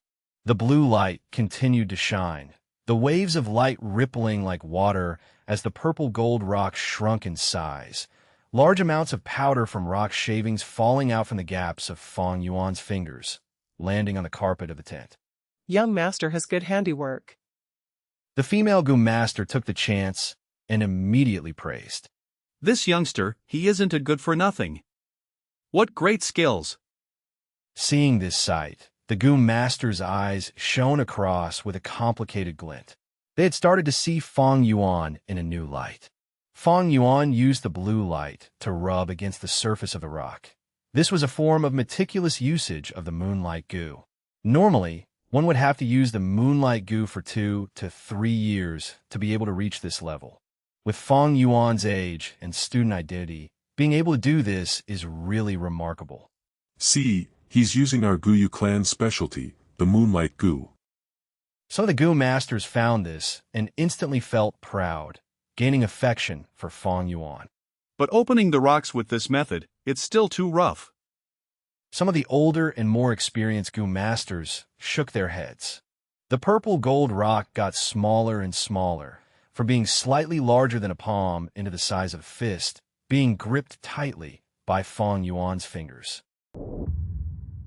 The blue light intensified as the fossil became pearl-sized, until finally, what was left was a pile of rock powder, falling on the carpet to form a small hill.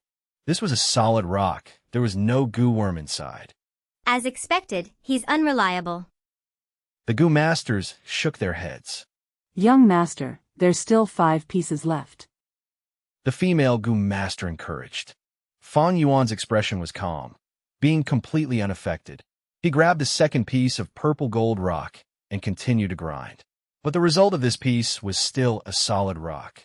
There was no goo worm inside. The third piece was still the same. The Gu Masters grew impatient. Stop looking.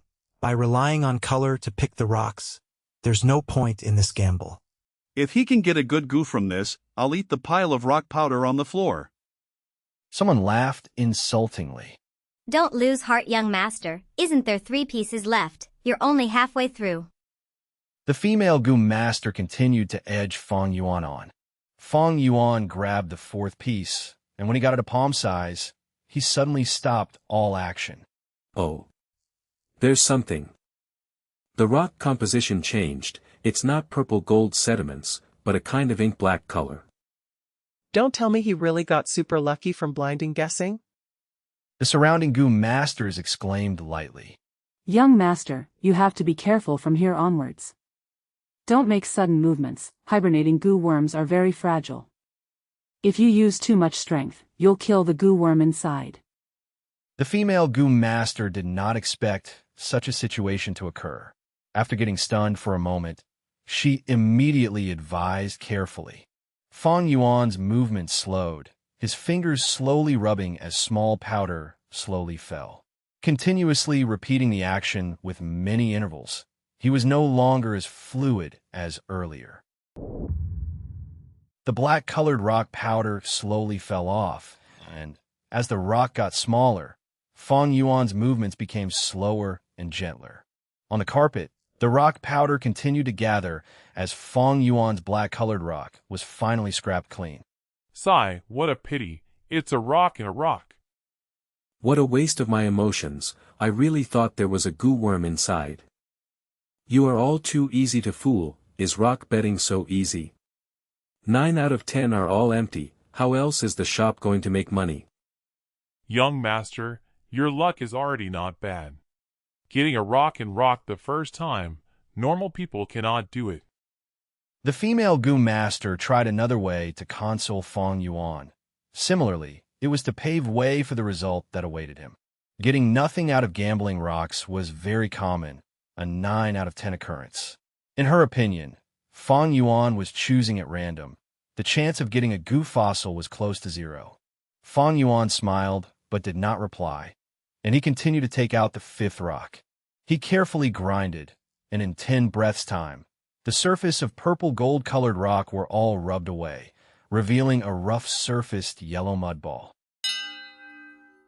Chapter 42. It really is a goo. Eh? Don't tell me it's another rock in the rock. By the looks of it, probably. But it's a little strange. This mud ball is enclosed by a purple gold rock surface. The mud ball's surface should be compressed smoothly, so why is the surface still uneven? The surrounding Goo Masters were perplexed. Looking at the mud ball in his hands, Fang Yuan's expression did not change, but in his heart he was slightly moved. He continued to grind. Under the blue watery light, the powdery sand fell off. Among the powder, there were some soil crumbs mixed in it, falling onto the pile of rock powder beside his leg. Don't tell me there's really something? Upon seeing this, some of the Goo Masters stared with their eyes wide open. It's hard to say. Someone spoke with an uncertain tone. I feel like there is. There's really something. Another spoke softly. The yellow mud ball gradually decreased in size due to the friction, and when it was palm-sized, someone barged into the tent. Young lad, hold up. I, Jia Jin Sheng, will be buying it. Fang Yuan's movement came to a halt. At once, the Goo Masters in the tent all focused their attention on this person. He looked young on the outside, his appearance around 20 to 25 years old. He wore a golden-colored robe with a lace belt on his waist, and on the belt there was a square-shaped jade piece. There was a word across the piece of jade, showing the letter 1. Evidently, this was a rank 1 Goo Master. To still be a rank 1 Goo Master at 20 years old, it seems that his talent isn't good. But the status of this person was rather unique.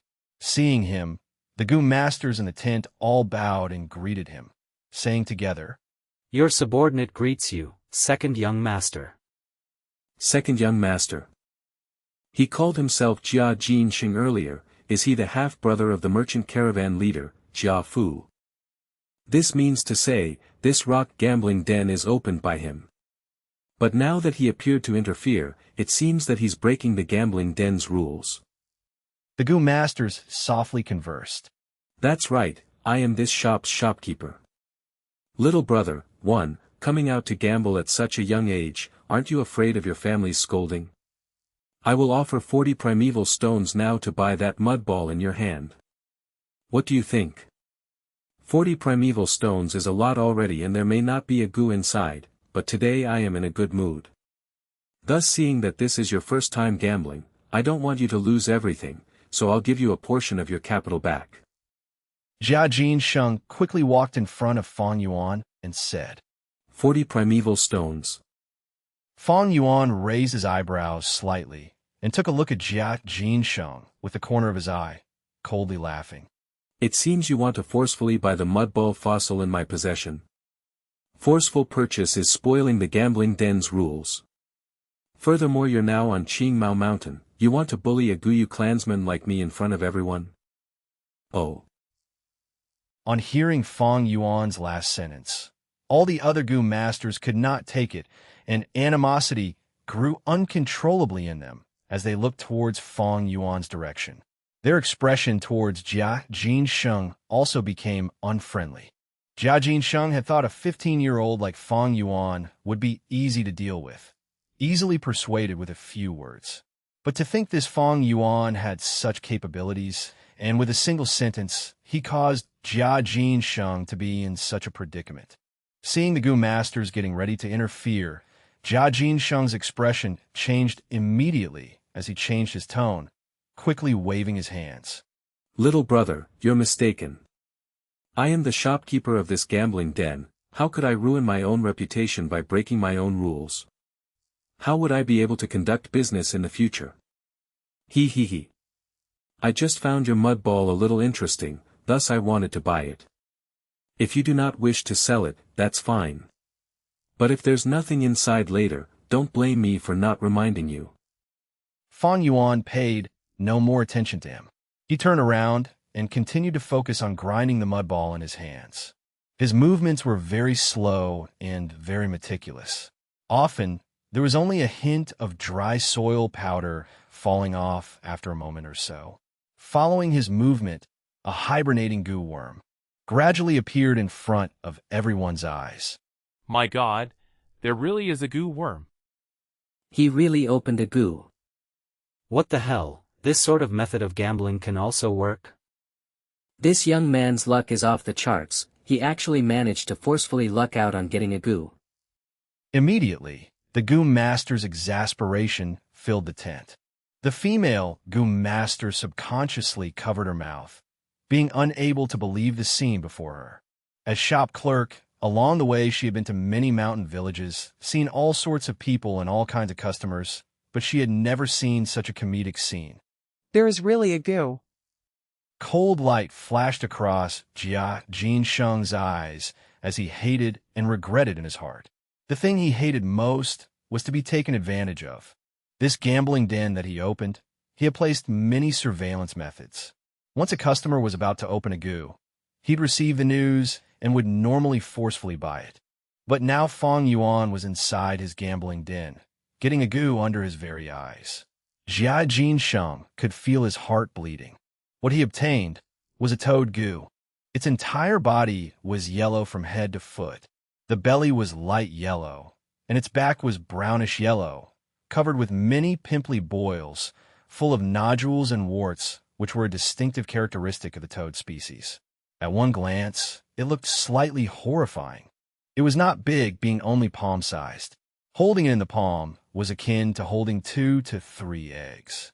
Fang Yuan's expression was calm under all sorts of admiration, envy, and exasperation, carefully deploying his primeval essence and injecting it into the toad's body. At this moment, the goo was being refined by Fang Yuan. Goo worms obtained from within fossils are normally extremely weak. Not only do they have little to no strength left, their consciousness is also lazy, leaving them defenseless and unable to resist. Thus, they can be easily refined by the Goo Masters. Upon being awakened by Fang Yuan, the toad goo opened its eyes slowly, and its belly slightly vibrated, softly calling out. Croak! Its voice was soft, but it made everyone's expression very interesting. The difference in value between a goo that was alive against one that was dead was huge. It's a live goo. He really opened a live goo. Someone rubbed his eyes, unable to believe this. This is the mudskin toad, damn it, it really is the mudskin toad. Someone recognized the toad, Goo's identity, and screamed agitatedly. This young man really has got luck. Why don't I have such luck on my side? Someone sighed, filled with complicated emotions such as envy, jealousy, and hatred. Young master, congratulations. This is to date my first time seeing such a precious goo worm. The female Goo Master was shocked beyond words. her eyes glistening with life. It's actually the mud-skin toad. This is a rare rank 2 goo worm, its value worth 500 primeval stones. Damn it, damn. Someone actually managed to open such a goo worm in my shop. I've lost big time, big time. Jia Jin Sheng's face was pale as he stared daggers at the toad, his heart having a strong urge to just snatch the goo away. But he knew he couldn't, for if he really did that, it would be asking for trouble. This was not his family's village, but the Guyu clan's territory. Maybe I should have paid a bit more primeval stones, maybe he might have given it to me. That's right, he's just a student. If I offered 100 primeval stones, there's no way he'd not be moved. Why didn't I do that? Jia Jin Sheng was full of regret. No, maybe this young lad does not know his stuff. Even though he opened a mud-skin toad, I should be able to suppress the price and buy it. Jia Jin Sheng's heart had renewed hope. But the next moment, this hint of hope was mercilessly smashed by Fang Yuan's words. Fang Yuan plainly looked at the mud-skin toad in his hands, ignoring the surrounding people's praises and shock. He used an extremely calm tone and said to Jia Jin Sheng, Mud-skin toad, rank 2 goo worm, requires 500 grams of yellow soil every meal, the more fertile the soil the better. Its species is few in number and it is the necessary main goo in refining the treasure brass toad. The market price is 500 primeval stones. Jia Jin Sheng, do you want to buy this? You actually know so clearly. Jia Jin Sheng mumbled. After such a shock, he could not say a word. Fang Yuan laughed lightly and continued. If you're unwilling, that's fine. I'll sell it to someone else, I'm sure someone will be interested. Hold it, wait, I'll buy it, I'll buy it. But can't this price be cheaper? Jia Jin Sheng's smile turned bitter. Fang Yuan turned around and walked away. Jia Jin Sheng hurriedly chased after him. Don't go. I'll buy it. Fang Yuan had no plans to nurture this mudskin toad. It was a rank 2 goo, but Fang Yuan was still a rank 1 initial stage. Although it ate yellow soil, Qingmao Mountain was full of green soil, hence finding food for it would be troublesome. Moreover, if he does not sell this goo worm, Fang Yuan would have to feed 3 goo worms himself. Putting aside the increased primeval stone expenditure, even the current amount of primeval stones in his possession would not be enough to feed them. Thus, Fang Yuan's plan was to immediately sell away the mudskin toad, get the 500 primeval stones, and earn a fortune.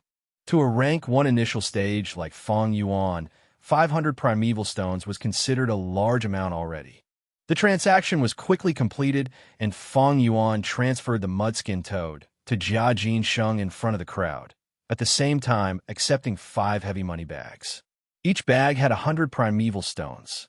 Fang Yuan originally had 98 primeval stones, and after spending 60 on gambling rocks, he had 38 left.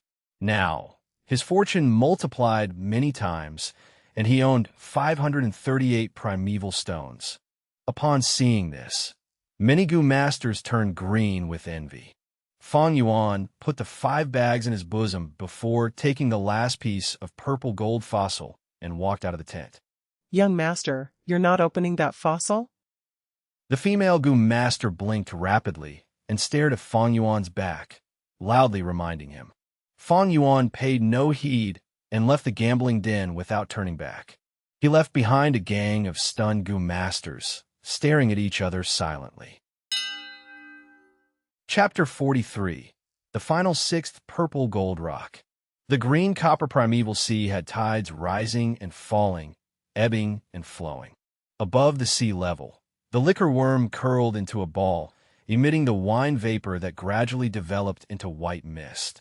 A surge of primeval essence with a swoosh rushed up against the tide and into the wine mist.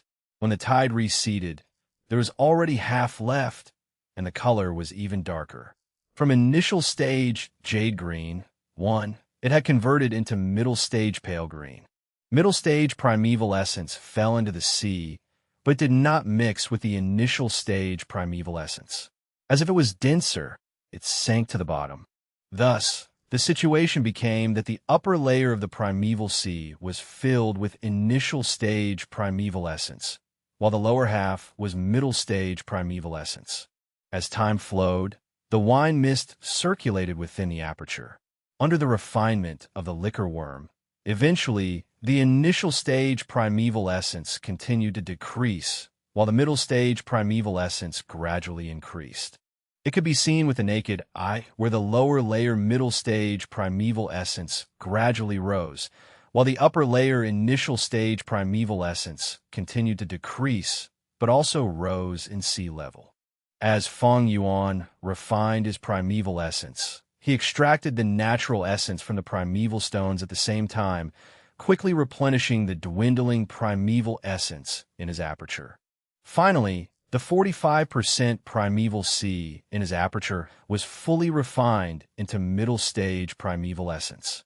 Much thanks to the middle stage primeval essence, or else I would not have been able to open the rocks 5 times in the gambling den. Sitting in a lotus position on his bed, Fang Yuan gradually opened his eyes. It was currently late at night.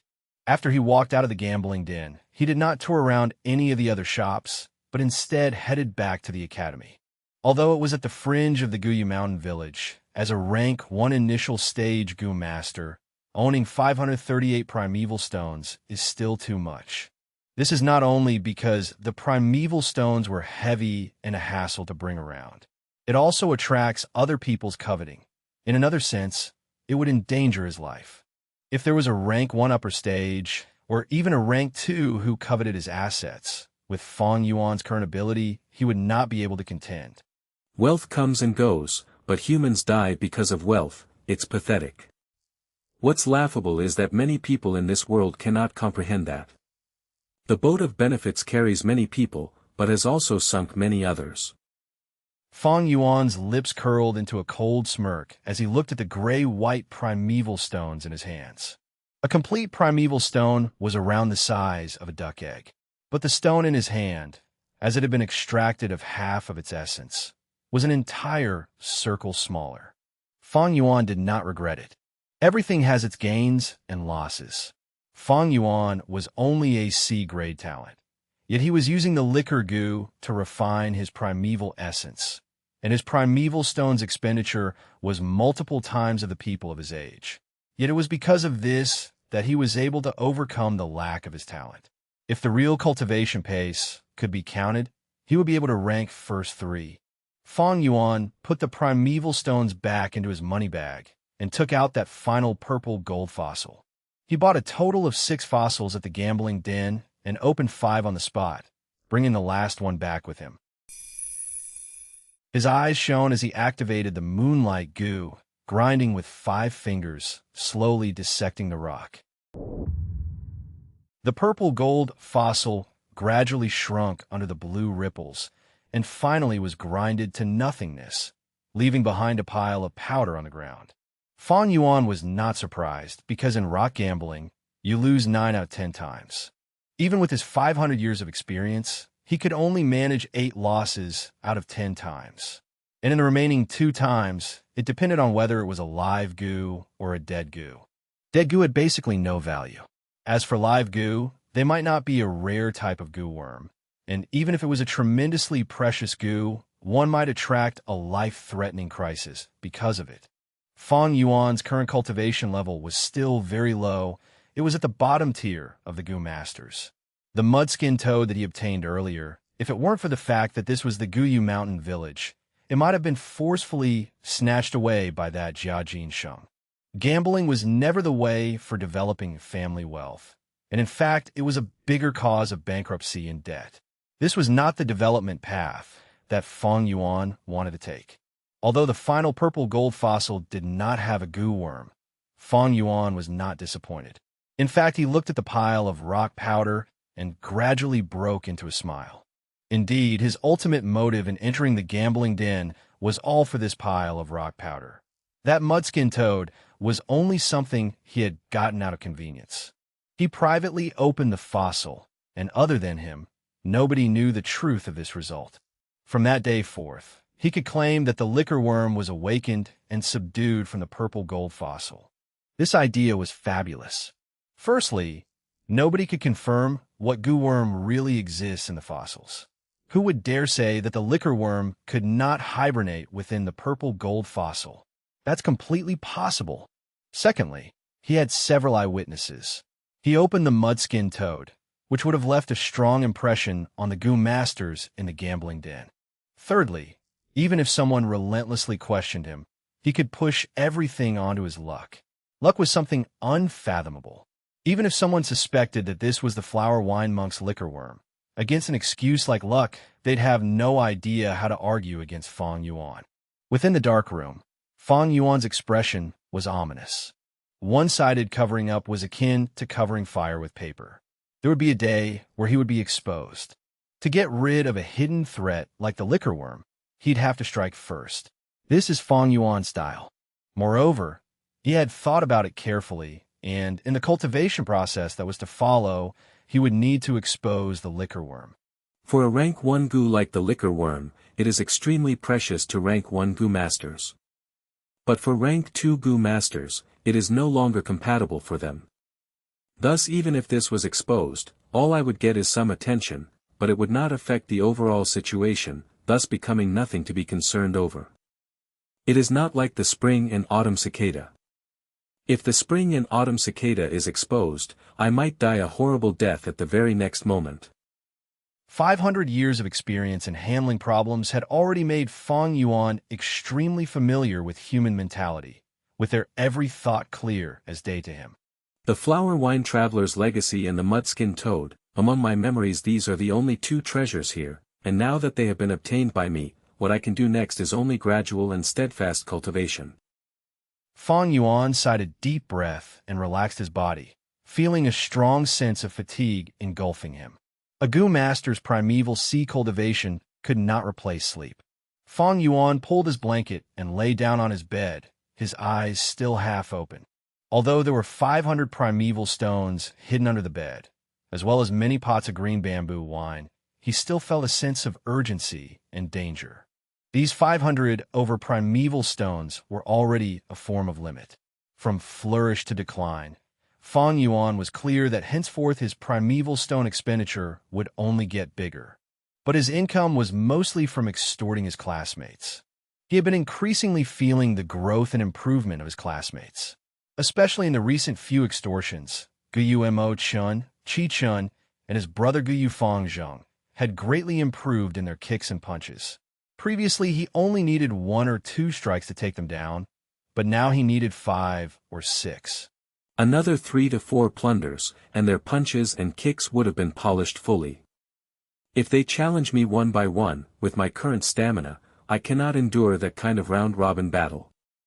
500 primeval stones might seem a lot, but with my current expenditure of 4 stones a day, it is actually not that much.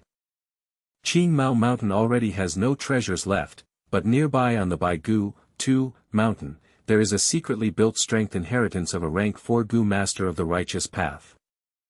Sigh, it still boils down to the flower wine monk's treasure being too little, only giving me a liquor worm.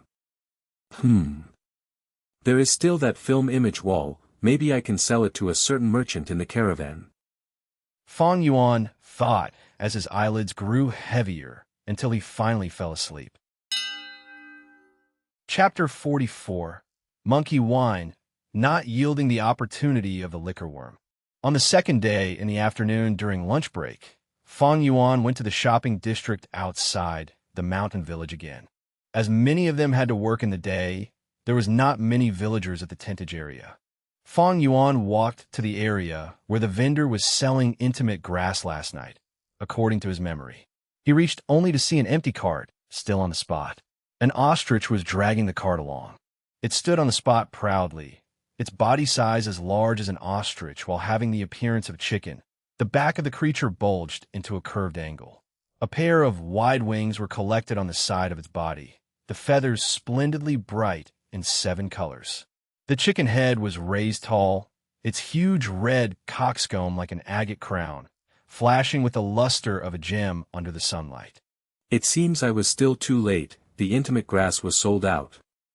What a pity, if I were able to buy a few caddy of intimate grass, I'd be able to save quite a bit of primeval stones.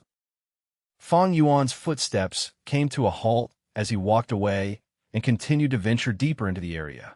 Come, have a taste of the delicious wine from all the different villages. There are more than 100 types of wine here, like the lantern grass wine, the 9-tune wine with a strong aftertaste, the light and elegant ancient dragon well, the sweet and sour flower rock tune, the mouth-watering 100 spring old cellar, the rich and heavy fragrant intoxication of 3 autumns. In front of a blue round bucket before the tent, a shop assistant was hawking with gusto. A light flashed through Fang Yuan's gaze as he immediately grew interested. With a turn, he entered the wine shop. The decor in the wine shop was very unique. At the most inner part of the tent, there was a long counter. A Gu master was stationed there, with tens of crystal ladybugs around the size of wicker baskets behind him, sticking onto the tent's cloth walls. On the floor there was no carpet, but rather the uncovered mountain rocks and soil. Among the soil, vibrant colored mushrooms grew. These mushrooms had all sorts of colors, looking round and slightly cute. Some were as large as tables, while others were short like benches. They were often distributed where a large table mushroom was surrounded by a few shorter bench mushrooms. This is the innocent mushroom, purposely grown by a Gu master. It has the ability to absorb dust and particles in the air to purify it, and it's a type of grass goo. Fang Yuan could recognize the mushroom's origins immediately upon seeing them. He chose one of the short mushrooms and sat down. The mushroom's surface immediately sank down a little, making Fang Yuan feel like he was sitting on a sofa like those on Earth. Young master, this is the wine catalog. Would you like to take a look? A shop assistant walked over. Fang Yuan glanced at the wine catalog and realized that the wine here was more expensive than the green bamboo wine. I'll have a cup of monkey wine. Fang Yuan put down the catalog. A cup of monkey wine. The shop assistant turned around and shouted. At the counter, the rank 1 Gu master heard and immediately bent down to take out a bamboo wine cup. Next he took the wine cup and turned around, facing the tentage.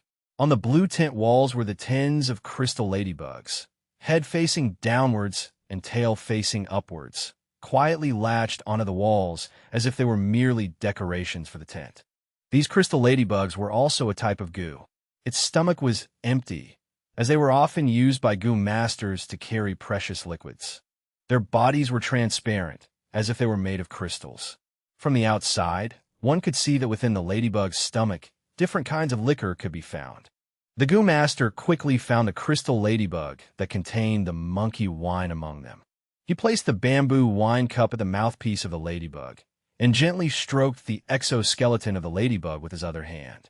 A small amount of primeval essence entered the crystal ladybug's body, and afterwards it opened its mouth and a gush of liquor flowed into the bamboo wine cup. The liquor splattered around in the cup until it was full. The Gu master placed the bamboo wine cup, which was filled with monkey wine, on the counter. The shop assistant, who had already been waiting for a while, quickly held up the cup meticulously and walked a few steps to deliver it to Fang Yuan. Fang Yuan only took a tiny sip. The monkey wine was indeed a fruit liquor, being sweet and refreshing and delicate on the palate. He stopped drinking, but instead, with a thought, Fang Yuan summoned the liquor worm.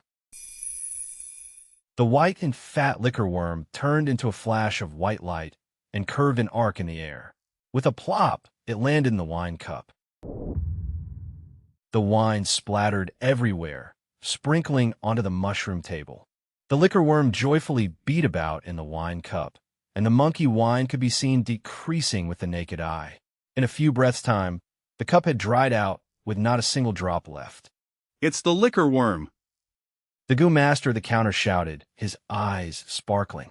He was a rank 1 Gu master with grade D talent, only able to follow the merchant caravan and work in this wine shop. His objective was to sightsee while finding his chances. The liquor worm can refine primeval essence and raise it by an entire realm. To a rank 1 Gu master, it could be said to be an extremely precious Gu worm. Isn't this the chance he's been painstakingly searching for? This young master, do you have any plans to sell this liquor worm? He excitedly approached, a look of sincerity in his eyes. Fang Yuan shook his head, rejecting him with a determined attitude, getting up to leave after that. His motive this time was to reveal the liquor worm in his possession. He had never thought of selling it. Young master, please hold on. I am really sincere about this, maybe we can sit down and have a discussion. The Gu Master reluctantly followed Fang Yuan to the tonnage entrance, but Fang Yuan did not show any response to him. In the end, he could only stand on the spot, his expression extremely regretful as he watched Fang Yuan's rear view turn around a corner and disappear into the midst of the horizon. Unconsciously, the sun gradually set as the crescent moon took its place. In the night, the moonlight shone brightly, but was overpowered by the numerous street lights in the merchant shops. The merchant shop tonight was swarming with business. Fang Yuan was squeezed left and right as he entered, hearing all sorts of conversations inadvertently. The store is normally open for 3 days and 3 nights. Tonight is already the second night. By the morning of the day after, the merchant caravan would have left on their journey already. Thus, we have to hurry if we want to buy anything. I saw a golden belgu yesterday, Sai. Too bad it was too expensive. After haggling with the shopkeeper for a long time, it did not get any cheaper. I'll go and take a look tonight. Did you guys hear? Last night, a young man opened a mudskin toad and earned a profit of 500 primeval stones. Fang Yuan listened attentively, feeling disappointment in his heart as he did not hear anything about the liquor worm. The liquor worm is only a rank 1 Gu worm, but it is extremely meaningful to a rank 1 Gu master, yet it's useless to a rank 2 or rank 3 Gu master as they are unable to refine their primeval essence any further with it. Thus it is normal that no one paid attention to this. However, taking the initiative to expose the matter of the liquor worm cannot be rushed for a period of time. If I overdo it, it might end up letting the cat out of the bag. As Fang Yuan walked, he pondered silently in his heart. At this point, there was a hustle in front of him. Next, Fang Yuan heard someone shout, "Quickly come and see, there's a dishonest merchant here selling fake goo to our clansmen." Anger stirred among the crowd. Oh, there's something like that happening. Go and see quickly which shop dares to cheat our clansmen. Fang Yuan followed the crowd and moved towards the commotion as well. What met his eyes were a group of people surrounding the mouth of a large red tent, the massive crowd swarming it. Some were curiously watching while others stared coldly, but most of the people were enshrouded with a sense of anger. Outside the tent stood 2 people. One of them was a young rank 2 Gu master, whose attire showed that he was obviously from the Guyu clan. The other person had a familiar face. It was the owner of the gambling den, Jia Jin Sheng. The young Gu master held a black Gu worm in his hands, raising it up and shouting to the crowd. "My clansmen, this person in front of me sold me a fake Gu yesterday, lying to me that it was a black boar Gu, and sold it to me for 250 primeval stones. To think that when I got home to refine it, I realized that it was not a black boar Gu but simply an ordinary stinky fat worm." Jia Jin Sheng laughed coldly. "Don't accuse me falsely. Since when did I tell you it was a black boar Gu? What proof do you have?" The young Gu master, on seeing Jia Jin Sheng's denial, fell into a rage and grabbed Jia Jin Sheng's wrist. "You cunning merchant, you dare to deny it? You actually dare to lie to me of the Guyu clan on Qingmao Mountain itself? Are you trying to look for death?" "Let go of me." Jia Jin Sheng was also furious as he flicked his wrist, slapping away the young Gu master's hand. "If you want to find trouble and extort money, you should find a better target. I am not afraid of you. My brother is Jia Fu, a rank 4 Gu master. What can you do to me?" "You." The young Gu master stared with his eyes wide, but did not dare to take action. The name of a rank 4 Gu master was enough to intimidate him. "Bah!" Jia Jin Sheng spat on the ground, raising his head and looked at the young Gu master, laughing in disdain. "It was you who wanted to take advantage of the cheap Gu. Didn't you use your brain to think, why a black boar goo which can raise a goo master's strength, being such a rare goo worm, was sold even more cheaply than a liquor worm? It is normally sold at 600 primeval stones. Did you think that you could buy one for just 250 primeval stones? Dream on. Bastard. The young goo master gritted his teeth, his face flushing red as he trembled out of anger, his chest burning with the rage of humiliation. There were chatters among the people as they got restless, discussing furiously.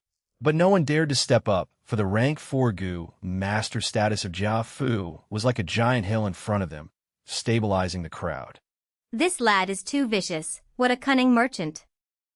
No wonder he dared to be so arrogant on Qingmao Mountain. He is actually Jia Fu's little brother. I heard that they are just half-brothers. But even with that rank 1 cultivation, he is able to use this relationship to act unrestrained in the caravan. What happened here exactly? At this moment, a loud voice spoke out. Jia Fu is here. The leader is here to settle the dispute. Everyone give way. The discussion came to a halt as everyone separated and formed a narrow path between them. A middle-aged goo master having a muscular short body coupled with a giant belly walked in. He wore a long-sleeved yellow robe, being the leader of the merchant caravan, Jia Fu. Sir Jia Fu, my regards. The young goo master was furious but did not dare to say anything. He forced himself to endure the anger and paid respects to Jia Fu. Jia Jin Sheng was frozen on the spot, not expecting his brother to arrive, his face suddenly pale as anger flashed across his eyes. This peculiar expression was captured by Fang Yuan, who was observing from afar as he pondered about the situation. Chapter 45. Clear the schemes, unknowingly trapped in the urn. Hello, young goo master, what is the problem here? Jia Fu walked to the middle of the crowd and asked amicably. The young goo master was flattered, and he cupped his fists again. Looking at the surrounding clansmen, he bucked up his courage and explained the entire situation.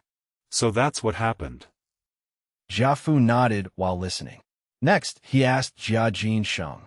Little brother, is this true? Jia Jin Sheng turned his head away and snorted coldly, not looking at his brother. Jia Fu pondered solemnly. The surrounding people were silent, not daring to interrupt his thoughts. All awaited in anticipation of his verdict. This matter was in fact due to Jia Jin Sheng's scam, but the young goo master was also at fault for being greedy and not being vigilant himself. Otherwise, he would not have gotten cheated. If Jia Fu wanted to defend his brother, with his rank 4 cultivation, even the Guyu clan leader could not do anything. Jia Fu thought for a while before finally speaking. I've understood the situation. My brother is at fault for this matter, causing this young man to suffer a loss and buy fake products. I am really sorry. Saying so, he cupped his fist towards the young goo master. Sir Jia Fu. The young goo master was largely surprised and quickly said modestly, You are a rank 4 goo master, I am merely a rank 2, this is too much for me, too much. Jia Fu waved his hand. Hee, this has nothing to do with cultivation levels, I act impartially regardless of ability. A wrong is a wrong, I apologize to you on behalf of the merchant caravan. As for compensation, how about this? You lost 250 primeval stones, so I will compensate double that amount to you on behalf of the Jia family. He executed his promise immediately, as a follower took out 5 money bags and handed it to the young goo master in public. Every money bag was filled to the brim, each containing 100 primeval stones. The young goo master took over the money bag, so overwhelmed that he could not say anything. However, I have a word of advice to you. Jia Fu continued and reminded. A black boar goo is very rare, for it is able to raise a goo master's strength permanently.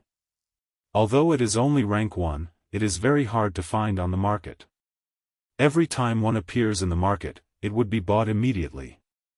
The pricing is around 600 primeval stones. Trying to get one with 250 primeval stones is impractical. Junior has learnt his lesson. The young goo master bowed deeply to Jia Fu in gratitude. Cheers erupted from the crowd. Sir Jia Fu is brilliant. Magnificent, as expected of Sir Jia Fu. As a rank 4 Gu master, he did not make use of his status to bully the weaker party. Sir Jia Fu really is the role model of the righteous path. No, no. Jia Fu smiled, cupping his fist towards the crowd, modestly saying, Our Jia family business bases our principles on trust and honesty. Everyone, my brother is young and foolish, liking to play pranks on others. He is actually very kind. I hope everyone can be more bearing of him. Don't take it to heart. The crowd's cheers became even louder. Humph. Jia Jin Sheng's expression was ugly as he stomped on the ground and walked into the tent. Next he walked out from the back of the tent. Fang Yuan looked at this silently, thinking in his heart. It seems that the image wall at the Flower Wine Monk's place can be sold. The Flower Wine Monk had used a photo audio gu to record the ugly acts of the 4th generation Guyu clan leader.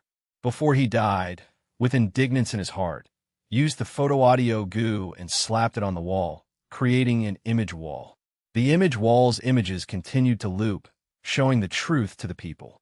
With the intention of maximizing his profits, Fang Yuan had wanted to sell this image wall long ago. He believed that the other 2 clan families on Qingmao Mountain, the Bai family and Xiong family, would be very interested in this image wall. But to sell this personally would be very inappropriate. His cultivation was too weak, and if he brought this image wall to the other villages, he could easily be silenced. Even if the transaction was successful and he managed to return safely, there was no secret that would stay a secret forever, and once it was revealed to the Guyu's higher-ups, he would be kicked out of the clan family at best. In accordance to Fang Yuan's plans, he still needed to make use of the Guyu clan. Thus, the safest way was to sell it to a certain merchant in the caravan. All of them were outsiders and were not involved in the disputes among the villages. Thus, it was the best choice for him.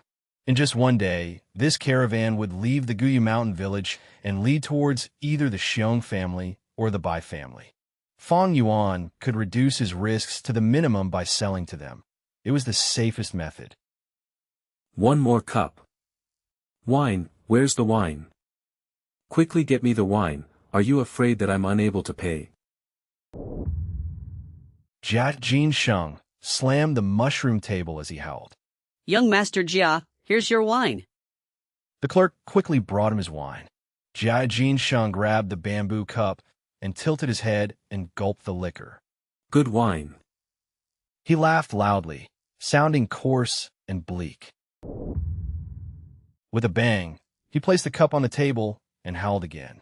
Get me another glass. I want as many as you can supply. The clerks did not dare to offend him and could only do as he said. Luckily, this wine house was already full of people. Not only were the mushroom tables packed with people, even the surrounding streets were packed with people. Jia Jin Sheng's drunkard temperament was not very peculiar in this bustling street. Jia Jin Sheng drank cup by cup, wanting to drown his sorrows. With his back facing the crowd, no one observed that as he drank, 2 clear lines of tears flowed down his cheeks. Who would know of his pain, his sorrow? A hateful person has to have his pitiful side, conversely. Everybody had their own stories. Amongst his brothers, he was the youngest, being the most handsome and resembling his father the most, thus being the most doted by his father. But heaven made fun of him by giving him only D grade talent. As he grew up, he lived under the pressure of his brothers. He was indignant and wanted to resist, but with that talent, there was nothing he could do. His father felt death approaching and wanted to split his assets. 2 people were to lead a merchant caravan. They pledged to break up the family property in accordance to the results. Jia Jin Sheng wanted to rely on his own method to acquire the family assets and the recognition of his clan. But to think that he became his brother's stepping stone once again. When Jia Fu appeared, he knew he fell into a trap. This was a scheme right from the beginning. But what could he do? Once he entered this caravan, he was doomed to be Jia Fu's fodder. Rank 4 and Rank 1 was such a huge gap that he was powerless to fight again. Jia Fu. He forced this name out of his mouth, his eyes burning with the flames of hatred. He was unable to take it lying down. Do you wish to deal with your brother? I can help you.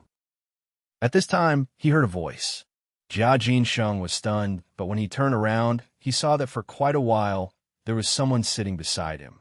He shook his head and blinked a few times, finally seeing who it was. Who else if not for Fang Yuan? It's you. He stared at Fang Yuan, slightly angry. I remember you. Lucky lad, getting a mud-skin toad from my gambling den. You're here to mock me. Fang Yuan looked at Jia Jin Sheng, his eyes cold as water. I have a huge business, so if you wish to acquire better results and get more assets, why not listen to me? Jia Jin Sheng was suspicious. His back straightened, and he sat up. How do you know about the matter of the assets? This secret was not easily known to outsiders, but Fang Yuan was easily able to guess it. The Jia family's business is not top secret. How can it evade people who wish to know?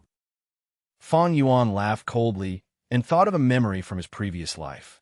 The Jia family head was a legendary figure who started from scratch. He made his fortune through the merchant caravans and revived the Jia family's village. He gradually got old, and when he could feel that his time was up, he got his children to form a caravan in twos and, according to their results, split the assets. The better they did, the more family assets they get. But his eldest son Jia Fu and second son Jia Gui were extremely talented. After competing for 6 to 7 years, they still could not come to a conclusion, and even after the family head died, there was no clear victor. After the Jia family head died, there was an enormous amount of assets. While competing for the assets, the two brothers' conflict escalated and both called in external help, causing a large-scale goo competition.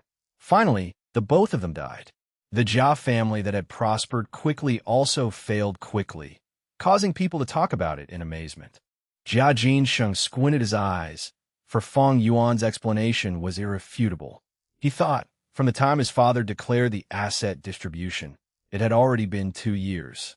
There are no impenetrable walls in the world, so even if someone found out about it, it's nothing strange. His real worry was whether this was another trap by Jia Fu. But no matter what, there was no harm listening. Fang Yuan did not speak immediately. He surveyed the surroundings. This was the same wine cellar he came into in the afternoon. The shopkeeper operated independently, and, at night, the shop was bustling with business. Discussing here was a far safer place than a quiet environment, as it could avoid the eavesdropping of certain goo worms. He hooked his fingers at Jia Jin Sheng. Lend me your ear. Jia Jin Sheng unhappily snorted, but still slanted his head forward. After hearing Fang Yuan's description, he frowned and looked at Fang Yuan coldly.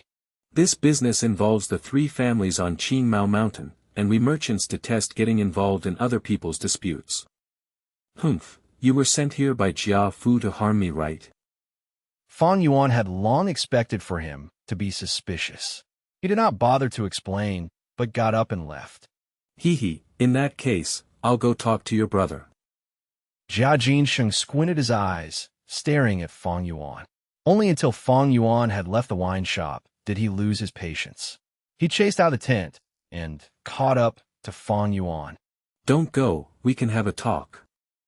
Fang Yuan placed both hands behind his back, staring at him from the side coldly, saying, I know you are suspicious of me, but now that your brother has you firmly caught, you're almost close to finished.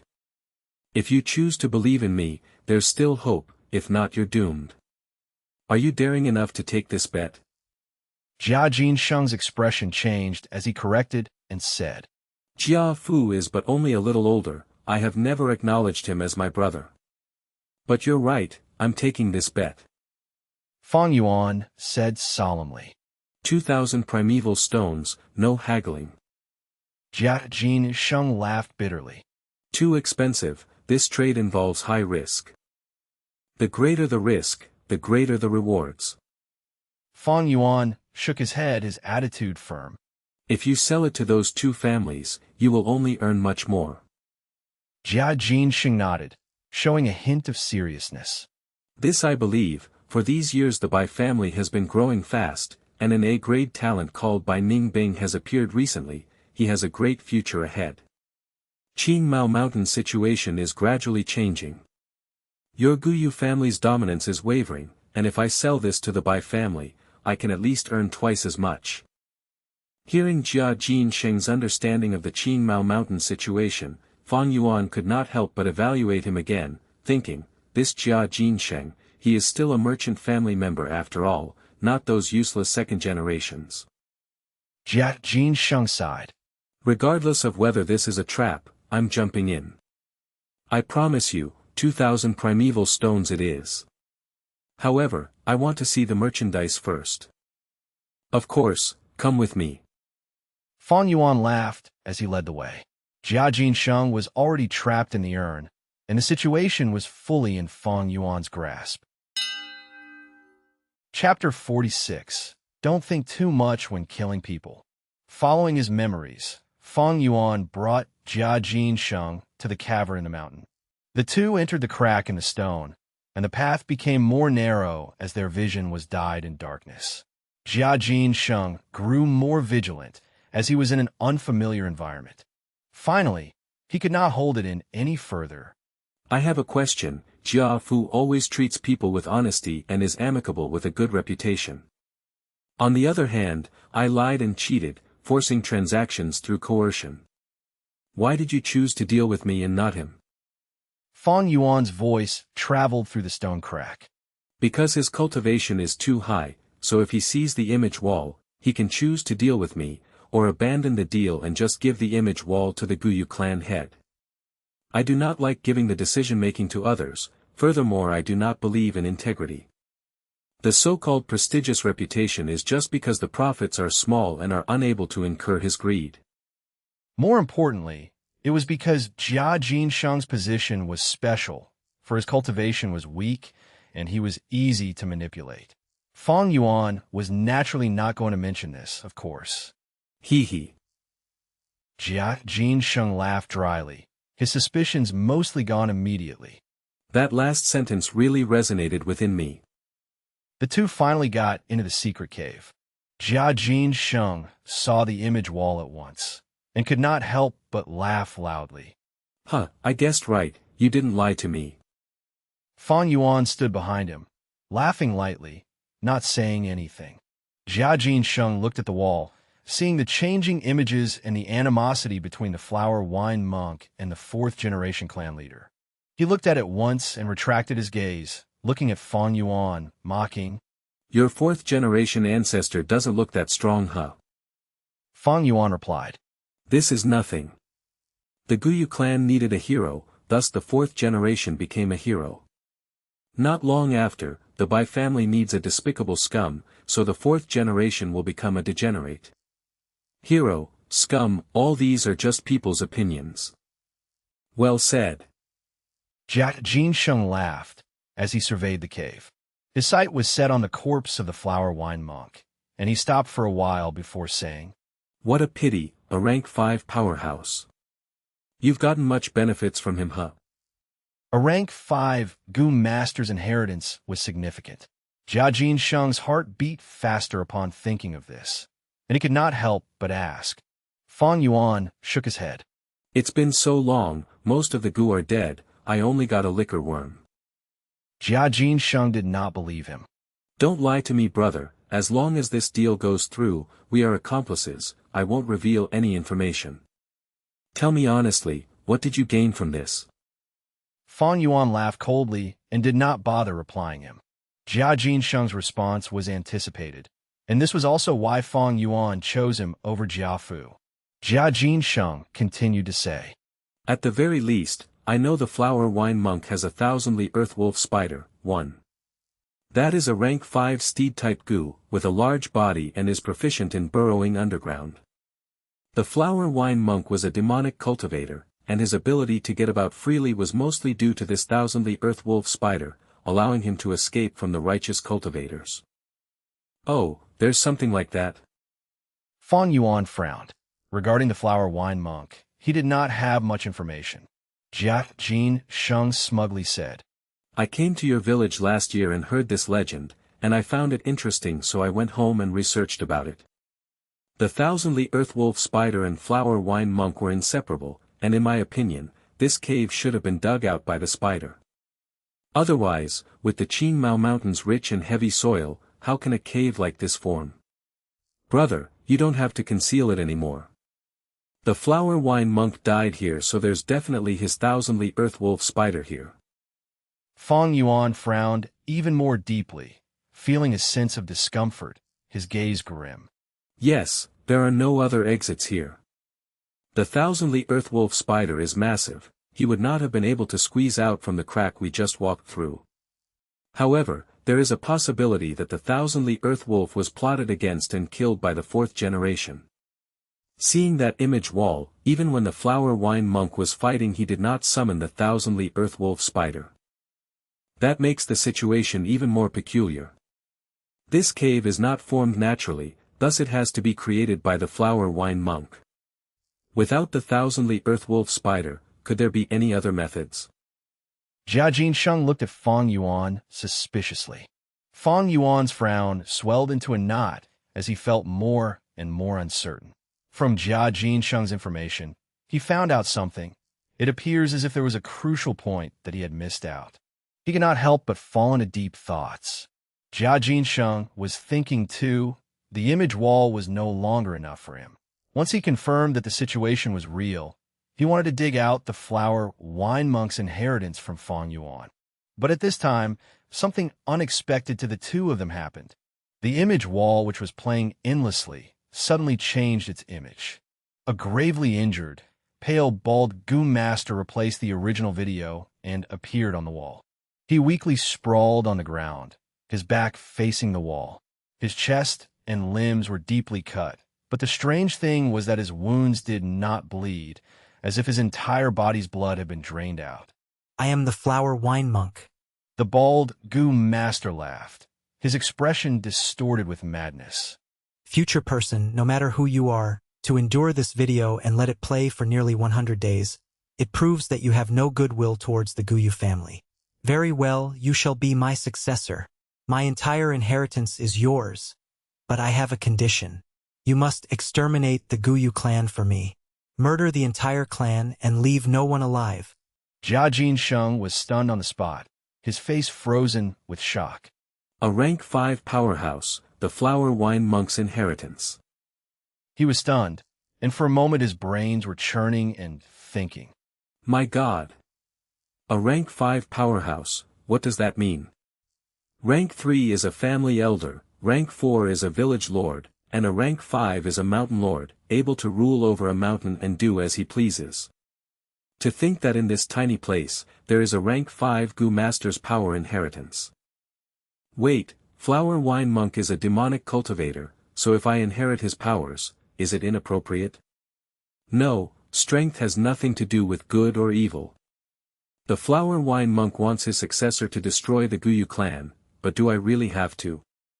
He's already dead, I just have to take his inheritance and ignore those issues. This is a godsend opportunity. Even with my D-grade talent, if I inherit the flower wine monk's inheritance, I might be able to improve my talent. Those rare talent-raising goo worms, they might be part of the inheritance. If I inherit this fortune and become a rank 4 or 5 Gu Master, I'd be able to contest with Jia Fu. Wait. I almost forgot, there's an outsider, what should I do? Should I split the inheritance with him? No, kill him. Only by killing him can I protect this secret. Yes, I should calm him down first, and lie that we're going to split the treasure. Getting rid of his guard, then assaulting him and killing him here. This place is so hidden, it's great. Even if I kill him, nobody would know. Although he thought of all these, it was merely a moment in real life. Having a plan, he squinted and revealed a fake smile. He slowly turned around and faced Fang Yuan, but just as he was about to speak, he saw 2 blue moonblades flying towards him. His pupils dilated into the size of a pin. The distance was too small, he could not respond in time. You. His voice came to a halt. The moonblade aimed accurately for his neck, and in an instant his skull flew into the air, fresh blood pouring out like a fountain. After 2 seconds, his corpse plopped on the ground. The scalding blood poured on the mountain walls, dyeing the withering vines red. Don't think so much when killing people. Fang Yuan looked at the corpse plainly, and then shifted his gaze towards the image wall. To think there was such a twist here. How interesting. He muttered as his eyes emitted an eerie glow. Chapter 47. Jia Jin Sheng. I actually did not want to kill you. The rain crashed down heavily. Gray clouds covered the sky, and the continuous mountains far away blended into a mass of black ink. The rain curtain interwove the heavens and earth together. Crack!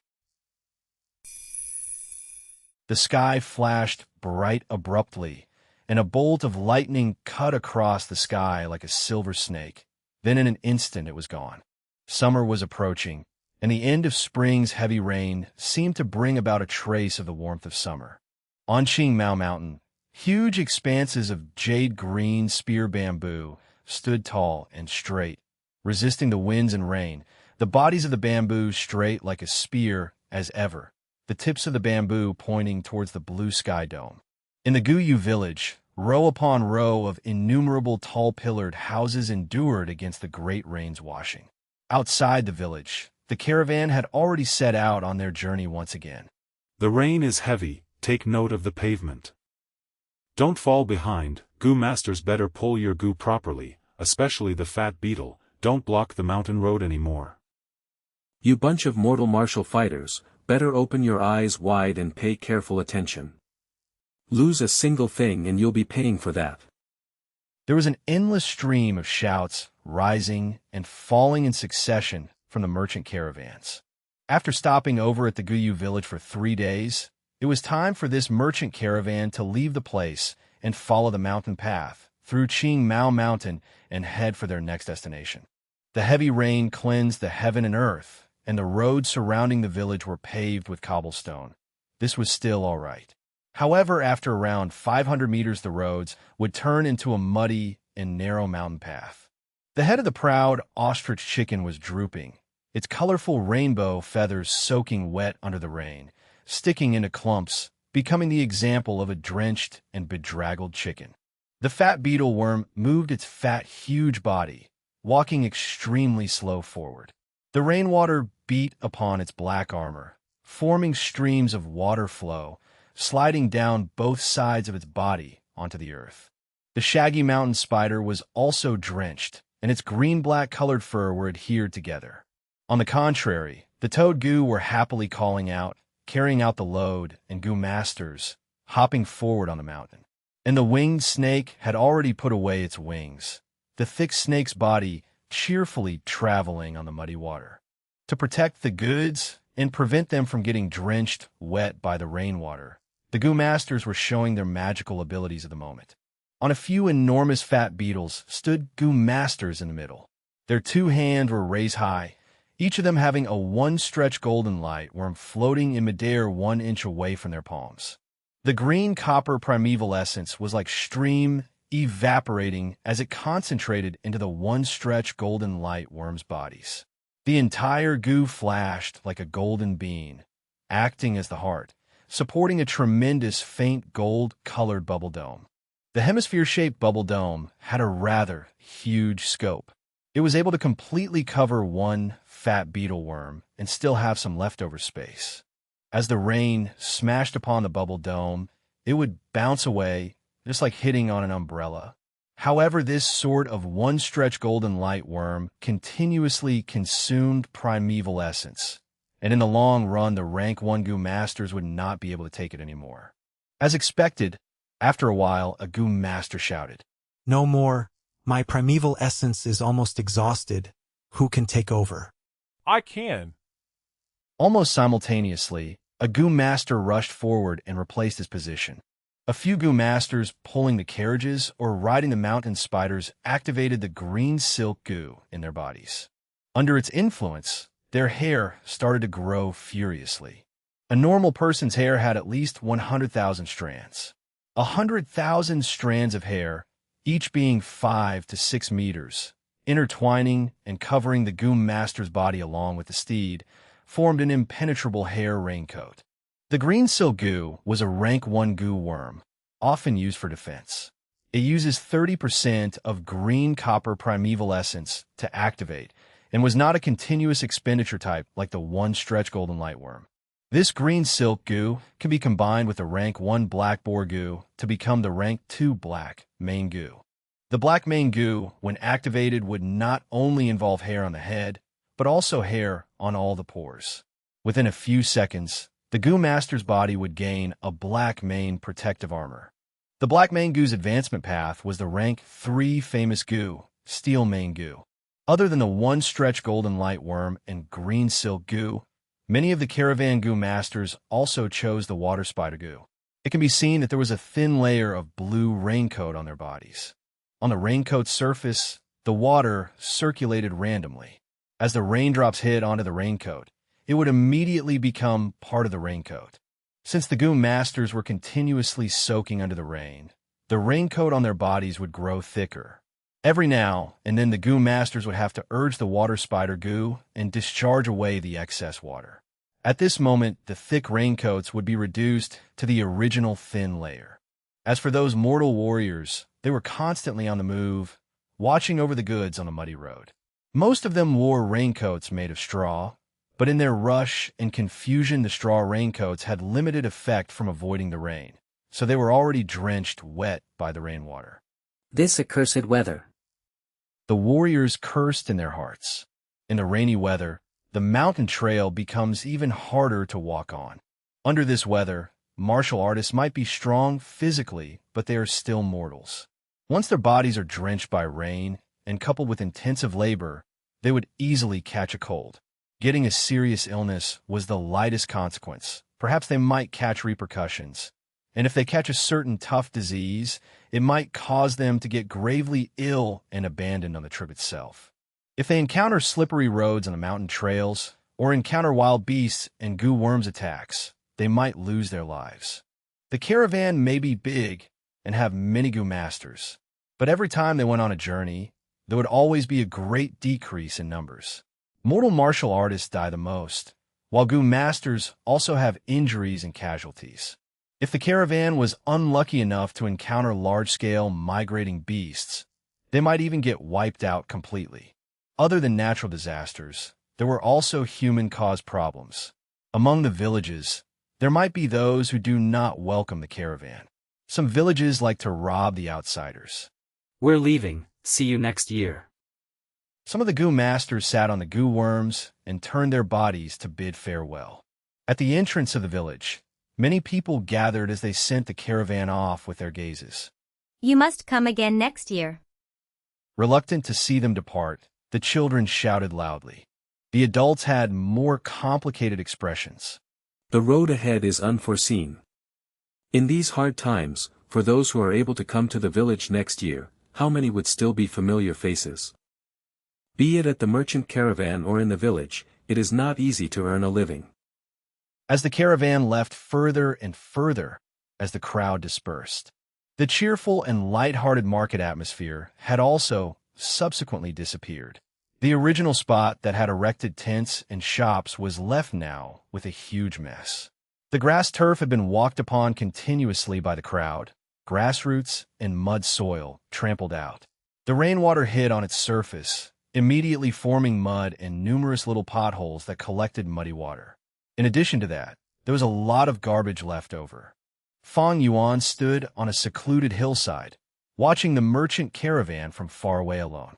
The merchant caravan was like a fat and colorful flower python, snaking through the narrow mountain road under the gray heavy rain, slowly entering the dense mountain forest.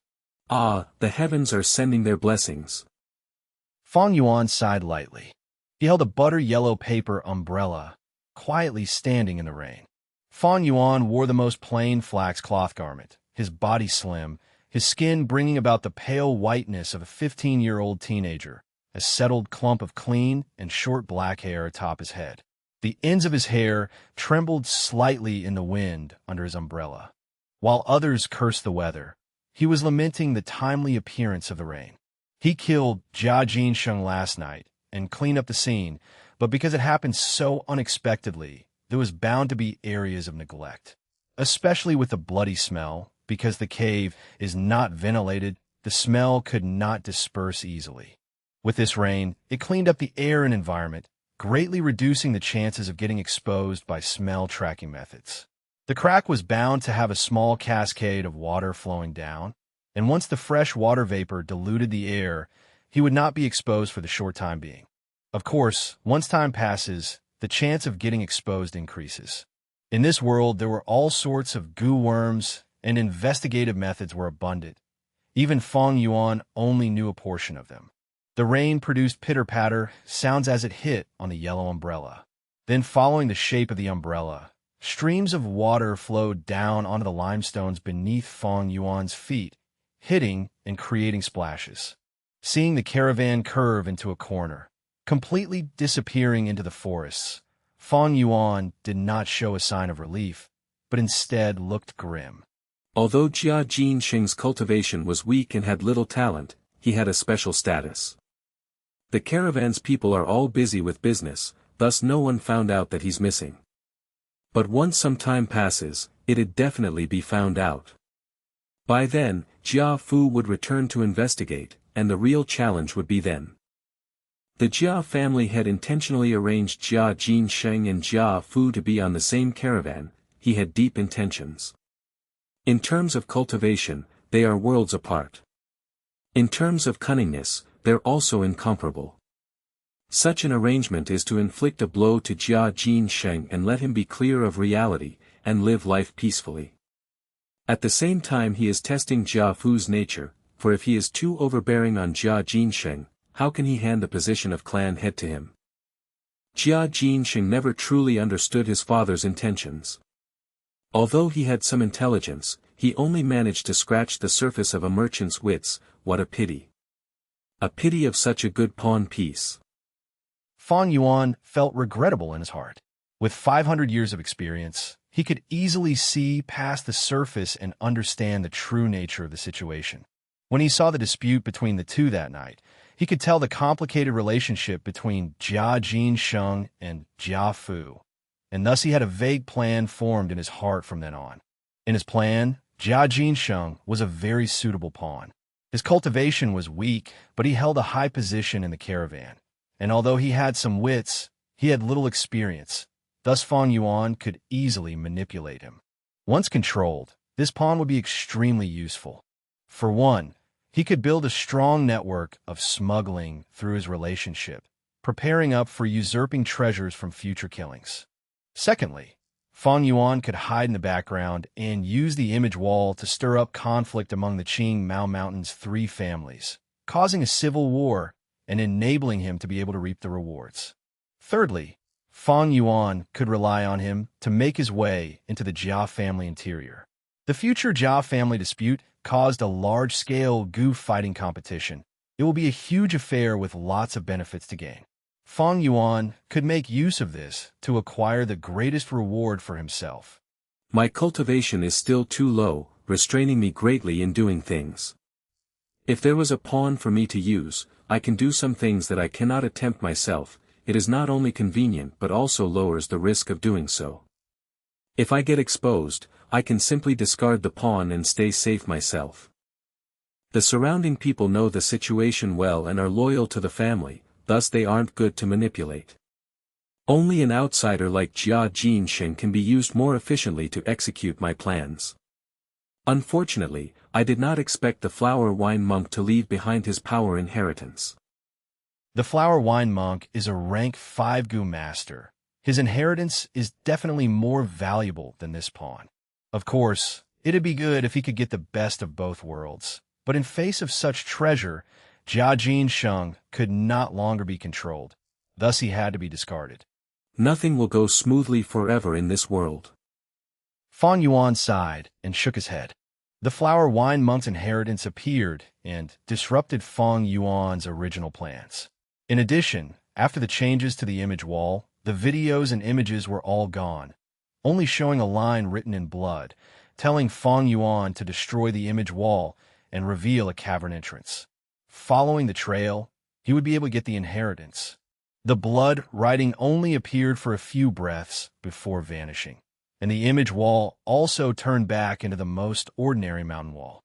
Fang Yuan spent the entire night cleaning up the murder scene, and had no time to break the wall.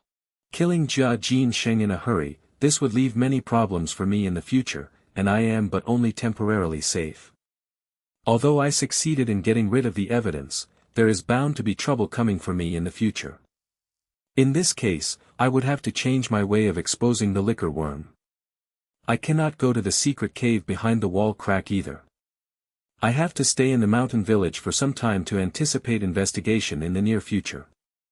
Fang Yuan turned around and held his umbrella, walking in the rain towards the village. But this is fine too. I can spend a large amount of primeval stones during this period to refine to middle stage primeval essence. Using it, I can nurture my aperture and break through into the middle stage.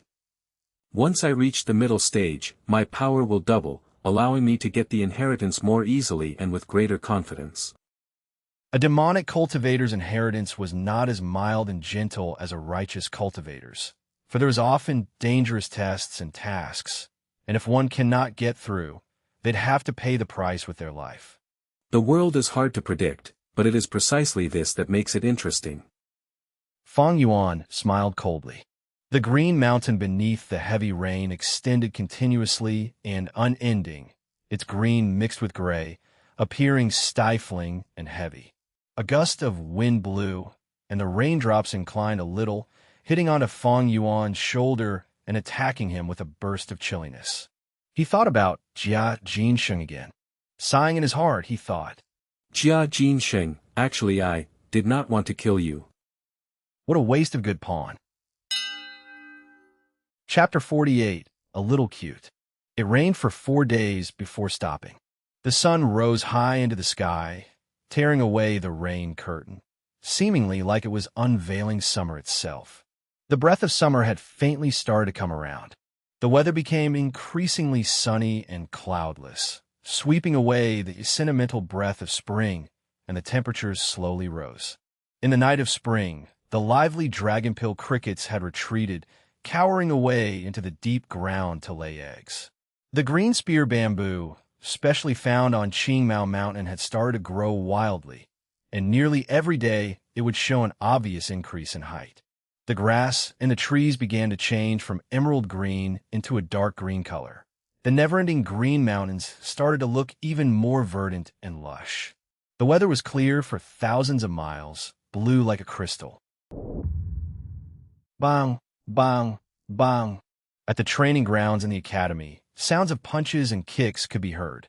After exchanging over 10 blows, Guyu Mo Bei was kicked in the abdomen by Fang Yuan, taking 5 to 6 steps backwards, leaving the designated circle drawn in the arena. The martial arts instructor stood before the stage and evaluated the situation. Seeing this, he immediately declared, Guyu Mo Bei has exited the stage. Guyu Fang Yuan wins for the 33rd consecutive time. Humph, I lost to you again. Guyu Mo Bei gritted his teeth, his eyes staring right at Fang Yuan. But don't be arrogant. One day, I will defeat you. I can already feel it, that day is nearing. Fang Yuan looked at him expressionlessly, and then his eyelids drooped downwards. That kick earlier caused you to have internal bleeding. I'd advise you to treat that injury first. This small injury is nothing. Guyu Mo Bei was retorting halfway, when suddenly his expression changed and his throat gulped, vomiting a mouthful of blood. His face was pale. This was the first time he suffered this level of injury. His eyes could not help but show signs of fear.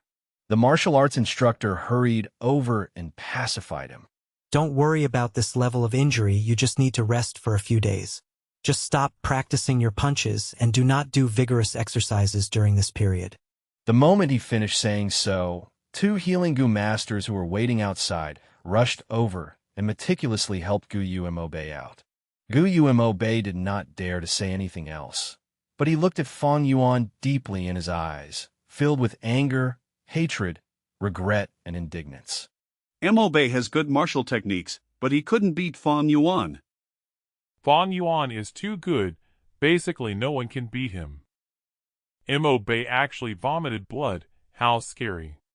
I don't want to fight a guy like this. Sigh, but the instructor said today is practice combat, up on the arena. Each of us needs to go up and fight once. The students stood outside the arena, some looking towards Fang Yuan in fear, some sighing nonstop, some were pale, while others felt trepidation. Among them, some were injured. A few held their bruised faces, some held their limbs, gasping for breath. Others laid on the ground, rubbing their thigh. Next. Seeing that there were no challengers coming up, the instructor yelled. However, no one answered. Usually those who were courageous to challenge Fang Yuan were only Guyu Moonblade, Guyu Qichun, and Guyu Fangzheng.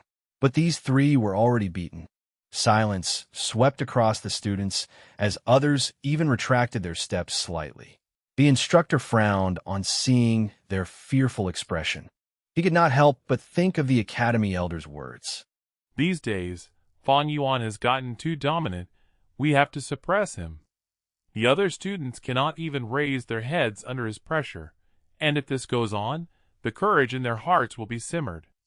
Our academy nurtures courageous tigers and wolves to fight enemies, not fearful sheep and lambs. What's wrong with all of you?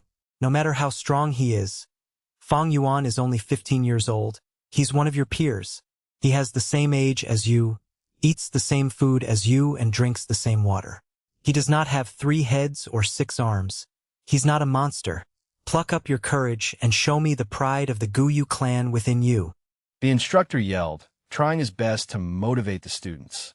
But he is too strong. We cannot beat him. The classmates who fought him are in such a pitiful state. And Moonblade got beaten until he vomited blood. Fang Yuan is getting more ruthless with his strikes. Instructor, we do not dare to fight him. The student spoke softly, weakly retorting. The instructor was stomping with anger. These ignorant youngsters. He was clear as a bystander. Fang Yuan had gone through 33 consecutive fights without any rest in the middle. Although he was constantly adjusting his breathing, his stamina had already depleted.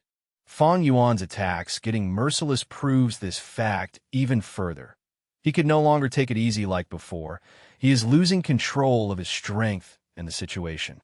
If someone tries harder, his fatigue will be revealed. With just a few more people, he could be defeated on the stage. Once Fang Yuan is beaten, his dominating presence will be reduced sharply, the students' courage ignited, and the motive to suppress Fang Yuan achieved. But now, the students were deterred by Fang Yuan's tough front.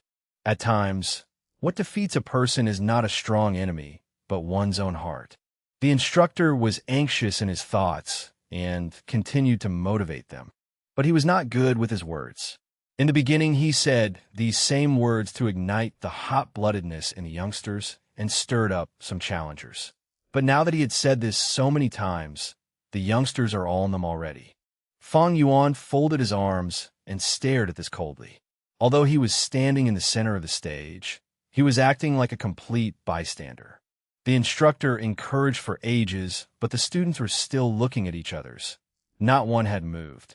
The martial instructor could not help but be angry and helpless. He turned to Fang Yuan, unhappily chiding. Fang Yuan, you're also at fault. Your blows are getting more vicious among classmates. You should be more gentle and friendly. How can you deal such vicious blows?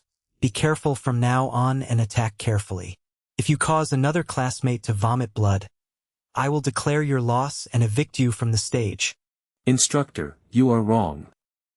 Fang Yuan snorted, his gaze not showing any weakness, looking right at the instructor. Practicing and fighting, we naturally have to give it our all, otherwise how can it achieve the aim of training? Don't tell me that when we are in battle, we also have to request our enemies to be more gentle and friendly. The instructor flew into a rage. Humph, your attacks are vicious.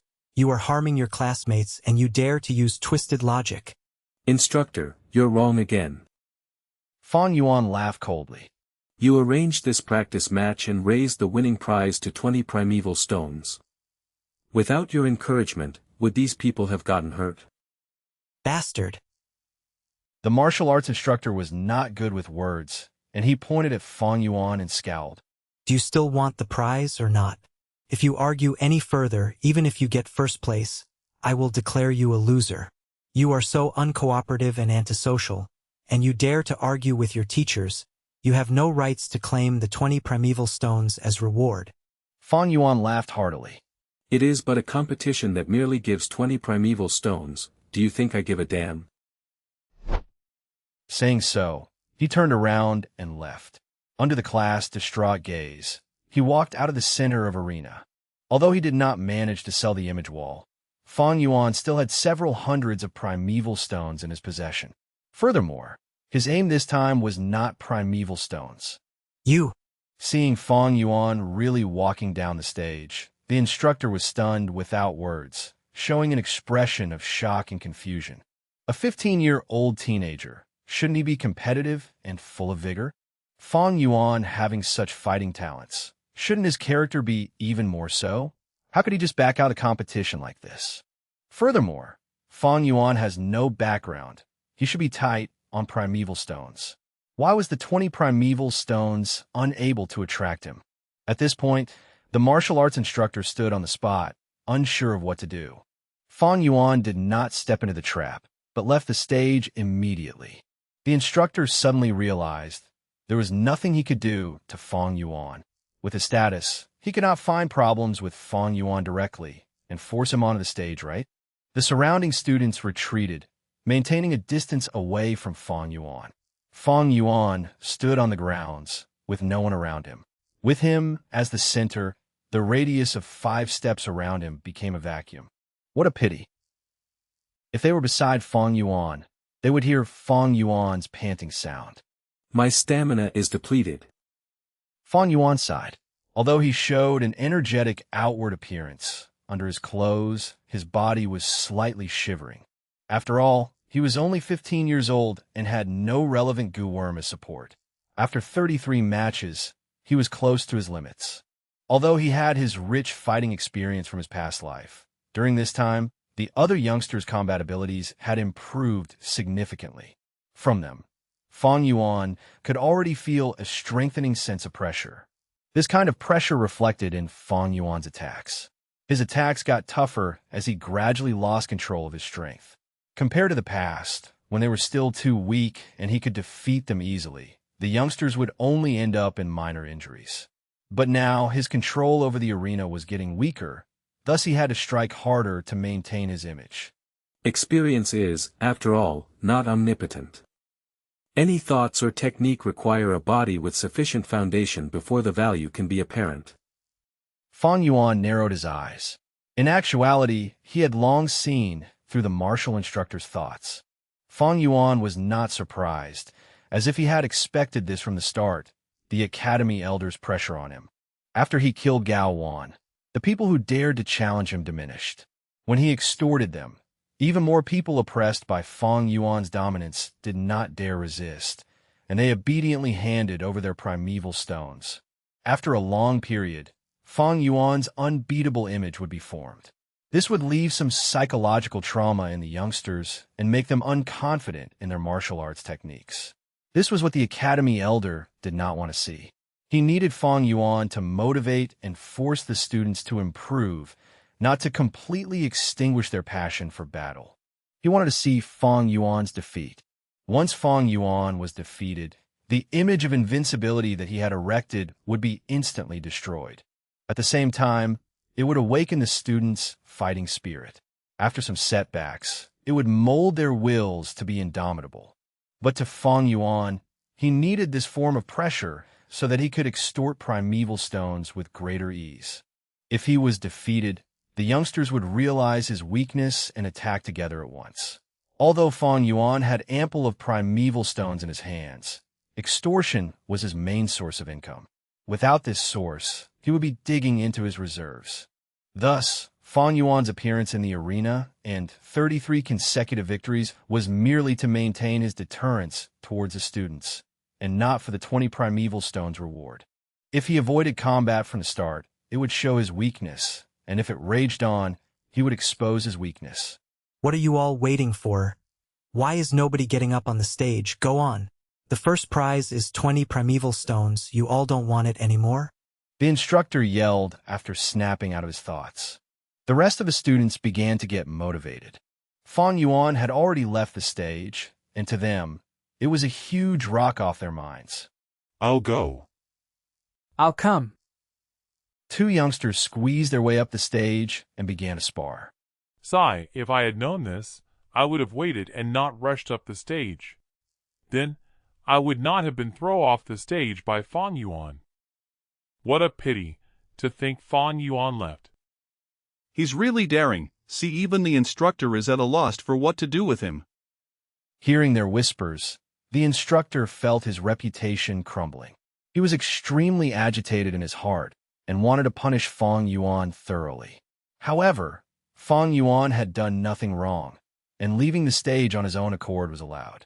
The instructor was both helpless and moody. Finally, he looked at Fang Yuan and stared angrily at the latter. Fang Yuan's lips slightly curled up into an angle as he thought. Such boorish methods, this instructor is a little cute. Chapter 49. Not afraid of Fang Yuan breaking out of their grasp. A pair of solemn eyes were staring at the faraway training grounds. The academy elder stood at the window of the third story, looking at everything that had transpired at the arena. He frowned deeply. The instant Fang Yuan left the stage, he felt a sense of peculiarity in his heart, not expecting Fang Yuan to do this. This lad, he is rather hard to catch. He is proficient in the academy's rules, and normally will not commit any wrongdoings.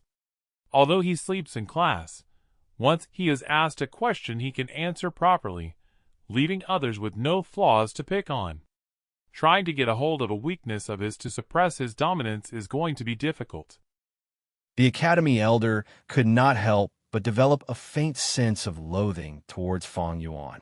As a teacher, he naturally liked obedient and smart students and hated those naughty students who did not obey the rules. But being the academy elder for so many years, his experience was extremely rich. He had seen many different types of students. Among them, he had seen extremely obedient ones who followed orders without question. There were also those who caused problems day and night, constantly breaking the rules. His heart had already become still as water, impartial to all. At the same time, he carved the phrase, "As a teacher, one must treat all students fairly," onto the right corner of his desk, treating it as his motto. He had never felt such disgust for a student. Feeling that sense of detest in his heart, the academy elder was also slightly shocked. In previous years, even towards the most naughty students, he was able to handle it with a big heart, tolerating their actions. But when it came to Fang Yuan, why did he lose this sense of impartialness? He thought about it again and again, and finally realized the reason. This lad called Fang Yuan. He had a form of arrogance in his blood. It seemed from the fundamentals that Fang Yuan did not respect his teachers for their status. Towards the martial arts instructor earlier, he not only disobeyed him, but even rebuked him in public. Actually, such cases of retorting against teachers were commonly seen in previous years. However, those kids always had an agitated state of mind. They were either rebellious, furious, or stubborn, etc. The academy elder was clear that the more agitated the youngsters were, the more it implied that they were fearful in their hearts. But Fang Yuan was not. He had no fear in his heart at all, as if he had seen through the tricks of the academy. His expression was aloof, and even after he left the stage, his expression showed no signs of changing, as if he had done something insignificant. Yes, he treated the matter of disobeying his teachers as a trivial matter that was insignificant. In simple terms, he was not afraid. It was just this point that caused the academy elder to already feel unhappy, developing a sense of disgust for him. The academy elder could endure a student more rebellious than Fang Yuan, or a teenager 10 times naughtier than him. That was because these students knew fear and were moving based on their agitated emotions. As long as they were fearful, as long as they were impulsive, they would be easily manipulated and will not go out of control. But Fang Yuan was not. He was calm and uncaring, not treating his teachers with reverence. He was not respectful. Someone who has no reverence for the clan, even if they are nurtured, how can they be useful for the clan? Once they appear, this sort of person, they have to be suppressed. They must be suppressed. Otherwise, his existence will create a sense of irresistibility in the students. In the long run, it will affect the others, causing them to lose their reverence for their teachers. And as the academy, how else are we going to manage the students? The academy elder squinted his eyes, making up the decision in his mind. But then, his face showed a troubled expression very quickly. How was he going to suppress Fang Yuan? Fang Yuan had done nothing wrong. There was no weakness that he could exploit. Fang Yuan's cunning demeanor gave him a sense of helplessness. He had never met a student like this, one who was so familiar with the academy's rules and regulations. As the academy elder, he was always impartial to all students. He could not be like a slum gangster and purposely find trouble with a youngster like Fang Yuan. He had placed his hopes on a martial arts instructor, but now he was deeply disappointed. It seems that to suppress Fang Yuan's domination, we can only wait until all the other students advance to rank 1 middle stage. A Gu master's advancement is mostly influenced by their talents. With his rich experience as the academy elder, he had calculated before in his heart. The ones who had the greatest chance to advance first are Gu Yu Fang Zheng, Qi Chun, and Mo Bei. They were in A rank and 2B grades respectively, and with their elders held behind them, they had no lack of primeval stones. No matter which one of the three, they were mostly likely to be the first to advance to rank 1 middle stage cultivation. Gu Yu Fang Zheng, Qi Chun, and Mo Bei, these three are our hopeful seeds this season. The academy elder looked at the arena and sighed. With his experienced gaze, he could tell.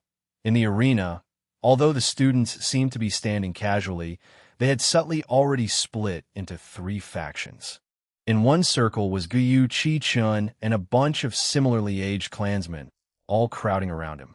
The second circle's core was Gu Yu Fang Zheng, and the clan leader's faction's younger generation were subtly supporting this grade talent genius. The third circle was led by Gu Yu Mo Bei. He had already been treated of his internal injury and stood on the arena with a pale face.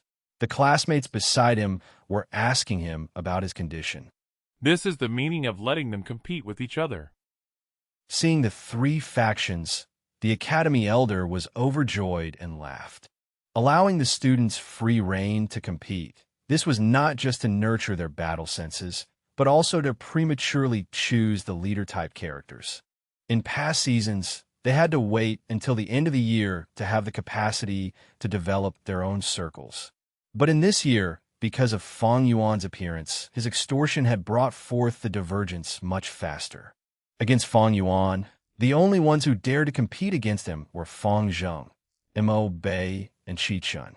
After a long time under imperceptible influence, the other youngsters would automatically regard these 3 as the leaders. As long as there were no mishaps, these 3 social circles would be the layout of the future family's higher-ups. But these factions are still not stable. Within them, there are still students moving around. Once the 3 take the lead and advance to the middle stage first, I will give them the positions of class chairman and vice chairman. With that differentiation, they would gain authority, and this will strengthen their social circles. The academy elder thought. Of course, there was someone not within either factions. Just one person, and that was Fang Yuan. Getting close to stronger people is human nature. In fact, although Fang Yuan extorted the students and acted against the students, there were a number of youngsters who wanted to attach themselves to him. However, they were rejected by Fang Yuan. To him, only those who were useful were pawns, and these youngsters had too little value. This was also another reason the academy elder hated Fang Yuan. He was too antisocial, not willing to integrate into the team. To such people like him, the clan's control over them was not as much as the other youngsters. The academy elder's gaze once again shot towards Fang Yuan in the arena. Fang Yuan stood alone at one corner with his hands behind his back, his eyelids slightly closed, allowing the students to fight for their prize. Even with the heated competition, his expression did not change the slightest. His surrounding was vacant. No youngster was willing to stand with him. Very evidently, he also did not wish for these people to be near him. Fang Yuan stood there alone, enshrouded in loneliness. He floated outside the factions. But I don't have to be too worried. This Fang Yuan is still young and can be changed slowly. The Academy Elder's gaze shone, and he thought deeply. Next up will be the establishment of the class chairman and vice chairman. A year later, we will split into groups, creating team leaders and assistant leaders. Every academic year also has all sorts of honor and rewards, like the Small Red Flower Award, Blue Neckcloth Prize, and 5 Outstanding Student Prize. He wants to cultivate, so he needs resources. Thus he has to compete for these positions and prizes. As time passes, with interaction among the students, he is bound to have kinship, friendship, and love as his restraints. I don't have to worry about him going beyond the clan's control. These years, the Academy Elder had gradually understood something. When a new clan member is born, they will be brainwashed by the clan. First, they will be taught the clan's utmost value system. Next, they would go into moral education and learn about the beauty and importance of kinship, friendship, love. After that, they would be taught honor, and in the process of growing up, many resources such as prizes would be used to attract them. Using the family's assigned roles, they would choose and recruit the most loyal clansmen into their factions. Do not look down on the small roles like chairman or vice chairman, for once they become one of these roles, they would be part of the clan's administration. Under such a system with constant influence, on one hand it brings about the benefits of having authority and the sweetness of power, while on the other hand, it brings the problem of detaching from the system. A carrot in hand and a stick in the other. Who can break away from the system? Even the wildest of people or the most lonesome ones would gradually become a part of the family. One without loyalty would also be nurtured into one with loyalty. Without kinship, friendship, or love, they would still be developed. This is the power of the system. This is the power of rules. This is the clan's way of survival. Chapter 50, Middle Stage. Nightfall arrived. The moon was like a silver plate, appearing among the clouds. The thinly spread stars decorated the surroundings. Guyu Mo Bei stood in the courtyard, raising his head up, his eyes glistening under the reflection of the moon. Little brother, I heard you got injured today. Behind him, his sister Guyu Mo Yan's voice resounded. Sister, you are worried that after being beaten till I vomited blood today, I would have long-lasting trauma? Mo Bei turned around and curled his lips. Seeing her brother laughing, Mo Yan's heart felt at ease. Although she had truly worried, she said instead, No way, Big Sis here understands you best. Good brother, you have an indomitable will, the future head of our Mo family. How can you be frightened off by such a small injury? He, I knew sister doted on me the most. Mo Bei scratched the back of his head as he laughed sheepishly. You know what, sister? Under the glow of the moonlight, this 15-year-old teenager's eyes radiated brightly. Although I failed this time, I heard Fang Yuan panting during the match. Back then he easily beaten me in 2 or 3 strikes within calm and composed manner. But his gasping already revealed his weakness. He is definitely not as strong as everyone else thinks. One day, I will defeat him fair and square. Good, as expected of a good man from my Mo bloodline. Mo Yin laughed, patting her brother's head, showing concern on her face. However, you suffered internal injuries, so please don't practice your martial arts these few days. Don't touch my head, sister, I am already old enough. Mo Bei shrugged his head, using an unhappy tone. I understand what you are saying, I have a plan. These few days, I'm going to nurture my aperture walls.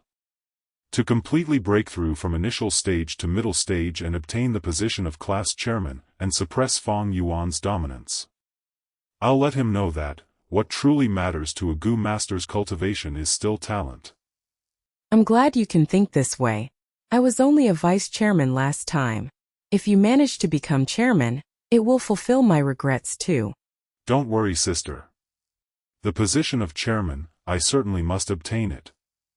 At the same time, in the Qi family, inside the secret room, there was only one torch attached to an opening in the limestone walls.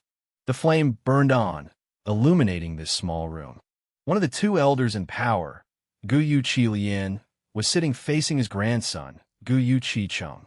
The two sat on a praying mat with their shadows projected on the ground, wavering with the flickering of the flame. Guyu Qilian stretched out his hand, using his palm to touch Qi Cheng's abdomen area.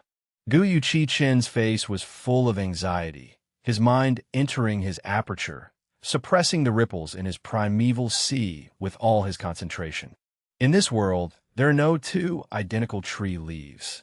Similarly to Gu Masters, there is no identical primeval essence as well.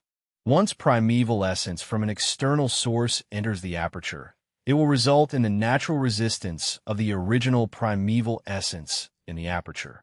If Guyu Qicheng does not suppress it, and instead allows his primeval essence to resist, it will result in a clash between the essences.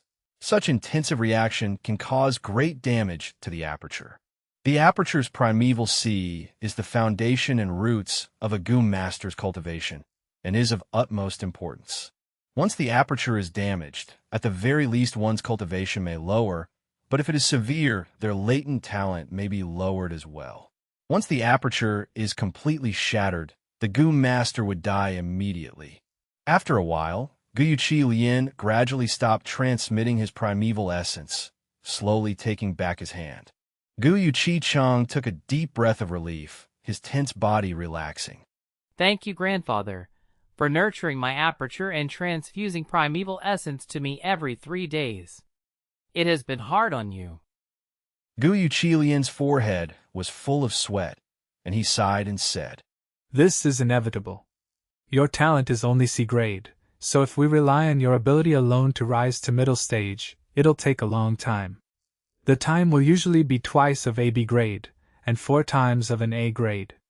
In such a situation, your talent will be exposed.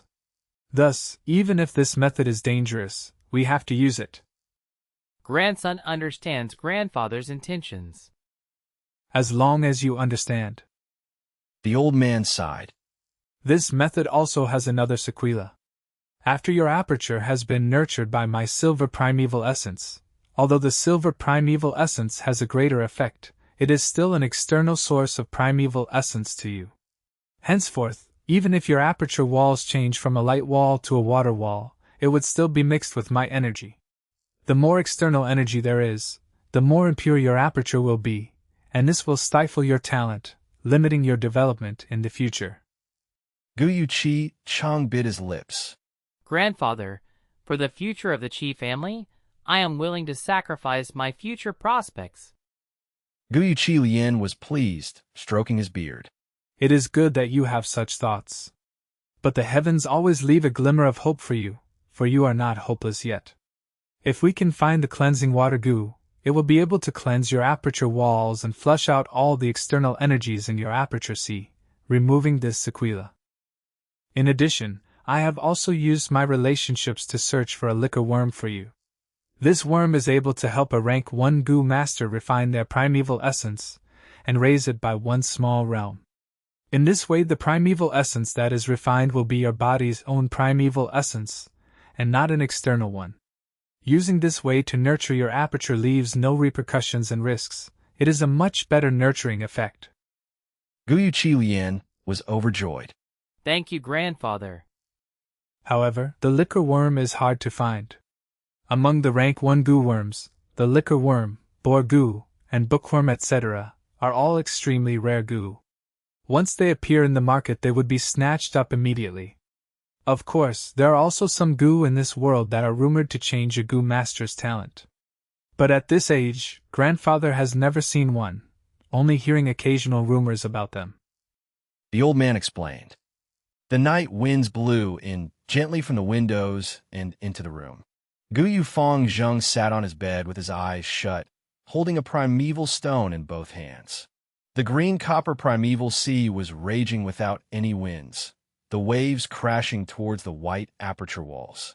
He has a grade rank talent, and his primeval essence occupied 80% of the aperture.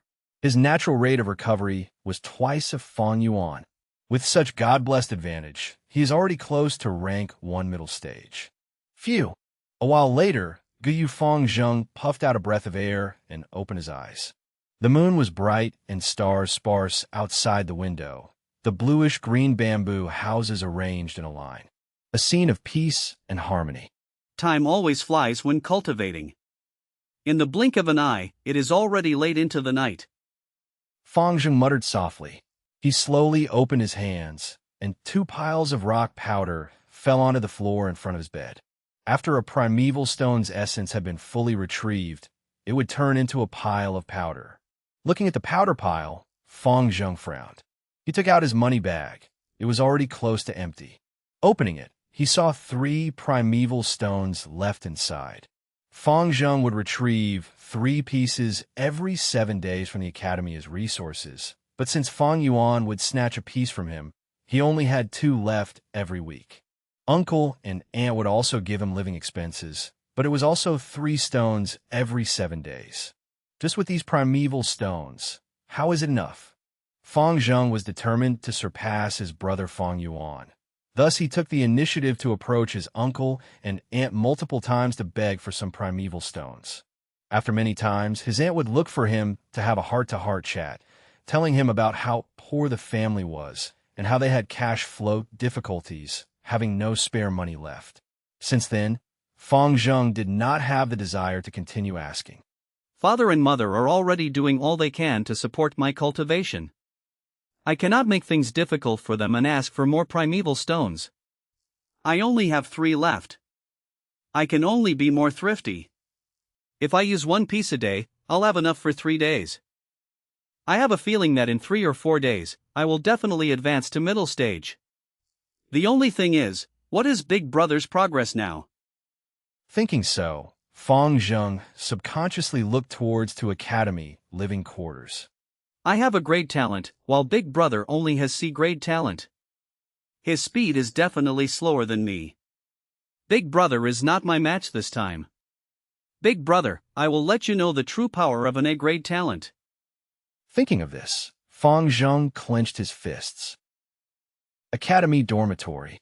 Fang Yuan's door was shut tight. In the darkness, he was not asleep, but sitting on his bed. A Gu Master's cultivation cannot replace sleep. Normally at this time, Fang Yuan would already have fallen asleep. But in cultivating earlier today, he already felt that he was just 1 step away from middle stage. I might as well not sleep tonight, I'll rush straight for middle stage.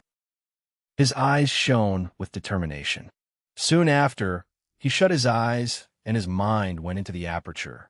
44% of green, copper, primeval C.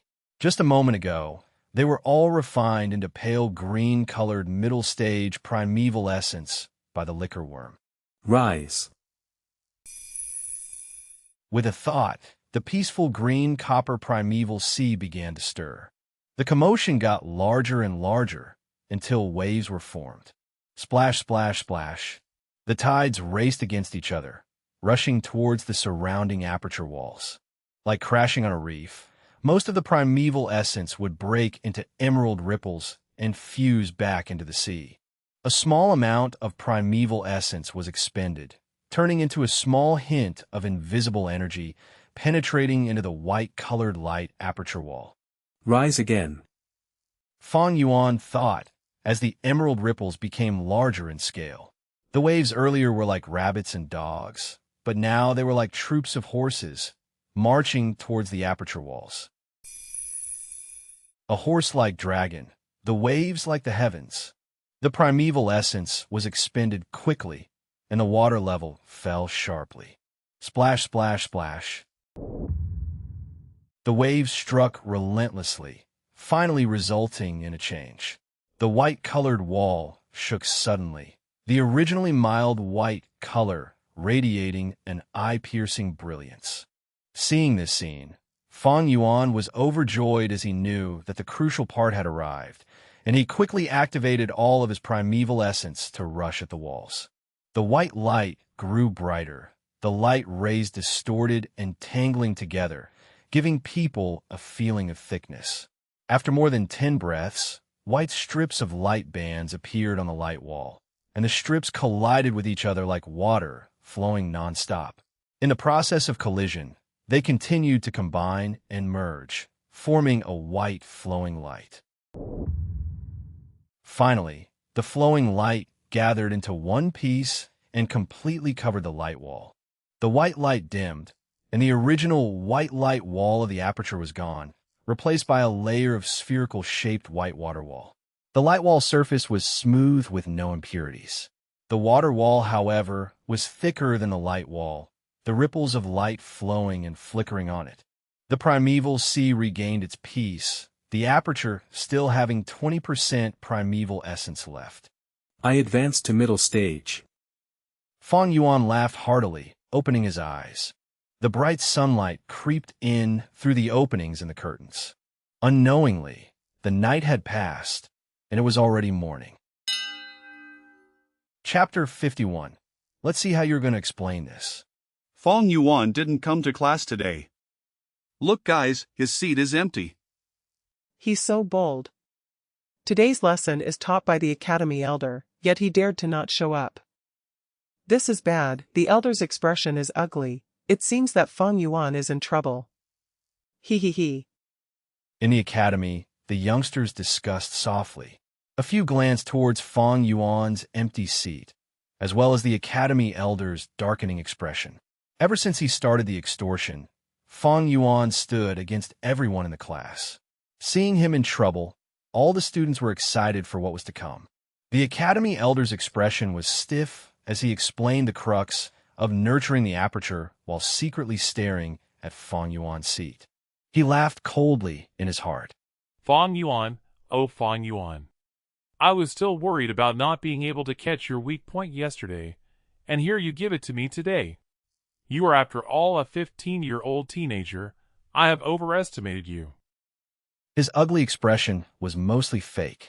His motive was to use this opportunity to find trouble with Fang Yuan and punish him, eliminating his increasing dominance in class. Undeniably, as time passed, Fang Yuan's dominating presence was getting stronger, causing the other students to be barely catching their breaths. A one-sided dominance was not what the Academy Elder wanted to see. He wanted to see the entire class shining. Men! The Academy Elder raised a finger and knocked lightly on the table. Elder, your subjects are here. The two guards standing outside at the door entered. The Academy Elder snorted in public. This Fang Yuan is getting out of hand, being so lazy and skipping classes right under my nose. Go to the hostel and bring him here for me. Yes, Elder. The guards went on their way. Seeing the guards disappear outside the door, the academy burst into discussion noises. Numerous students joined in the conversation. Fang Yuan is in deep. Now, someone said with his eyes shining brightly. We have a show to watch later. Another laughed in pleasure towards Fang Yuan's misery. Big brother, you are too arrogant. This is challenging the elder's authority. No matter what punishment it is, you had it coming. Gu Yufang Zheng looked at the empty seat, sighing internally. Bam, bam, bam. The academy elder, with a strict expression, slammed the desk thrice. Silence, no talking in class. His aura at this moment was like a volcano about to erupt, causing fear in others. Immediately, the academy fell into pin-drop silence. The students fearfully shut up, quickly getting into position. Except, although their expression was so, their thoughts were already deep into this matter. The class continued, the youngsters not concentrating at all. A few students by the window looked out constantly. As time passed, after a while, footsteps could be heard at the door. Instantly, the students' ears twitched, tens of eyes showing bright expressions. Arriving. The academy elder heard the footsteps too and narrowed his eyes as a result. He had already thought of how to deal with Fang Yuan. He'll punish him to stand outside for 3 hours. Although the punishment was not heavy, it was enough for him to be humiliated. Throughout lessons, students entering and leaving would see Fang Yuan standing there. This way, it would ruin Fang Yuan's image of invincibility. When the students realized that Fang Yuan was nothing special, the impact he has on them would be greatly reduced. This would result in them gaining courage and stir their competitive spirit.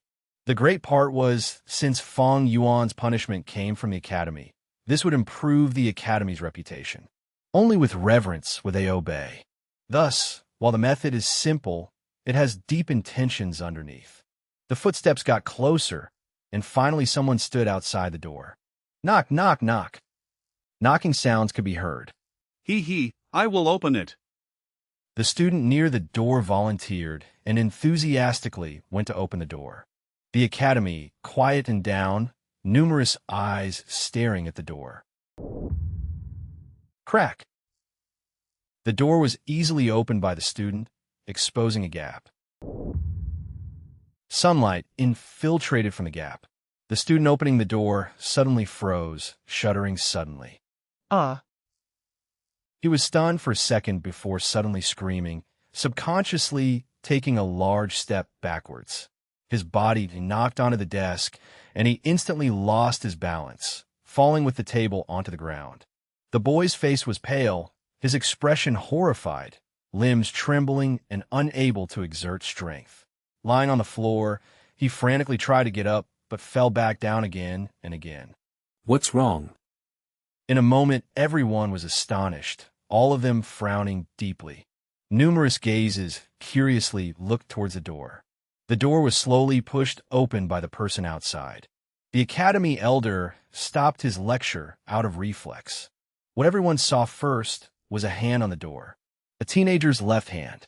A left hand with dripping blood. A bloody hand.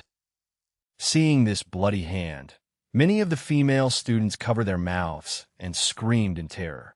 The door slowly opened fully. The brightness of the sunlight. Everyone's eyes, causing them to squint. With the bright sunlight as his background, a dark shadow attached to a thin teenager appeared before everyone. He didn't know why, but the academy elder felt a strong feeling of unease in his heart. It's Fang Yuan. Someone screamed out loudly. Everyone who had gotten used to the sunlight could clearly see who the person was. What met their eyes was Fang Yuan, bathed in blood, standing outside the door as if he had gone through an intense battle. His left hand slowly retracted, his right hand grabbing onto some hair, dragging along a person. The person's left arm was entirely detached from a base. He was lying there motionless, evidently unconscious. Blood on his left shoulder gushed out. It's one of the guards, who went to look for Fang Yuan. Someone recognized the person's identity. What exactly happened? Someone was going berserk. He murdered again, this time he killed the guards. Someone pointed at Fang Yuan, screaming in horror, getting louder and louder, as if it would purge the terror and fear in his heart. At once, the academy was rowdy. Many students forgot the rules at this time and stood up from their seats. They looked towards Fang Yuan with fear, shock, and nervous expressions. In their imaginations, Fang Yuan would be dragged here by the guards left and right. But the truth was, Fang Yuan bathed in blood, his expression cool like a devil approaching. The two guards, one missing while the other lying motionless, blood oozing from his body, quickly forming a puddle. A thick scent of blood permeated the academy. The academy elder was stunned. He did not anticipate such a scene. After his shock came intense rage. The two guards were merely external martial artists. So what if they died? The academy elder did not really care. But the crucial point was their identity. They were the academy's guards, representing the academy's prestige, representing the academy elder's face. This Fang Yuan was simply too bold. Not only did he kill Gao Wan, now he even went and murdered the academy's guards. No, this isn't just being bold. He was practically provoking, challenging the clan academy's prestige. The academy elder flew into a rage, pointing at Fang Yuan, screaming, Fang Yuan, what is this? You have to give me an explanation, a good reason to spare you. If not, with the crime of murdering the guards, you will be thrown in jail, awaiting the clan verdict. The students all shuddered. Even the windows trembled, the entire academy reverbing with the academy elder screams. Only Fang Yuan was calm-looking, his eyes dyed a deep miasma, behaving like usual, unable to see any change in his emotions. After looking around, Fang Yuan let go of his right arm, and with a plop, the guard's head fell into the puddle of blood, splashing onto Fang Yuan's pants. He cupped his fists towards the academy elder, his calm voice echoing throughout the silent academy. Academy elder, I truly have something to report. Speak. The academy elder spoke with both arms behind his back, arching his head as he looked at Fang Yuan, his expression ice cold. Laughing coldly in his heart, he thought, Fang Yuan, you're making more and more mistakes, increasing the severity. I'll see how you're going to explain yourself. Chapter 52. You have no choice but to accept my explanation. Inside the academy, everyone's attention was on Fang Yuan. Their expression showed shock, fear, mockery, and callousness. Fang Yuan paid no attention to these people. He looked at the academy elder with a stern expression, with his finger pointing towards the fainted guard. Reporting to elder, these two guards had impure motives, devious intentions. They broke into my room when I was at the crucial moment of breaking through into the middle stage. As everyone knows, a Gu master cultivating cannot be interrupted. Especially so when one is trying to break through into higher realms. A moment of distraction would not only cause the breakthrough to fail, but their aperture would also get damaged. Thankfully my luck was good, because at the moment where they barged in, I had already stepped into the middle stage. However, before the masses had reacted, Fang Yuan continued. These two did not admit their mistakes earlier.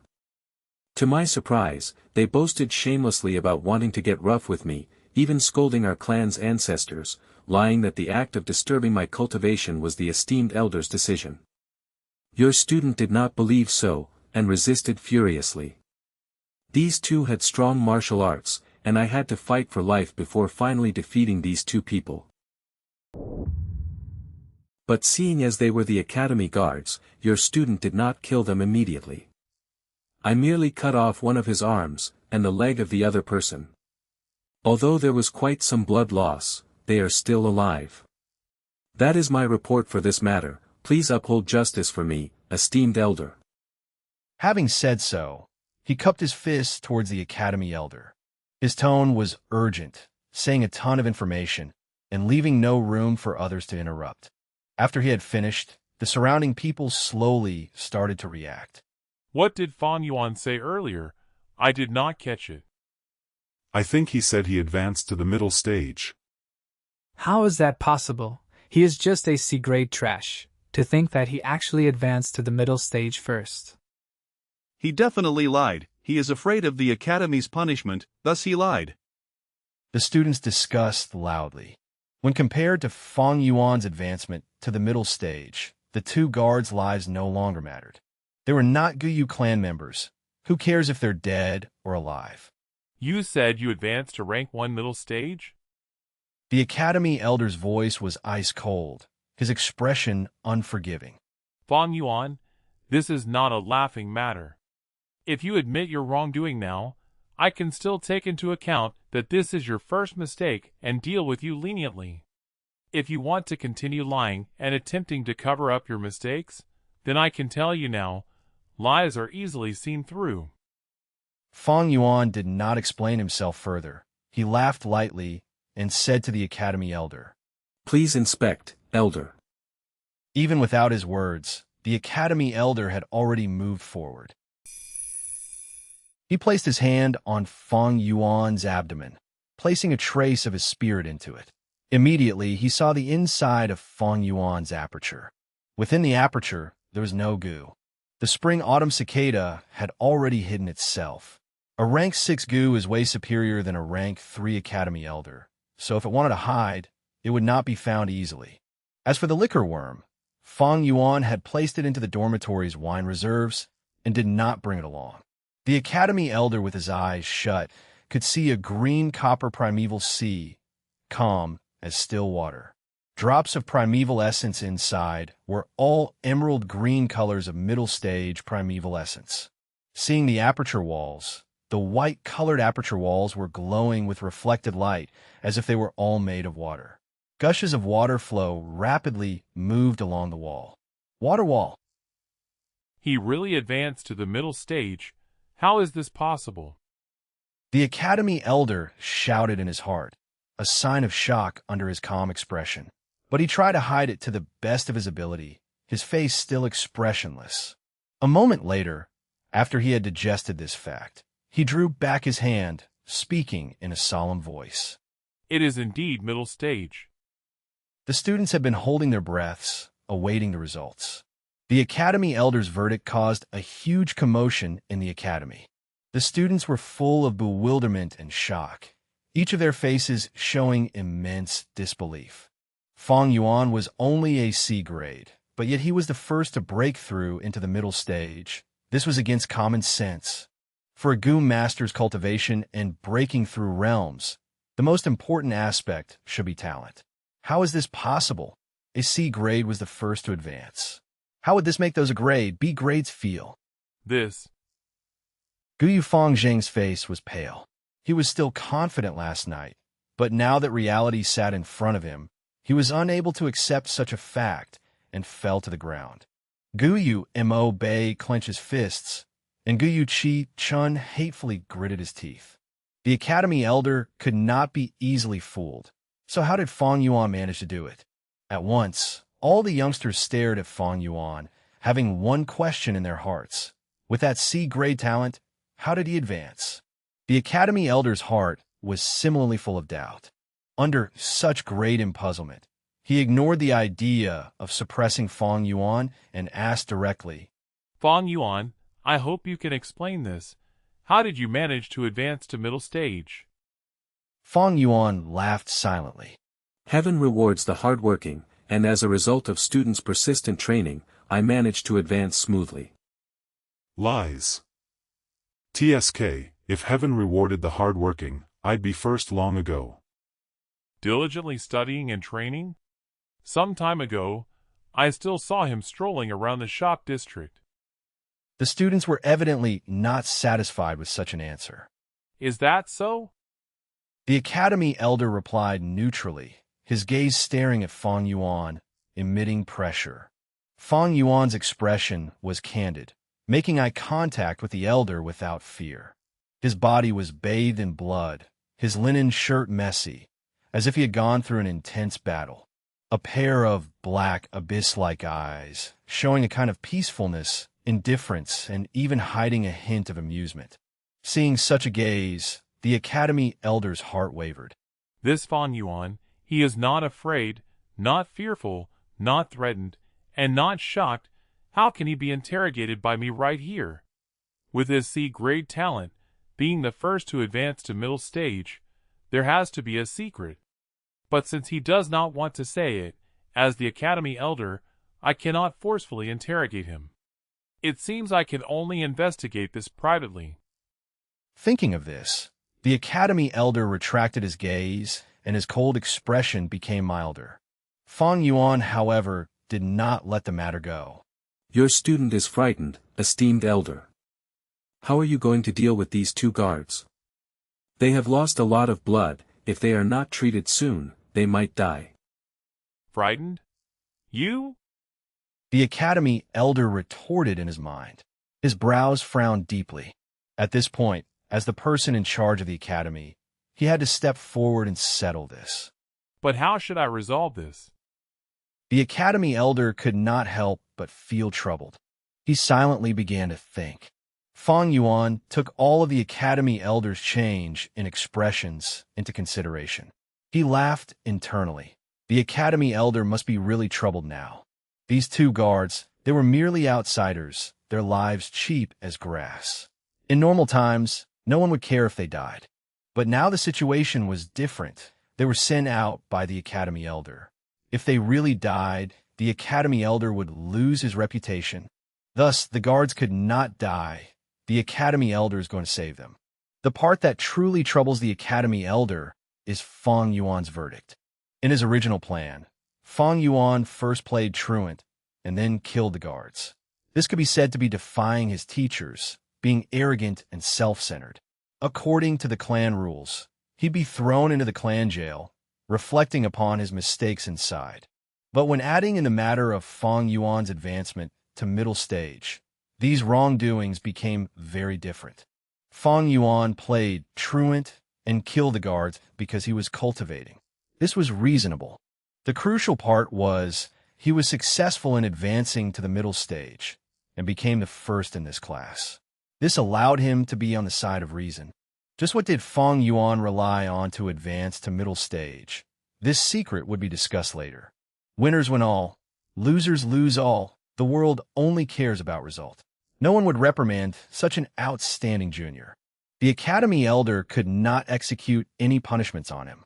What is the Academy for? It is to nurture outstanding Gu masters and inject fresh blood into the clan. Now that we have such an aspiring young man, you as the Academy Elder still wants to find trouble with him? That would be neglecting your role. Just like a student who got good results, as a teacher, he should be encouraging and praising him instead of punishing and criticizing.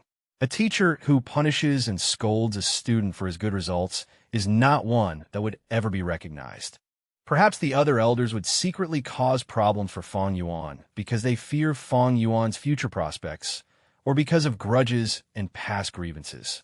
But him alone, the esteemed Academy Elder, cannot do such a thing. Because he is in charge of the Academy, he has to be impartial, at least on the surface. These are the rules. Do I just let him go like this?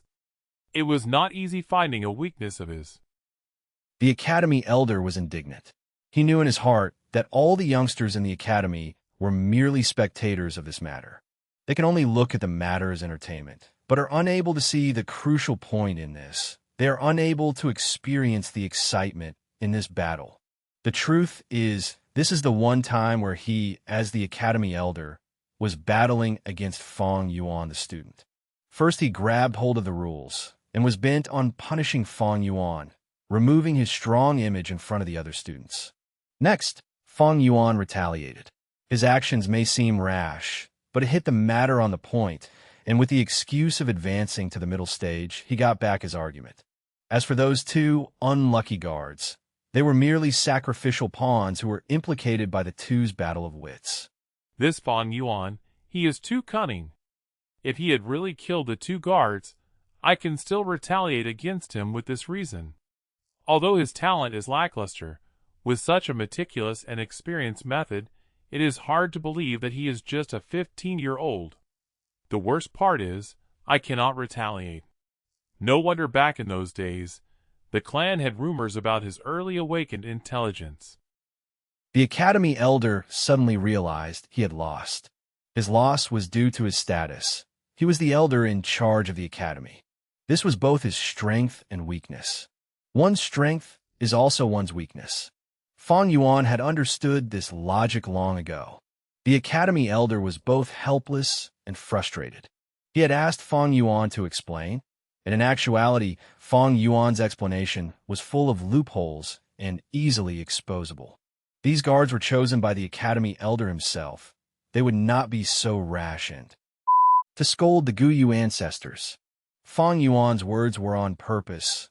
It was blatant accusation, framing and laying a trap in front of the other party. The Academy Elder was clear of this, but he knew that he could not pursue the matter. This was a trap. Once he looked into it, the truth would be revealed. And how would he handle this matter? If he did not punish Fang Yuan, the two guards would be pitifully framed. And as the Academy Elder, if he does not handle things impartially, how can anyone trust him? If he punished Fang Yuan, that would be suppressing and displaying jealousy of the talented. To suppress a junior of the clan for two servants who were not part of the clan, this matter would trigger the unhappiness of the clansmen. Thus, the best way to resolve this was to pretend to not see anything and treat these two guards as discarded pieces. admitting that they had performed a huge mistake, as well as praising Fang Yuan. This way, the clansmen would be satisfied, and the deceived guards, without additional information, would think of this as being impartial. If he handled the matter like this, it would give the Academy Elder the largest benefit. Logic told the Academy Elder that this is the way to handle it, but emotionally, he could not take it lying down. This Fang Yuan was too devious. The Academy Elder not only failed to suppress Fang Yuan, but he himself became the stepping stone for Fang Yuan, getting humiliated in public. Fang Yuan did not show the slightest respect for him and dared to oppose him like this in public, causing this esteemed Academy Elder to suffer such humiliation and frustration. The point was, in future, if these two guards felt indignant and wanted to reveal the truth as the Academy Elder, if he wanted to maintain his image and position, he would have to be the first to step up and suppress them. But this was all caused by Fang Yuan. What sort of feeling is this? For example, it would be like Fang Yuan pooping on the Academy Elder's face, but the Elder himself still has to praise him and at the same time clean his butt for him. If anyone wanted to point out that there was poop on his face, he has to be the first to shut that person up. This feeling of grievance, it was almost unbearable for the Academy Elder. There was a growing urge in his heart to give Fang Yuan a few tight slaps. But finally, the Academy Elder stretched out his arm and patted Fang Yuan's shoulder. Good lad. The Academy Elder's face was dim like still water, forcing the words out of his mouth. It is all thanks to the Academy's nurturing. Fang Yuan replied plainly. The corner of the Academy Elder's eye twitched. Chapter 53. Fang Yuan, you are appointed as class chairman. Everything was going according to Fang Yuan's calculations. Thereafter, the Academy Elder ordered the healing Gu Master to save the two guards. The guards were saved, but they had suffered heavy injuries and were almost crippled, ending up getting fired from the academy by the Elder. Fang Yuan did not receive any punishments. On the contrary, he received compliments thoroughly. This result caused much fear in the other youngsters. But this issue was far from over. As time flowed, the commotion spread to the rest of the clan. Fang Yuan, being the first to advance to the middle stage with his C-grade talent, became the after-meal gossip of the entire clan. After meals and tea breaks, everyone was discussing this matter. Subsequent to the initial peculiarity, everyone started to guess the secret behind Fang Yuan's quick advancement. Actually, with a C-grade talent, surpassing a grade and B-grade to advance first into middle stage is not something that's strange. True, there are many methods in this world that can achieve such a thing. Take the relic goo for example. Once this goo is used, the aperture walls would be enhanced and it will assist the cultivation to rise by a small realm, being the easiest method of breaking through. At once, the crowd's discussion evolved into all sorts of possible answers and methods. As for theories about liquor worms and external sources of primeval essence, these ideas were also naturally brought up by many people. If Fang Yuan revealed the existence of the liquor worm at the start, there would not have been such a commotion. But because he hid it, this resulted in the curiosity of many people being raised. Although it appeared peaceful, Guyu village had an undercurrent brewing. Numerous eyes were watching the Academy Elder, all waiting for his explanation. As the Academy Elder, if he did not know how a student that he had taught himself had advanced, that would be negligence of his role. Thus, the Academy Elder had to give an explanation. Days passed by. The second youngster to break through the initial stage and advance to middle stage appeared. It was Guyu Montakbai. Soon after, with just a 3-hour difference, Guyu Fang Zheng advanced too. He was, after all, dragged down by the lack of primeval stones. Of course, there was also the reason of him being traumatized by Fang Yuan. The third was Guyu Qi Chun. Even if he had Guyu Qi Lian's infused primeval essence, the method's effectiveness was not very high and could only be performed once every 3 days, adding to the fact that it was very risky. But with his C-grade talent, getting third position was already a success. On the 5th day, the Academy Elder once again handed out subsidies. Guyu Fang Yuan. He stood at the front, calling out Fang Yuan's name first. Fang Yuan stood up and walked towards him with a plain expression. The youngster's attention was on him as he moved, revealing all sorts of envy, jealousy, inspection, and hatred. Not one was the same. Today, the elder is not only handing out resources, he is also appointing the chairman and vice chairman positions. As expected, the first to be called up was Fang Yuan. He is the first to advance. The title of chairman belongs to him. It is hard to imagine that this would be the result. Before this, I thought it would be Fang Zheng who would come first. He was the first to advance to middle stage. It is so peculiar, there has to be a huge secret, but he refuses to tell us. Hee, if it was me I wouldn't tell anyone either. Keep quiet and prosper. As the students conversed, Fang Yuan arrived in front of the academy elder. Gu Fang Yuan, you are the first Gu master to reach rank 1 middle stage in this class, so this is your reward. Saying so, he handed him a white and blue money bag. Fang Yuan received the money bag and opened it in public, peeking inside. Be rest assured, there's a total of 30 primeval stones inside. The academy would not shortchange you. The academy elder smiled. Frankly speaking, he would never have expected that the first youngster to advance to middle stage would be Fang Yuan. However, Fang Yuan did not listen to the academy elder. He rarely trusted others, and only believed in himself. He checked carefully and found that it was indeed 30 primeval stones, not one less. He then placed the money bag into his bosom pocket. The academy elder, upon seeing this action, thought that his finances were tight, and could not help but smile even more brightly. I guess so. He is after all AEC grade talent. Rushing to the middle stage, his primeval stone expenditure had to be huge. He has no funding from anyone as well, thus he has to be tight on primeval stones. As long as he has a need for primeval stones, we'll not be afraid of him leaving the control of the clan. Once he enters the clan system, he would not be able to keep that secret, so even if we can't investigate it, one day he will tell us. Towards this, the academy elder was full of confidence. The truth is, after that day, he had sent people to investigate Fang Yuan in secret. Almost every day there would be progress in the search. But evidently, those people had not found out that Fang Yuan has a few hundred primeval stones in his possession and was actually rather rich. The academy elder continued and said, Fang Yuan, you are the first to step into rank 1 middle stage, and according to the academy rules, you not only will receive 30 primeval stones as reward, but you will also gain priority in choosing your second Gu soon after. Right now, I shall appoint you as class chairman. Fang Yuan was appointed as chairman after all. Upon hearing this, a few students sighed. Damn it. Guillermo Bei gritted his teeth, feeling indignant. Humph.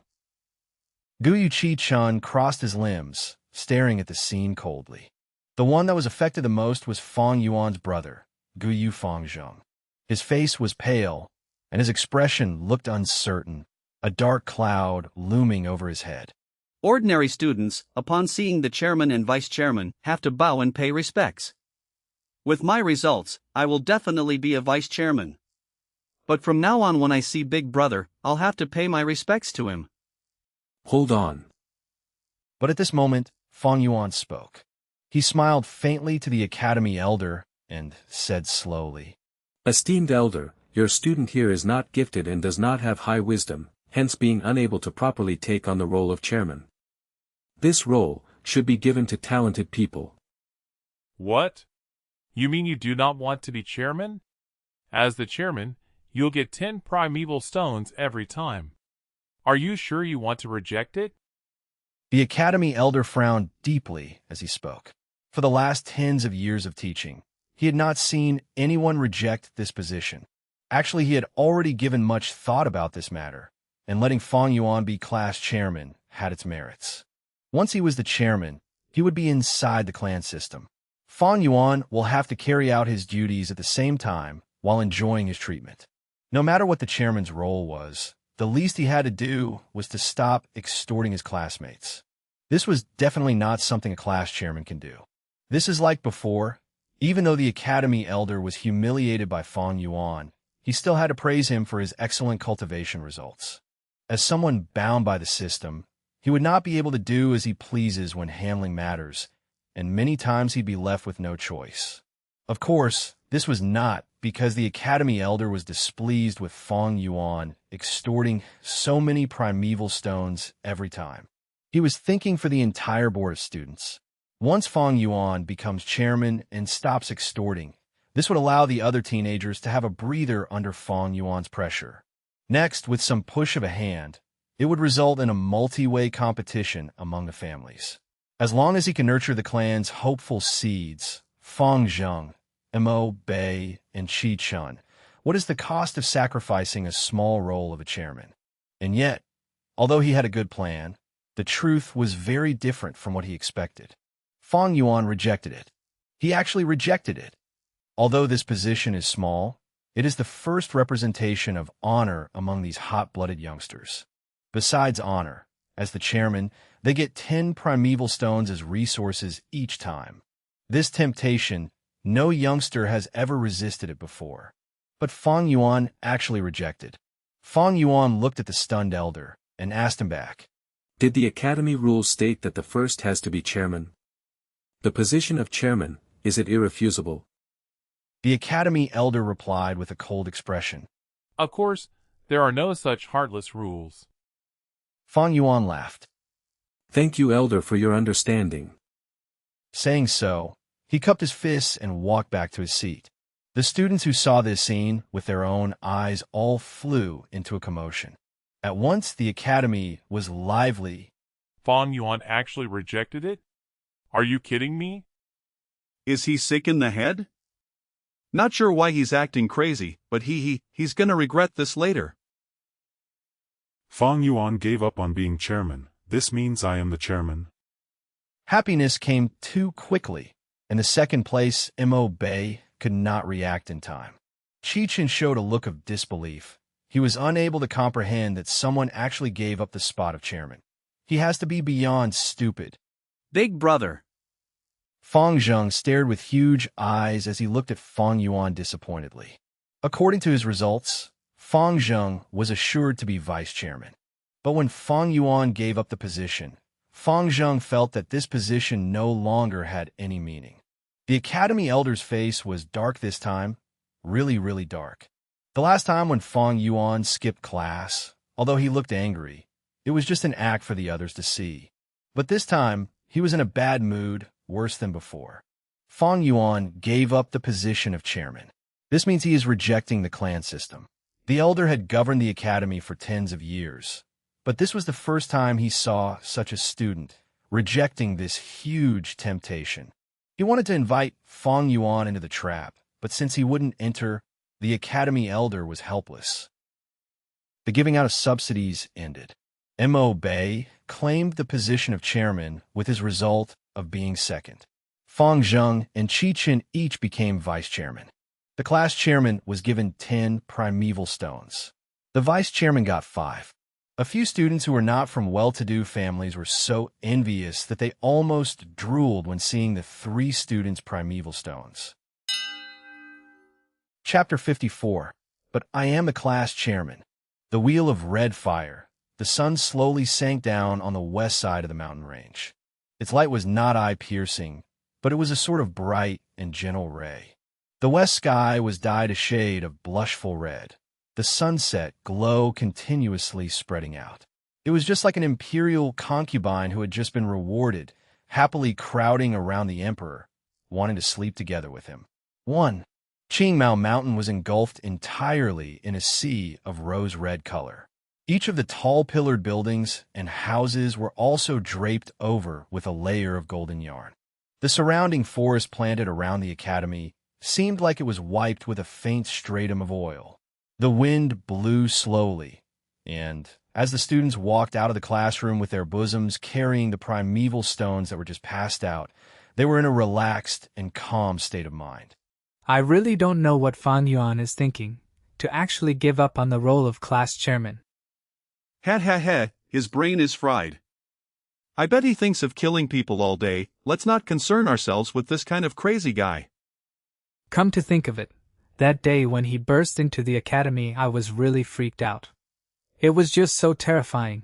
I had a nightmare on the day itself after I went home. The students were in groups of 2s and 3s as they walked. Good day, class chairman.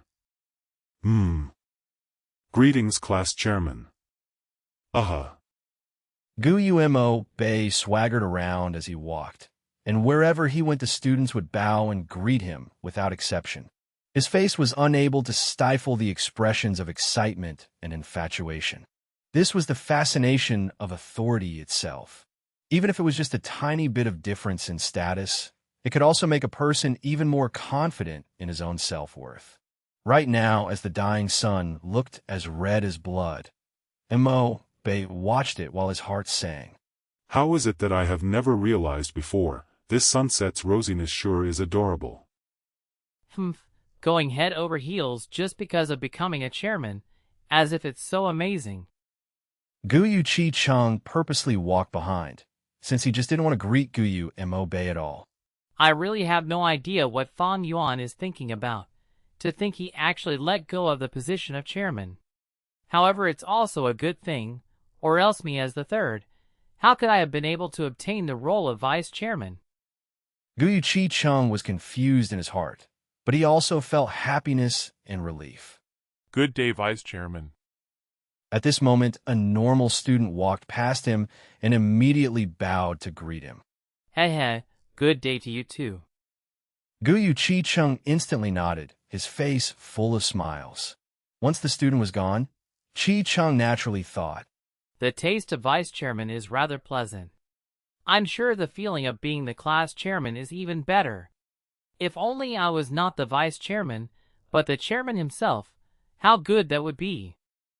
The Chi Chung, who had just been rejoicing earlier, was now already filled with insatiable greed, starting to amass expectations for the role of class chairman. Under the system of the clan, each rank that was higher than the last was just like a carrot getting bigger than the previous one, deeply enticing him.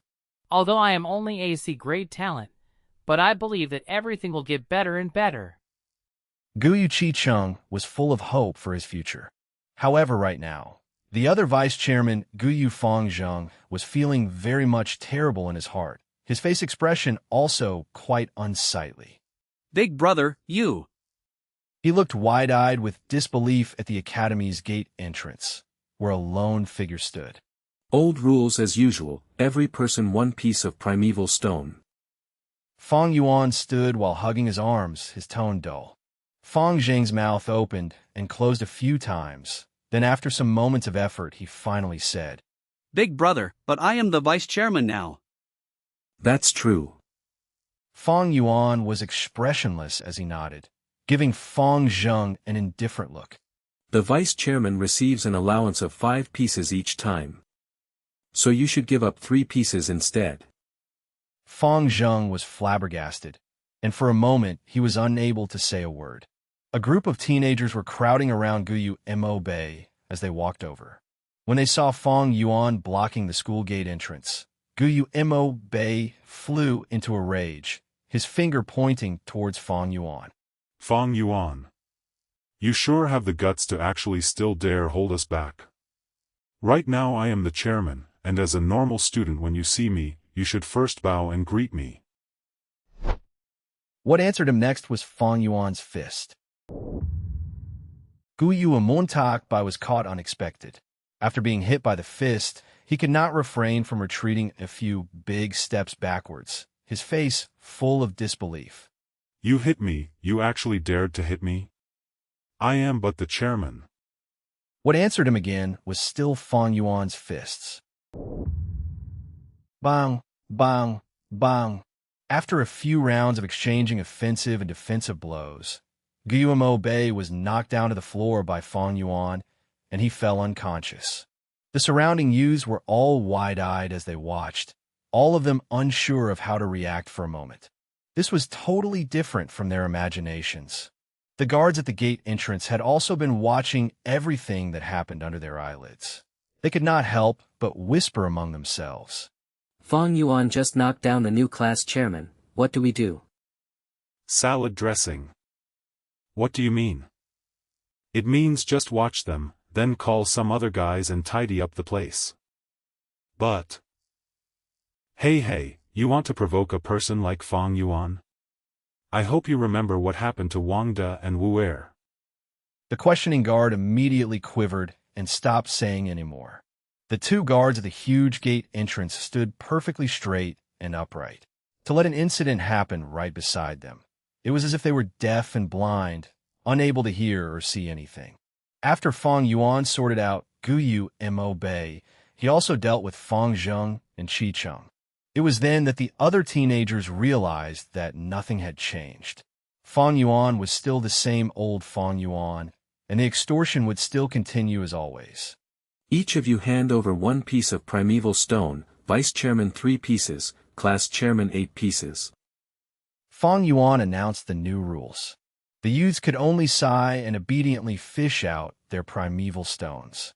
When they walked out of the school gates, suddenly someone slapped his head and exclaimed loudly, "I'd thought of it.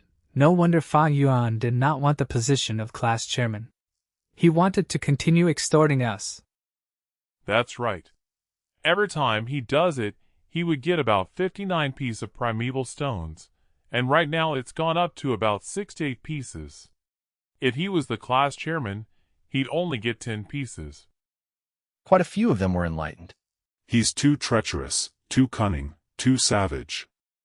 Some of them were slapping their thighs, full of hatred and resentment. Sigh, this way it means that there's nothing extraordinary about the position of class and vice chairman. They'll also be extorted and be left with 2 pieces, just like the rest of us.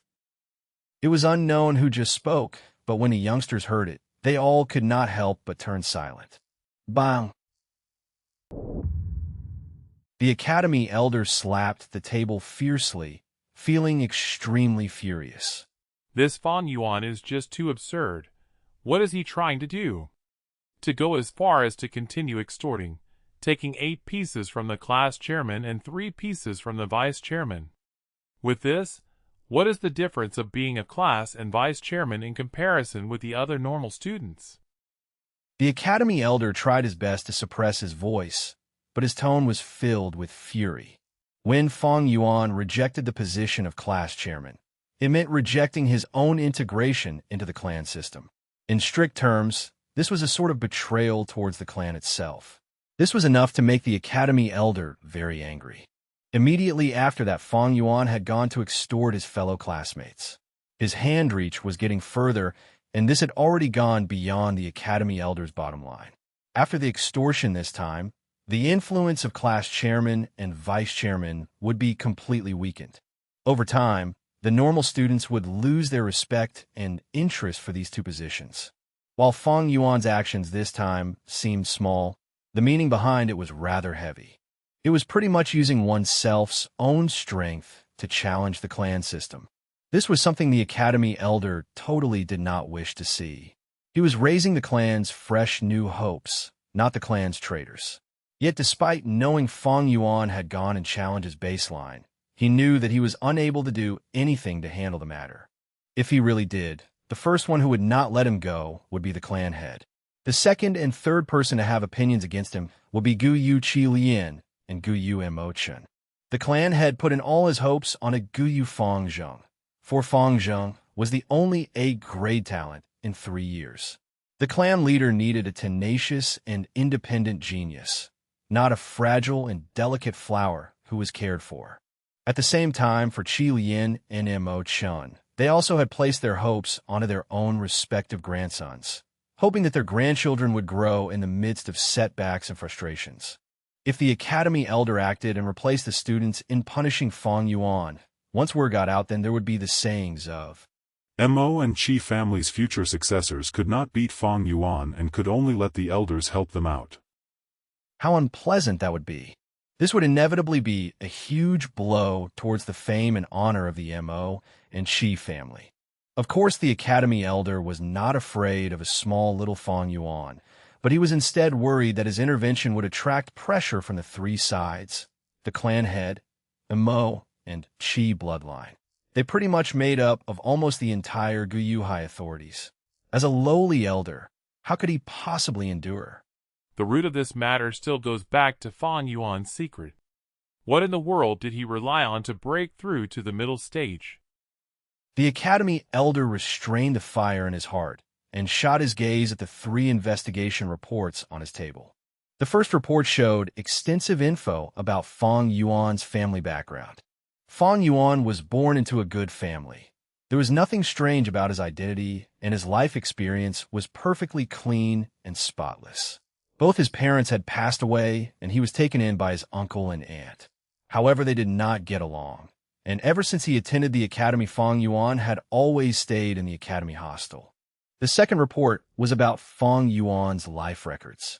He had showed early intelligence during junior age and was seen optimistically by the clansmen, predicted to be a possible A-grade talent. Yet after the awakening ceremony, he was tested to be a C-grade, greatly disappointing the clan. The third report was on Fang Yuan's recent trail. His everyday life patterns were very simple, and he had a rigid schedule. During the day, he would always be attending lessons in the academy, and in the night, he would always sleep in the dormitories. He was extremely hard-working in his cultivation and would always enter a Gu master's cultivation every night, nurturing his aperture. There were times he would go out to the villages only in to have better meals and buy wine to drink. He had a special affection towards wine and loved to drink the green bamboo wine. Under his hostel bed, he kept tins of pots of green bamboo wine. The academy elder looked carefully again at the 3 reports, his heart forming a deeper impression of Fang Yuan again. Both his parents died early, and he was unable to get along with his uncle and aunt. No wonder this brat Fang Yuan does not have a sense of belonging towards the clan. He was personally crowned as a genius among all by the clansmen, yet they also personally plucked him out of the sky and threw him down to the earth. No wonder he is so wild and unruly, and so peculiarly cold and detached. His life is so simple, and he is assiduous towards cultivation. This is him holding back his breath, unwilling to concede. He wants to prove his ability to the clan. Thus, that is why when I suppressed him, he retaliated so fiercely. Once the academy elder carefully thought until this point, he could not help but heave a sigh. The more he learned about Fang Yuan, the more he understood Fang Yuan. Of course, understanding does not mean forgiving. Fang Yuan went against him, offending his dignity, rejecting to be class chairman, and even extorting his classmates. These were things he could not tolerate. Shaking the information in his hands, the academy elder frowned again. Although these reports are detailed, they have nothing to do with Fang Yuan's advancement secret. It has already been a few days. These people are atrocious. Boom, boom, boom. At this time, knocking sounds were heard on the door. Come inside, the academy elder said. The door opened. It was the clan head, Guyu Bo's personal guard. The clan leader has orders, esteemed elder. Please hurry to the main family pavilion. There is a matter to discuss. Oh, what's the matter? The academy elder stood up from his seat. He had felt the severity of the issue from the guard's tone and expression. The rank 4 Gu master Sir Jia Fu has come back. His brother Jia Jin Sheng has gone missing. The guard answered. His. The academy elder instantly drew a mouthful of cold air. Chapter 55. Exactly the words I wanted to hear. The moon, round like a wheel, was faintly discernible among the floating clouds. The academy elder hurriedly walked on the road, his face barely visible under the flickering moonlight. It was hard to survive in this world, and Gu masters going missing was a common thing.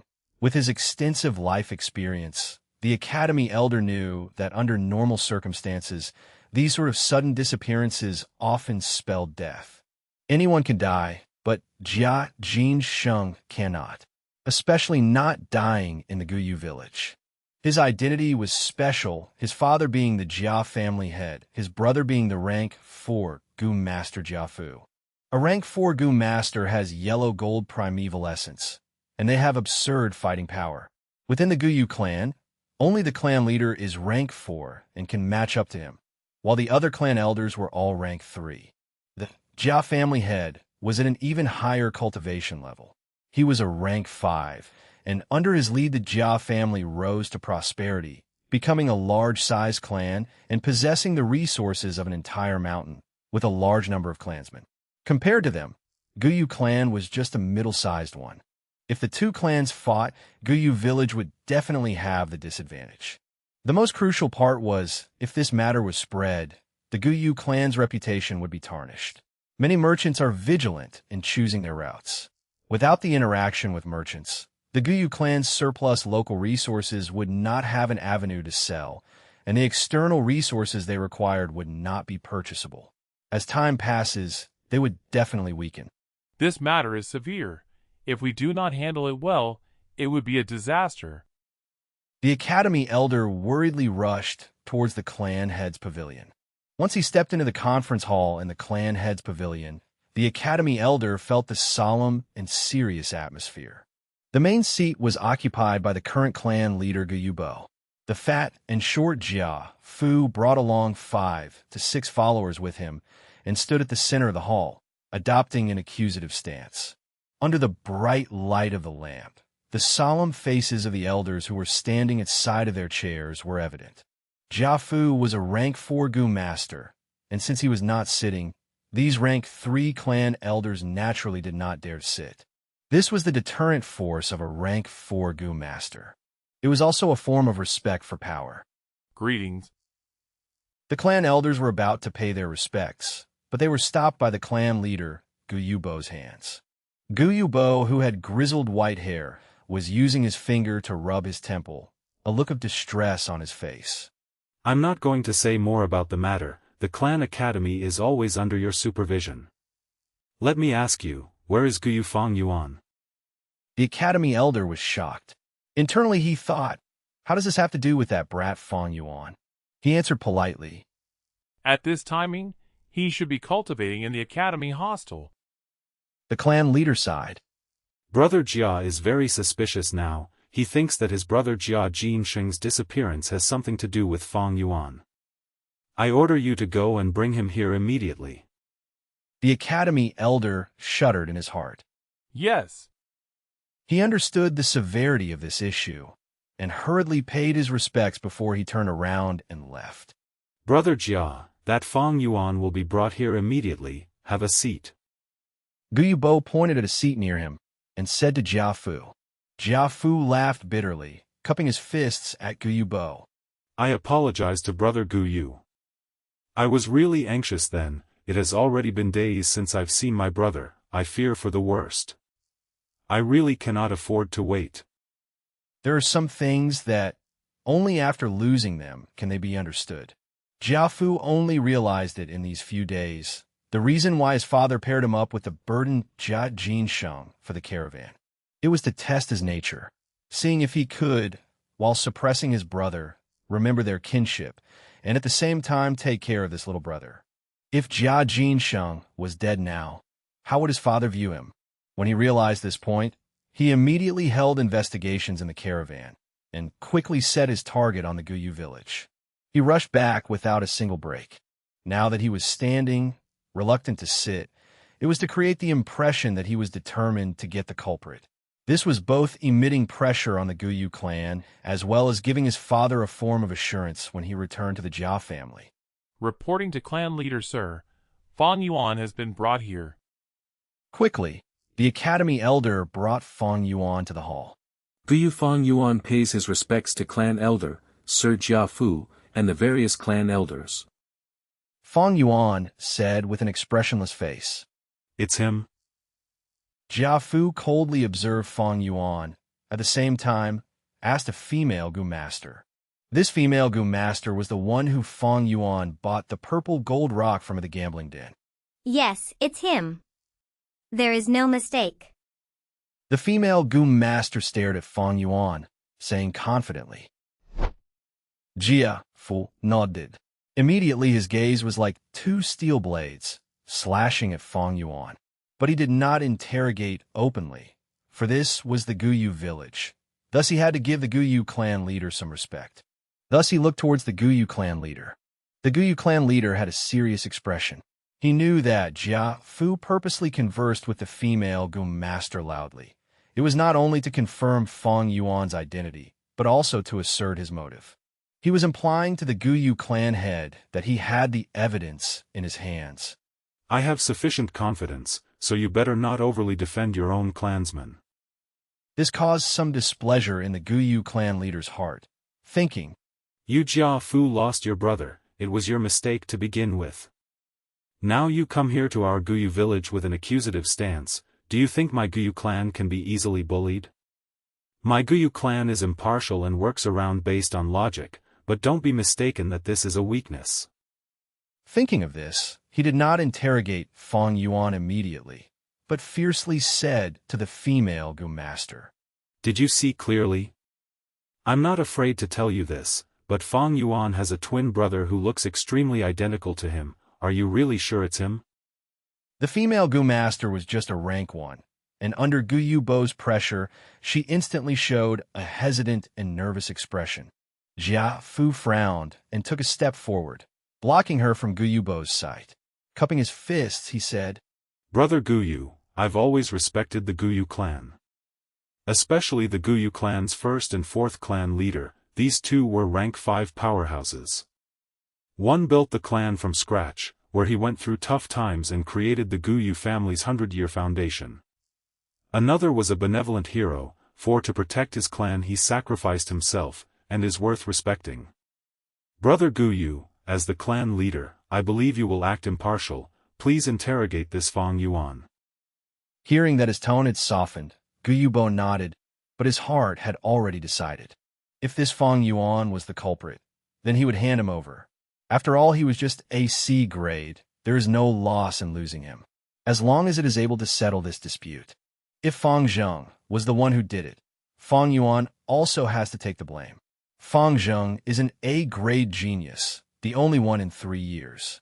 The clan higher-ups still expect to nurture him greatly to go against that by Ning Bing from the Bai clan village. Fang Yuan, don't be nervous. Guyu clan leader smiled benevolently, using a gentle tone towards Fang Yuan.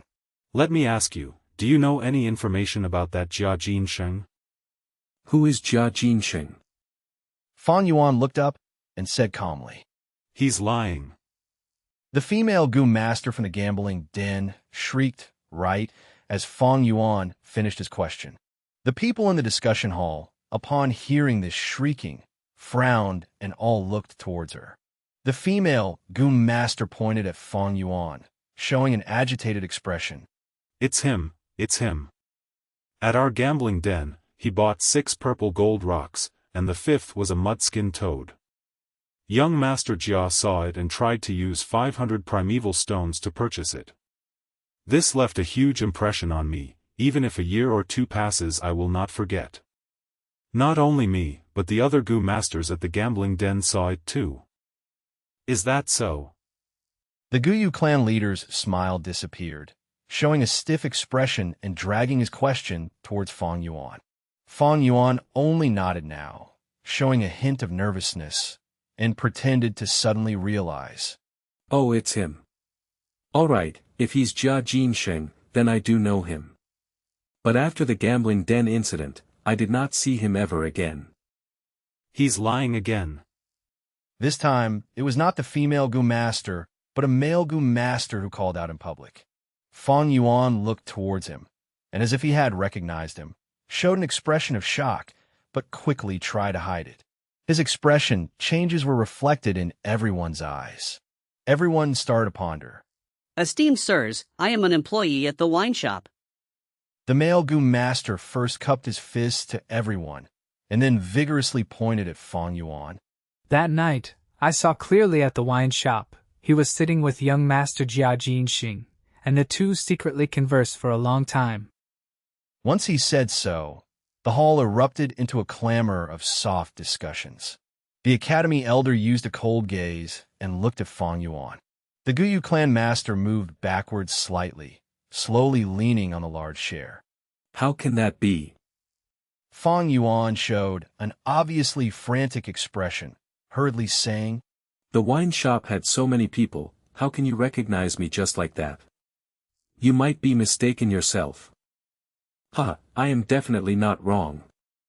The male Gu master smiled, his gaze staring at Fang Yuan. At this moment he felt extremely confident. Not to mention it was young Master Jia Jin Sheng who coming to our wine shop, we have to take care of him carefully. Even if it was not him, I would still have had recognized you, as you had given me a strong impression.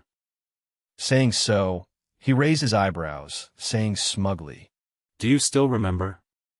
That day you came to our shop, wanting a cup of monkey wine. But you only drank a mouthful. After that you released the liquor worm and fed the remaining monkey wine to it. I saw the liquor worm and was very agitated, wanting to purchase it from you, but you refused to sell it and walked away immediately. Good, exactly what I wanted to hear. Fang Yuan laughed coldly in his heart, but showed an expression of shock on his face, subconsciously taking a step backwards. Liquor worm. The eyes of the academy elder behind Fang Yuan shone, but quickly he frowned again, and could not help but ask, Fang Yuan, where did you get that liquor worm? Fang Yuan clenched his fists, gritting his teeth, but refusing to answer. The surrounding clan elders flew into a rage, starting to scowl. Fang Yuan, do you know the trouble you've caused? Talk, exactly what happened. Tell us of what you know, own up. This liquor worm, is it Jia Jin Sheng's? How can it be his? The liquor worm is obviously obtained by myself. I opened it. Fang Yuan raised his head suddenly. His expression worked up, as if he could not stand such a slander, and shouted loudly with an indignant emotion.